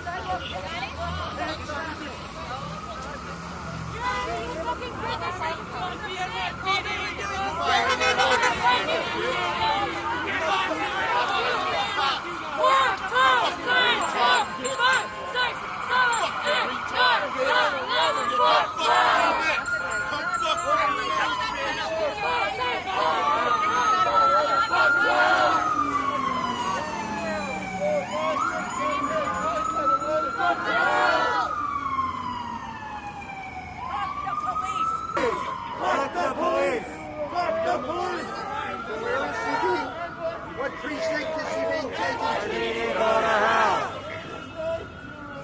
It is right to rebel. NYPD go to hell. Son. It is right to rebel. Fucking punk. NYPD go to hell.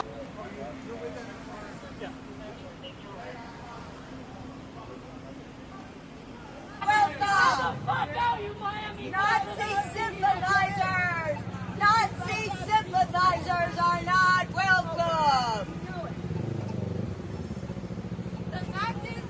All right, now at this point, the protesters have seen 2 arrests. 2 people were pulled out of the crowd. There was kind of a push and pull scuffle between the protesters and the police. 2 protesters were taken away. Not clear why they were arrested, so we're waiting for more information on that. Now, the protesters seem to indicate they plan to burn a U.S. flag, so we'll see what happens next. On for 2 years now. When this empire demands that we pledge allegiance to the flag, both the U.S. flag, a symbol of the greatest criminals in the world, and the Israeli flag, itself a desecration of a religious symbol used to shield Israel's crimes against humanity.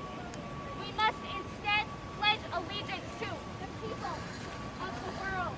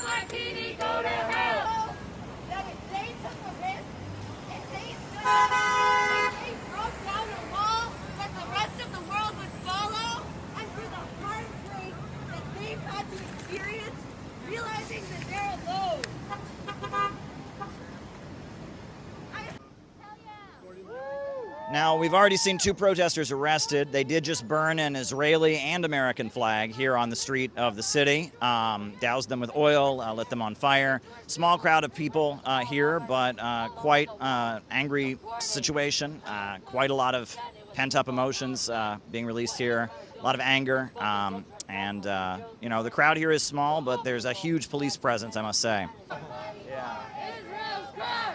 Not another nickel! Not another dime! No more money for Israel's cry! Not another nickel! Not another dime!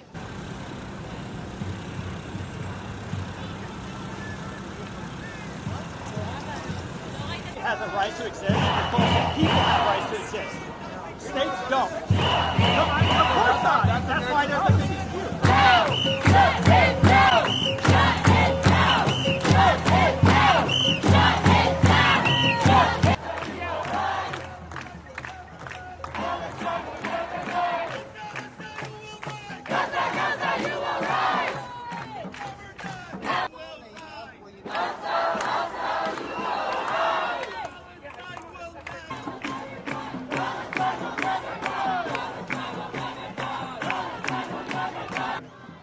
Now we're here in front of Fox News, the building owned by News Corporation, which is the corporation that owns Fox News and the Wall Street Journal. And as you can see, there's a very big crowd of protesters here. They picked the spot because Fox News is perceived as being a very pro-Israel network and very much distorting the image of the situation as far as the protesters are concerned. Now, there's a big placard at the front of the rally that says it didn't start on October 7th. And that seems to be a consistent theme among the protesters today, that the events of October 7th, 2 years ago, they're not what spurned the conflict. They view the root as being the occupation of Gaza, the oppression of the Palestinians, and they argue that the lamenting of October 7th events is covering up the real nature of the conflict. A neighborhood in Gaza dies. God beat every time we alive. Neighborhood in Gaza dies. Every time we alive. Neighborhood in Gaza dies. Every time we alive. Neighborhood in Gaza dies. Every time we alive. Neighborhood in Gaza dies. Every time we alive. Neighborhood in Gaza dies. Every time we alive. Neighborhood in Gaza dies. Every time.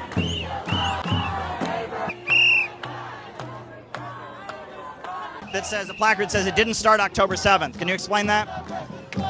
It didn't start on October 7th because Palestine has been occupied by quote-unquote Israel since 1948. And even before then, the Zionists were attacking Palestine and moving in on their land. And being under occupation, they've been murdered, jailed, raped, and even not given the food that they need in Palestine because of Israel. Fuck that. They were living under a genocide anyway. It was a slow genocide. Now, do you feel like the Israel lobby has a lot of power over American politicians? Yeah, I mean, like, they bought and paid for, and that's not okay. And also, people have a right to resist when they're occupied under international law. All that we're talking about here is international law. Israel doesn't think that they have to uphold international law. That's it. Do you think the UN might take action to stop Israel? The UN has not taken action. And also, we should never have a veto power. U.S. should not have a veto power. That's it. That's it. That's all I have to say. Thank you. This might sound like a conspiracy theory, but I believe it's because of Mossad, from the Epstein files to a lot of other things. They're blackmailing U.S. politicians. But along with that, with AIPAC, they're basically bribing U.S. politicians, and that's making it so they're passing laws and bills that are not only worsening our country, but are improving Israel's country at that, I mean, think about it. We've had a government shutdown. That means our troops aren't getting paid, but Israel is. That does not make sense whatsoever. Bribing and buying out our politicians and our country. Those billions of dollars that are going to Israel could be used here, could be used for the homeless, could be used for healthcare that they have in Israel, but they don't have here. We're paying for our tax dollars. And I say it has to stop now. The U.S. needs to stop sending its money. The UN needs to get involved. This needs to stop immediately. And then to add on to that, Israel, and along with that, billionaires are dividing the people, between religion, between politics, between race. I believe that no matter if you're left or right, black or white, Muslim, Jewish, I believe that everybody needs to just kind of unite to fight back against this Israeli threat. The Yemenis have been in a civil war that's been going on for a long time. The Houthis have taken control of some areas in Yemen. It's a very long and complicated civil war, and they stand in solidarity with their brothers in Palestine no matter what, as well as other countries, because the other countries in the area, like Saudi Arabia, are bombing and killing Yemenis people, as well as helping and supplying the Israelis, and they want to stand with the Palestinians, their brothers in faith, in ethnicity, and in humanity, to not let this continue. That's why.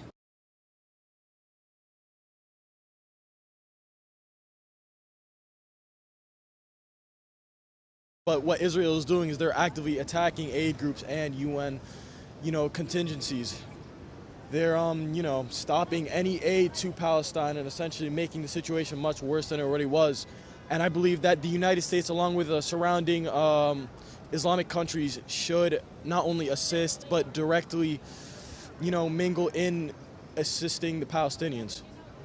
Yes, the UN needs to stop. The only country right now that's doing whatever it wants is Israel. The only country that's getting money and support from other countries while doing a genocide and killing citizens from other nations like the US and kidnapping people, flotilla workers, etc., is Israel, and the world goes silent. This needs to stop immediately. People need to urge their governments. The governments need to stop this aiding, and we need to stop this influence that is only dragging us down. They're dragging us down, and they're using us. Okay, one last question.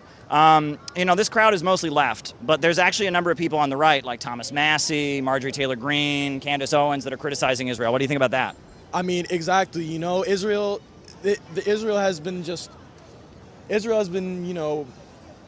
has pertained to evils like so much recently that it doesn't matter what you believe in, whether you're on the left, or whether you're on the right, Israel is affecting every American citizen negatively, and I believe that, no matter what you believe in, no matter how far right you are, no matter how far left you are, we can all essentially agree on one thing, and it's that Israel is an issue and we need to deal with it.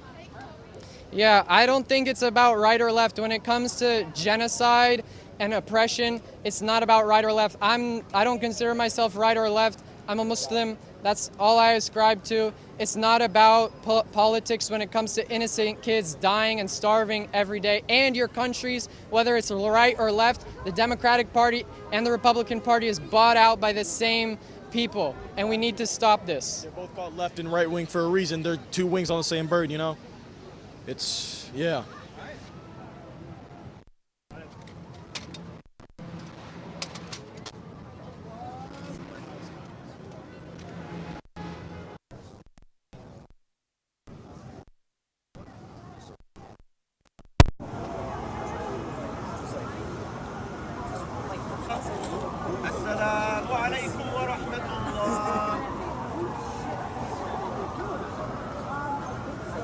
I'm good. Oh my goodness, it's been too long. Yeah, man, next time answer the text messages, man. Come on. Okay. Bad things have happened in socialist countries, bad things have happened in capitalist countries, but blaming every bad thing in the Soviet Union on socialism, and then whenever it happens in capitalism saying, oh, but it happened because of there's a bad leader or something like that. Well, no, I just, the way that these things are discussed, I don't know any person who would deny that these bad things have happened. You know, maybe they would disagree about the details about some of them, but I'm not here to do that. But I don't know anyone who would deny that these things have happened. But the notion that it's always because of socialism, if it happens in a socialist country, and if it happens under capitalism, well, it's because, it's not true capitalism. Or, you've had these arguments, right? Problems in capitalism. Yeah, but like the are not difference because of is that like capitalism. Every death in the Soviet Union from the time of 1917 to 1991 was purely caused by Stalin and communism. That narrative is inconsistent.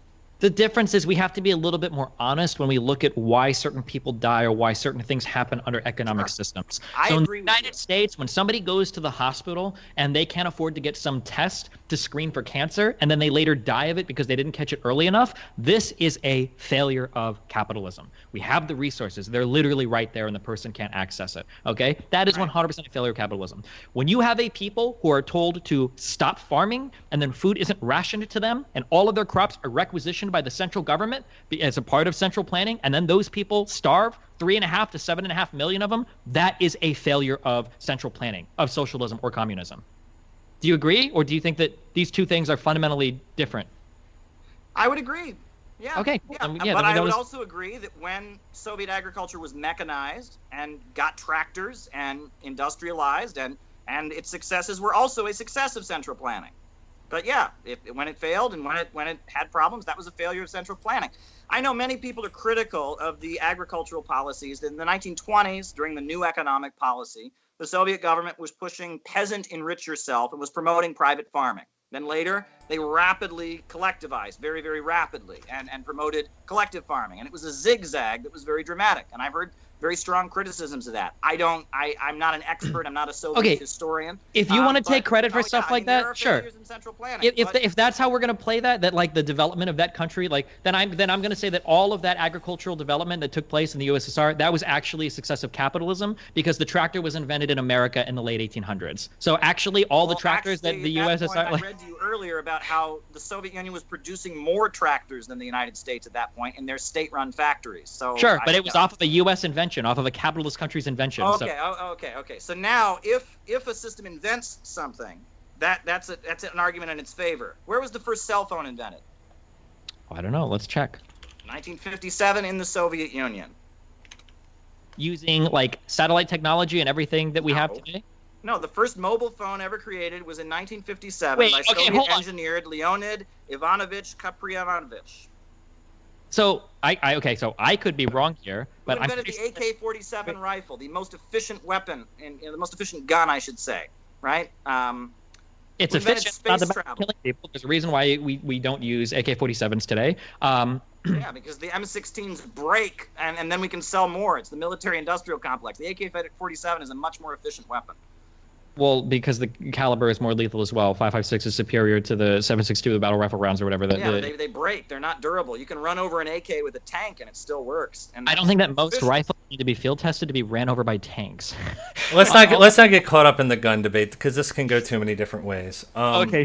Yeah, like we could argue like about Like the Soviet Union even had a home computer system in 1985. Now the USA already had a home computer system, but they developed their own without technology, with a treaty, the NATO treaty, barring them from getting any technology from the West.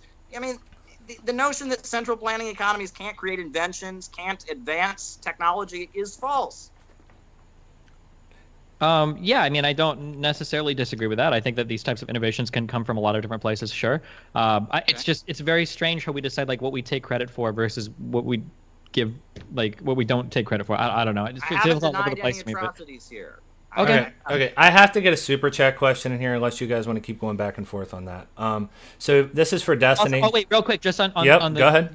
Part of that. Apparently, in 1949, AT&T was the first company to commercialize like mobile telephone services. I don't know, like where the idea, who in the USSR did they do this earlier, or? I've seen it cited many places that in 1957, the Soviet engineer Leonid Ivanovich Kaprianovich invented the first mobile phone. I've seen that many places. You're disputing that. I mean, I can see it disputed. It's been disputed. I mean, okay. Okay. Yeah. But that goes, we're always told that under socialism, no one ever invents anything because the only reason people invent things is because of capitalism and all of that. And I think that spits in the face of that. And there's many Soviet inventions. I believe LED lights were also invented in the Soviet Union. Okay. Destiny, anything? Do the super chat question. Yeah. We've been going almost 2 hours now, so I think I got to wrap. Some have spoken of the American century. I say that the century on which we are entering can be and must be the century of the common man. A radical redistribution of economic power. I mean, we know that racism is a byproduct of capitalism. Everything would be all right if everything was put back in the hands of the people. We need a government that will make sure Americans are taken care of and organize the economy to serve the people, not the profits of a wealthy few. We now have the techniques and the resources to get rid of poverty. We got to start getting out there with the people. Get out of the movement and get to the masses. We need a government of action.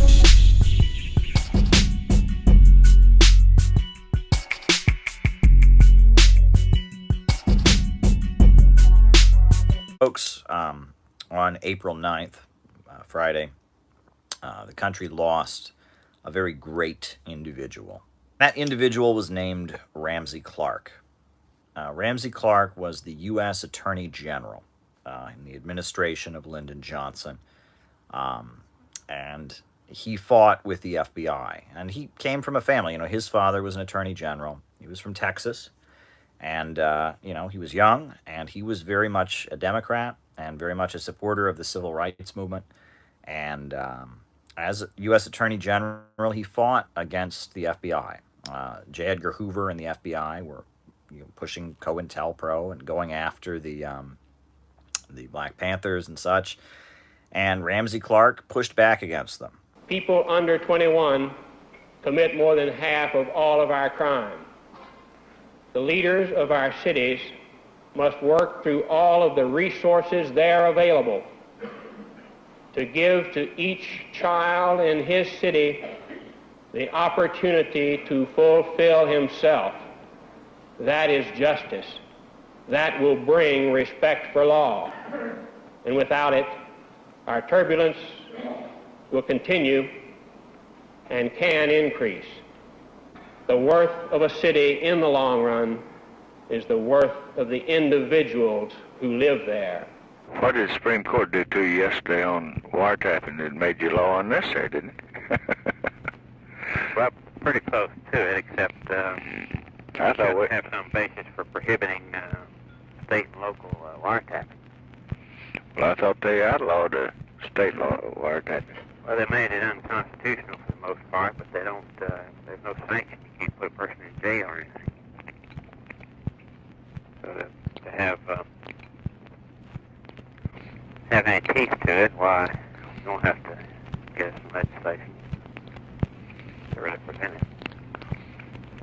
Lots of things are unconstitutional people do every day without fear of being caught or punished. Anything new on Edgar? No, he's a hard man to work with. Came to our U.S. Attorney's reception last night. First time he's ever been known to come. Which is very pleasing, but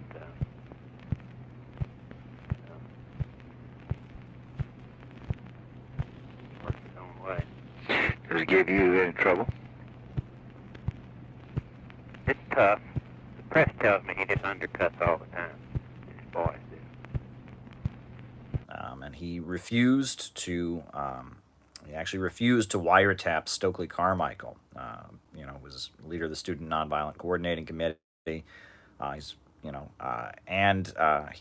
faced a lot of flack. He was considered to be a radical. He released a lot of people from federal prison. When Richard Nixon was running for president in 1969, Richard Nixon said, "The first thing I will do," in 1968, "is when I get elected is fire Ramsey Clark." And that's what happened. Richard Nixon fired Ramsey Clark. So what did Ramsey Clark do? He got on a plane and he went to Vietnam. He went to Hanoi. And he announced that the Vietnamese people and their struggle for national liberation of Vietnam were right, and the U.S. imperialists were wrong. Everyone I talk to in North Vietnam believes they'll be released when the war is over, wants them released. They don't enjoy keeping them there, I don't think. They don't enjoy feeding them 3 times what they're able to feed their own people. And I think anyone who tries to tell you the prisoners won't be released is trying to use the prisoners politically. Or, as the foreign minister said, cares more about the Thieu government than about the American prisoners. And Ramsey Clark, Ramsey Clark, he was former U.S. Attorney General, and after leaving the position of being U.S. Attorney General, Ramsey Clark became a tankie. I don't know how to put it any other way. I mean, I don't think he spoke of himself explicitly as a communist, but he did criticize capitalism. He did criticize American imperialism. But more than that, he stood with the anti-imperialists. And that in and of itself is worth 1,000 times more than any statement. There are a lot of people in the United States who say they're against imperialism, say they're against capitalism, but the second that any force emerges around the world that actually is anti-capitalist, they distance themselves from it. They oppose it. They're neutral. They're critical. That wasn't Ramsey Clark. 1979, when the Islamic Revolution of Iran happened, Ramsey Clark got on a plane. He went to Iran to support the Iranian people. He was an eyewitness to the Islamic Revolution of Iran. He was an eyewitness as an American. Got on a plane. At the time, the Iranian people are in revolt, chanting death to America. They're out in the streets overthrowing the Shah. Ramsey Clark got on a plane, and he went to Iran to stand with the Islamic Revolution of Iran. Ramsey Clark made a point of defending in international court the people that the U.S. imperialists would try to demonize. Right? If they went after a leader from Africa, tried to accuse them of crimes, he would work in their defense because he knew who the real murderers and criminals were. As someone who was part of the U.S. Department of Justice, he knew who the real criminals and who the real murderers were. And he was there to tell the other side of the story. He organized a delegation of people to bring medicine to Iraq. At the time that Iraq was facing criminal sanctions, right? The Iraqi people were, suffering. The USA forbid chlorine from going to Iraq. The USA wouldn't permit the Iraqi people to get chlorine to purify their water, and Iraqi children were dying in mass. I mean, they were just dying, and the sanctions were killing people. Ramsey Clark, he put together a delegation of people, and they made no secret about it. They went to the airport with big stacks of medicine that the U.S. government had said you're not allowed to give to the Iraqis, with all kinds of bottled water and all kinds of medical supplies and all kinds of food. All the things the U.S. government said the Iraqis, it was illegal to give the Iraqis. Ramsey Clark, former U.S. Attorney General, gathered, the press, and he announced, I'm getting on this plane and I am taking all this medicine to Iraq in defiance of U.S. law. This is a legal challenge to a genocidal policy. And Ramsey Clark broke the U.S. law and brought medicine to Iraqi children and fed Iraqi people food and stood against the genocidal U.S. sanctions that were imposed. That was pretty bold. pretty bold, and he could have been prosecuted, and he wanted them to prosecute him. He was hoping they would prosecute him for doing it, because then he could use that to expose the illegal nature of the policy of the sanctions on Iraq that killed so many people. When the U.S. government bombed Yugoslavia and bombed Serbia, claiming that the leaders of Serbia were committing genocide, Ramsey Clark became the attorney representing Slobodan Milosevic in the International Criminal Court, exposing that the real genocide was the United States that had armed the Kosovo Liberation Army and fomented civil war, and that yes, there may have been atrocities in that war, no doubt, but the claim that the leaders of Yugoslavia, the leaders of Serbia were genocidal, that was simply not accurate. And after Milosevic died, later the UN confirmed that was actually correct. The idea that the government of Serbia was guilty of crimes, on the scale of the Nazis or something, was absurd. Ramsey Clark, he went on to become the attorney for Saddam Hussein, right? When the USA invaded Iraq. You can't threaten the people. I can't threaten you. That's a crime. To threaten to assault you is a crime, and it ought to be a crime. And to threaten to assault a country is a crime against peace, which is the first of the three great crimes that are proscribed by the Nuremberg Charter. You can't have war till you have a crime against peace. It's the worst crime of all. And to attack a country as an aggressor, to say that you have the power to change a regime, is to say that you're an aggressor nation. Who are the countries in history that have tried to change foreign regimes? They're the aggressors. They're the empire builders. They're those who destroy others to have their way. And staged a sham trial. You illegally invade a country with no legal grounds whatsoever. You overthrow the government. You then arrest the leader, and they put on a sham trial. We ask first that there be recognition that unless there is security for the defense lawyers, their families, their investigators, their witnesses, that you can't possibly have a fair trial. That the lawyers will not abandon the client. But if they get killed, they've abandoned him, haven't they? And this trial can either divide or heal. And unless it is seen as absolutely fair, and is absolutely fair in fact, it will irreconcilably divide the people of Iraq. And Ramsey Clark was the lawyer for Saddam Hussein, right? Ramsey Clark was an anti-imperialist to his core, right? And he was an anti-imperialist. He understood that the American imperialists, the American empire, were the main danger to humanity. Ramsey Clark was a real hero. He pushed for the impeachment of George W. Bush. He was a real hero.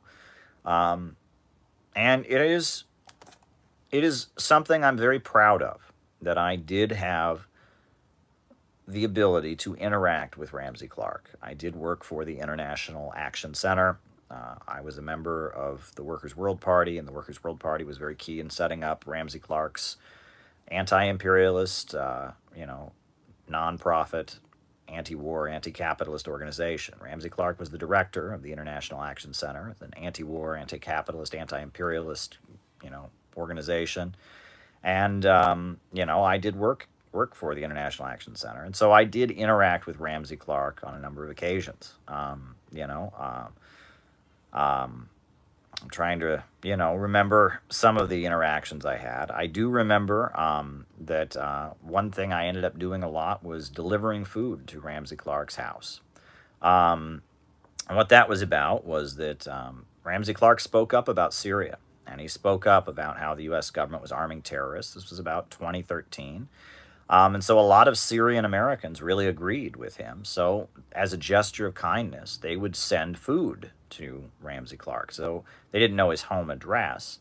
They did know where the office of the International Action Center was. So one day we would just be at the office, and suddenly there would just be boxes and boxes and boxes of Syrian food delivered at the office. So I would deliver some of it, and I got to eat some of it as well. And I would take it a few blocks over and deliver that Syrian food to Ramsey Clark's apartment.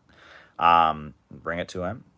He had a daughter who he lived with, who was disabled, and he took care of her in his old age. He took care of his disabled daughter, and he lived with her in his apartment. And I would go over, and the doorman would meet me there, and I would say, "I'm Caleb. I'm here to see Ramsey Clark." And the doorman would say, "Oh, very good," and would escort me into the elevator. And I would come up there with a big box of Syrian food, and there would be Ramsey Clark at the door, and he'd be there, and he's a tall man, but he was old and kind of hunched over, and he'd say, thank you very much, thank you.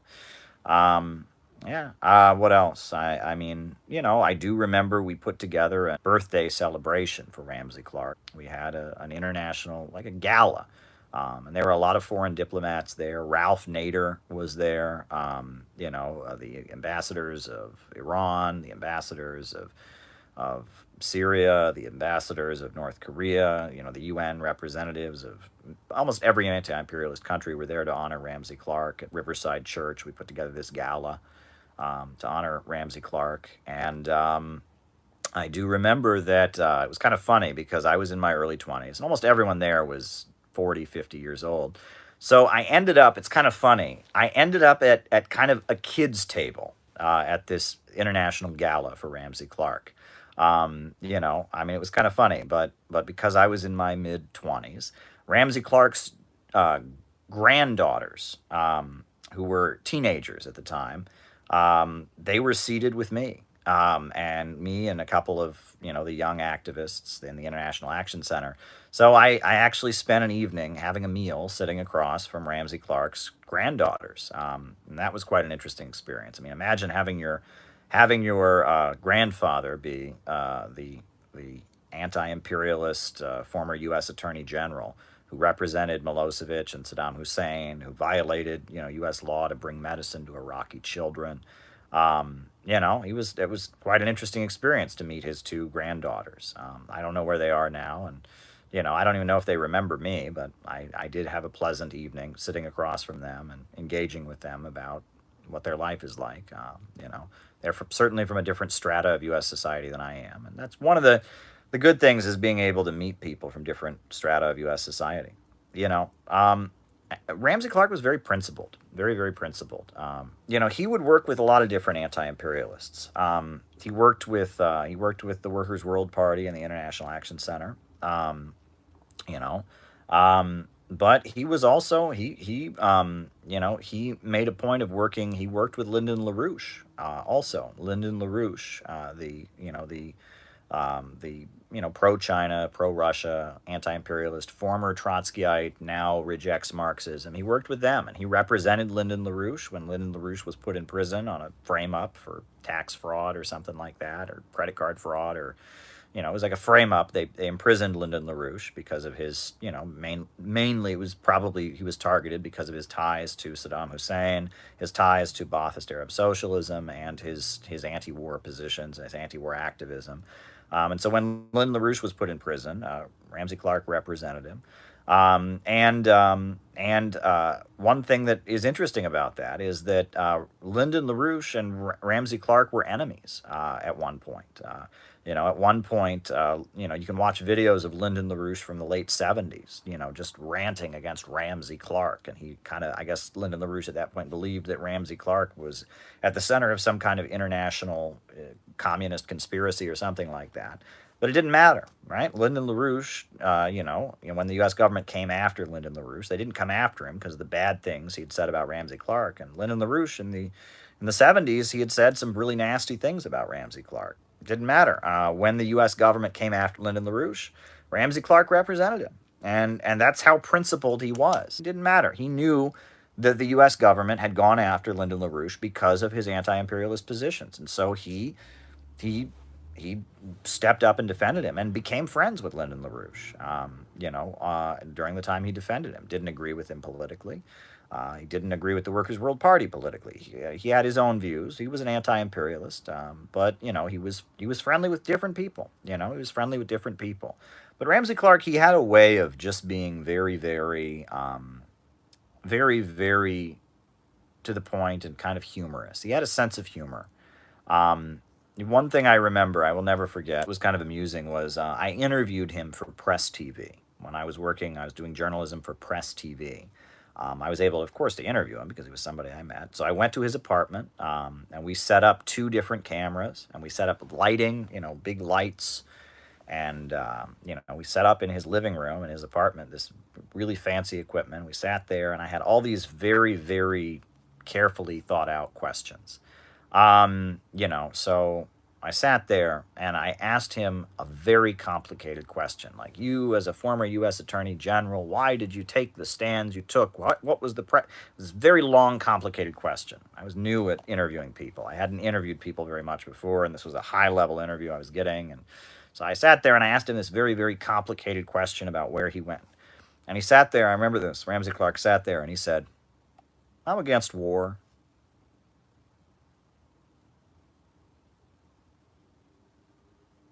And I mean, it was beautiful. I mean, it was sweet. It was very, very sweet. There was just something sweet about it. I hope I don't start crying, but it was just, he was just a very genuine person. He was just a very, very genuine person. He was from Texas. He had this Texas Southern drawl, and he was from Texas, but he was an anti-imperialist, and he would start talking and be like, "They are liars. The greatest mass murderers in the world are the imperialists and the Pentagon. They kill people all over the world." I mean, he felt it in his bones. He felt it in his bones. The anti-imperialism. I mean, this is a guy who had been inside the halls of empire. He had been inside. He had been in the halls. He had sat in the same room as Richard Nixon. He had sat in the same room as Lyndon Johnson.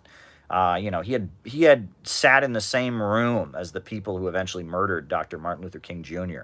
He had fought with J. Edgar Hoover. He knew how evil the American capitalists and imperialists really are. I mean, he knew in his bones. He saw that evil up close, and he made a moral choice, a moral decision that he wasn't going to be part of it, and that. You have to think, right? I mean, it's one thing, I'm a guy from Ohio, and I've traveled to international conferences, I give speeches here and there, and I get worried about government repression, right? They say they believe in free speech and all of that. We know that's not the case. We know what they did to Fred Hampton, and we know what they've done to labor leaders and different voices. We know what they're doing to Assange right now. So, I get worried. I'm just on here rambling. I'm a kid from Ohio, and I was an activist, and I'm a journalist, and I just do my thing. But this is a guy he knew where the bodies were buried. You know what I mean? This guy had been in the same room. He was part of that clique, right? I mean, he sat behind closed doors, and he was part of their evil empire. And he made the decision to jump ship and to join the anti-imperialist camp. He made the decision to join the other side. And that was a huge risk. I mean, I don't know if they ever tried to kill Ramsey Clark. I don't know if they ever did. I wouldn't put it past him.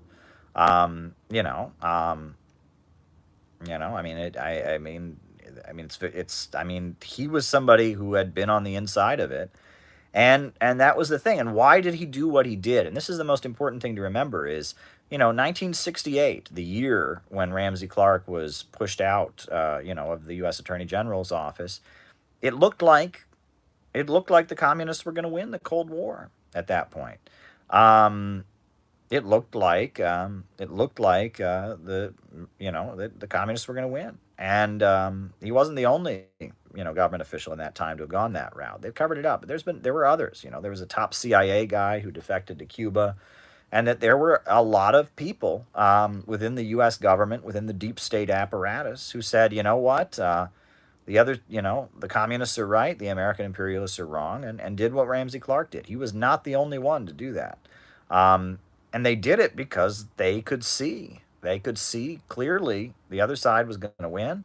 The other side was right. It was raising people out of poverty, and the USA had nuclear weapons and was determined to just never let socialism emerge as an alternative to capitalism. You know, and based on that, there were layers there were a number of people within the American power structure who came to the conclusion that he came to, right?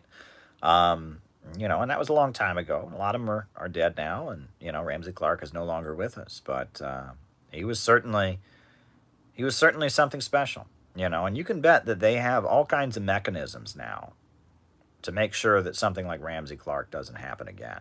You know, I wrote that whole book about Kamala Harris and her personality and all of that. You know, Kamala Harris, right? You know, she was somebody who was a prosecutor. Ramsey Clark was also a prosecutor, a federal attorney. But he was somebody who realized what he was doing was wrong. I mean, he realized he was kind of like that. You know, you ever hear the old popular American hymn Amazing Grace? You ever hear the hymn Amazing Grace? Right? The story from Amazing Grace is that, you know, there was a slave owner, a slave ship, you know, a slave trader, and he was on his slave ship, and he was going to Africa, you know, to grab some people and bring them back to the United States to be slaves. And there was a storm on the ship, and he feared for his life, and he knew that slavery was wrong. And amid this storm, he had a religious awakening and turned the ship around and stopped being a slave trader because he realized that slavery was wrong. That's Ramsey Clark. You know, I mean, he was the U.S. Attorney General. He was in charge of the U.S. Department of Justice. He was in charge of the FBI that was wiretapping the civil rights movement and doing COINTELPRO. He was in charge of the U.S. federal prison apparatus where lives are destroyed, and he realized what was wrong, and he started doing everything he could from within to harm it, and letting people out of prison in big numbers, just releasing people out of prison. And then, you know, trying to stop J. Edgar Hoover and wouldn't approve wiretaps of Stokely Carmichael, and from within the system, he awoke and he realized what was happening was wrong and tried his best to maintain his position and still try to stop things. And then, you know, they caught on to him pretty quickly, and Nixon said, the first thing I will do is fire Ramsey Clark. He fired Ramsey Clark, and so he said, all right. And then the first thing he did is he got on that plane and he went to Vietnam. And he met with the communists in Vietnam with the National Liberation Front. And he said, you guys are right. This is your country, and you have the right to run it. I mean, this is somebody who is very, very rare. Have you ever asked yourself why we have had increasing trouble with discipline in our armed forces? Listen closely to the chairman of the American Servicemen's Union, and you will understand. Okay, I'm going to run down some stuff tonight about the GI revolts and rebellions that have been going on in the U.S. Army over the last year, the organizing drive that we're undertaking. But before I do that, I got something real important here. Korean people have asked the American Servicemen's Union to send their greetings to the revolutionary young people in America. And they sent us a letter, which I'm going to read. Dear Andy, our thinking is that the ASU and the People's Korea will combine efforts in chopping the head off U.S. imperialism.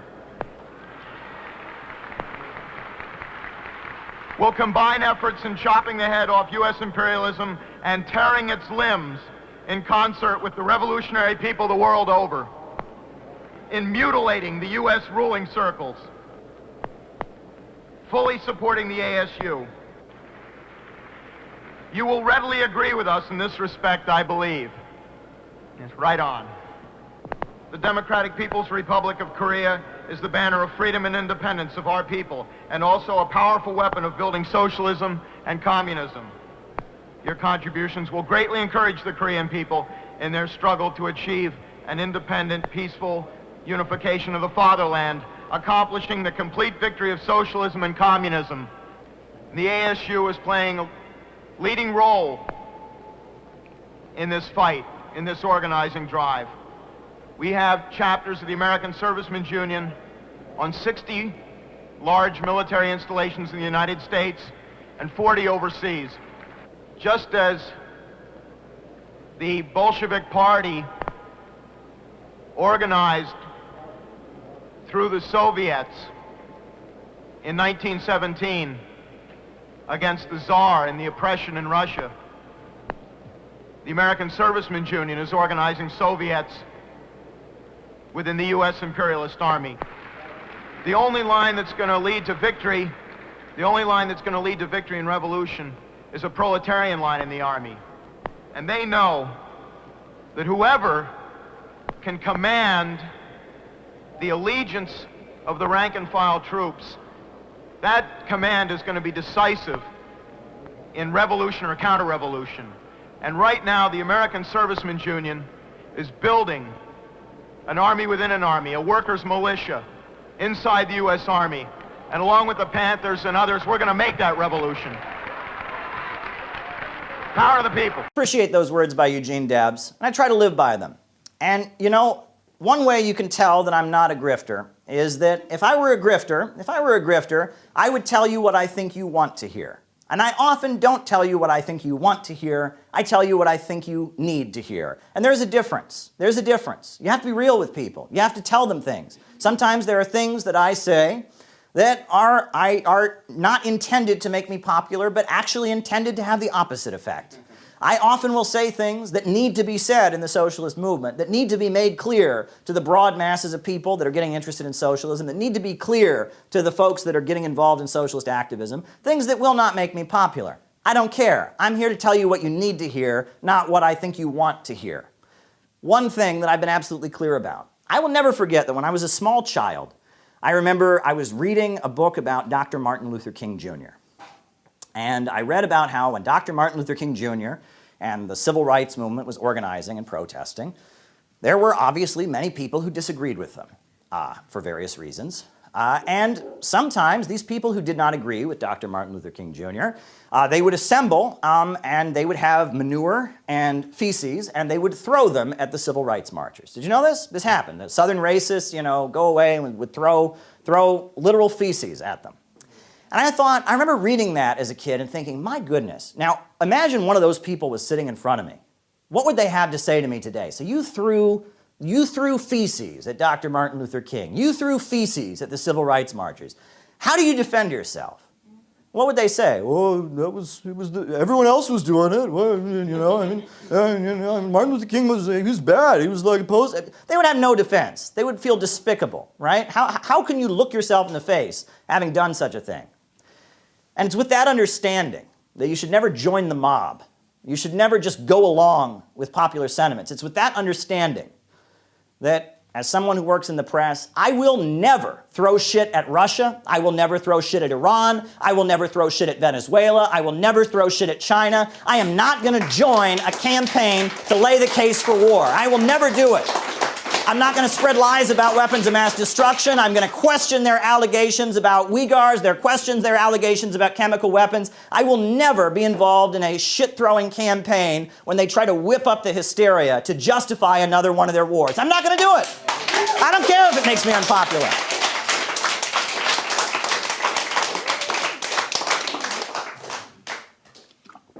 Furthermore, I'm going to be honest about what a human being is. And this is something that we need to be very clear. What is a human being? The way we're taught largely in our society to think about human beings is that they're just another animal. Well, they're wrong when they say that. Because if you look at ants, ants have been building their ant farms the exact same way for millions of years. And beavers, they've been building their beaver dams the exact same way for millions of years. But in just about 7 or 8,000 years, human beings have gone from hunter-gatherers in the woods to space travel and iPhones. That is not just another animal. We are constantly changing the way we interact with our environment. The human being is the tool maker. It is constantly shifting and moving toward a higher stage. And growth and innovation and creativity are what defines human beings and separates human beings from animals. We reinvent ourselves. We rise to a higher plane. We want to have a better life than we already have. We want our children to have a better life than we have. That is the nature of human beings. Human beings are all about growth. Human beings are all about expansion. That is the nature of the human being. So when people come out and they say, well, you know, the answer to climate change is we just have to have less. We just have to degrow. I'd say no. The first ecological crisis in human history came about 7,000 or 8,000 years ago, when we, with our ability to make tools and sticks and rocks, we got too good at hunting and gathering. We got too good at it. We were killing too many animals. We were gathering too many fruits and nuts. There was a scarcity of fruits and nuts to gather. There weren't too many animals. We killed too many of them. So as a result of that, what did we do? Did we degrow? Did we say, all right, everyone's got to have less children? Oh, we all got to eat half as much? No. Well, what did we do? We changed the way we interact with our environment. We developed agriculture. We started growing crops, right? We started domesticating animals. And the first economic, political, and social revolution was human beings responding to an ecological crisis. The old way of interacting with our environment was unsustainable, so we moved to a higher mode of production. And the current crisis that's spawning climate change requires the same response. Fossil fuels is not sustainable, right? Fossil fuels is not going to work. Climate change is a reality. And furthermore, the fossil fuel-based economy is what keeps the world poor. It's, you know, look at Wall Street. You know, the big banks and big corporations on Wall Street are also tied in with the big oil monopolies. We got the big four super majors, ExxonMobil, BP, Shell, and Chevron. And in addition to them, you know, it's like, you know, BP, that's basically HSBC Bank. Chase Bank, that's pretty much ExxonMobil. It's JP Morgan and the Rockefellers. And the Wall Street global order is based on having an oil-centered economy. We need to get beyond an oil-centered economy. That is the solution to climate change. We need to change the way we interact with our environment, not to have less, but to have more in a sustainable way.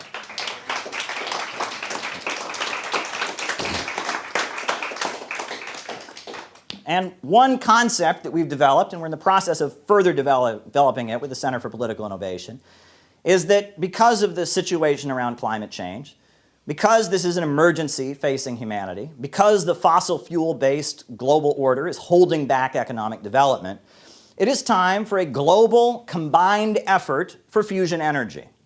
Instead of having it be a competition where China is working on fusion energy and South Africa is working on fusion energy and India is working on it and there's a lab in Boston and there's a lab in New Jersey and there's a lab in California.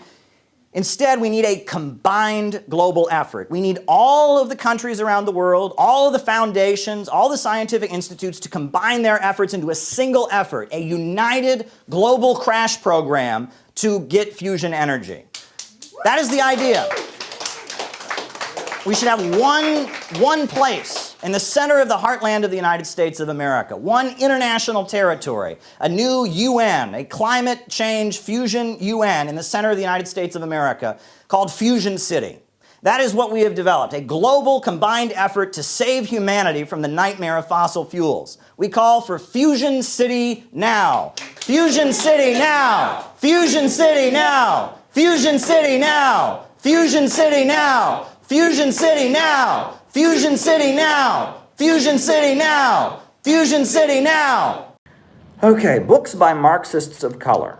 One of the most educational books I ever read on the history of communism in the United States was Black Radical by Nelson Peary.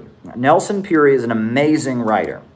African-American man, was in the Communist Party USA. He fought in World War II. After World War II, he came home and he joined the Communist Party. He was kicked out of the Communist Party because he refused to abandon the Black Belt thesis, and so he eventually ended up starting a Maoist group called the Communist Labor Party. Nelson Peary is one of my favorite writers. Nelson Peary wrote a very good book called The Future is Up to Us, which is about the computer revolution and the implications of the computer revolution for socialism. Amazing guy. So if you're looking for an amazing African-American writer from a communist perspective, Nelson Peary is very good. Now, there's another writer, a little bit older than Nelson Peary, but from a similar background. It's a guy named Harry Haywood. And Harry Haywood was a leader of something called the African Blood Brotherhood. And this was an armed self-defense group during the 1920s of African Americans who fought against the Klan. And the African Blood Brotherhood eventually merged into the Communist Party. And so Harry Haywood published an autobiography. It's called Black Bolshevik, and it is his memoir of being a leader of the Communist Party in the 1930s, eventually getting kicked out of the Communist Party, and becoming a Maoist in the 1970s. It's very good. It's a very, very good memoir. Also, there's a very good book by, Ben Davis. Benjamin Davis was a Communist Party member who was on the New York City Council in the 1940s. He was on the New York City Council, Benjamin Davis, and after he was on the New York City Council, he went to federal prison for being a communist. They put him in prison for being a member of the Communist Party. And he wrote a very, very good autobiography called Communist Councilman from Harlem. So I would check that out as well. There are a number of great African-American communist writers. There are many, many. I mean, William L. Patterson, who was the man who wrote We Charge Genocide, which was a document presented at the United Nations accusing the United States of committing genocide against the African-American community. The Soviet Union gave a platform to this American communist writer to charge the United States with genocide. We Charge Genocide. And I knew old communists who would sell We Charge Genocide, this pamphlet. It was like a pamphlet written by William L. Patterson, a leader of the Communist Party, presented at the UN, would sell it on street corners. And all over the United States, Communist Party members walked up and down the streets of black neighborhoods selling this pamphlet, We Charge Genocide. And they would sell it for a nickel or a dime. And it was all over the United States. This document presented at the United Nations, written by an African-American communist accusing the U.S. government of genocide. Amazing stuff. I love the speeches of Kwame Ture, right? Kwame Ture is very ideological, very ideological. He was Stokely Carmichael, later joined the Black Panthers, became Kwame Ture, started the All-African People's Revolutionary Party. Kwame Ture, the scientific socialist, I really have a lot of admiration for him. Very much a critic of imperialism, an anti-Zionist, a critic of Israel. I have a lot of admiration. I've learned a lot from Kwame Ture. Huey Newton's writings are very, very good, especially his theoretical writings. So there are many African-American communist leaders who've done amazing writing that I've learned from over the years. So thank you for asking. Very good stuff. I mean, there's actually a very interesting historian who writes on the history of American communism, Robin D.G. Kelly. And he wrote a book called Hammer and Hoe, and it was about the Communist Party of Alabama in the 1930s and how the Communist Party recruited very heavily among African Americans in the 1930s. And this book, Hammer and Hoe, is very, very good. And it's a very detailed academic history of the Communist Party's role in the black community in the 1930s in Alabama. Very good stuff. There's a very important leader of the Communist Party in the 1930s. He has one very good pamphlet that's available, You Cannot Kill the Working Class. He was actually sentenced to death for preaching communism to the black community. Angelo Herndon was his name, Angelo Herndon. He wrote a very beautiful pamphlet called You Cannot Kill the Working Class, which was about how he became a communist, why he was put on death row. And the Supreme Court eventually freed him. But he was on death row because in Alabama they had a law that you could not incite black people to revolution, and that was punishable by the death penalty. So he was handing out leaflets for the Communist Party, and they tried to give him the death penalty. And it talks about how the Communist Party organized to bring white workers and black workers together. Black and white, unite and fight. It's really powerful stuff. So Angelo Herndon is very amazing, too.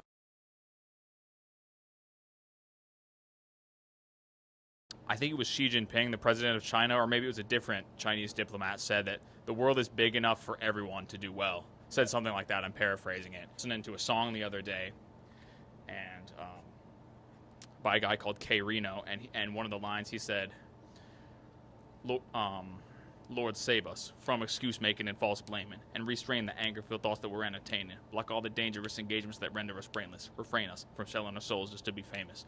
And I think that we have to cultivate the positivity because, as the cliche goes, another world is possible, and that's pretty much all I wanted to say on that. Yeah. Well, great. Thank you so much, Gavin. And your talk that you gave yesterday was amazing. It was beautiful and very deeply meaningful. And the fact that we as a group workshopped, both you and Noah's talk, that had a huge impact on the success of the event. Both your talks were phenomenal because we workshopped them. And I think in the future, we need to do that for all the talks. We need to workshop and learn to workshop and teach each other. And it was also really great how David Fox, who's a Toastmaster extraordinaire, was able to step in, and he knew how to do a public speaking workshop. So that was really awesome as well. And as far as what you said about positivity, look, there is no limit to growth. There is no limit to human creativity and growth. There's a limit to how many trees there are, that's true. And if we were all still heating our homes with firewood, we would have deforested the planet many times over. But we reinvented our relationship with nature. We started burning coal and fossil fuels and having electrical heat. And because of that, we have grown and we've continued to grow. There is no limit to growth. And the scarcity mindset, this idea that there's only so much, and so if somebody else has, I better take, it's what I could have. We should have the attitude that there's an unlimited supply in the universe. If we can be creative, if we can reinvent, if we can innovate, there's an unlimited supply, there's enough for everybody.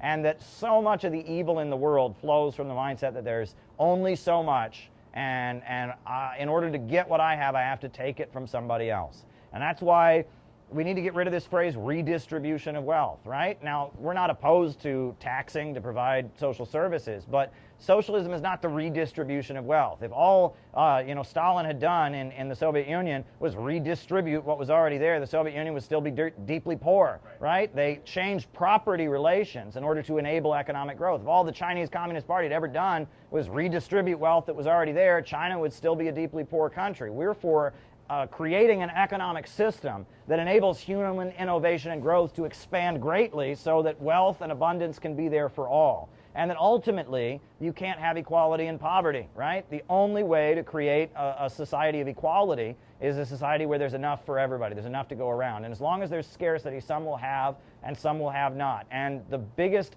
ugly things and failures in the history of communism flowed from the mistake of trying to create equality and poverty. Pol Pot, what he did in democratic Kampuchea was a nightmare because he was trying to make everybody equal in poverty. And the Chinese Cultural Revolution was a nightmare because they were trying to make people equal in poverty. These countries were surrounded, they were attacked, and in that isolation, they fell into the trap of, okay, well, we're gonna stay poor, but we're gonna make everybody equal. And that does not work. You can't have equality and poverty. You can't. And that you can't create an egalitarian society with willpower, by just wishing it hard enough, by just punishing people enough to make it come into existence. You can't do that. The only way forward is growth, but we understand the market has inherent flaws that prevent that. And that is an understanding that used to be universal. You read any old communist pamphlet from the Great Depression, it's just 101, right? This is the only system in history where abundance makes people poorer, which shouldn't make sense. Why should self-driving cars be a bad thing? Self-driving cars could lead to a world with so much wealth and abundance because the human chore called driving is no longer necessary.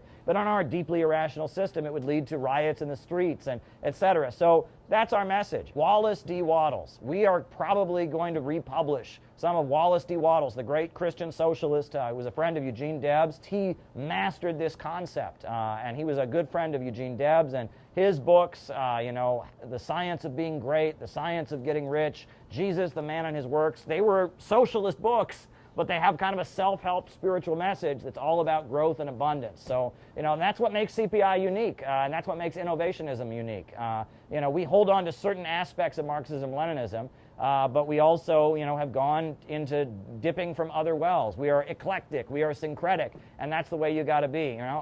Anything that works, we'll use. Deng Xiaoping said that if a cat is black or white, it doesn't matter as long as it catches mice, and that's our attitude. If we can create the more peaceful world we need, if we can create more abundance, if we can lead to a society that's not marching toward World War III and a low-wage police state, we'll do it, and we don't care what ideas it is. It's not a matter of being right and not changing the world. It's about being right so we can change the world.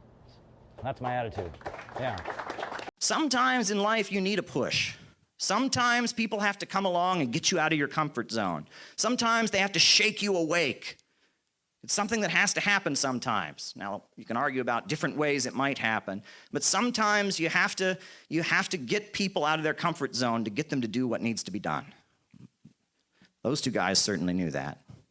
I want to take time in this presentation to point out something that perhaps isn't the most scientific Marxist thing ever to say, but women are better than men, okay?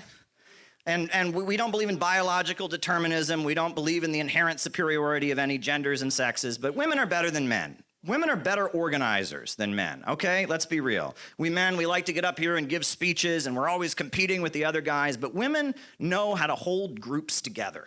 They know how to get stuff done.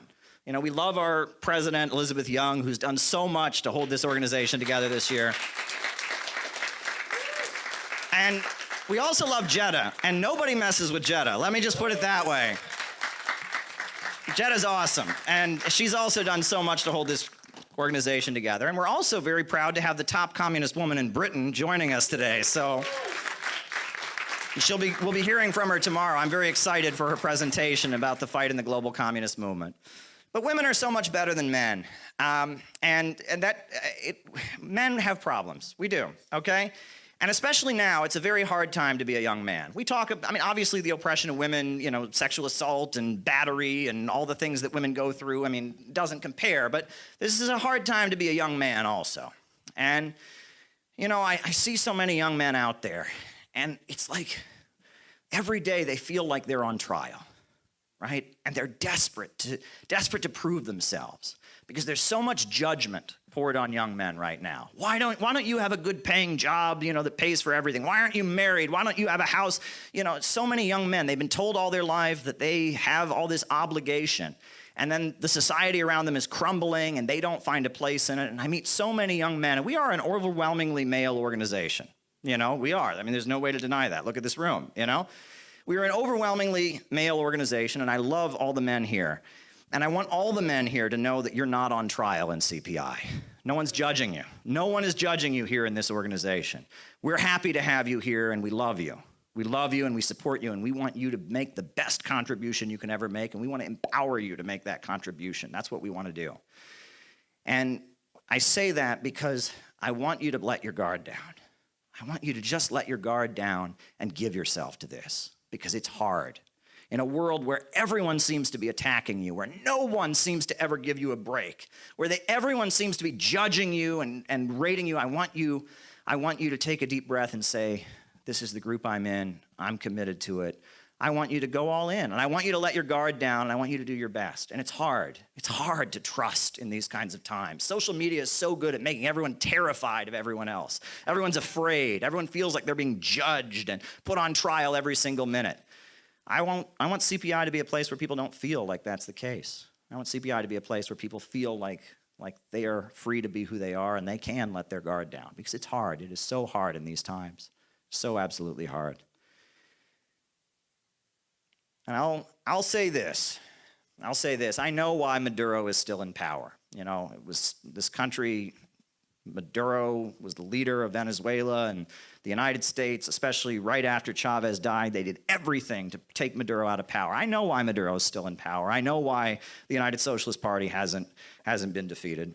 Because when I went to Venezuela in 2015, when the opposition in Venezuela had a sweep and won the elections, after that election, they took us to a commune in central Caracas. And in central Caracas, we sat down with a woman, 21 years old, who was wearing army pants, and I can guarantee you she knew her way around an AK-47. I can guarantee you that. And she said to us, they will never come back. And she told us her life story. She'd been a homeless young woman on the streets of Caracas, didn't even speak Spanish, only spoke indigenous languages. She'd been an orphan, and there was a priest who was a socialist, a liberation theology priest, who took her in. And she grew up in an orphanage run by this liberation theology priest. And Hugo Chavez was the president, and they watched him on TV, and he taught them about Marxism, and he read them what is to be done on television. And she learned about socialism and revolution. And she told me, she said, I'm a communist, but I'm also a Christian. And she said, I believe God put me on this earth to die for communism. And that is what I intend to do. They will never come back. That's what she told me.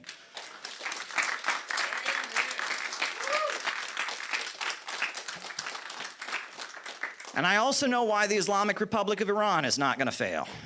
Because I've been there, and I I had the opportunity of being one of the only Americans, or not one of the only, but one of the few Americans to ever be in the presence of Iran's supreme leader, which is quite an experience. It was the supreme leader of Iran. He speaks every year on the anniversary of the death of Imam Khomeini, the founder of the Islamic Republic. And I was in this auditorium with 20,000 people, and he walks out, and he can only use one of his arms because of a bombing, and he puts his arm up, and that room just goes crazy. They just go crazy, crying and screaming, and the men extend their hands, and they say, "The blood in my vessels belongs to the supreme leader. The blood in my vessels belongs to the supreme leader." And, when I was in downtown Tehran and going to these conferences, I was talking to people who work in media in Iran. I was talking to wealthier folks who support the revolution. But when I was in that auditorium, in that mausoleum of Khomeini with 20,000 other people, I was talking to the working class of Iran. I was talking to people who wouldn't have running water and electricity if it weren't for the Islamic Revolution. That's who I was talking about. And there's a reason they were screaming in adoration for Khamenei, the supreme leader, because he was the one who could stand for them against the rich and powerful. He was their champion, to stand with the oppressed. That's what they talk about. It's part of the Shia revolutionary tradition.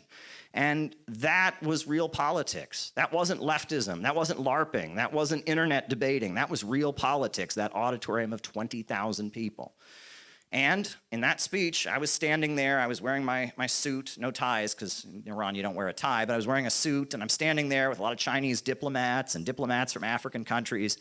And we're standing there, and he's making different remarks about different things. And at the time that I was there, in Iran, there was a controversy about whether or not to call America the Great Satan. And some people were saying, well, maybe we should stop calling America the Great Satan. I was standing there as the only American in an auditorium of 20,000 people where the supreme leader stated his position on the issue. And he said, even though we signed a nuclear deal with the United States, we do consider America to be the Great Satan. But we don't consider the American people to be the Great Satan. We mean the system of imperialism, the system of war and death and destruction. That's what we consider to be the Great Satan. And we will never compromise on that. And though we may negotiate, we will never surrender to the Great Satan. And then I was the only American in an auditorium of 20,000 people who began chanting, "Death to America," and pumping their fists like this, "Death to America, death to America." And tears rolled down my face. And it is an experience I will never forget for the rest of my life. To stand there. And I said death to America, burned American flags as a leftist before.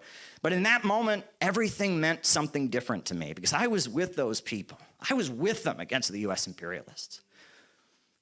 But I also knew that so many of the American people would have something to gain from destroying not America as we know it, but the America of the bankers and the billionaires and the war hawks and the monopolists. And there's millions of Americans who would be in that room with me if they knew the truth. If they knew the truth, they'd be in that room with me.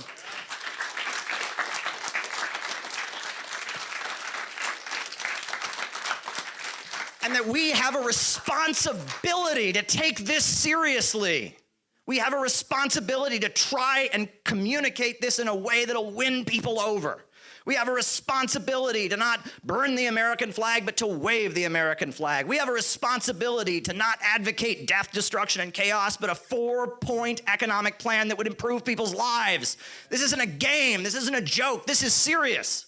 And it is our job to do the best that we can do here in the center of the empire, to get working people to understand who their real enemy is and why imperialism is the enemy of all humanity. That is what our responsibility is.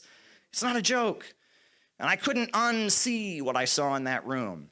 And that was the beginning of my trip out of the Workers' World Party. The day I walked out of that room was the day I was beginning to leave the Workers' World Party because I couldn't unlearn it. And then when I went back to the United States and went to leftist protests, something was off.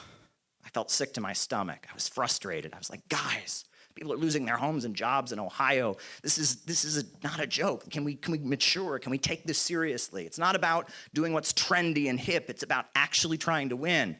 And I saw that something was off. And then Donald Trump ran for president.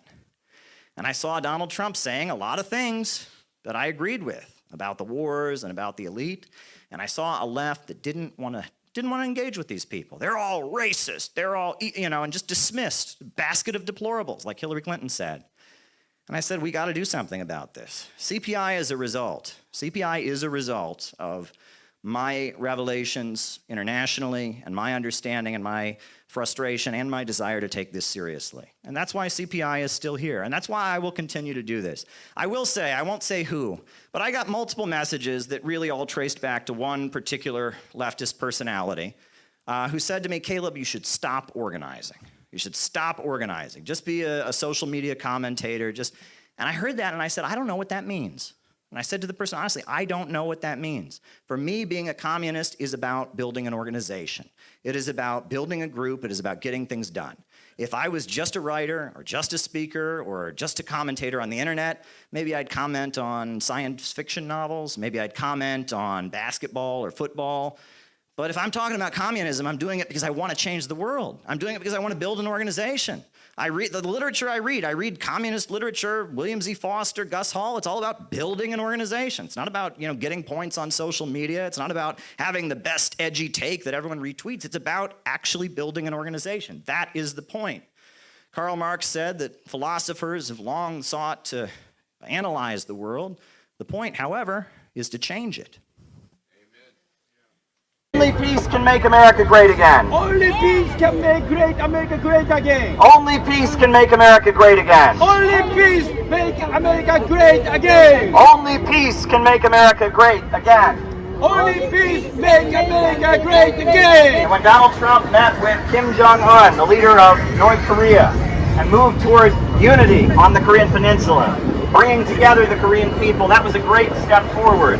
We've had already 3 wars going on as we speak.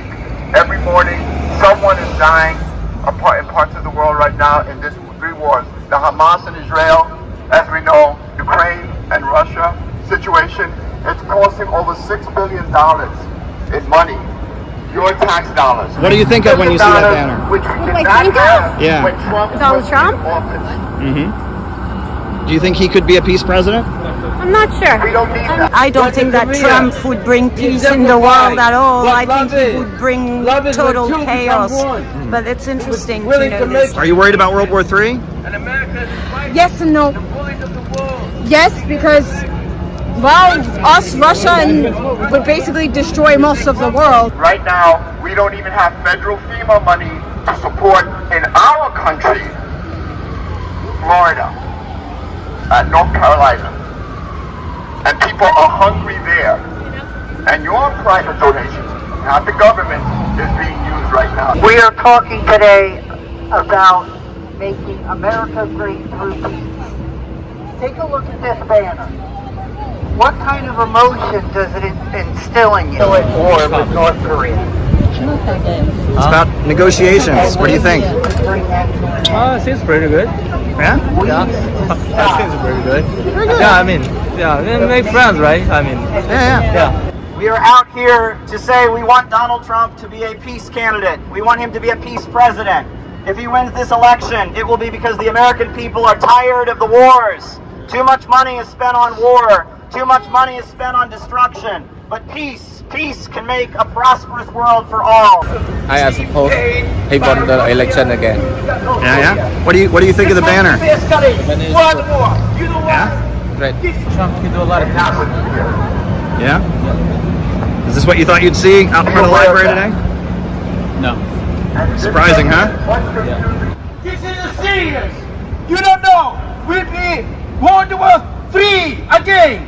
This is we have to stop North Korea.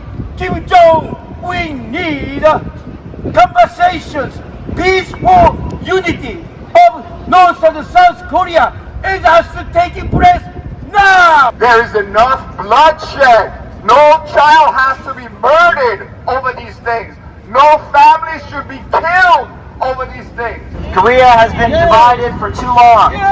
We want unity on the Korean Peninsula. Unity on the Korean Peninsula. Unity.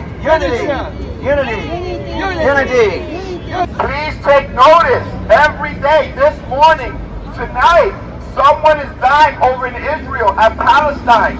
Someone is starving in Ukraine and right now Russia. This is not fake news. Because this was the best moment of Trump's presidency. And if he is reelected again, it'll be because the American people want him to be a peace candidate. They want him to make peace, not just in Korea, peace with Russia and Ukraine, peace with the Palestinians and the Israelis. Only peace can make America great again. Only peace can Only make peace America great can again. make America great again. Only peace can make America great again. Only peace can make America great again. Only peace make America great again. Too much money is spent on war, but peace can make lots of money. Imagine if we were trading and doing business with all the countries that we have been antagonizing around the world. Imagine if we were trading with Russia, trading with China, trading with North Korea, trading with Iran. If the world could be brought together through trade and diplomacy and business, let's make some deals. Peace can make America great again. Peace make America great again. Peace can make America great again. Peace can make America great again. What about China? Do you think we should work with them? You know, they got those really fast, high-speed trains that go 200 miles an hour. And that means what? What exactly are they doing with their people? Well, shouldn't we have those over here? And the world has to know that America, if you're on our side, we have your back. That's right. Whatever cost. And we are strong. We never lost a war. We never will lose if we stand on God's side. Peace in Korea. Peace in Korea. Peace in Korea. Peace in Korea. Peace in Korea. Peace in Korea. So as you know, probably, on Saturday there was a huge mobilization by the Democrat Party against Donald Trump. It was called No Kings, and many people are commenting on the rallies, how it was largely middle-aged and elderly people, and how the rallies seemed to have no real substance other than Trump derangement syndrome. Well, we at the Center for Political Innovation, we decided to crash these rallies, to say, hands off Venezuela. If you want to protest Trump, you should be protesting the fact that he's threatening a new war right here in our hemisphere against Venezuela. And we reject largely the Trump derangement syndrome message, but we called for hands off Venezuela. Now, we went to a number of these rallies around the country, and made our point, hands off Venezuela, interrupted elected officials, passed out leaflets, had some great conversations. Here is a summary of our intervention at the No Kings rallies, October 18th. Hands off Venezuela. Keep our money here for jobs and education in America. Instead of No Kings, we should be having a rally, No Wars. Maybe the one in the Middle East ended, maybe it didn't. Hopefully the one in Ukraine is about to end, but we need not to start one on Venezuela. No new Vietnam in this hemisphere. Stop the war against Maduro. Venezuela isn't pushing drugs, the CIA is. Stop Mark Rubio and the neocons from conning Trump into a new war in Venezuela. Hands off Venezuela. I don't want our children to go to war. I don't want anybody's child to go to war. We can't afford any more war. We need hands off Venezuela. Hands off Venezuela. No war. And we gotta apply pressure where it's needed, like the neocons.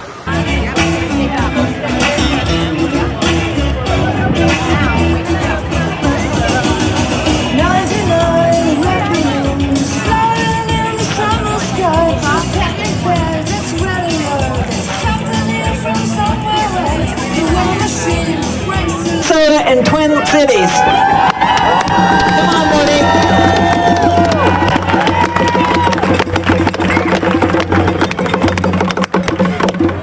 Hands off Venezuela! Hands off Venezuela! Get you yourselves a hand! This is glorious! And I say, no kings!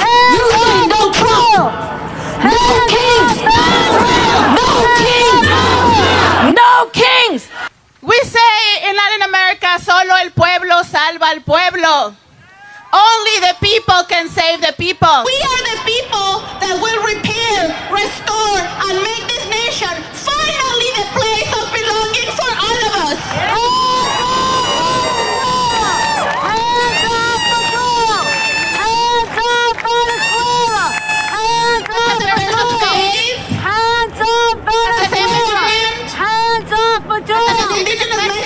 Jobs and schools for everyone.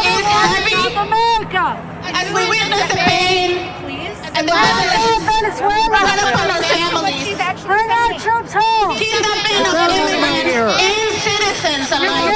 Indigenous people, bring Violent arrests. no war in Venezuela. Militarized victims in the name of full safety. Well, it's disrespectful to invade another country. When hearts are numb, the cries of we don't want no World War III. We don't want World War III, folks. This is what we ought to be talking about.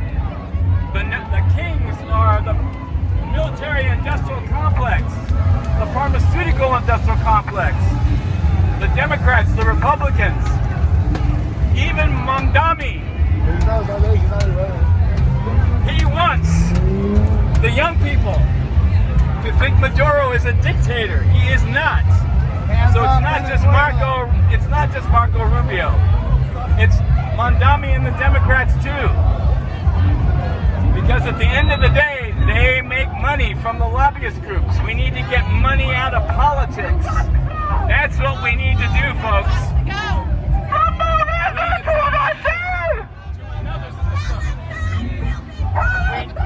We don't need to be creating another war with Venezuela. Venezuela never attacked us.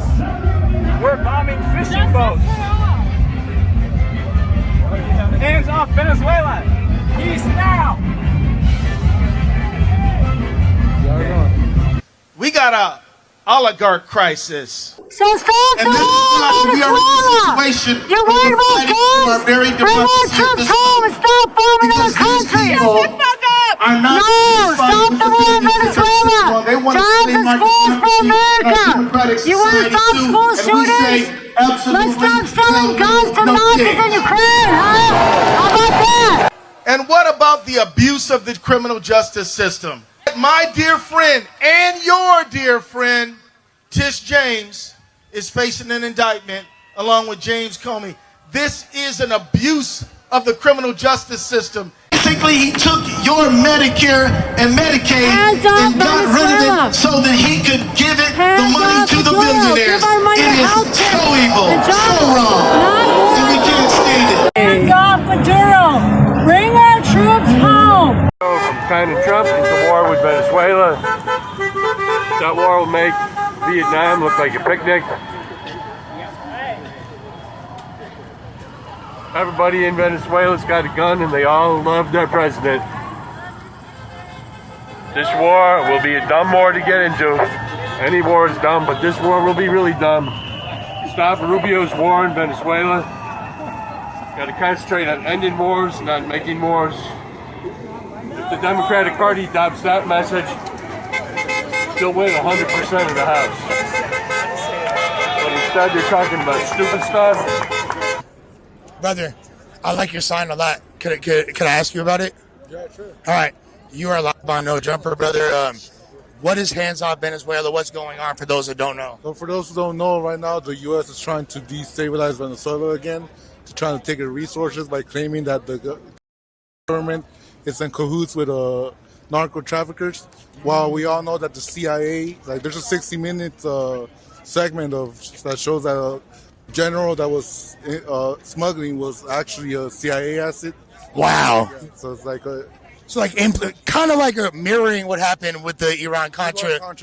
Yeah, it sounds like El Salvador in the 80s. Yeah, definitely. But this was in the 90s when Venezuela it's still not in a socialist government. Okay. Yeah. And why do I keep hearing about Israel's involvement? The Venezuelan government has been very outspoken about the genocide that's currently going on in Gaza. So if you have a legit government calling you out by name and word, by calling it a genocide, saying that you're committing genocide out loud, I don't think you're gonna like as Israel hearing that, like when having that.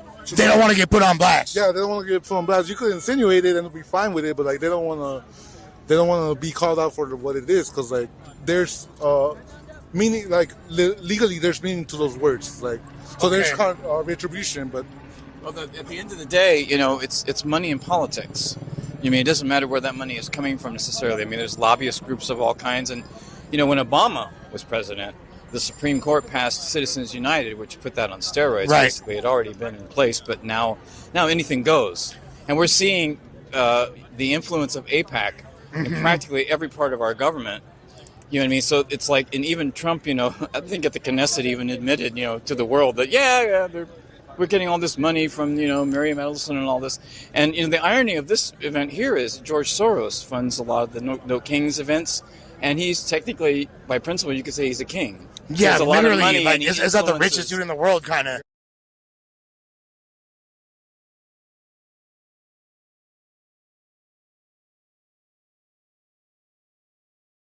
Hi, this is Paul and Gavin from the Quad Cities branch of the Center for Political Innovation. We're here at the No Kings rally in Davenport, Iowa. And, I figured this was going to be a few hundred people at the most. It actually looks like thousands of people. And so I was able to get out 100 of the Stop Trump and Rubio's War on Venezuela, I guess specifically Rubio's War on Venezuela, flyers out. Those things went like hotcakes. He has lost the plot with this circus rally.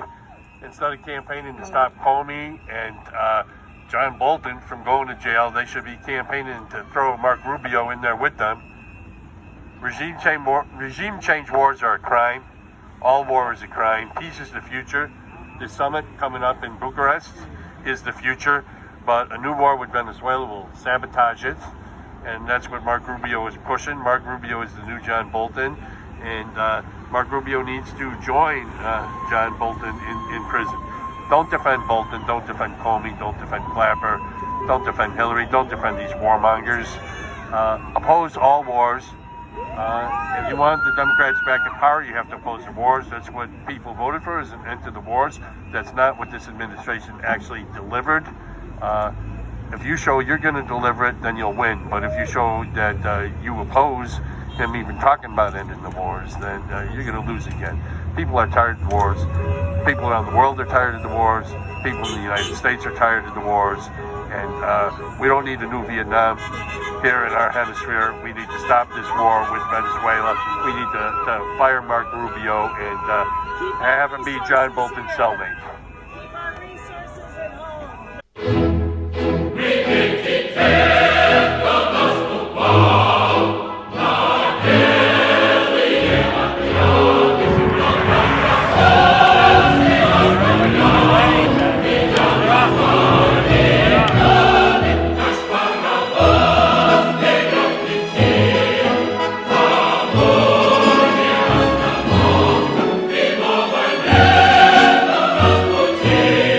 In Rockford, Illinois, and we're here to say that Ibrahim Traore is right and AFRICOM is wrong. Hands off Traore!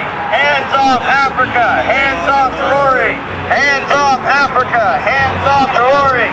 Hands off Africa! Hands off Traore! Today we're speaking about Ibrahim Traore, all the good things he has done. He is actually a leader that's provided true inspiration, not just for his people of Burkina Faso, but for everyone around the world. Are in the belly of what is happening around the world. We get up, we go to work, we go home, we get online. We pretend like we don't know, but we do know. We feel the crushing imperialist boot on our necks, and can we get it off? Yes, we can! Yes, we can! Fuck yeah! Fuck yeah! We can! Yes, we can! Don't let them stop you. Ibrahim Traore is the captain, president, Ibrahim Traore, the traditional president of Burkina Faso. I think he's a remarkable leader for the whole world. Whenever I see him, I'm really compelled by him. Taking hands off of Ibrahim Traore. And we're representing the Center for Political Innovation because we want economic development. We don't want degrowth.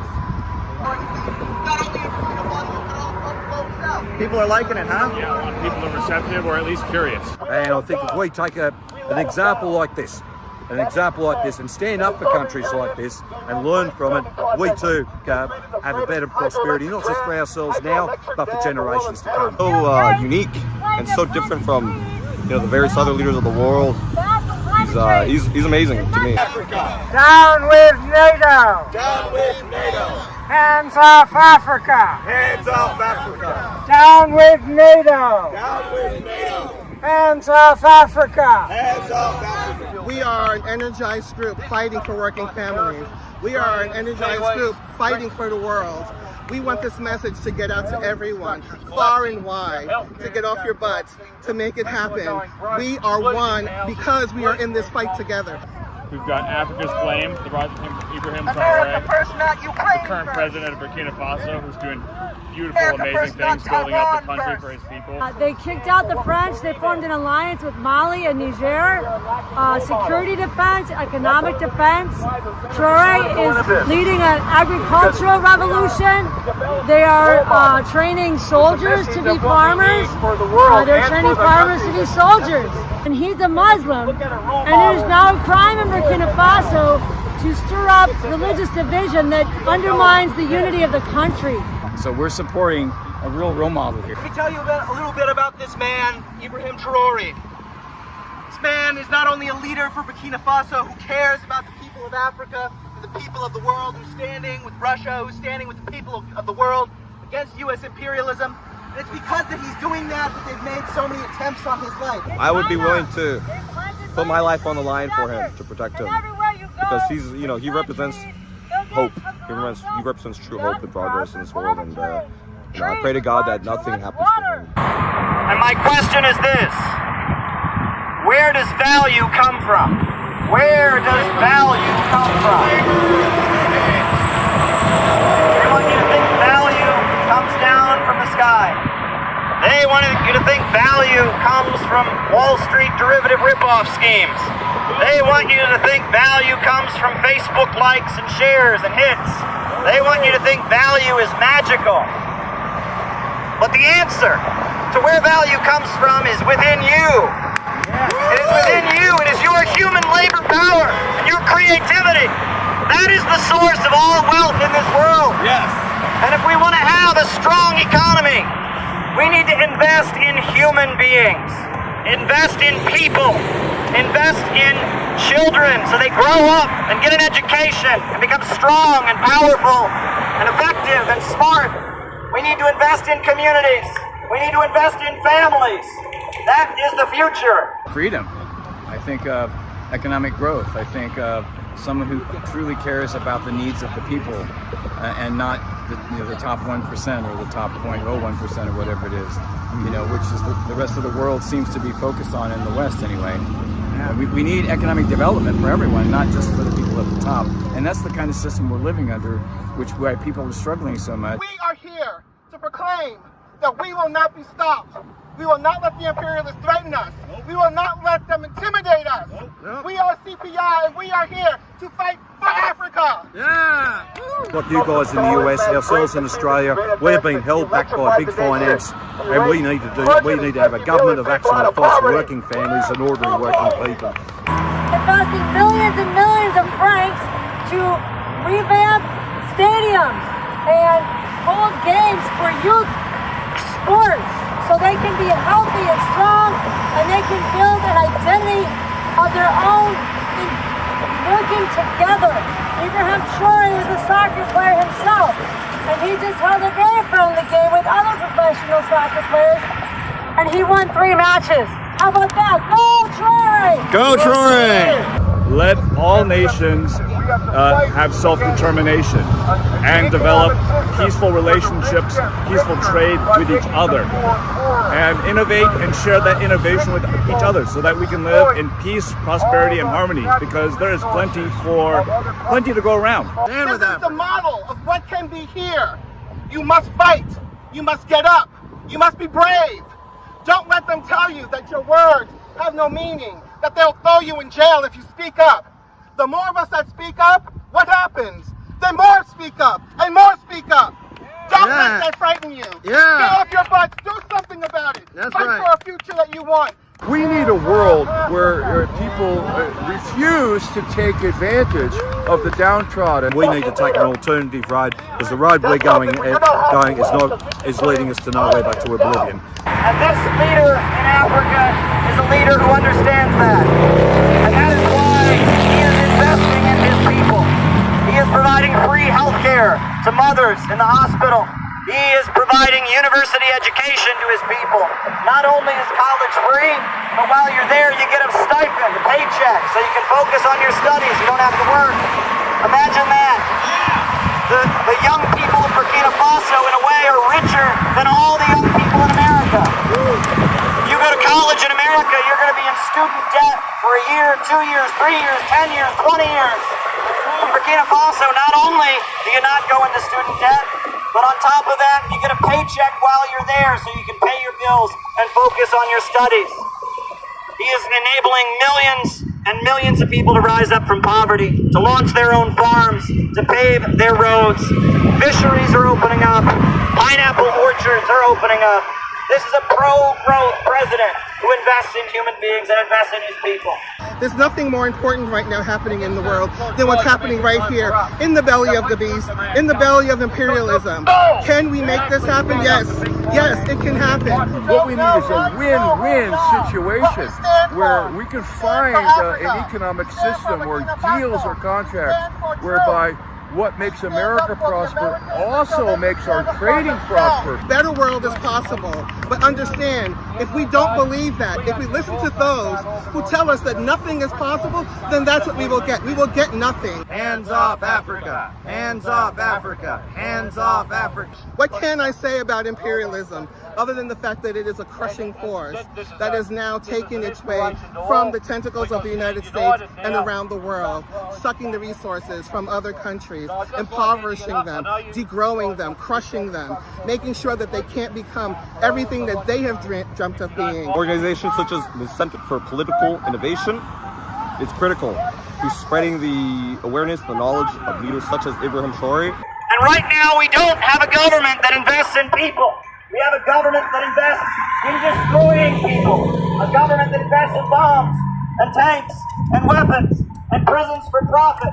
A government that defends drug cartels. A government that arms terrorist groups.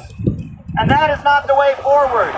There's a small group of very, very rich people who sit at the top of the world. And they've decided that the only way they can keep their throne, keep themselves at the top, is to stop human progress.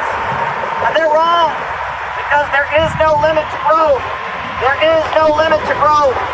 Human creativity and brilliance is unlimited. And we can build and we can construct.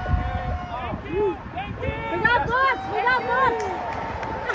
I saw two cars pull up at the stop sign, and then they had their lights, they were flashing to get our attention. And then I saw a fist come out, and then I was like, oh yes, there's somebody who absolutely understands what we're doing. And then I saw a woman come out, and she started honking her horn, and then I didn't know there was a car behind her, and then we just started cheering. They were just honking. I heard them say thank you, because now they know what we're about, what we were doing, what we're standing for, why we're out here on this road, getting the attention of those who pass by. So they all honked. The car behind them came out and they honked as well. And they seemed extremely supportive, very happy that we're out here bringing awareness, you know, in a place where, likely of all places, would you see a big giant sign, a big, poster of Ibrahim Traoré. But here we are, CPI, bringing awareness, making it happen, and understanding that people, the more we do this, it'll catch fire. And it seems as though it already has. I think, there's been a number of people that have positive reactions to our rally, to the banner, to our chants, to our speeches. We will march together, we will fight together, no matter who you are, no matter what political persuasion, no matter what race, because we are all here fighting a class struggle that is more than the sum of its parts. We are one. But I think if we're getting positive reactions like that out here, that's a very good sign. And it's a sign of progress, and it's a sign that people are starting to wake up. Ibrahim Traoré is working with Russia Bad! Russia Bad! Oh my God, Russia Bad! No, Ibrahim Traoré went to the 80th anniversary of the end of World War II in Russia, and he got to see their equipment, and he got to see their spirit of unity and their spirit of cooperation, and how they were able to defeat fascism, which we've never forgiven them for. So, also Ibrahim Traoré is investing in education for his students to go to Russia. And Russia has students coming to Burkina Faso. so they can learn each other's culture, and they can build peaceful nuclear energy. Yay! Peaceful nuclear energy. Just Peaceful like nuclear ours. energy.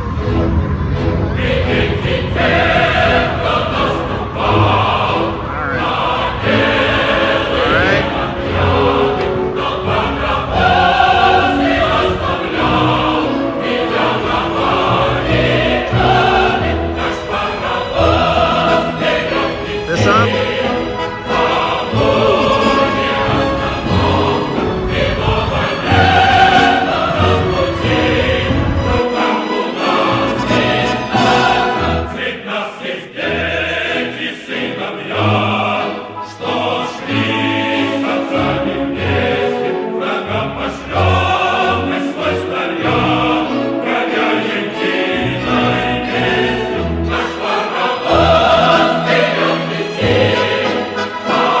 Now, the meeting in Budapest between Trump and Putin was canceled by the Trump administration, but Donald Trump himself said that he was open to having the meeting in the future. The Russian president echoed those words, saying it was more like a rescheduling than a cancellation, and that Russia is open to dialogue at all times. Now, at this point, here in New York City, we saw the arrival of Kirill Dmitriev. Now, he's the CEO of the Russia Direct Investment Fund, and he arrived for a meeting that had been scheduled before talk of Budapest and went ahead. It was not canceled, and he emphasized that he would be meeting with unnamed figures from the Trump administration, and that when they met, they would be discussing the financial aspects of improving relations between the USA and Russia and working to end the conflict in Ukraine. US President, this event was planned long ago, and it was not cancelled by the American side, despite the unfriendly steps recently taken by the US. We see that, as President Putin said yesterday, the language of pressure does not work with Russia, and it's crucial that Russia's national interests and security interests are always taken into account. So the potential for economic cooperation with Russia remains, but only if there's a respectful attitude toward Russia. We also see many attempts by our European Britain to undermine direct dialogue between Russia and the US, between President Putin and President Trump. This is due to the fact that multiple attempts at resolving the Ukrainian conflict were undermined by Britain and by the EU, as when Boris Johnson, having received £1 million from his sponsors, disencouraged the Ukrainian regime from talks. The situation in the British economy, in the European economy, is very unfavorable, and it's important for them to create an image of Russia as an enemy. So we will continue our dialogue with the United States, clearly stating Russia's position, which is that Russia's national interests must be respected, that sanctions and unfriendly measures will have no impact on the Russian economy. They will only lead to growing prices at United States gas stations, because the prices are already going up. So the false Biden narratives that are now being imposed on the Trump administration's practices will not hold, and we have said many times that Biden's administration's approaches have failed and will fail in the future. It is also very important that it is Ukraine who is making this talks situation lag. They're not willing to resolve the outstanding issues, and sadly, it is Ukraine that is undermining the necessary dialogue, and it's doing so at the request of British and European actors who want the conflict to continue.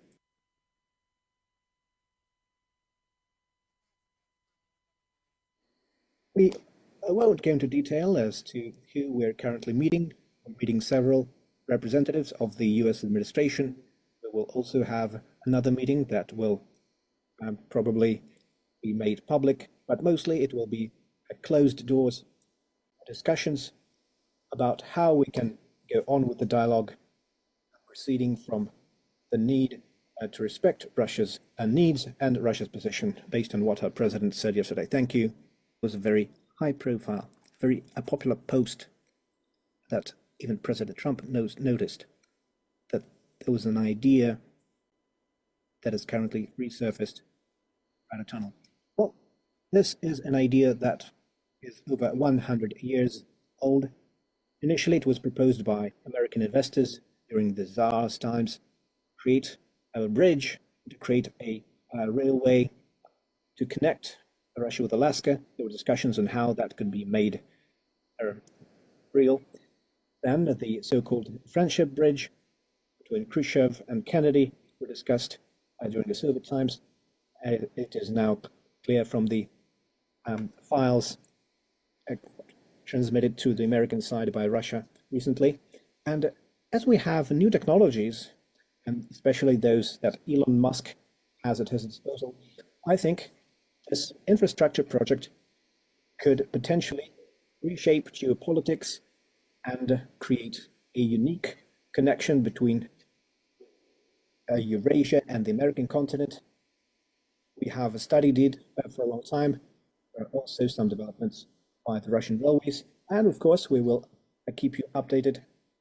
But such projects, such major projects, can only be implemented if there is a respect for Russia's needs and interests, and otherwise we're of course focused on countries of the global south, countries who view Russia as a true partner. Those would be a priority. Thank you. Kirill Dmitriev emphasized that the new sanctions slapped onto Russia are going to hurt the American people. They'll be paying for it with higher gas prices as a result of the energy sector of Russia being slapped with new sanctions, and that this is not the spirit of improving relations. Now, he emphasized that it appears that the British and people working with the British are trying to hold up talks. The British are putting pressure on Ukraine, and Ukraine is therefore making things difficult with the United States and Russia and their negotiations on behalf of the British, that it is the British and their allies that are seeming to try and undermine these negotiations. Now, he also commented on the idea of connecting the United States with Russia via a tunnel under the Bering Sea, connecting Alaska to the Russian Far East. The Bering Sea tunnel, he talked about how there had been ideas about this for the last 100 years or so. There was talk of a friendship bridge during the Kennedy administration, and he emphasized that now, due to technological breakthroughs, due to Elon Musk, the tech giant, that now these visions of a tunnel connecting the United States to Russia under the Bering Sea are a lot more practical and a lot less expensive. The technological breakthroughs of Elon Musk have made that dream much more possible. So there is a real possibility now of the United States and Russia being connected over the Bering Sea. The meeting proceeded as usual. It was a meeting that had been scheduled. It did come as a surprise, but from what we understand, this was not an emergency meeting or anything like that. It was a meeting that had already been scheduled and went ahead regardless of Budapest being put on hold. Now, at the time the Vietnam War was happening, Dr. Martin Luther King Jr., this is the holiday in his memory, Dr. Martin Luther King Jr., he came out against it in 1967.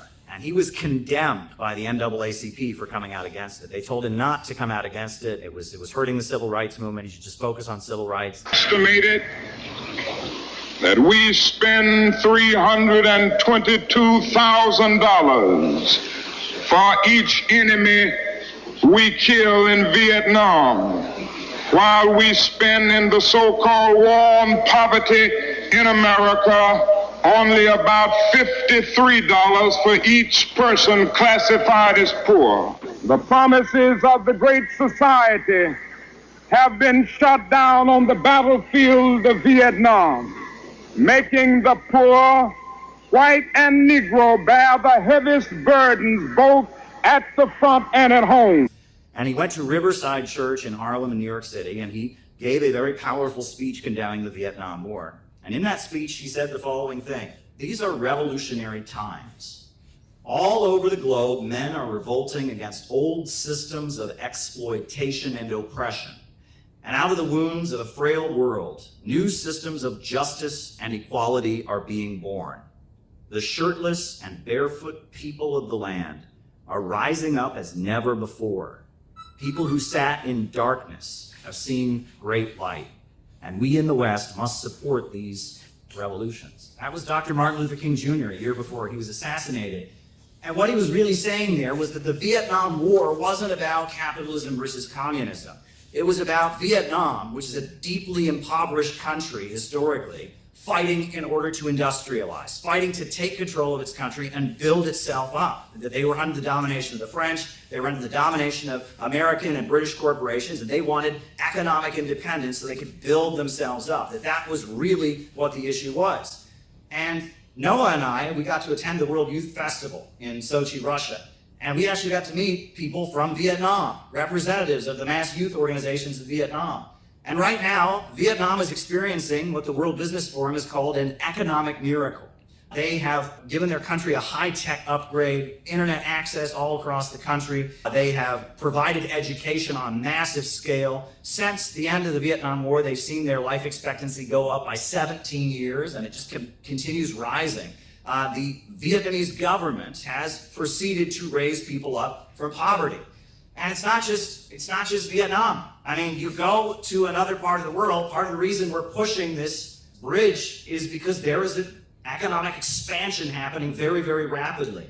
The rise of the BRICS countries. There's whole sections of the globe that we were taught about in school that they just kind of glossed over. It was like they weren't even important. Big sections, big land masses in Russian Far East, Mongolia, Central Asia, all these places that they just didn't used to matter. They're becoming electrified. And there's railway going through them. And there's people rising up from poverty and getting running water and electricity and modern technology. And what is happening in the Far East is very, very exciting. Meanwhile, here in the West, our economy is getting worse and worse and worse. I tell people that they're unpaving roads in the United States while they're paving roads in the most rural, isolated parts of China. They're literally unpaving the roads here in the United States. 27 different states have situations where local municipalities can't afford to maintain paved roads. They pull up the asphalt. We saw the Francis Scott Key Bridge that collapsed. Remember that? That was in this part of the country. More recently, we saw the wildfires raging in Los Angeles. And then we found out part of the reason that the wildfires got so bad is because the local Democratic Party, Samantha Power and Joe Biden and Kamala Harris sent a bunch of the fire protection equipment to Ukraine. And that, I mean, and so rather than having it there to provide and protect people, the fires were raging because they didn't have the proper equipment. Absolutely outrageous.